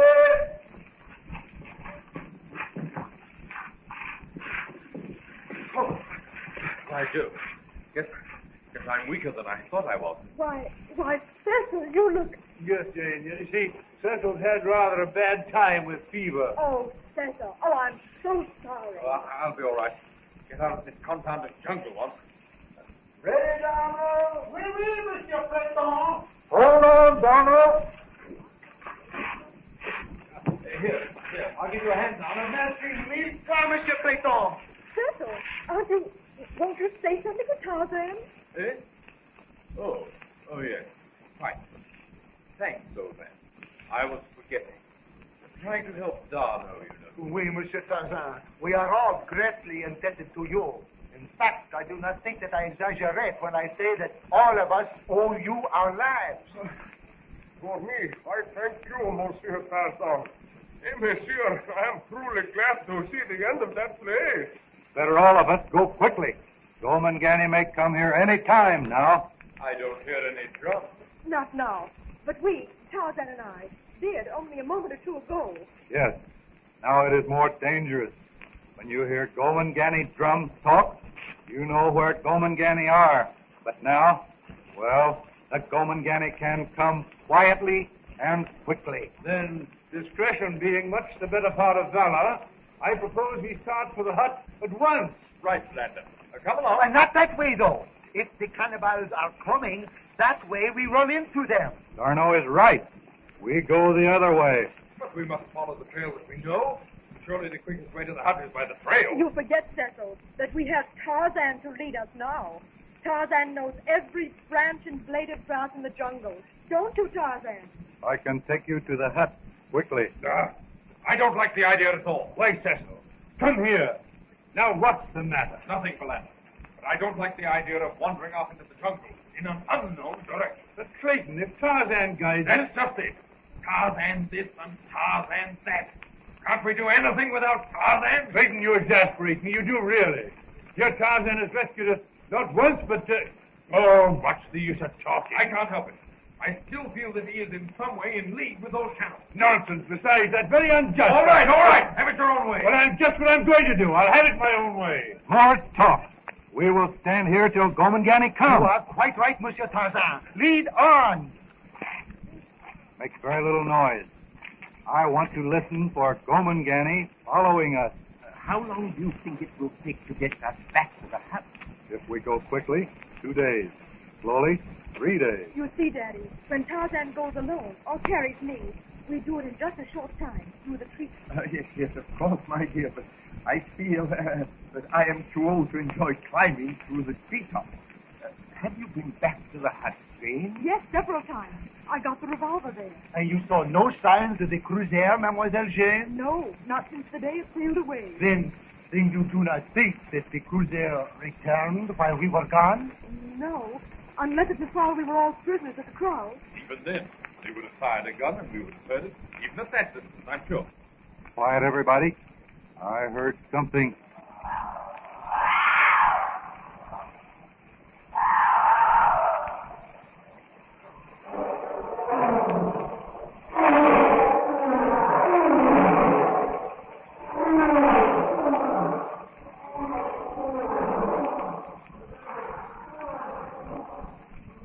I can't hear anything. Nor do I. I must admit that outside the various jungle beasts, I can hear nothing. Someone is moving in jungle. Well, I can't hear anything. No, can't hear Tarmangani or Gomangani, but jungle beasts, Tabor, Gita, Numa, all uneasy, all afraid. Tarzan knows when beasts uneasy, there are men in jungle. Do you not think that we may be what is frightening them, Tarzan? No, we frighten them, yes. That is why jungle noises here are stopped. But over there, jungle beasts are making noise. Soon, when men get closer, noise will stop. Well, even if you are right, it can quite easily be the black. Exactement, Monsieur Clayton. That is why we must be as careful as possible.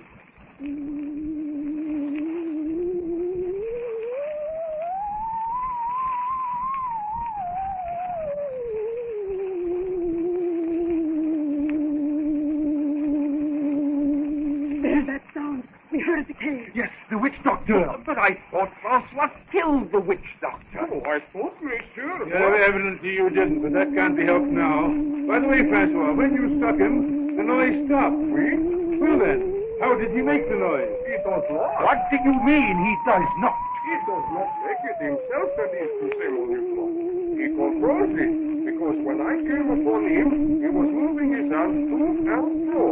And the sound rose and fell, and then I hit him, and the noise stopped suddenly. All that I can say is that it was deucedly careless of you not to find out whether or not he was dead. Now that is unreasonable, Clayton. You remember that when we found the witch doctor lying in the cave after you and Dano had worked on him, and we all thought at that time that he was dead, then why blame Francois for the same mistake?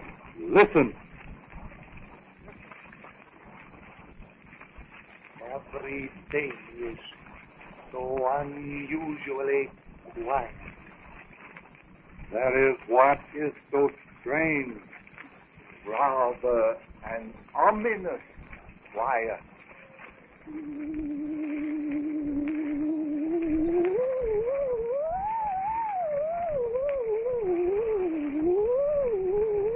This way, quickly.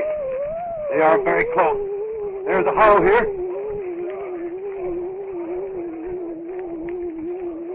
Tarzan will take care. No one shoot. If we have to fight, Tarzan will begin.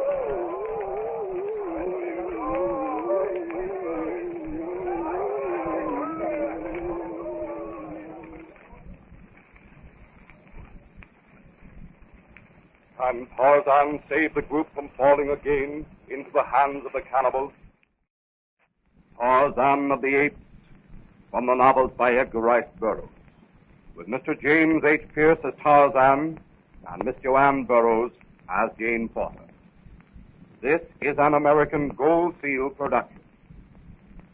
Professor Porter and his party have been trapped in the temple cave by the cannibals.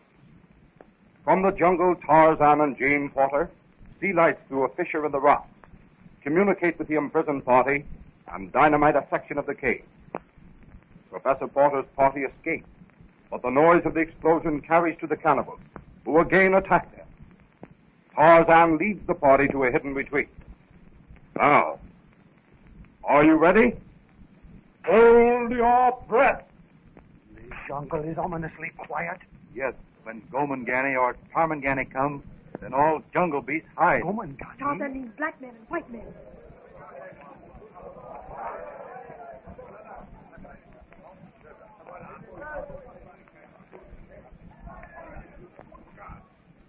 Quiet. Listen.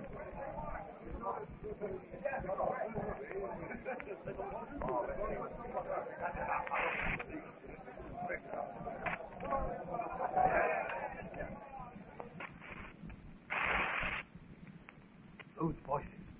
I don't think they sound like the blacks. I was going to say the same thing myself. The voices are not Gomangani. They are Tarmangani. White men? How can you tell Tarzan? Usha, the wind tells me. The wind? I don't understand. Usha carries their scent, and it is the scent of Tarmangani. Can it be my sailors? Just what I was going to suggest. We had better wait to make sure. Look there, through the clearing. It is the sailors. Yes, you! Thank heaven.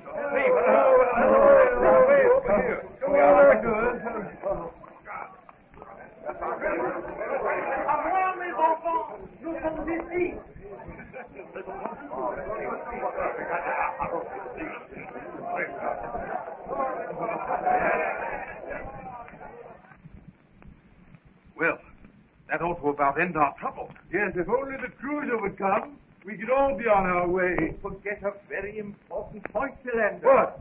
The treasure. Philander. The treasure. Oh, Daddy, you are impossible. Here Tarzan just rescued you from certain death, and all you think about is that treasure. But, my We dear. can talk about that later. What we want to do now is get back to the hut. Do you think we can start now, Tarzan? Yes, but only as far as that hollow. Why, Tarzan? Gomangani. Do you feel that they are close? Very close. Look. Where? I don't see anything. Birds, circling very high. They know. And listen. Don't speak for a minute, and you'll hear.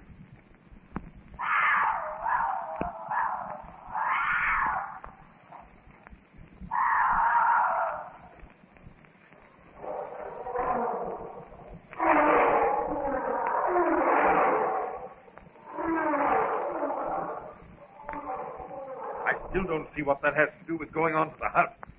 All the jungle beasts are afraid, and only of men are they afraid. I understand all that.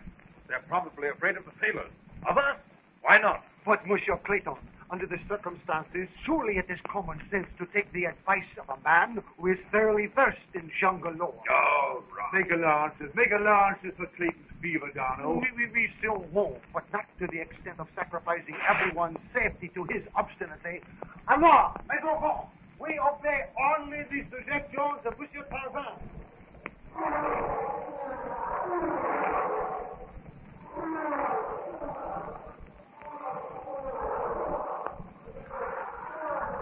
Lions? Yes, this is Numa's home.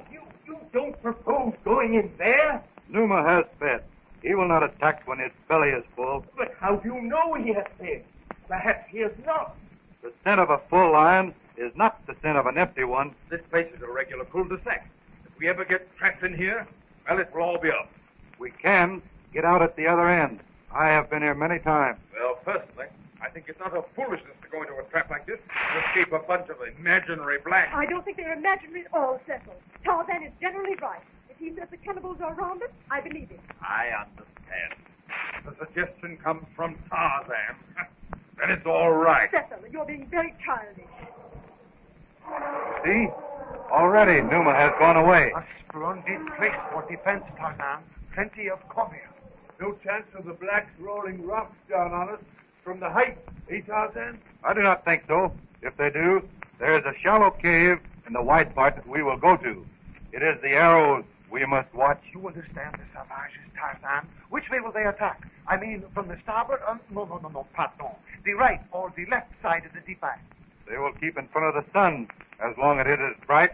It is hard to shoot with arrows against the sun. All right. I will place 4 men behind that shelf of rock there. Yes, there. That will command the crossfire down that opening in the trees. Pierre! Oui. Jean, attendez, mes enfants. Aim low. No chances. Make every shot count and do not let one black pass that cut, company. Oui, dépêchez-vous. Henri, behind that the footman. A sweeping fire across the mouth of the cot. And you 4 men, behind the boulders in the bed, cover the retreat of Monsieur le Professeur and his patine. Mademoiselle Jane. Yes, Lieutenant. As far back in the defile as possible. But, Lieutenant, I'm a good shot. Yes, but if you will look after your father and Monsieur Philander, it will spare my men. That's right, Lieutenant. I'll do as you say. We must be more quiet. You will never see a Gomangani. You must shoot when you hear the leaves rustle. I think that part of your statement is correct. We'll never see the Gomangani. Oh, this whole thing is utterly ridiculous. Heroic. Pure and simple. Oh, Clayton, what's the matter with you? What's that? Someone hurt? One of my men. A poisoned arrow. Everybody take cover. You look after them. I'm going into the trees. Look, Daddy. Look at Tarzan. Incredible. I can hardly believe my eyes. Amazing agility. He's as much at home with the branches of a tree as we are on Earth. But keep down. Keep hidden. That one arrow is not all there is going to be. The sailor, how is he? Dead. Can you see what Tarzan's doing now, Jane? Yes, he's getting ready to use his bow and arrows. Great Scott! That's deadly accuracy. Look there in the brush. I got him. Rhino! Yes? Keep them from getting between you and the trail. I'll get them one by one from the trees. Right? Look, there's another. Good work, Jane. Look, Cecil. There by the edge of the trail.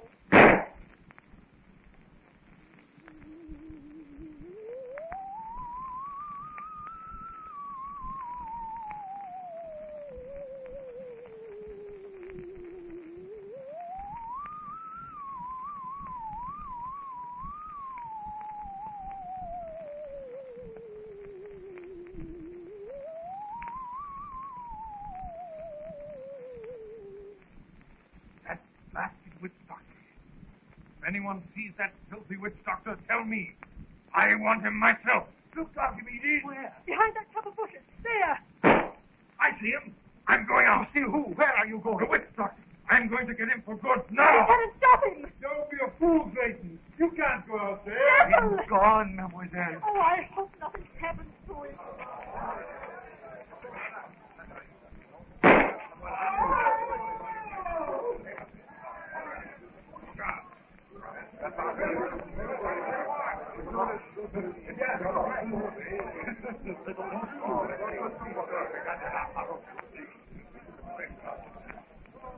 Here comes Cecil. Oh, he looks all right, thank goodness. Did you get him, Cecil? I certainly did. But are you sure? You know, twice before we thought the witch doctor was dead. I know that. I know he's dead. Darn well I know he's dead. Rhino! Tarzan. Where are you, Tarzan? Over here! Come quickly! Yes. Too many Gomangani. They will all attack in force. All will be killed. Look! Over there! Yes, if they all come at us together. Take Jane's father. Others out of here. Deeper into the hollow. We've done rather well so far. You've got about 20, haven't you? Yes, more. But if I can get that black devil man, maybe that will frighten the rest of the Gomangani away. But Clayton has already killed him. Where? Clayton! Yes, what is it? Where did you leave the witch doctor? Over by that clump of bamboo. Why? Tarzan wants him. I want to throw him down at the black where they can see him. Most of the shots were useless. Yes, I know. We simply stand here and cannot see a thing. Gomangani always fight that way. They stand behind the trees and bushes and shoot their arrows.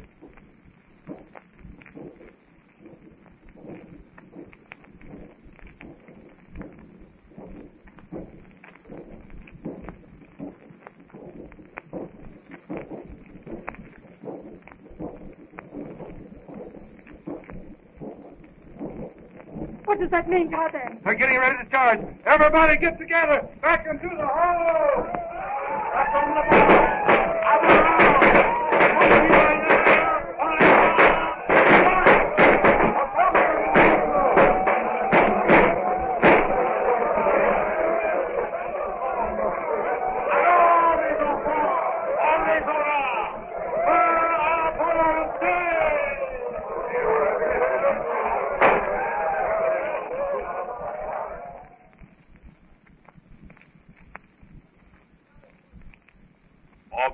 again to become prisoners?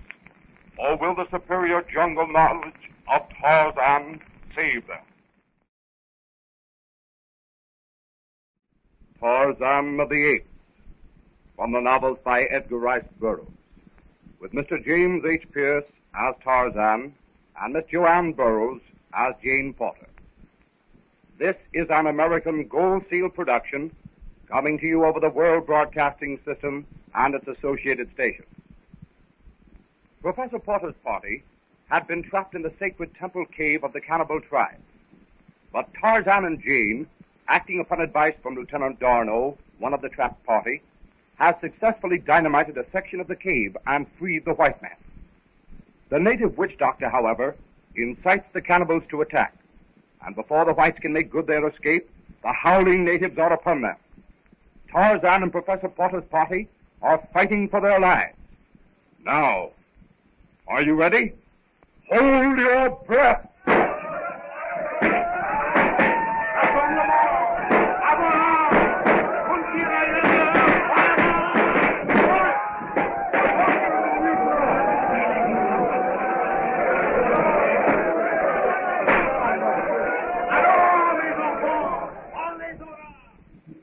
Well, we've beaten them off. Temporarily, at least. At a frightful cost, Monsieur Clayton. And Clayton, let me say to you that you are a very brave man. Oh, nonsense, Darno. If it hadn't been for this beastly fever, I'd have given a better account of myself. Is Jane all right? Yes, Jane, her father, and Monsieur Philander are all back further in the hollow. Gomangani are only gone for a few minutes. You mean, you think they will come back? Is it all over? Tarzan says no. He thinks that they will come back. Yes, they will come back. I must find the witch doctor's body. Well, what good will that do? I will take it into the trees, throw it down among them. That, I think, will stop them for a while. Well, I'll go out with you and show you where I left him. All right, quickly. They may return at any time. Where are Tarzan and Clayton going? Off to find the witch doctor's body, and I hope they find it, too. Is that altogether safe? What do you mean, Daddy? Nothing here is safe. But I don't think they're running any particular risk just now. You mistake my meaning, dear. The absolutely unreasoning hatred Clayton has shown towards Tarzan, you know, it seems that... Tarzan certainly is capable of looking out for himself, and Clayton, fever-ridden as he is, would hardly attempt murder. No, but... well, yes. After all, Monsieur Clayton does carry a rifle, and Tarzan... Oh, no. Cecily is Jealous, my dear? Yes, I suppose it is jealousy. But I agree with you, Mr. Philander, that even jealousy would not drive Cecil to murder. I'm not trying to frighten you, but I'm really sorry that I let them go out alone. For, after all, we are not dealing with Clayton's jealousy. We are dealing with a man not quite in his right mind due to the ravages of fever. How long, Tarzan, before they return, do you think? See, all our fears were groundless. I cannot say how long. No one can say what Gomangani will do. They do not attack without beating drums and shouting. Well, that's a help to us anyway. Did you find the remains? Yes. I have tied him in a tree, ready for the attack. You feel sure that they will attack? Yes. We must climb the rocks at the end of this hollow. I'm ready. We can't stand another attack like the last. How many men have you lost, Darno? All, mademoiselle, except Francois. But they're not all dead? Yes, monsieur. Those poisoned arrows, they work quickly. I don't really see how we can escape that way. I mean, if it is possible, we should have done it to start with. No. If we had tried that at first, the Gomangani would have caught us before we could climb the rock. But, Tarzan, they can still do that? No. Now I have plenty of arrows. I will stay and kill. You're not going to stay behind, Tarzan? Yes, I stay. Why, that's a downright sacrifice for us. I will not accept my life under such conditions. Merci, non. No, thanks, old fellow. You cannot do that. Do as Tarzan tells you, Tarmangani. Before you came, I put the Gomangani alone. Always I have killed them since they killed Kayla. Kayla? What was Kayla? Kayla was the great ape that mothered Tarzan. Tarzan told me that one of the blacks killed her, and ever since he has killed them whenever he has met them. Tarmangani talk too much. Go now, as Tarzan told you. But Tarzan, I can't leave you here. All stay, all kill. Go. Then you suggest that Mademoiselle Jane, Professor Porter, and Philander go ahead, and Clayton, Francois, and I shall come last. And you will cover our retreat until such time as you can follow? Better send Clayton with the others, in case any of the lions are still there. I don't know what to say. Undoubtedly, Tarzan's suggestion is the only solution. But I very much dislike leaving him here to fight alone. Tarzan fights better alone. Be quiet and go. All right. I'll lead the way. Come, Jane. Professor, Philander. And I shall follow with Francois. All right. Tarzan. Oh, Tarzan. Goodbye, Tarzan. But goodbye. We will see you at the rock. Yes, Jane. I will follow very quickly. Come, Jane. Tarzan, I think you are what the English call a good sport. A good sport? I do not know that word. Maybe not, but that is what you are. Tell me, do you really expect to get out of here, or will you be killed? I'll get out. Somehow, even if the situation does seem hopeless, I still believe you. If I did not, monsieur, believe me, I should not leave you. Oui, I too would stay to the finish if I did not think that Monsieur Tarzan would do exactly as he predicts. Get out.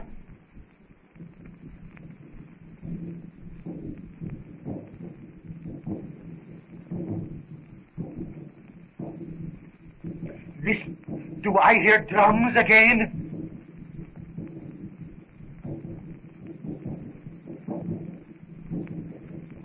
Yes. When the drums get loud, they will attack. I go now into the trees. You follow Jane and the others. No matter what you are doing? Yes. They will not be able to find without you. Yes, I suppose that is right. All right. Come, Francois. Monsieur Tarzan, permit me to shake your hand. I do, monsieur. Bon chance. Mon Dieu. But he is a very ape man, on your know. C'est vrai, Francois. Never a misstep. Always so sure, so perfect. Look, already has disappeared from view, and not a lead is disturbed. Voyez, mon Dieu. Where? Qu'est-ce que c'est que ça? Oh, I see. Blacks moving behind the bamboo. Oui, I can pick one off easily. Yeah, you take the first one, mon petit, and I shall catch the other when he jumps.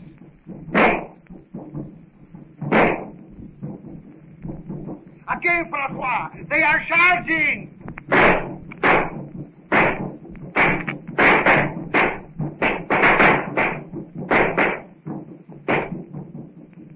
I shall use my revolver, Francois. Those both rifles deep. Mais oui.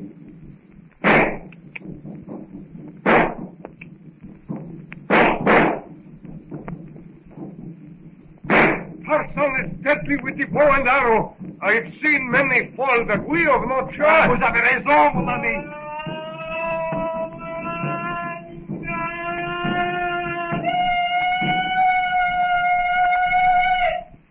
Mon Dieu, that cold... And the witch doctor's body, see, is hurtling through the air. And look at the natives. They are come to see it.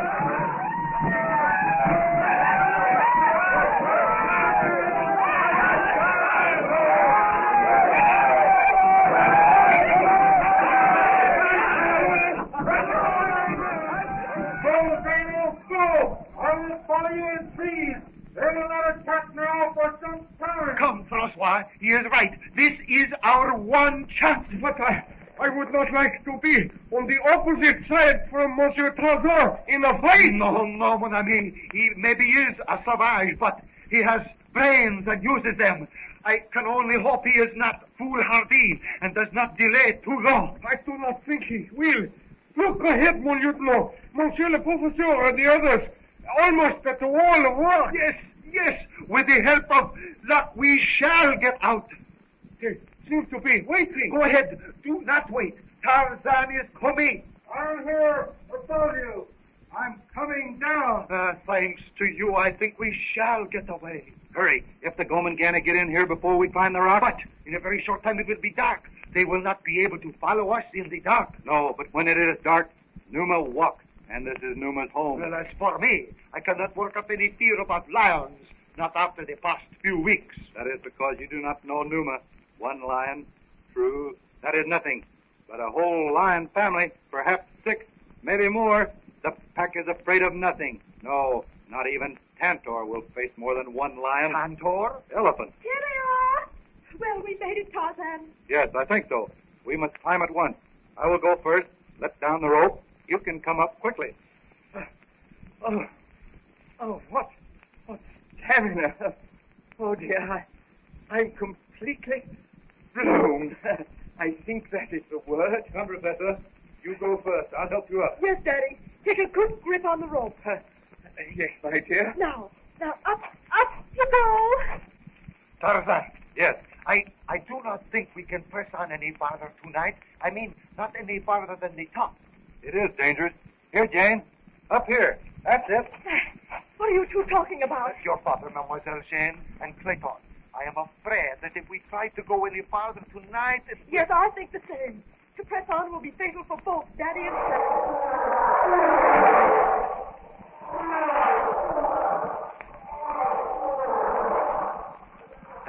That is what I mean. Not one lion, but many lions. Then, Tarzan, while the others rest, you and I shall keep watch. All right. Well, I'll light the fire. An excellent suggestion. I'm cold. Daddy, you haven't got fever. I don't know, my dear. You're up, please. Some quinine.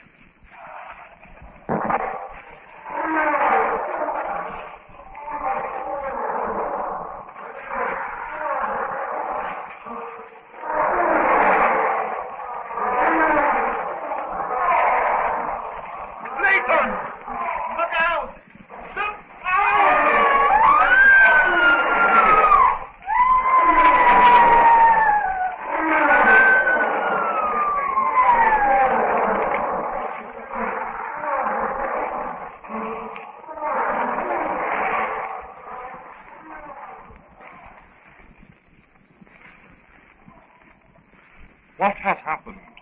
Has Numa pounced upon one of the white party?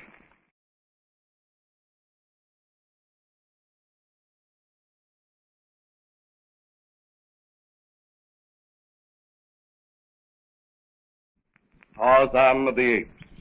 From the novels by Edgar Rice Burroughs, with Mr. James H. Pierce as Tarzan and Miss Joanne Burroughs as Jane Porter. This is an American Gold Seal production, coming to you over the World Broadcasting System and its associated stations. Jane and Tarzan, acting upon the advice of Lieutenant Darno, have succeeded in blowing up a section of the sacred temple cave of the cannibal tribe, and have liberated Jane's father, Professor Porter, and his party. Re-attacked by the cannibals, they successfully beat off the attack and scale an almost perpendicular wall of rock to escape. They run into a lion's den. With a blood-chilling roar, one of the brutes charges. Now, are you ready? Hold your breath!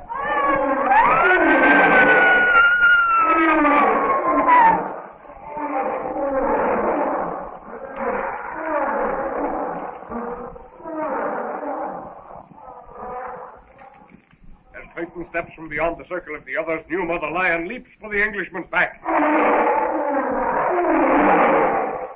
Before Darno can raise his rifle, Tarzan springs. The ape man lands full on the tawny brute's shoulders. One bronzed arm reaches under the dripping tar. Tarzan pulls the great head back. He holds it in a vice-like grip. Numa lunges forward, tries to throw the ape man over his head, but Tarzan holds on. Now the infuriated brute throws itself on the ground.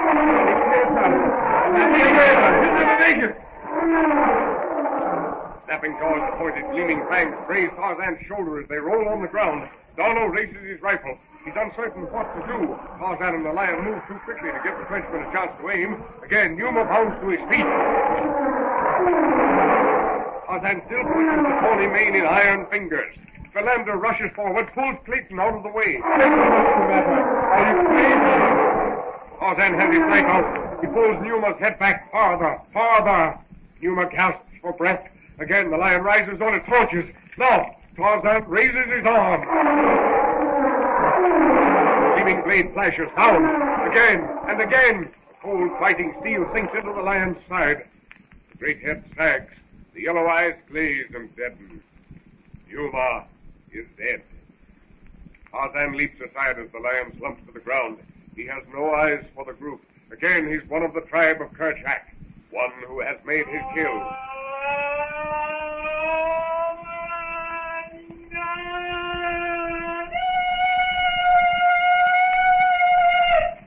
Tarzan! Tarzan! Are you hurt? No, positive, you're all right. That lion has scratched your shoulder. I'm all right. Yes.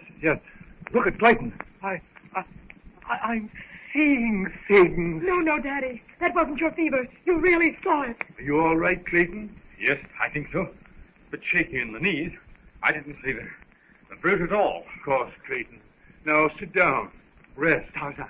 Yes. We must get a fire going. That will keep the lions off. And lie down and rest, all of you. Tarzan and I shall keep watch. But I can't rest, Lieutenant. I'm all upset, and I know Daddy's fever is getting worse. Now, Mademoiselle Jane, you have behaved wonderfully. Do not break now. I won't, Lieutenant. I won't. And as for your father's fever, it is characteristic that it should be worse at night. Some more quinine would be in order. All right. Here, Archimedes. James Philander, I really am dazed already with taking so much of the stuff.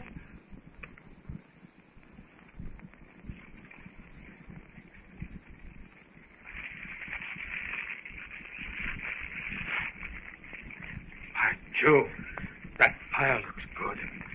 I guess my nerves are about gone. Everything is dancing, swimming before my eyes. And come close to the fire. In fact, everyone move as close as he can for warmth, but mostly so that Tarzan and I can keep an eye on everybody. Really, Darno, I don't see how you and Tarzan can keep watch all night.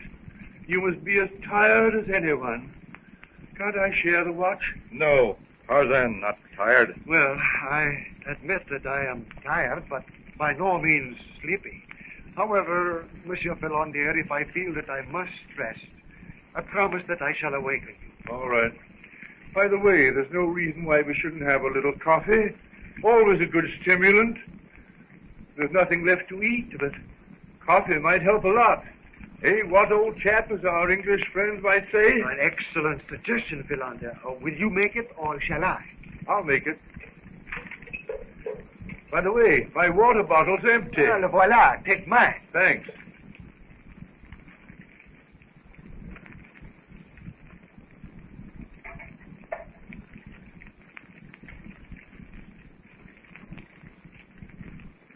Feeling any better yet, Monsieur Clayton? Oh, I think I'll be all right.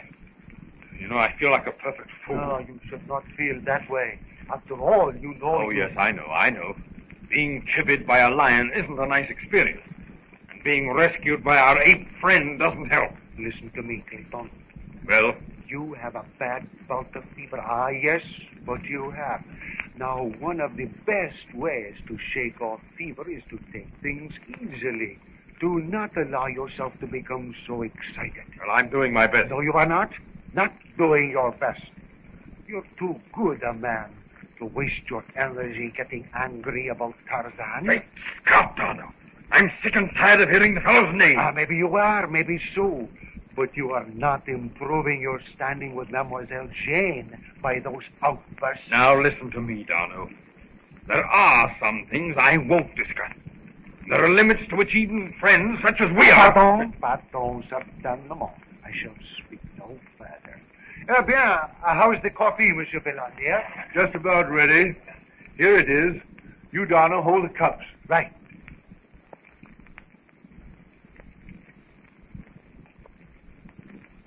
Mademoiselle Jane? Thank you.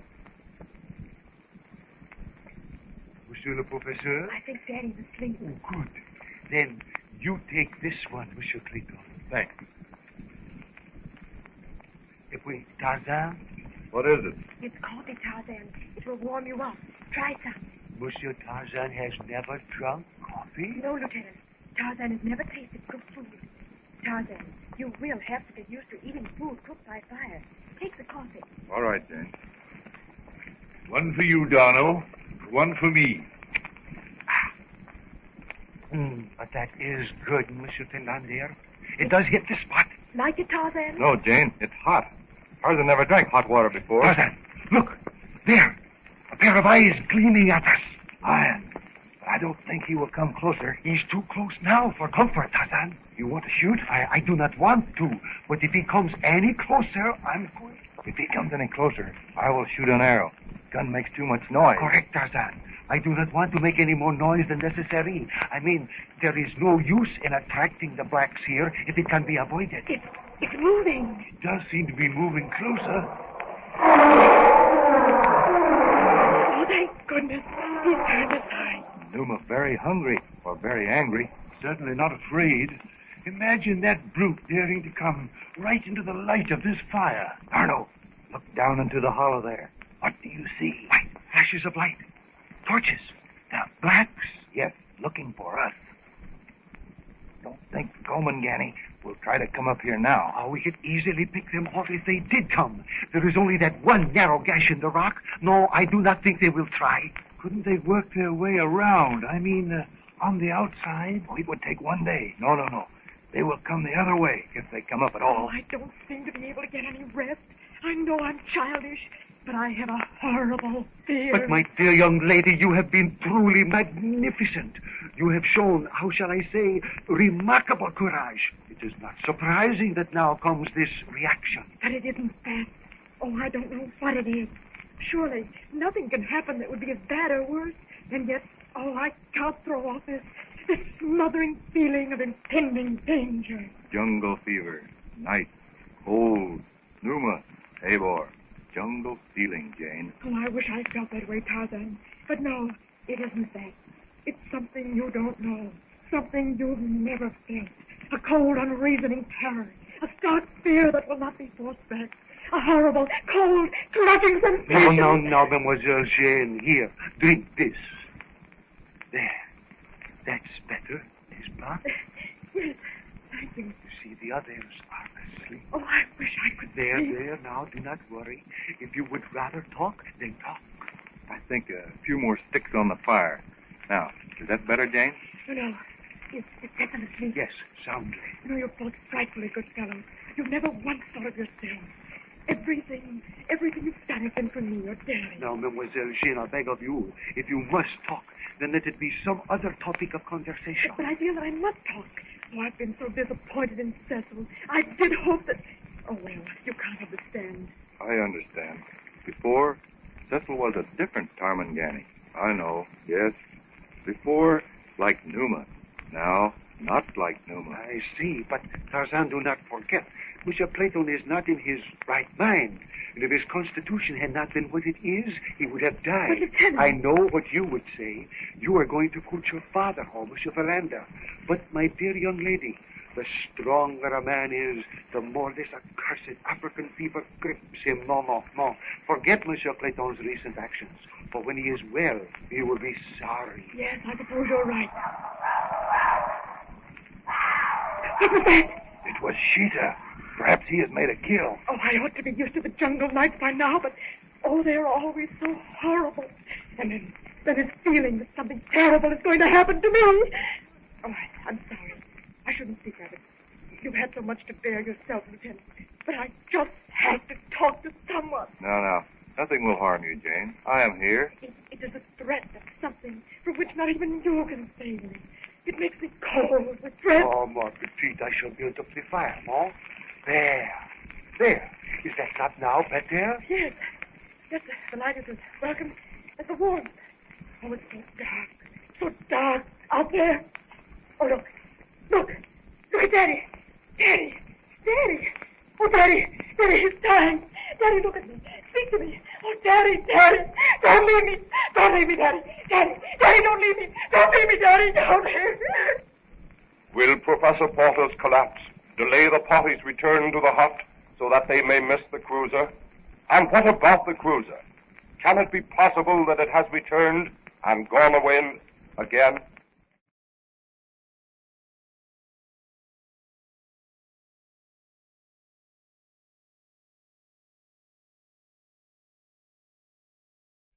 Tarzan of the Apes, from the novels by Edgar Rice Burroughs, with Mr. James H. Pierce as Tarzan and Miss Joanne Burroughs as Jane Porter.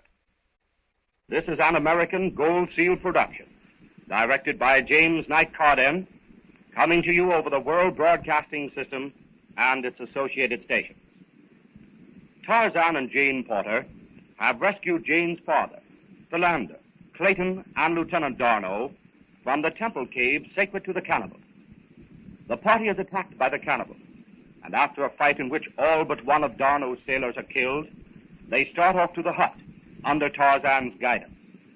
They are camped for the night when Professor Porter collapses. Now, are you ready? Hold your breath. Oh, Daddy.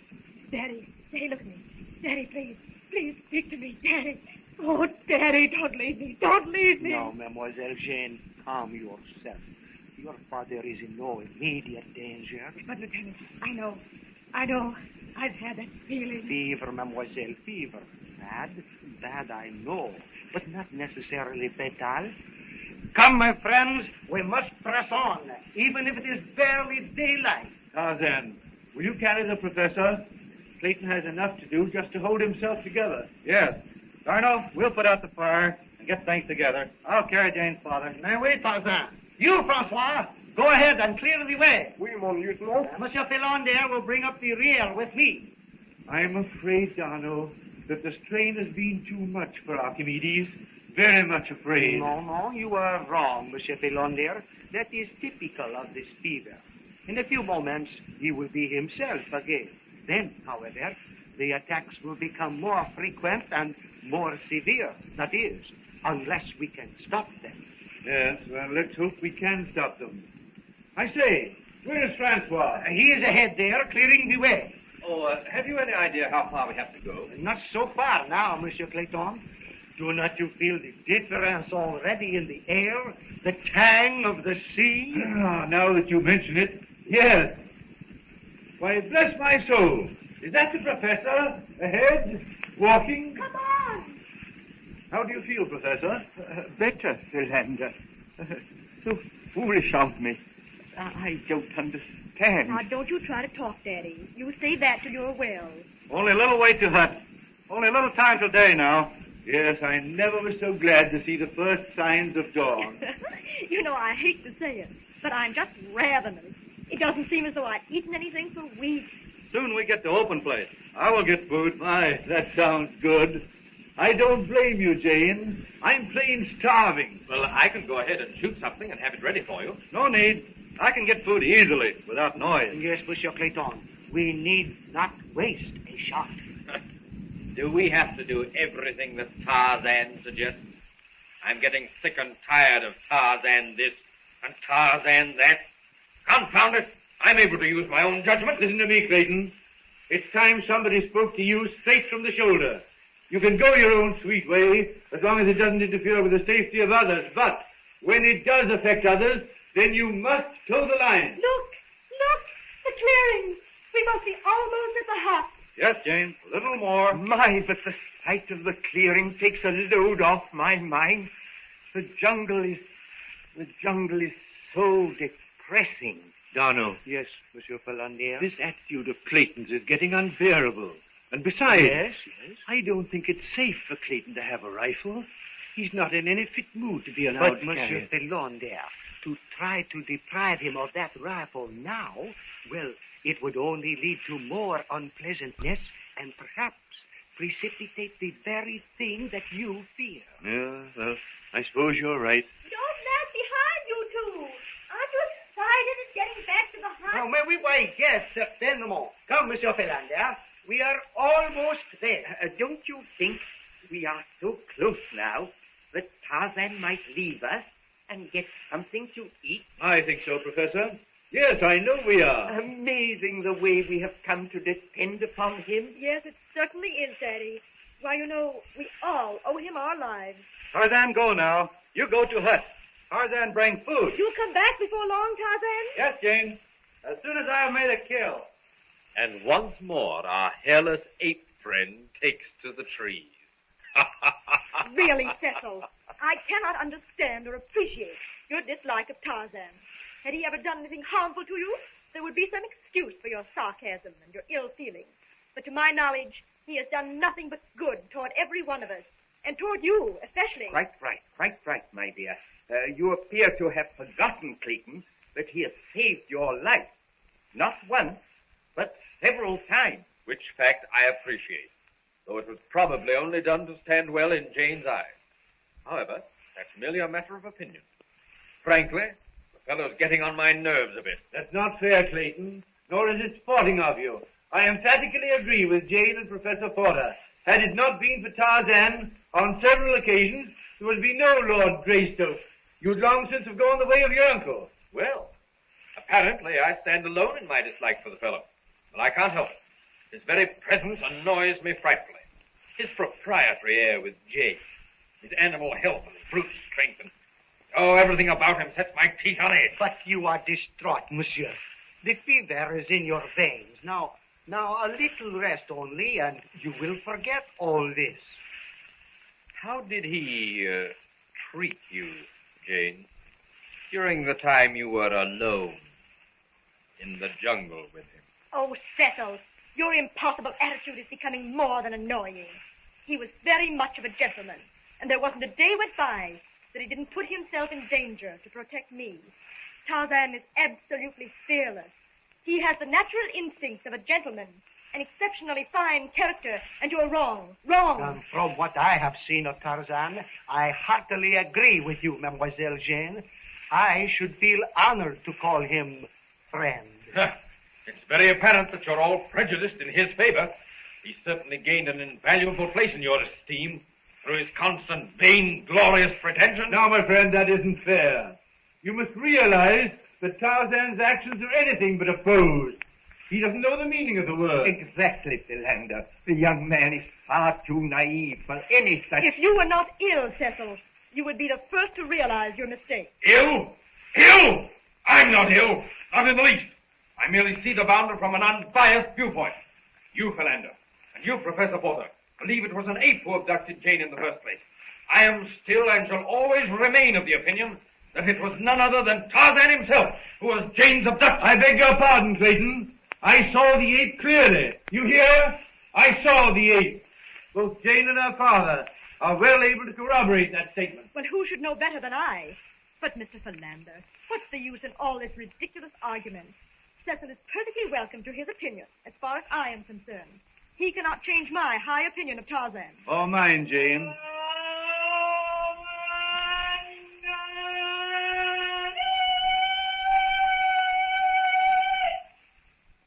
There.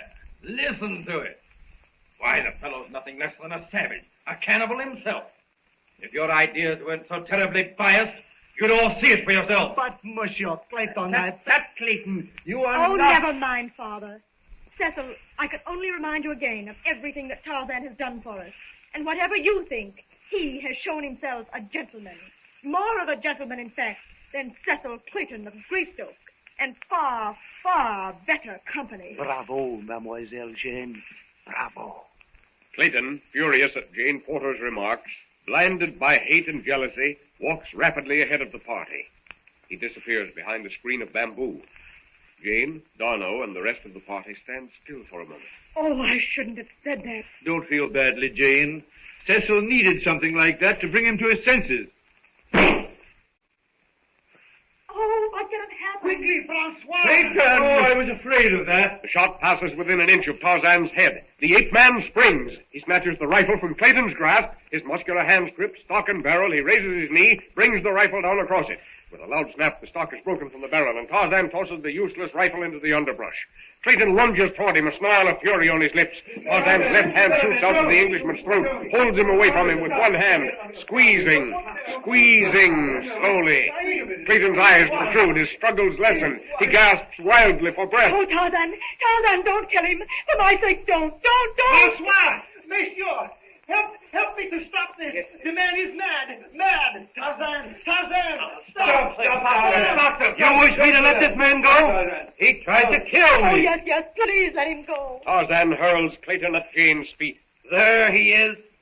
I give him to you, Jane. Oh, Tarzan, please understand. I only ask that you don't kill him for your own sake. I do understand. You want him? Take him. Tarzan of the Apes goes back to his own. to the beasts which do not kill for hate. You're wrong, Tarzan. You do not understand. Tarzan understands. He is just an ape man. He belongs to the jungle. Tarzan, wait! Tarzan, please don't go away now, Tarzan! Tarzan proudly turns his back on the little party of silent men and the white girl. He walks to the nearest tree and without a single backward glance swings into the lower branches. Will Tarzan be able to stay away from Jane Porter? And what will happen should Clayton and the ape man meet again? Tarzan of the Apes, from the novels by Edgar Rice Burroughs, with Mr. James H. Pierce as Tarzan and Miss Joanne Burroughs as Jane Porter. This is an American Gold Seal production released by the World Broadcasting System and associated stations. Tarzan, with the help of Jane Porter, has rescued Professor Porter, Philander, Clayton, and Lieutenant Darno from the cannibal tribe. He leads them back through the jungle toward the sea.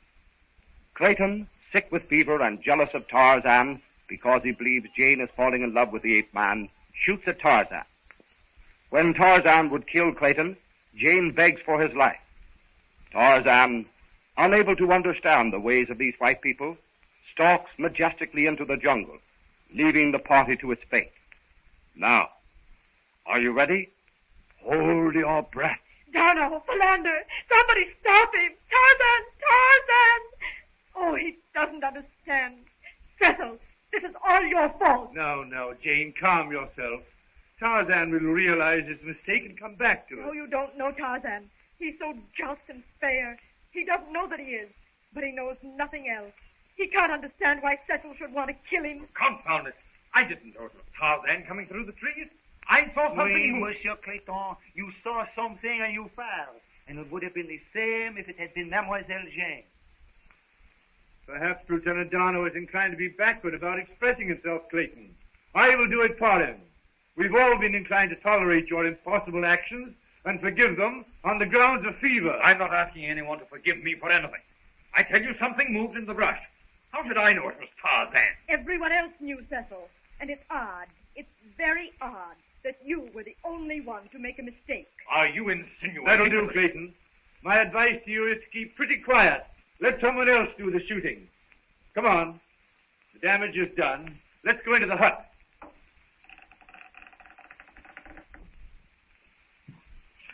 Mais mon Dieu! Nom de chien! Tonnerre de sword! What is it, Darno? The place has been ransacked. Thoroughly searched. Turned completely upside down. Could it have been Tarzan? No, I was with Tarzan the last time he was here. Much too methodical for one of the apes. Of course, it could have been the blacks, but I doubt that very much. They would have taken everything. Well, we might as well start setting the place to rights.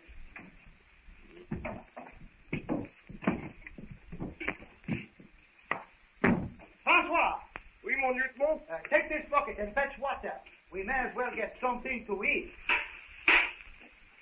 Are all your papers there, Cecil? Those you left here, I mean? Yes, they've been moved, but they're all here. That is, of course, all except the Greystone diary, and that was gone before we left the hut. As for me, I'm going to get that boar, the one that Tarzan killed for us. Monsieur Philander, look after things here, will you? Yes, of course. Oh, Professor, I think you'd better get into bed. Best place for a fever. But, Philander, I'm all right now. I certainly am not an invalid. Daddy, you do as you're told, right now. What is it, Francois? Can you make out what he says? No, but I'll go outside and see what it's all about. What is it, Darno? Francois, he was down there for water, and he says there has been a boat here. A boat? Do you mean that the cruiser has been here and gone? Now, do not alarm yourself. We do not know as yet. Alors, let us go and find out. Oh, I can't bear to think of it. Mademoiselle, we do not know. Je vous prie, wait until we get there. Oh, I wasn't thinking of the boat. I was thinking about Tarzan. I feel sure, Jane, that he will come back. Yes, and have Cecil shoot at him again. No, I don't think Clayton will do that again. By the way, where is Clayton? He stayed behind at the hut. He feels rather badly, I expect. Well, he ought to. There has been a small boat beached here. Footprints. Yes, monsieur, but not the footprints of French sailors. How can you tell, Lieutenant? Footprints are footprints. Oui, but these are the prints of hobnailed boots. My sailors wear naval boots. There are no nails in them. How old are the marks? That is, how recent? Not old. A few days at the very most. But why beach a boat here, so far from the cove? That I do not know, monsieur.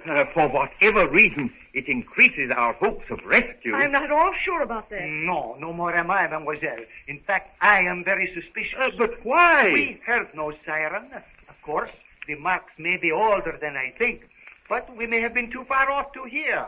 But a cruiser's siren carries a long, long distance. As far as I am concerned, it may be merely intuition, but I feel that everything is not all right. At any rate, we can do nothing about it now. We might as well return to the hut. I don't like to leave Clayton alone too long.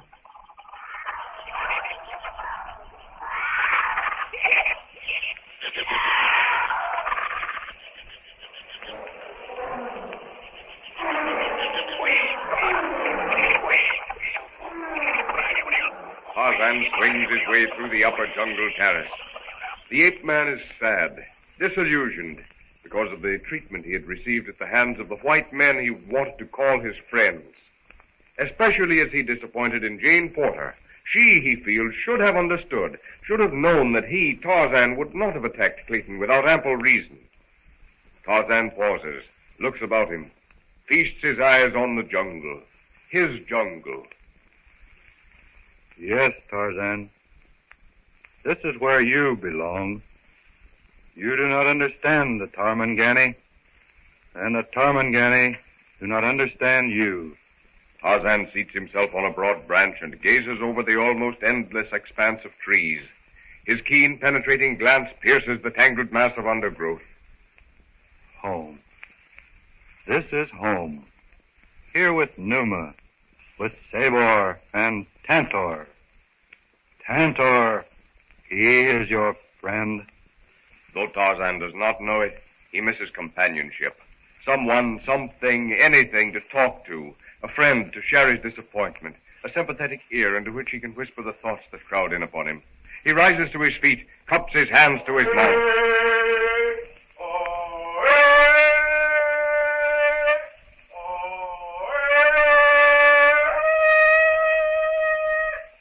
Tarzan's call to Tantor, his friend, echoes and re-echoes through the jungle depths.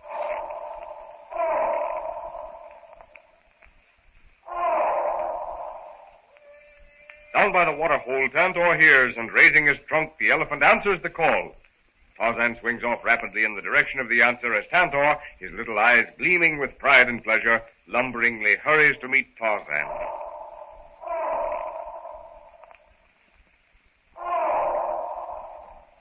Tantor. Tantor. Down through the tangled mass of familiar vines and branches, Tarzan drops to the broad back of his jungle friend, Tantor the elephant. Yes, Tantor. It is here in the jungle with you that I belong. Not with those Tarmangani who do not understand the jungle's ways. As Tarzan whispers to the great beast, he drums his toes on the tough gray hide, and Tantor, understanding, supremely happy that his friend has come home, sways his trunk from side to side as he plods along the jungle trail.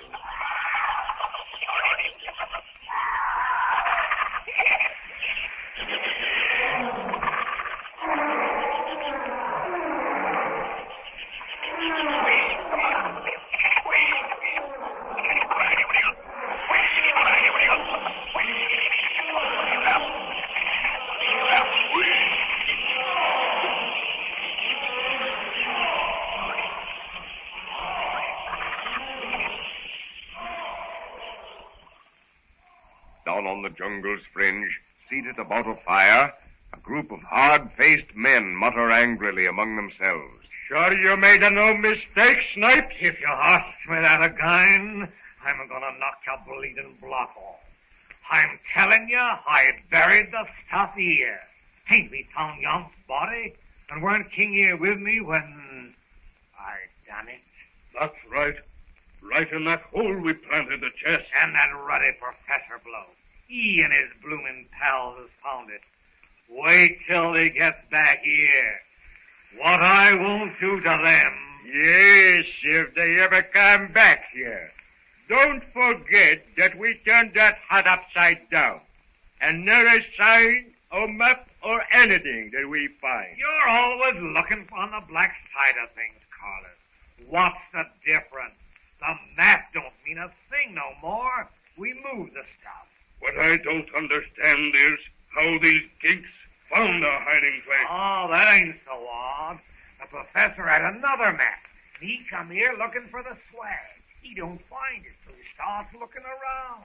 He finds where we've hidden it and moves it. Yes, but he won't tell. He'll tell. When I get through with him, he will.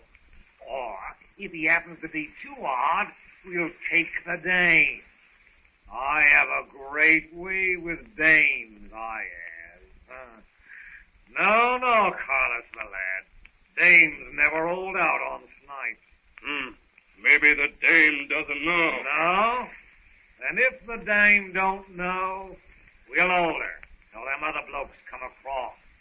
Then what? Then we'll put 'em all to sleep. And me for London. And you? Oh, what do I care? All sounds great. Snipes, but they haven't come back yet. We've been here days and not a sign of them. They left some of their gear at the yacht, didn't they? They'll be back. And when they come, Carlos, my lad, well, you just wait and see. What was that? Quiet! It's them! The old man and his gang. Come on, hurry! Here's where we get 'em, and get 'em right. Sure. Come on now. Hurry up. Come on, let's get 'em. We'll get 'em. Now, what will happen? Will the pirates succeed in carrying out their vicious plot?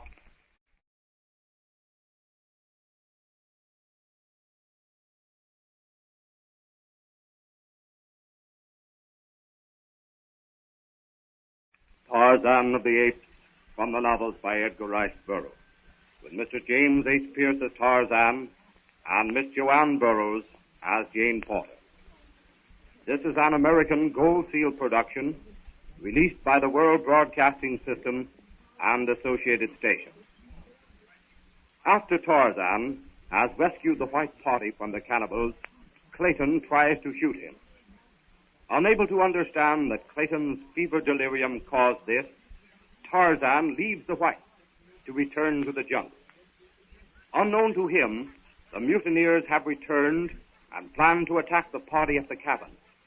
Tarzan returns to the council circle of the apes to find his kingship challenged by Takla, a bull ape. The bull ape charges at Tarzan, murder in his eye. Now, are you ready? Hold your breath. At Takla's roar, Tarzan whips about. Quickly, the ape-man's hand flashes to the knife in his belt. Takla sees the movement, hesitates, but only for a moment.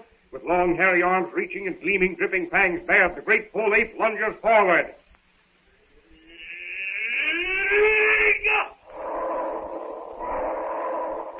Tarzan commands Takla to go back. Takla blinks his hate-reddened eyes, and with another challenging roar, draws closer. Tarzan leaps to one side. Takla turns, and again Tarzan leaps. Now, the ape-man is behind Takla. Tarzan springs as the hairy brute turns. Tarzan lands on Takla's back. The ape-man's arm slips under Takla's forearm, up behind the thick bull neck. Tarzan grips the coarse, bristling hairs. The rippling muscles swell as he starts to force the brute's head down.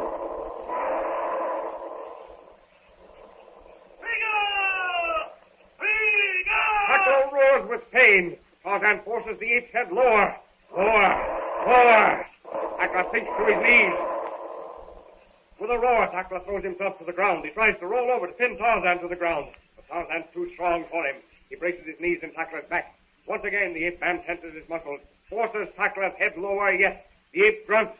Quickly, Tarzan jumps clear. Tackler rolls to his back, and before he can make a move, Tarzan launches himself onto the brute's chest. Tackler blinks his eyes and looks at the gleaming point of the knife held at his throat. Tarzan asks Tackler if he will surrender, but Tackler only grunts in reply. Tarzan presses the hunting knife further into the thick, coarse hairs of the brute's throat.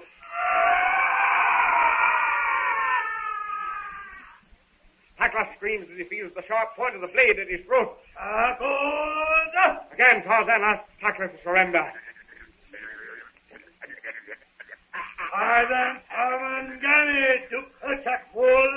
I am Tarzan, king of the apes, mighty hunter, mighty fighter. In all the jungle there is none so great. You, Tackler, have surrendered to me. All the tribe has heard.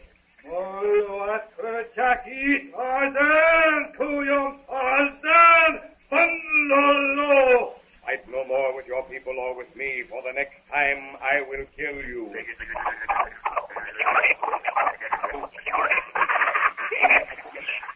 Tarzan springs to his feet.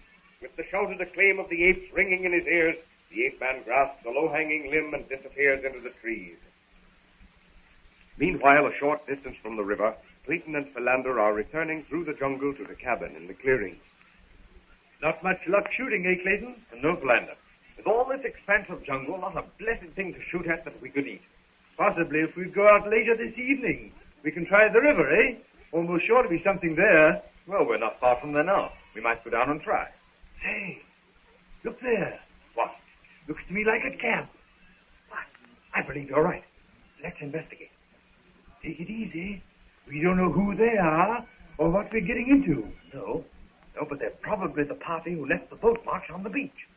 Well, the place looks pretty deserted. Yes, but the fire hasn't been out for very long. By Jove! Look out there into the cove. The Arrow! Our ship! Our ship? Then, man alive, the mutineers! Jane! Porter! Alone at the hut! Come, Philander! Hurry! Hurry, Philander! While Clayton and Philander have been hunting, Jane has been caring for fever-ridden Professor Porter at the hut. Jane, my dear. What is it, Daddy? Are you feeling better now? Yes, dear. A great deal. The treatment given me by Lieutenant Darno last night seems to have worked wonders on me. Oh, that's fine. In no time at all, you'll be the fittest one of us all. How is Clayton getting along? Well, he seems to have improved a great deal in health. I don't like to give you advice, my dear. No, Daddy. But you've always let me run my own affairs. What I was about to say, however, is I have noticed a certain coolness between you and Clayton lately. Well, don't you bother your head about it. But I must say, it concerns the welfare of all of us to be on good terms with one another. Yes, none of us can afford to be unsociable. Not only that, my dear, but Clayton is one of the English nobility. It might be just as well to keep in his good graces. But he's been so insulting about Tarzan that I couldn't help but show my feelings. After all, Jane, despite the fact that Tarzan is a noble fellow and all that, he is really just an untutored savage. A savage. Yes, a savage who has saved us all from death. Not once, but many times. And Cecil especially. Yes, dear. It is sometimes difficult to understand Cecil's mood. Still, we should all make allowances. Perhaps we might keep on the good side of Darno, too. He is of the French Navy, you know. Now, Jane, you're chiding me. But you know as well as I do that it sometimes pays to have, if you will allow the expression, a friend at court. Oh, never mind, Daddy. I know what you're getting at. But Cecil makes me so angry with his constant slurs against Tarzan. Yes, dear. By the way, where are the others? Well, Cecil and Mr. Philander went off to shoot something to eat. Francois went for water, and Darno, I believe, has gone off to the headland. To the headland? What for? To make a beacon, I suppose, in case another ship should pass before the cruiser returns. What did Darno and Cecil decide about those boat marks upon the sand at the beach? We can't imagine, Daddy. The marks, together with the footprints, which Darno said were not made by sailors' shoes, and the ransacking of the cabin are a puzzle we haven't solved. Yes, I know. But the marks were old, I think. It may be some ship put in here for water while we were at the Cannibals village. Well, I, for one, am heartily sorry we failed to arrive at the same time as the ship, no matter what sort of a ship it might have been. Water, yes, water. That was probably what they wanted.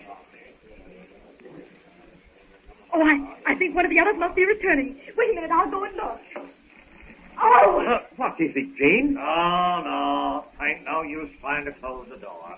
Daddy, the gun, quickly. So that, I can move to get that gun, and I'll drop you where you stand. Come on, King. Hollis, come right in. Better if I close the door, eh? Righto. What do you want? What's the meaning of this? You'll find out soon enough, Governor. Hollis, watch the old gent. I'll look after the lady. I as a tyke and why with the ladies, I am. If the others come back and find you here tonight, they'll kill you. Now you've had your little sigh. I'll do the talking for a change. Where did you hide that blasted treasure? We've never seen the treasure. You know as well as I do tonight that I threw that chart overboard. What happened after that, we don't know. Yes, I know all about that. Tracy brought the chart back. We found the treasure. You found it? You see, my dear, I was right. Shut up. Can't put that stuff over on me. What we want to know is, where did you hide it? I tell you, we've never seen it. You said you found it. Who moved it? I don't know. How about you, Professor? Don't suppose you'd know? No, I've never seen it. Hey, now, anybody asked you if you've seen it? All we want to know is, where is it now? Oh, how often do I have to tell you we know nothing about it? Now, don't put on them high and mighty airs with me. Come on, Snipes. We're just wasting time. Let's take him along with us. That way he's got time to work on it. Yes, that's the ticket, all right. The mothers is liable to come in here any minute. Righto, mate. So long as they ain't going to act the way we want them to. Come on there, Professor. Get up. Oh, I can't do that. My father's almost dead with fever. He'll live long enough for us to find out what we want to know. Now, you listen to me. If you think that my father knows where that treasure is buried, taking him out and torturing him isn't going to help you any. He'll just die. What? You're talking to the old goat anyway, Snipes. I wouldn't give a soldier for his chances on the Well, listen to me now, you swab. I want that loot. I don't care whether the old fool dies or not. I mean to have that treasure. All right. Well, then let's take the dame. Hold her as hostage. Then the old bird'll kick through. No, that's an idea. Come along, my pretty. I won't. Oh, won't you, though? I got feet. Come on, you. Cover a pipe there. Push him out, or I'll bust you out. Come on. Let's get out of here. My, but I see a kicker. Well, you'll get plenty kicking the Paul West over there.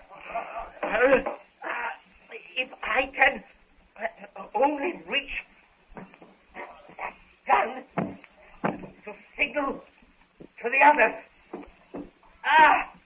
The gun!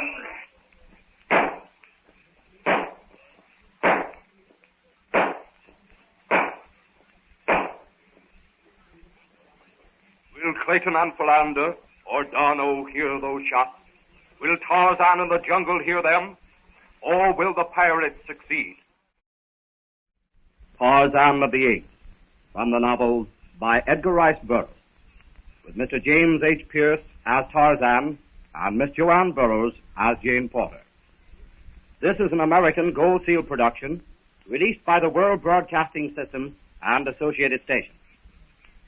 It is incomprehensible to Tarzan that Clayton should try to kill him after he has rescued the party from cannibals. Tarzan does not understand that Clayton was maddened with fever, and so the ape man returns to his jungle to learn that Takla, a bull ape, disputes his kingship. In a fierce battle, Tarzan defeats the ape and resumes the leadership of the tribe of Kershaw. Meanwhile, the mutineers have landed, attacked the hut, and are carrying Jane away. Now, are you ready? Hold your breath. The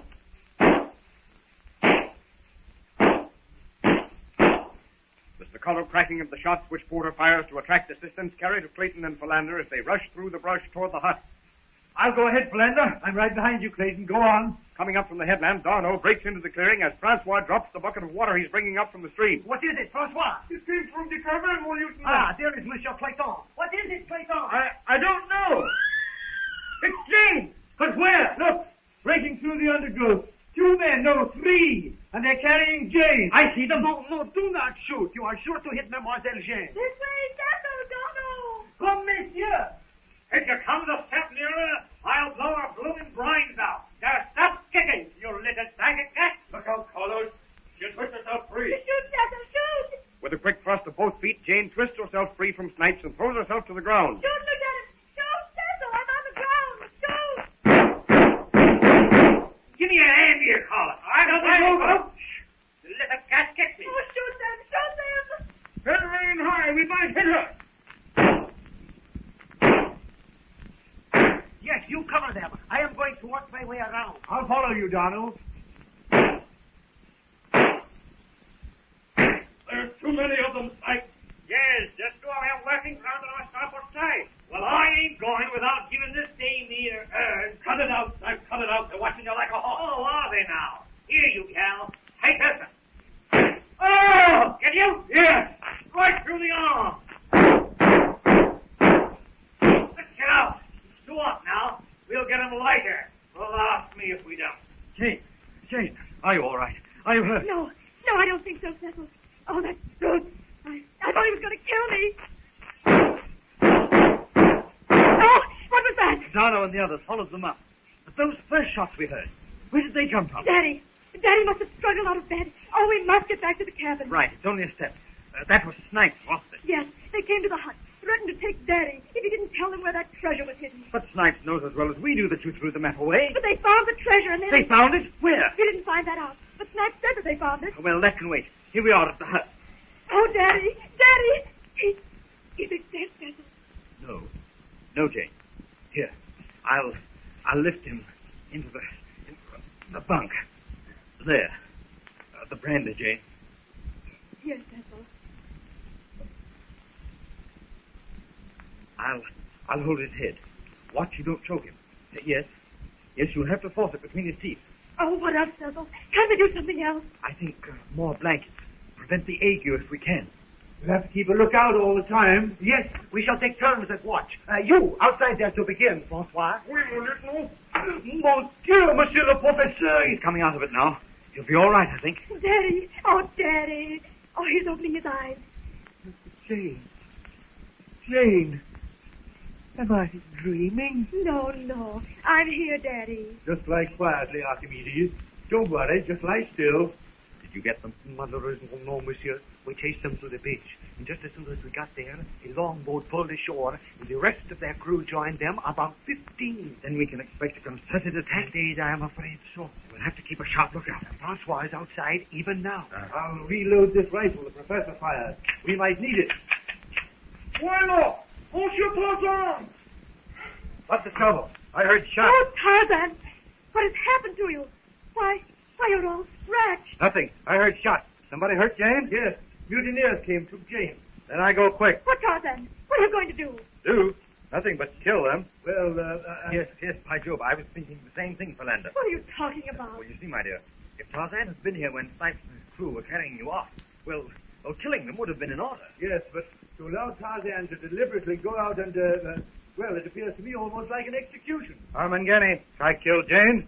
Now, Tarzan killed Armangani. We are not Tarzan. It looks simple, but you see, Tarzan, we can't let you kill them. No, Tarzan. If they try to hurt us, to kill us, yes, then it's all right to kill them. But now, oh no, you can't. Tarzan does not understand. They try to kill you, but you not try to kill them. Well, it is rather difficult to explain, but you'll have to take our word for it. Just don't think any more about it, Tarzan. Tarzan, come over here a moment, will you? What is it? Clayton and myself tried to get some meat today, and, well, we didn't get any. Oh, you like me to get meat? Porter? Anything, Tarzan. All right. Tarzan, go now. Where are you going, Tarzan? Tarzan, go get Porter. Come back quick.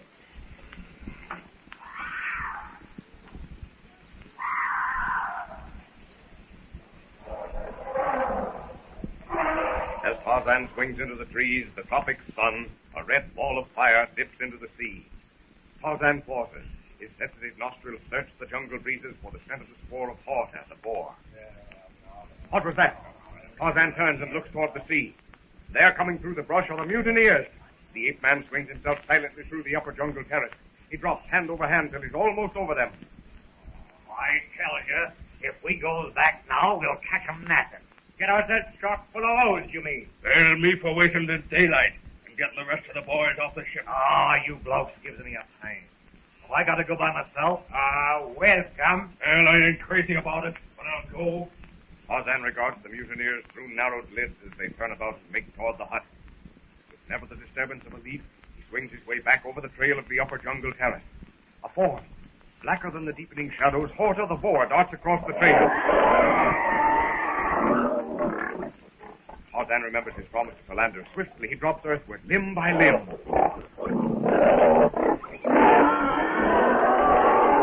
Horta snarls as the ape man lands squarely astride the broad shoulders. The flashing, gleaming tusks sweep sideways. Tarzan throws his feet back, grips Horta about the throat. Together they roll over. Tarzan's knife flashes once, twice, again. Tarzan rises to his feet, places his foot on the boar's carcass, and raises his head to the skies.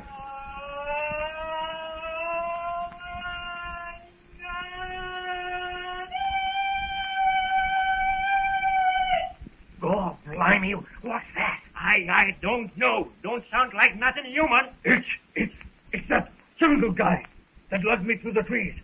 Let's get out of here quick, Snake. Yeah, you're right, King. I expect what I said about going to that air up tonight. We're waiting till daylight.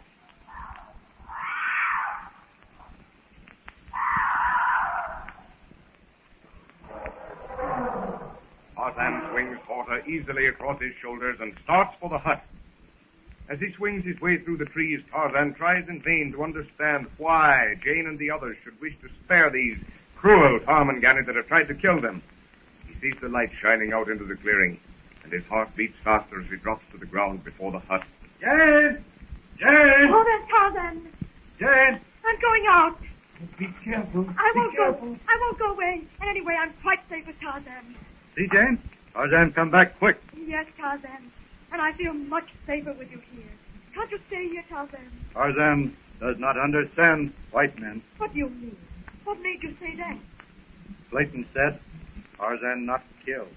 What you call them mutineers? Yes, mutineers. But in Clayton's head is the thought to kill Tarzan. Oh, no. No, I'm sure not. Oh, yes. Tarzan ape, but ape not fool. Manu a fool. White men like Manu.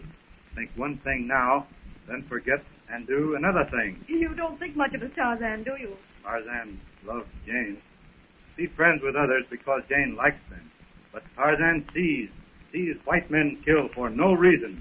My people, the beasts of the jungle, always have reason for killing. For food, to keep others from killing them, and to protect their... I have no words for it. Their Jane. You mean to protect those that they love? Yes. Tarzan kill other men before they come back. But it's wrong to kill in cold blood. Tarzan's blood hot. He sees Sheeta try to kill Jane. He kills Sheeta. Tarzan does not know why he should kill good Sheeta and not kill bad white man. Well, I give up, Tarzan. I think your logic is better than ours. The difference between us is that we are bound by a lot of man-made laws, and you answer only to the laws of God. That's the difference between law and justice. Tarzan does not understand. Too many new words. The difference is that white men have the mind of Manu, and Tarzan has the mind of Tarzan. Oh, Tarzan, you are delightful, and as usual, right. Jane, I wish that you would come in, dear. I'm worried when you are out there after dark. I'm coming, Daddy. I must run along in. Daddy's pretty sick, and we can't let him worry. Tarzan stole Munga village for arrows. Come back quick. But that's a long way. It took us 2 days. White men move like Kota. Tarzan, go quick. Come back quick. Oh, but I hate to have you go, Tarzan. You don't have to leave at once. Jane like Tarzan stop? Jane like talk? Yes, Tarzan. That's it. The jungle blackness closes in. Jane and Tarzan, oblivious to everything, oblivious even to the tax that the mutineers are plotting, seat themselves on a fallen log. Except for the jungle noises, all is quiet. And in that companionship that requires no words, Jane and Tarzan, silent, watched the water shimmer in the silver moonlight.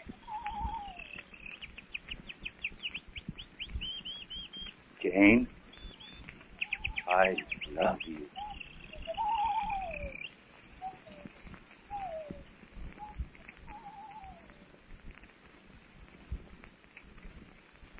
The pirates have been routed for the moment. But what new brand of deviltry will daylight bring? Will the pirates attack again while Tarzan has gone for arrows?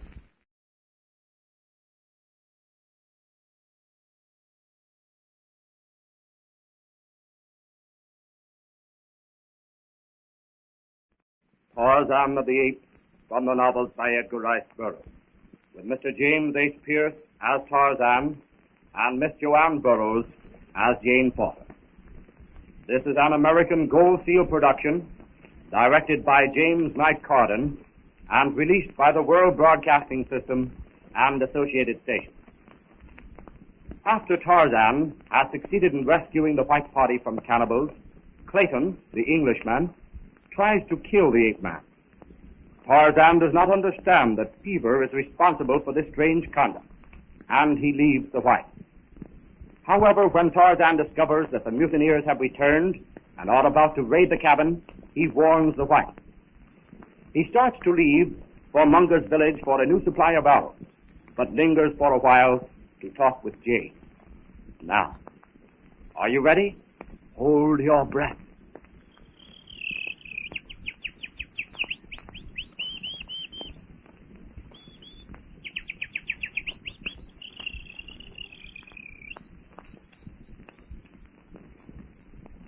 Beautiful, Jane. Jungle night, beautiful. You like the jungle, don't you, Tarzan? Yes, before, Tarzan liked jungle. Now, Jane here, Tarzan likes more. Jane likes jungle now? Yes. As long as you're here, I like it. But Jane better not stay out here. I think Tarmangani come hut again. Oh, you do? Yes. I watch them go to camp. Then they turn and come back again. Well, we better tell the others. Lieutenant Darnell. Mademoiselle? Tarzan is here. He said that the mutineers turned around as if they were coming back. Right. Then we had better be ready for them. You did get the boar, Tarzan. Yes, Horta. Horta not easy to kill, but Horta good meat. You're right, Tarzan. Wild boar is a dish fit for a king. I will go and see what the Tarmangani are All doing. right. I think you better come back inside the hut, Jane. I'll stay with you, Donald. We and Francois, I think also. If we are to have a visit from our pirate friends, well, the reception may as well be warm. I'll close the door. Then you won't be marked against the light. All right. What was it, Philander? Just Tarzan with some meat. Feeling any better, Daddy? Yes, Jane. But I do wish that you would leave my things where I put them. Yes, Daddy, what? And I maintain, Professor Brinsley, that your theory is entirely erroneous. Oh, he's delirious again. Slightly. Nothing we can do, Jane. Just let the attack wear off. The hieroglyphic distinctly says 3 bullets, not 30. The bell. Show the gentleman in, Jane. Show the gentleman in. Oh, dear, can't we do something? No, Jane, just leave him. He'll fall into a natural sleep again. Jane, I want to talk to you. Yes, Mr. Philander. I've known you since you were a baby, Jane. I've always had your welfare at heart. Oh, I know that. You've been a darling. The way you put up with Daddy's, well, his peculiarities. But I wish to talk of you, Jane. You and Tarzan. Yes? Now, no one has a greater regard for that gentleman than I have, Jane. But... Well, after all, you were quite right to champion him when he was maligned by Clayton. But, Jane, I'm afraid you're falling in love with him. If you haven't done so already. You don't answer me. What can I say? Then it is as I thought. Now, Jane, you must realize that while Tarzan is a splendid fellow, you can't marry him. Why not? My dear, your circle of friends, the society in which you're accustomed to move. Tarzan is a gentleman. Of course. But attacking the problem from a different angle, would Tarzan be happy away from his jungle? Can you give up everything to live here? But I don't intend to live here. Why not? Because I don't. You expect Tarzan to give up the jungle to live in civilization? No! He'd never be happy. Tarzan has just come back. Oh, hello, Tarzan.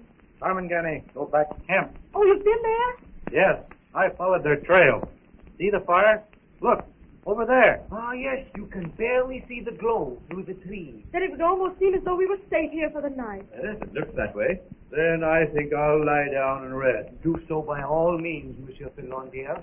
Then you will be all the fresher to stand watch tomorrow. And you, Jane, I think you should rest too. Nursing your father is taking too much out of you. Oh, I'm all right. I'm worried, of course, about Daddy, but I'm by no means ill. I'm quite puzzled. Why should the mutineers, pirates, or whatever you want to call them, start to come here and then, for no apparent reason, abandon their scheme? That, apparently, we cannot know, monsieur. Well, many things may have happened to them in the jungle, and it's barely possible that they may have fought among themselves. Well, in that case, I'm sure we would have heard the shots. Yes, I'm inclined to agree with Jane. We should have heard any fighting with their camp so close by. But we have not thanked Monsieur Tarzan for the boar that he has brought us. Oh, yes. We do thank you, Tarzan. If it weren't for you, we should have gone hungry more than once since we landed here. Right, Jane. We are deeply in Tarzan's debt. Tarzan, don't go. Stay here a while with us. I think now I go away. Go Gomangani village for more arrows. Must you go there, Tarzan? Yes. When Tarmangani come back, I must have plenty arrows. Well, I think we'd better go inside the hut. It's chilly. Not too good for the professor's fever to have this door open. You have right, monsieur. Good night, Tarzan. Good night, Jane.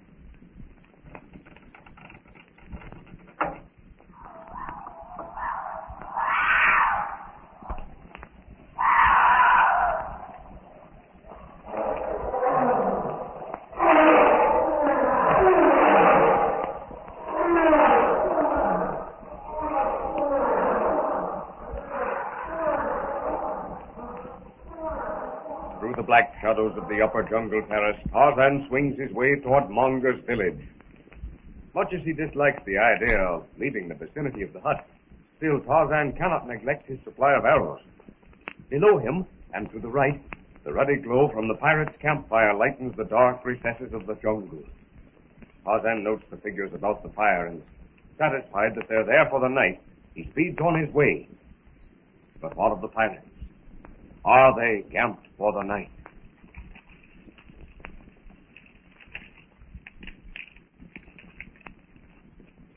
While I ache to leave this warm fire, what I fight is, let's go back, clean 'em out. Let's all go this time. I ain't anxious to go. Not after that noise that we heard. Ah, forget it, you swab. Wasn't nothing but some new kind of animal. Yeah. Well, that ain't what you said when we was out there. Say, I'm telling you, this blasted jungle is one thing, and we got a roaring fire like this a-going. But in the dark, say, it ain't so hot. We can take the whole bunch this time. Make it look better and make them give in quicker. What are you talking about, give in? There ain't going to be no giving in. That Professor Bloke, the skirt, that's all we want. And the rest? Burn 'em. Get 'em unaware. And shoot 'em down. Sounds easy. But I noticed you didn't stand out front when the shooting was going on. Shut up. All that shooting didn't do no good. And you know that. If you guys are gonna chew the rag here all night, I'd just as soon go to the bloomin' hut. Righto, mate. Come on, then. And don't make too much noise. Because you blokes walk quiet, you want to wipe the old blasted jungle? Well, go ahead and lead the way. I notice you ain't taking the lead. Hey, one more crack out of you and I'm going to... And what? You bloomin' lime juicer? I stole that cab. You guys is getting on my nerves. Right. This jungle could drive a bloke bomb in time. We got to keep hold on ourselves. Say, I got an idea. No. Yeah. That cry we heard, I bet it was that jungle guy that you told us about. Oh, you're balmy. That there ain't the jungle bloke. Well, I bet you're right at that, Carlos. Be quiet. Yeah. Shut up. That's the cabin. And all dark. Bet they're all asleep. Hey, don't forget that Frenchman may be walking sentry go. Well, you tackle him. I'll get the Dane. King, you and the boys can take the professor. Sure. Leave it to us. Quiet now, quiet. I have no door. Oh, it's bolted on the inside. What's that? Is that you, Tarzan? Yes. Just a minute. I'll open the door. That's back there. Put it over her head when she comes out. Yeah. But what about the rest? Oh, you take the dime. She'll talk. Here she is. Tarzan, where are you? Hey, grab her feet there, King. Come on. Let's blow. What fate is to be James at the hands of the pirates? Will Tarzan discover her capture in time to save her?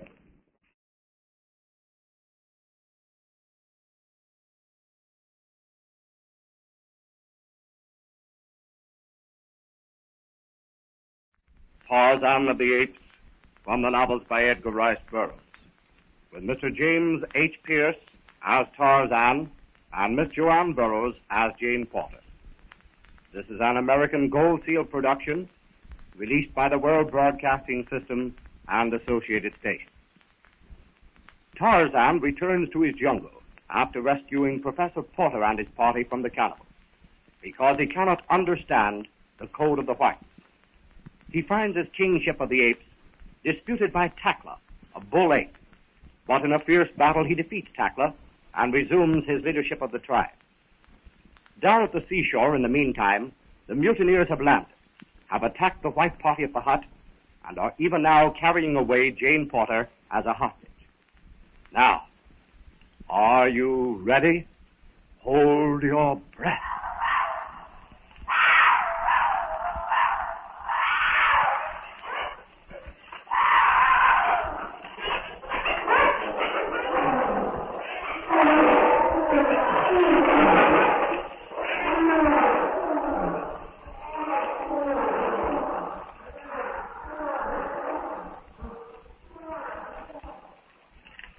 Even if them blasted animals ain't close, I ate them. You and me both. Once we get out of this place, I never want to see it again. Oh, let me down. Let me go. Shut up.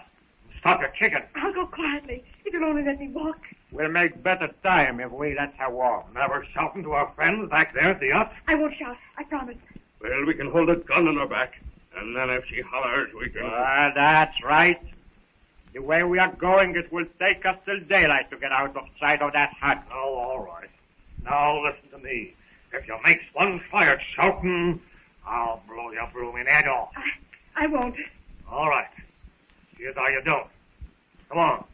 I suppose you know that the moment they find out that I'm gone, Lieutenant Darno and the others will come to your camp. What does I care about that? Long before they even wakes up, you'll have told us all we want to know. But I tell you... You ain't telling me nothing. And even if you don't, we can always go back and get your old man.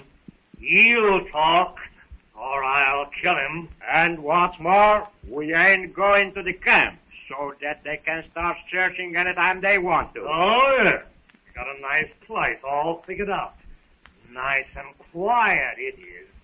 Ain't no danger from nobody finding us. But you can't keep me forever. We ain't going to. We got all our plans made, we has. We takes you aboard ship. Then, if you don't talk, well, when we get tired of you, some dark night, we chucks you overboard. Oh, yeah. We got it all figured out. Oh, you beast. Hard words ain't gonna help you none. Here we are. In you go, gal. Oh, into that black hole. Oh, it's only a cave. There's plenty of room inside. We're going to sit down, and we're going to ask a question. If anybody comes and tries any shooting, well, we got you where we want you. Oh, there's no use asking questions. I don't know anything about the treasure. That's what you set her for.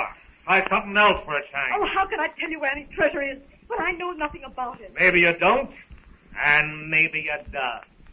If you does, you talk. And if you don't, we'll just hold you here. So some of your friends makes up their minds to talk. My friends don't know any more than I do. We've been prisoners at a cannibal village for weeks. None of us has ever seen the treasure. Oh, no? Then who moved the treasure? Tell us that. But can't you understand? We didn't know it had been moved. We didn't know you had even found the original spot where it was buried. Yes, we found it right enough. When that blasted stretchy cruiser comes, we had to hide it again. Well, couldn't someone else besides us have found it? Ain't nobody else but you and your friends that knows about it. Why not? You had to hide it from the Frenchman on the cruiser, didn't you? Righty, gal. You knows too much by ours. I think you knows where the stuff is. Rat snipes. It's as plain as the nose on your face that this dame don't know nothing about it. I ain't inclined to believe that. This here gal was the one that had the map to start with. Well, what about them Frenchies? And all them might have found us that. And if they did, we owe the lie to year until they gives it up. Well, it ain't so long till daylight. King. Yeah. Back you goes to the yacht, see? Tell them blokes as how he has the lighting.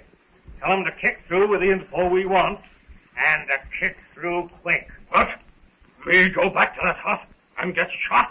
Not on your life. Oh, so you ain't taking orders, eh? No, not them kind of orders I ain't. Oh, well, look after our lady friend here off the move, while I convince this king as how he ought to go when I tell him. No, wait just a minute, Snipes.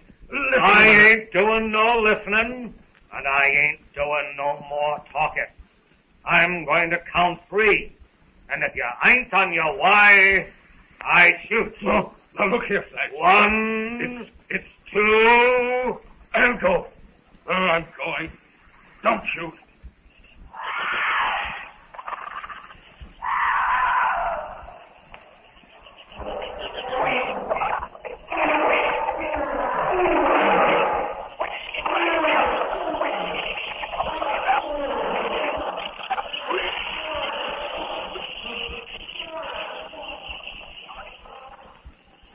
Meanwhile, Tarzan, swinging his way through the upper jungle terrace, draws closer to the hut in the clearing.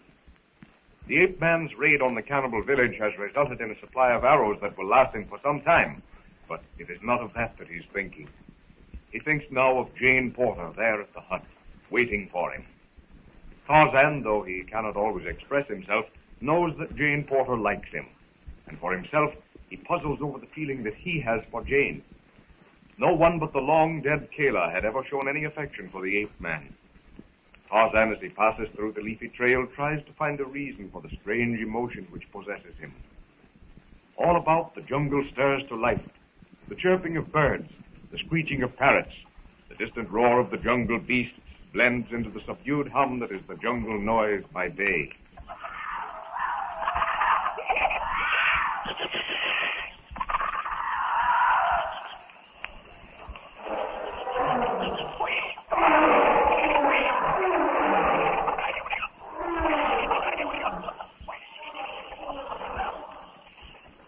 Back at the hut built by Lord Greystone, Philander awakens as the jungle dawn shows through the latticed window.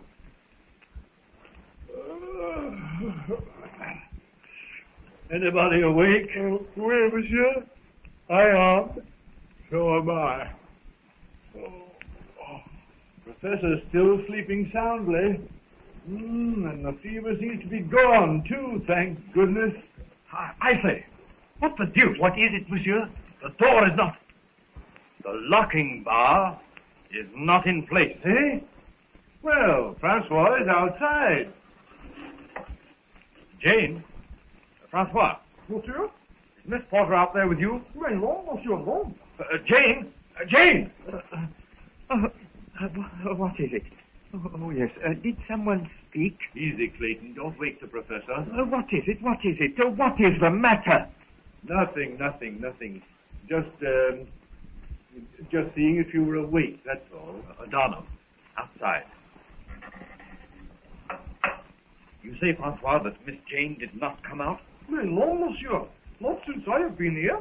That is more than 1 hour. And the locking bar, was that in place when you came out? Mais non, mon lieutenant. I thought it strange, but I did not wish to wake anybody. Then Jane must have left of her own free will. She may be with Tarzan. That's just it. She is, Monsieur Clayton. I would not worry. Oh, I know how you feel, but then Donald, suppose she isn't with Tarzan. But, Monsieur, where else could she be? Snipes and his gang of cutthroats. Oh, mon Dieu. But the door cannot be opened from the outside. And anyway, they could not have entered and taken Mademoiselle Jane from behind the partition without some noise. No, Monsieur, impossible. Archimedes is asking for Jane. Do you think she might have gone away with Tarzan? Just what I was saying, Monsieur Philander. Well, I don't know. Oh, dash it. Jane wouldn't have gone off with her father as sick as he is. During the excitement caused by Jane's absence, Tarzan arrives at the hut. Francois sees him. Look, come in, Tarzan! Oh, Monsieur Tarzan, have you seen Jane? Jane? Seen Jane? No, I came here to see her.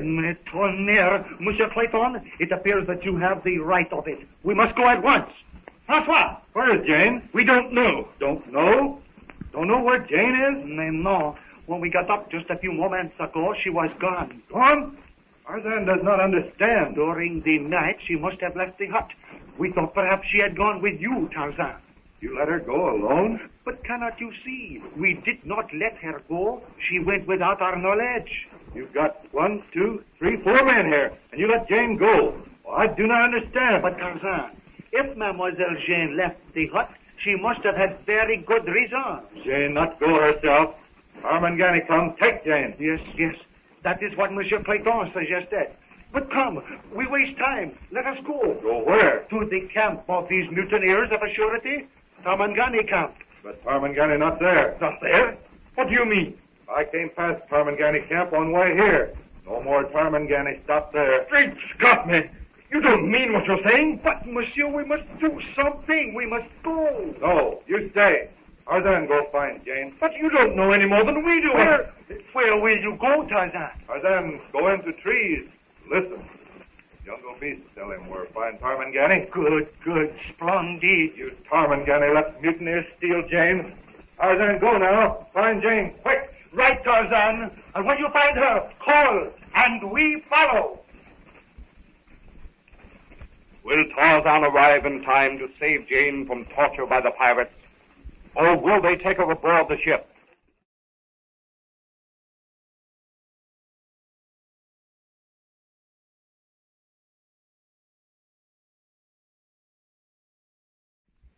Tarzan and the Apes, from the novels by Edgar Rice Burroughs, with Mr. James H. Pierce as Tarzan and Miss Joanne Burroughs as Jane Porter. This is an American Gold Seal production, released by the World Broadcasting System and associated stations. Tarzan has successfully rescued the party of Professor Porter from the cannibals and returned them to his own hut by the sea. He returns to his tribe, but when he finds that the party has been attacked by pirates, Tarzan returns only to find that Jane has been kidnapped by the pirates. He leaps into the trees and goes in pursuit. Now, are you ready? Hold your breath.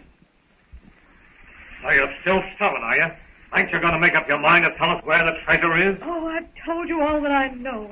This is wasting time, Snipes. They're liable to be coming after us any minute. Well, they won't find us. But I know that they will. And when they do, Snipes, I hate to think of what they'll do to you. What do you think, right? Yes, that's what I think. Mr. Clayton and Mr. Philander haven't forgotten the kind of treatment you gave them when you had them locked up aboard the ship. Listen, Miguel, I ain't arguing with you. I'm trying to give you a chance to save yourself some trouble. Oh, how many times do I have to tell you that I know nothing whatever about the treasure? No? Oh, yeah? What's the nine? Don't take your eyes off of her. I'm going to signal the ship, get the longboat ashore, and take the lighty aboard. All right, I'll watch her. I'll see as how you do. And don't you try any of your tricks, my lady. See? Yes, I see. Has he gone? Yes, but that don't help you none. If you know anything, you better tell me. Oh, can't I convince you that I don't know anything? I ain't hard to convince. I seen last night that you didn't know nothing about the treasure. Or else, you're the slickest liar I ever seen. But I'm not lying. Not one of us knows anything about that treasure. No, I guess you don't. I've been with them most of the time, and I know that none of them ever found or moved that treasure. Well, you can't make Snipes believe that. But won't you speak to Snipes? Make me believe that I'm telling the truth. No, I ain't gonna start no argument and get socked in the jaw. Oh, but you've got to. No matter what they may do to me. If I don't know where the treasure is, how will it help them find it? That's what he's after, isn't it? Finding the treasure? Sure, of course. Even if he kills all of us, it won't help him find it. He's cracked on the notion that you know where that treasure's hid. Nothing can knock that idea out of his head. Dear, what can I do? Carlos. Yeah? Take me back to my father. He's sick. He may be dying. Take you back? Yes. Yes, we can run away now before Snipes gets back. Yeah, and get shot in the back. No, I can't do it. But I'll see that you're protected. Nix. You're getting excited. Lieutenant Dino's cruiser will come back any day. You can go aboard and leave with us. The cruiser? Yes, it's long overdue now. It can't be much longer before it comes. I'll bet Snaps don't know anything about that cruiser supposed to come back here. Good job he's taking you aboard ship. And when the cruiser comes back, they'll take you and Snipes, all of you, prisoners. We'll keep out of the way, don't you worry. If you'll take me back to the hut, you'll be rewarded. My father will give you more than you could possibly get for your share of the treasure.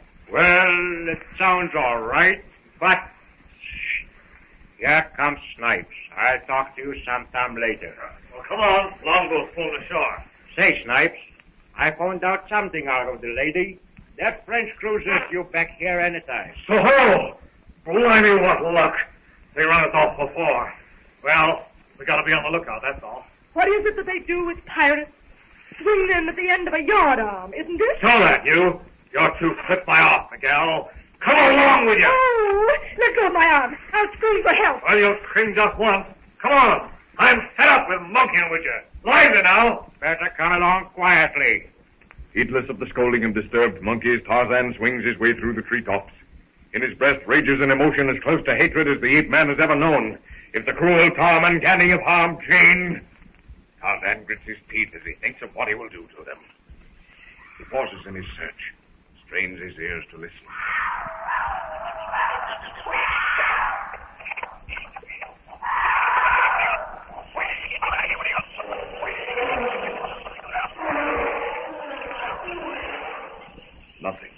Nothing but the usual jungle sounds. That's what puzzles Tarzan. If the Tarmangani were close at hand, the jungle would be uneasy. The ape man's sensitive nostrils quiver as he tries to catch the mutineer's scent spoor. Not a trace. Again, Tarzan listens.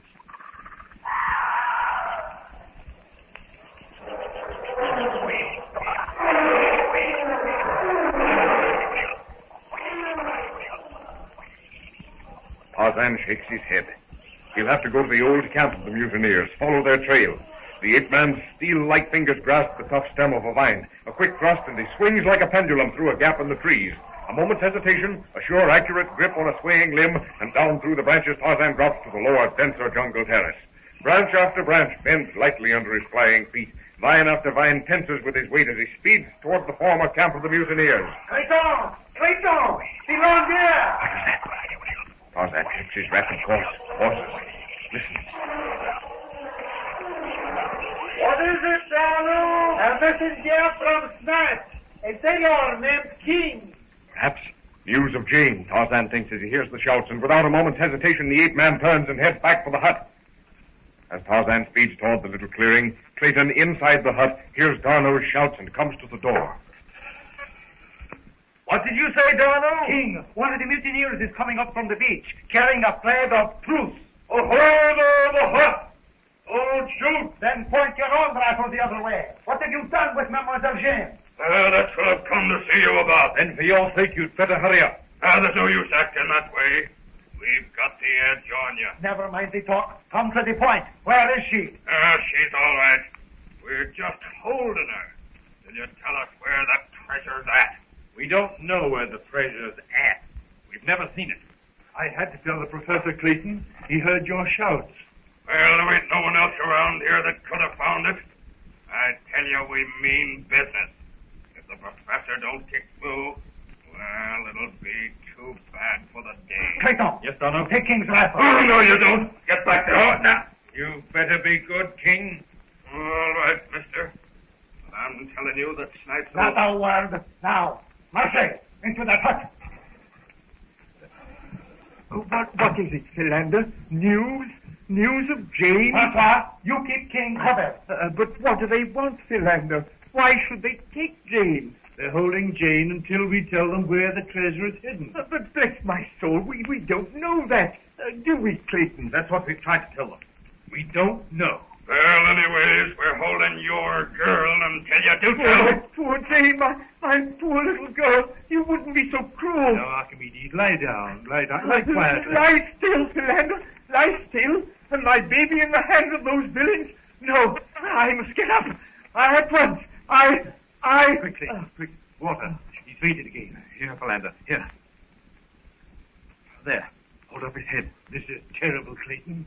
It may bring on a relapse, and he was getting on so well. Let's hope it won't. If there was something that we could do to force these pirates... We might try to run a bluff on King. But even if they kill him, that won't bring Jane back to us. We don't know where she is. Oh, I know it. Confound it. I don't know what to do. Porter's coming to again. There. You feel any better, Archimedes? Let me see. Now, what was I doing? What was I doing? Delirious again. Better perhaps he should be while Jane's gone. King, I am going to give you just 30 seconds to tell us where Mademoiselle Jane is. And if you do not, then I shall put you up against a tree and kill you. And if you kill me, you'll never find her. If I ain't back inside of a few hours, I will kill her. 10 seconds, King. Wait, Donald. They may have made some such arrangement, but monsieur. 15 seconds, King. Who's that? I'll get it, Clayton. Tarzan! Not fine, Jane. Tarmangani gone away. Tarzan, this man knows where Mademoiselle Jane is. I have told him that if he doesn't tell us, I shall kill him. Well, I don't care if you do kill me. I won't tell. Won't tell? No. Tarzan, make him tell. But how? I show you. Give him to me. Don't let that guy touch me. Come here. What are you going to do, Tarzan? Come outside. I'll show you. Now listen.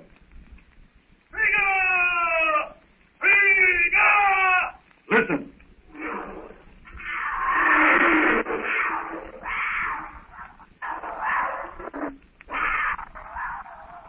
Do you know what that is? Numa, lion. Cheetah, leopard. Yes, if he not tell where Jane is, I take him, give him to Numa, Cheetah. No, not that. All right, speak then. Speak quick. She's on the boat. Where? Down the coast. In the other cove. Yes, we can get there. You know where that is? But yes, bien. Come on, we shall go at once. Philander, you keep King here and keep him covered. Very well. Come, Tarzan, Clayton, Francois. We'd better keep to the brush and avoid being seen. Yes. Where is the boat in which you landed when you were put ashore? Not far from the headland. We can reach it and be out at sea before their lookout spots. And we have enough ammunition, Francois? Good. We shall have to be careful, though. We might hit Mademoiselle Jane. How many Tarmangani? We do not know yet, Tarzan. Behind those rocks. That's where we left the boat. High and dry. All right. Yes. We pulled it well up on shore so that we'd be out of range of those brewing pirates. Look, Donald. You can see the arrow from this rock. Yes, il y a, Francois. The boat. She's a wreck. Snipes and his gang. They've Yes, they've stove it in with rocks. Can't use boat? Apparently not, Tarzan. Then Tarzan swim. What, Tarzan? Great Scott, man. You can't swim out there alone. No other way to get Jane. Tarzan, go alone. They will shoot you. Soon nighttime. Wait until dark. They will not see Tarzan. Mais, monsieur, what can you hope to do alone, even if you can reach the arrow? Can't do nothing here. Just talk. Tarzan, get Jane all right. The jungle twilight turns to darkness. Tarzan, silent and apart from the other members of the party, stands impassive like a grim warrior. Without a word or backward glance, he runs to the surf, leaps and skims a breaker, and like a torpedo heads to sea. And that, Monsieur Clayton, is courage that men seldom see, even in our profession of war. I must admit that you're right. Such strength, such determination. Have you ever seen such swimming before? I can't see him now. And Donald, for once he's tackled too big a job. He heads the turf. What can Tarzan hope to do alone against a whole crew of pirates?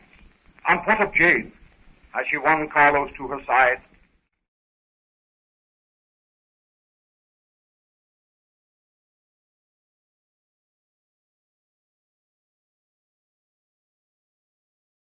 Tarzan of the Apes, from the novels by Edgar Rice Burroughs, with Mr. James H. Pierce as Tarzan and Miss Joanne Burroughs as Jane Porter. This is an American Gold Seal production, released by the World Broadcasting System and associated stations. Tarzan has rescued the marooned white party from cannibals. He returns to the tribe of Kerchak, the tribe of the great apes, and defeats Takla, an ape who has disputed his kingship, and again becomes the leader of the tribe. Returning to the sea, Tarzan learns that Jane has been taken aboard ship by pirates. Alone, he leaps into the ocean and swims toward the boat. Now, are you ready? Hold your breath.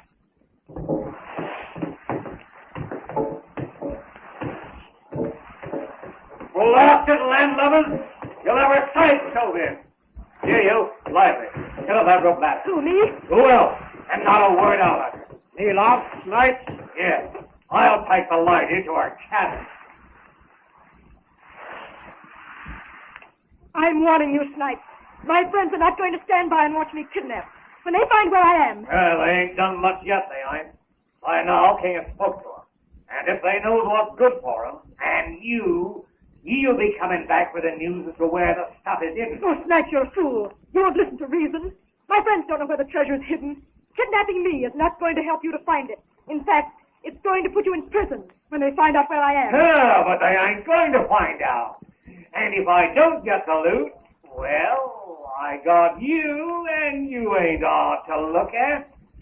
Guess I can get a couple of $100 for you at Singapore. Oh, you wouldn't dare. Oh, wouldn't I, though?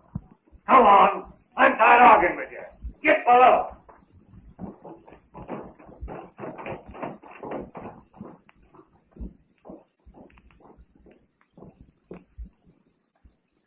In here. No, you're not going to put me in there. Well, it's your old cabin. What's the matter? Ain't it good enough for you? Oh, it's filthy. Oh, can you guess? What is it? Look out, says that those blokes at the Admiral running down the beach. I'll be on deck. What did I tell you, Snipes? They're coming to get you, and they will. Oh, shut up.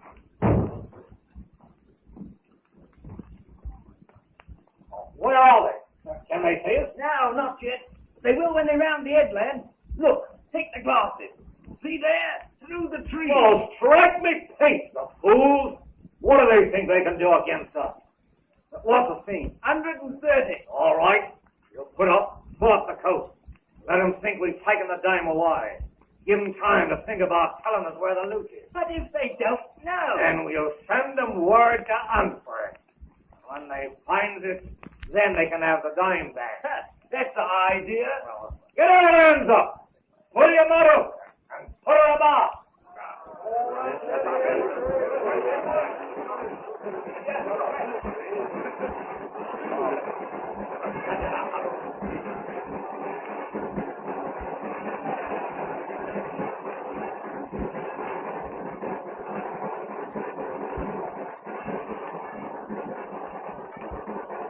Meanwhile, on shore, Clayton, Darno, and Francois stand thunderstruck as Tarzan plunges into the sea.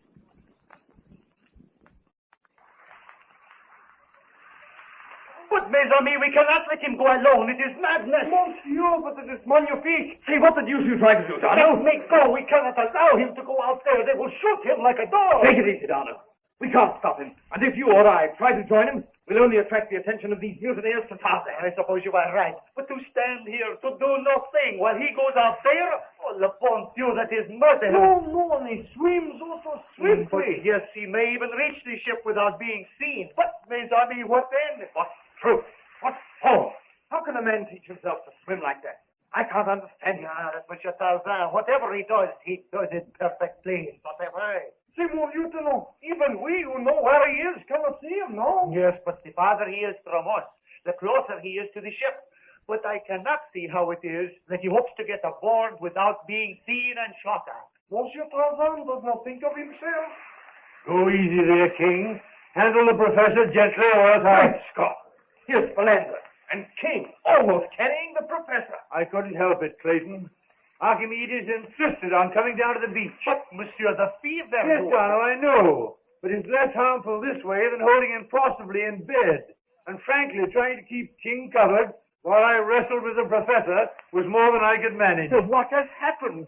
Why have you not gone after Jane? Here, Professor, sit down here. Rest yourself against the back of the boat. And that's all the use it is now, anyway. But Tarzan, where is Tarzan? Swimming to the ship. The ship? Where? She is behind the headland. And Tarzan is going out there alone? Yes, Monsieur le Professeur. Monsieur Clayton convinced me that if I started to go, too, alone, it would only attract the attention to Tarzan. But alone, against that crew of cutthroats. Even Tarzan can't expect to handle them alone. He did not seem to give that any thought. As soon as we found the boat was stove in, he just plunged into the water and voila, he went. Where is he now, Clayton? He's away over... No, I'm afraid you can't see him, Professor. It's too dark. I can't make him out myself, and I know exactly where he is. He's swimming away beyond the headland there. Evidently, he intends to come into the ship from the open sea. He may be able to reach the ship, but to get aboard her, c'est impossible. Oh, they'll shoot him before he reaches the ship. I'd like to be there to do it myself. If I were you, King, I'd keep still. Otherwise, now that we know where Miss Jane is, we might be tempted to save ourselves a lot of trouble by getting rid of you. But, Miss... Oh, save your breath. I know what you're going to say. You just better keep quiet. Isn't there any chance to patch up this boat? No, I'm afraid not. If we had some canvas and did a lot of bailing, we might be able to get it out there. Canvas? Well, what about that canvas I put up for a petition for Jane? Oui, monsieur, it is barely possible. Here, let me look at the boat. Pardon, I must move you for a moment, monsieur le professeur. Let's make a try at it anyway, Donald. We'll go to the hut and get some tools. Come on, King. Come on. You go on ahead of me. I shall help you, monsieur le professeur.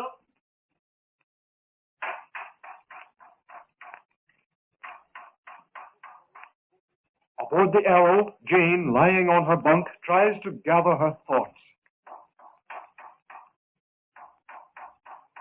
That knocking, almost as if someone were trying to signal. There can't be anyone aboard friendly to me.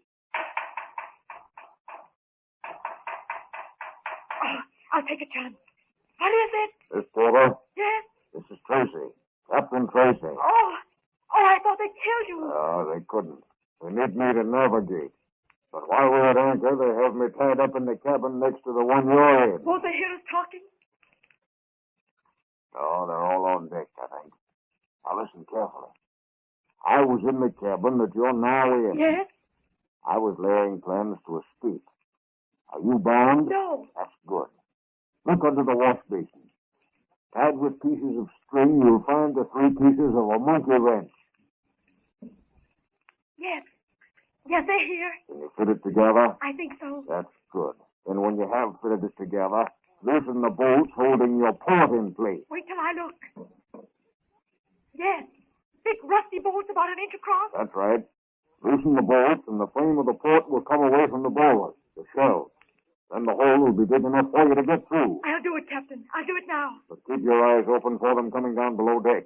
You'll have to hurry. I can tell they're getting ready to make sail. I will. They're making it. Yes. Slowly. They're rusted tight. What's that? It can't be. I must get this port open. It is. I saw him. There he is again. Tarzan! Oh, he didn't hear me. I'm almost afraid to talk any louder. But I must chance it. Tarzan! Jane! Jane! Quiet, Tarzan. They'll hear you. Armangani, all up above. Tarzan, come, quick. No, Tarzan. They'll kill you before you ever get up on deck. But Jane, not like to stay there. No, but you. There isn't anything for you to climb up, Tarzan. Tarzan, get up some way. But Tarzan, I don't know how many men there are here. Tarzan don't care how many men. It is dark now. Oh, Tarzan, still be careful. Yes. In a few minutes, I'll have this port big enough so that I think you can get through it. Too small for Tarzan. It won't be when I get the last bolts out. All right. Go ahead, Jane. Miss Porter, Yes, Captain Tracy. why don't should tie the bed sheets together and lower them out the porch. He could climb up there with those there. They'll hold him all right, I'm sure. Thanks, I will. How much longer, Jane, before you get window open? Just a minute. I hear someone. Quick, pull your rope up front. Yes, I'll tie to the bunk. Here, Tarzan. Catch! Climb up quick. Someone's coming. Jane, Tarmangani no hurt you? No, Tarzan, not yet. I'm all right. Oh, I'm so glad to see you.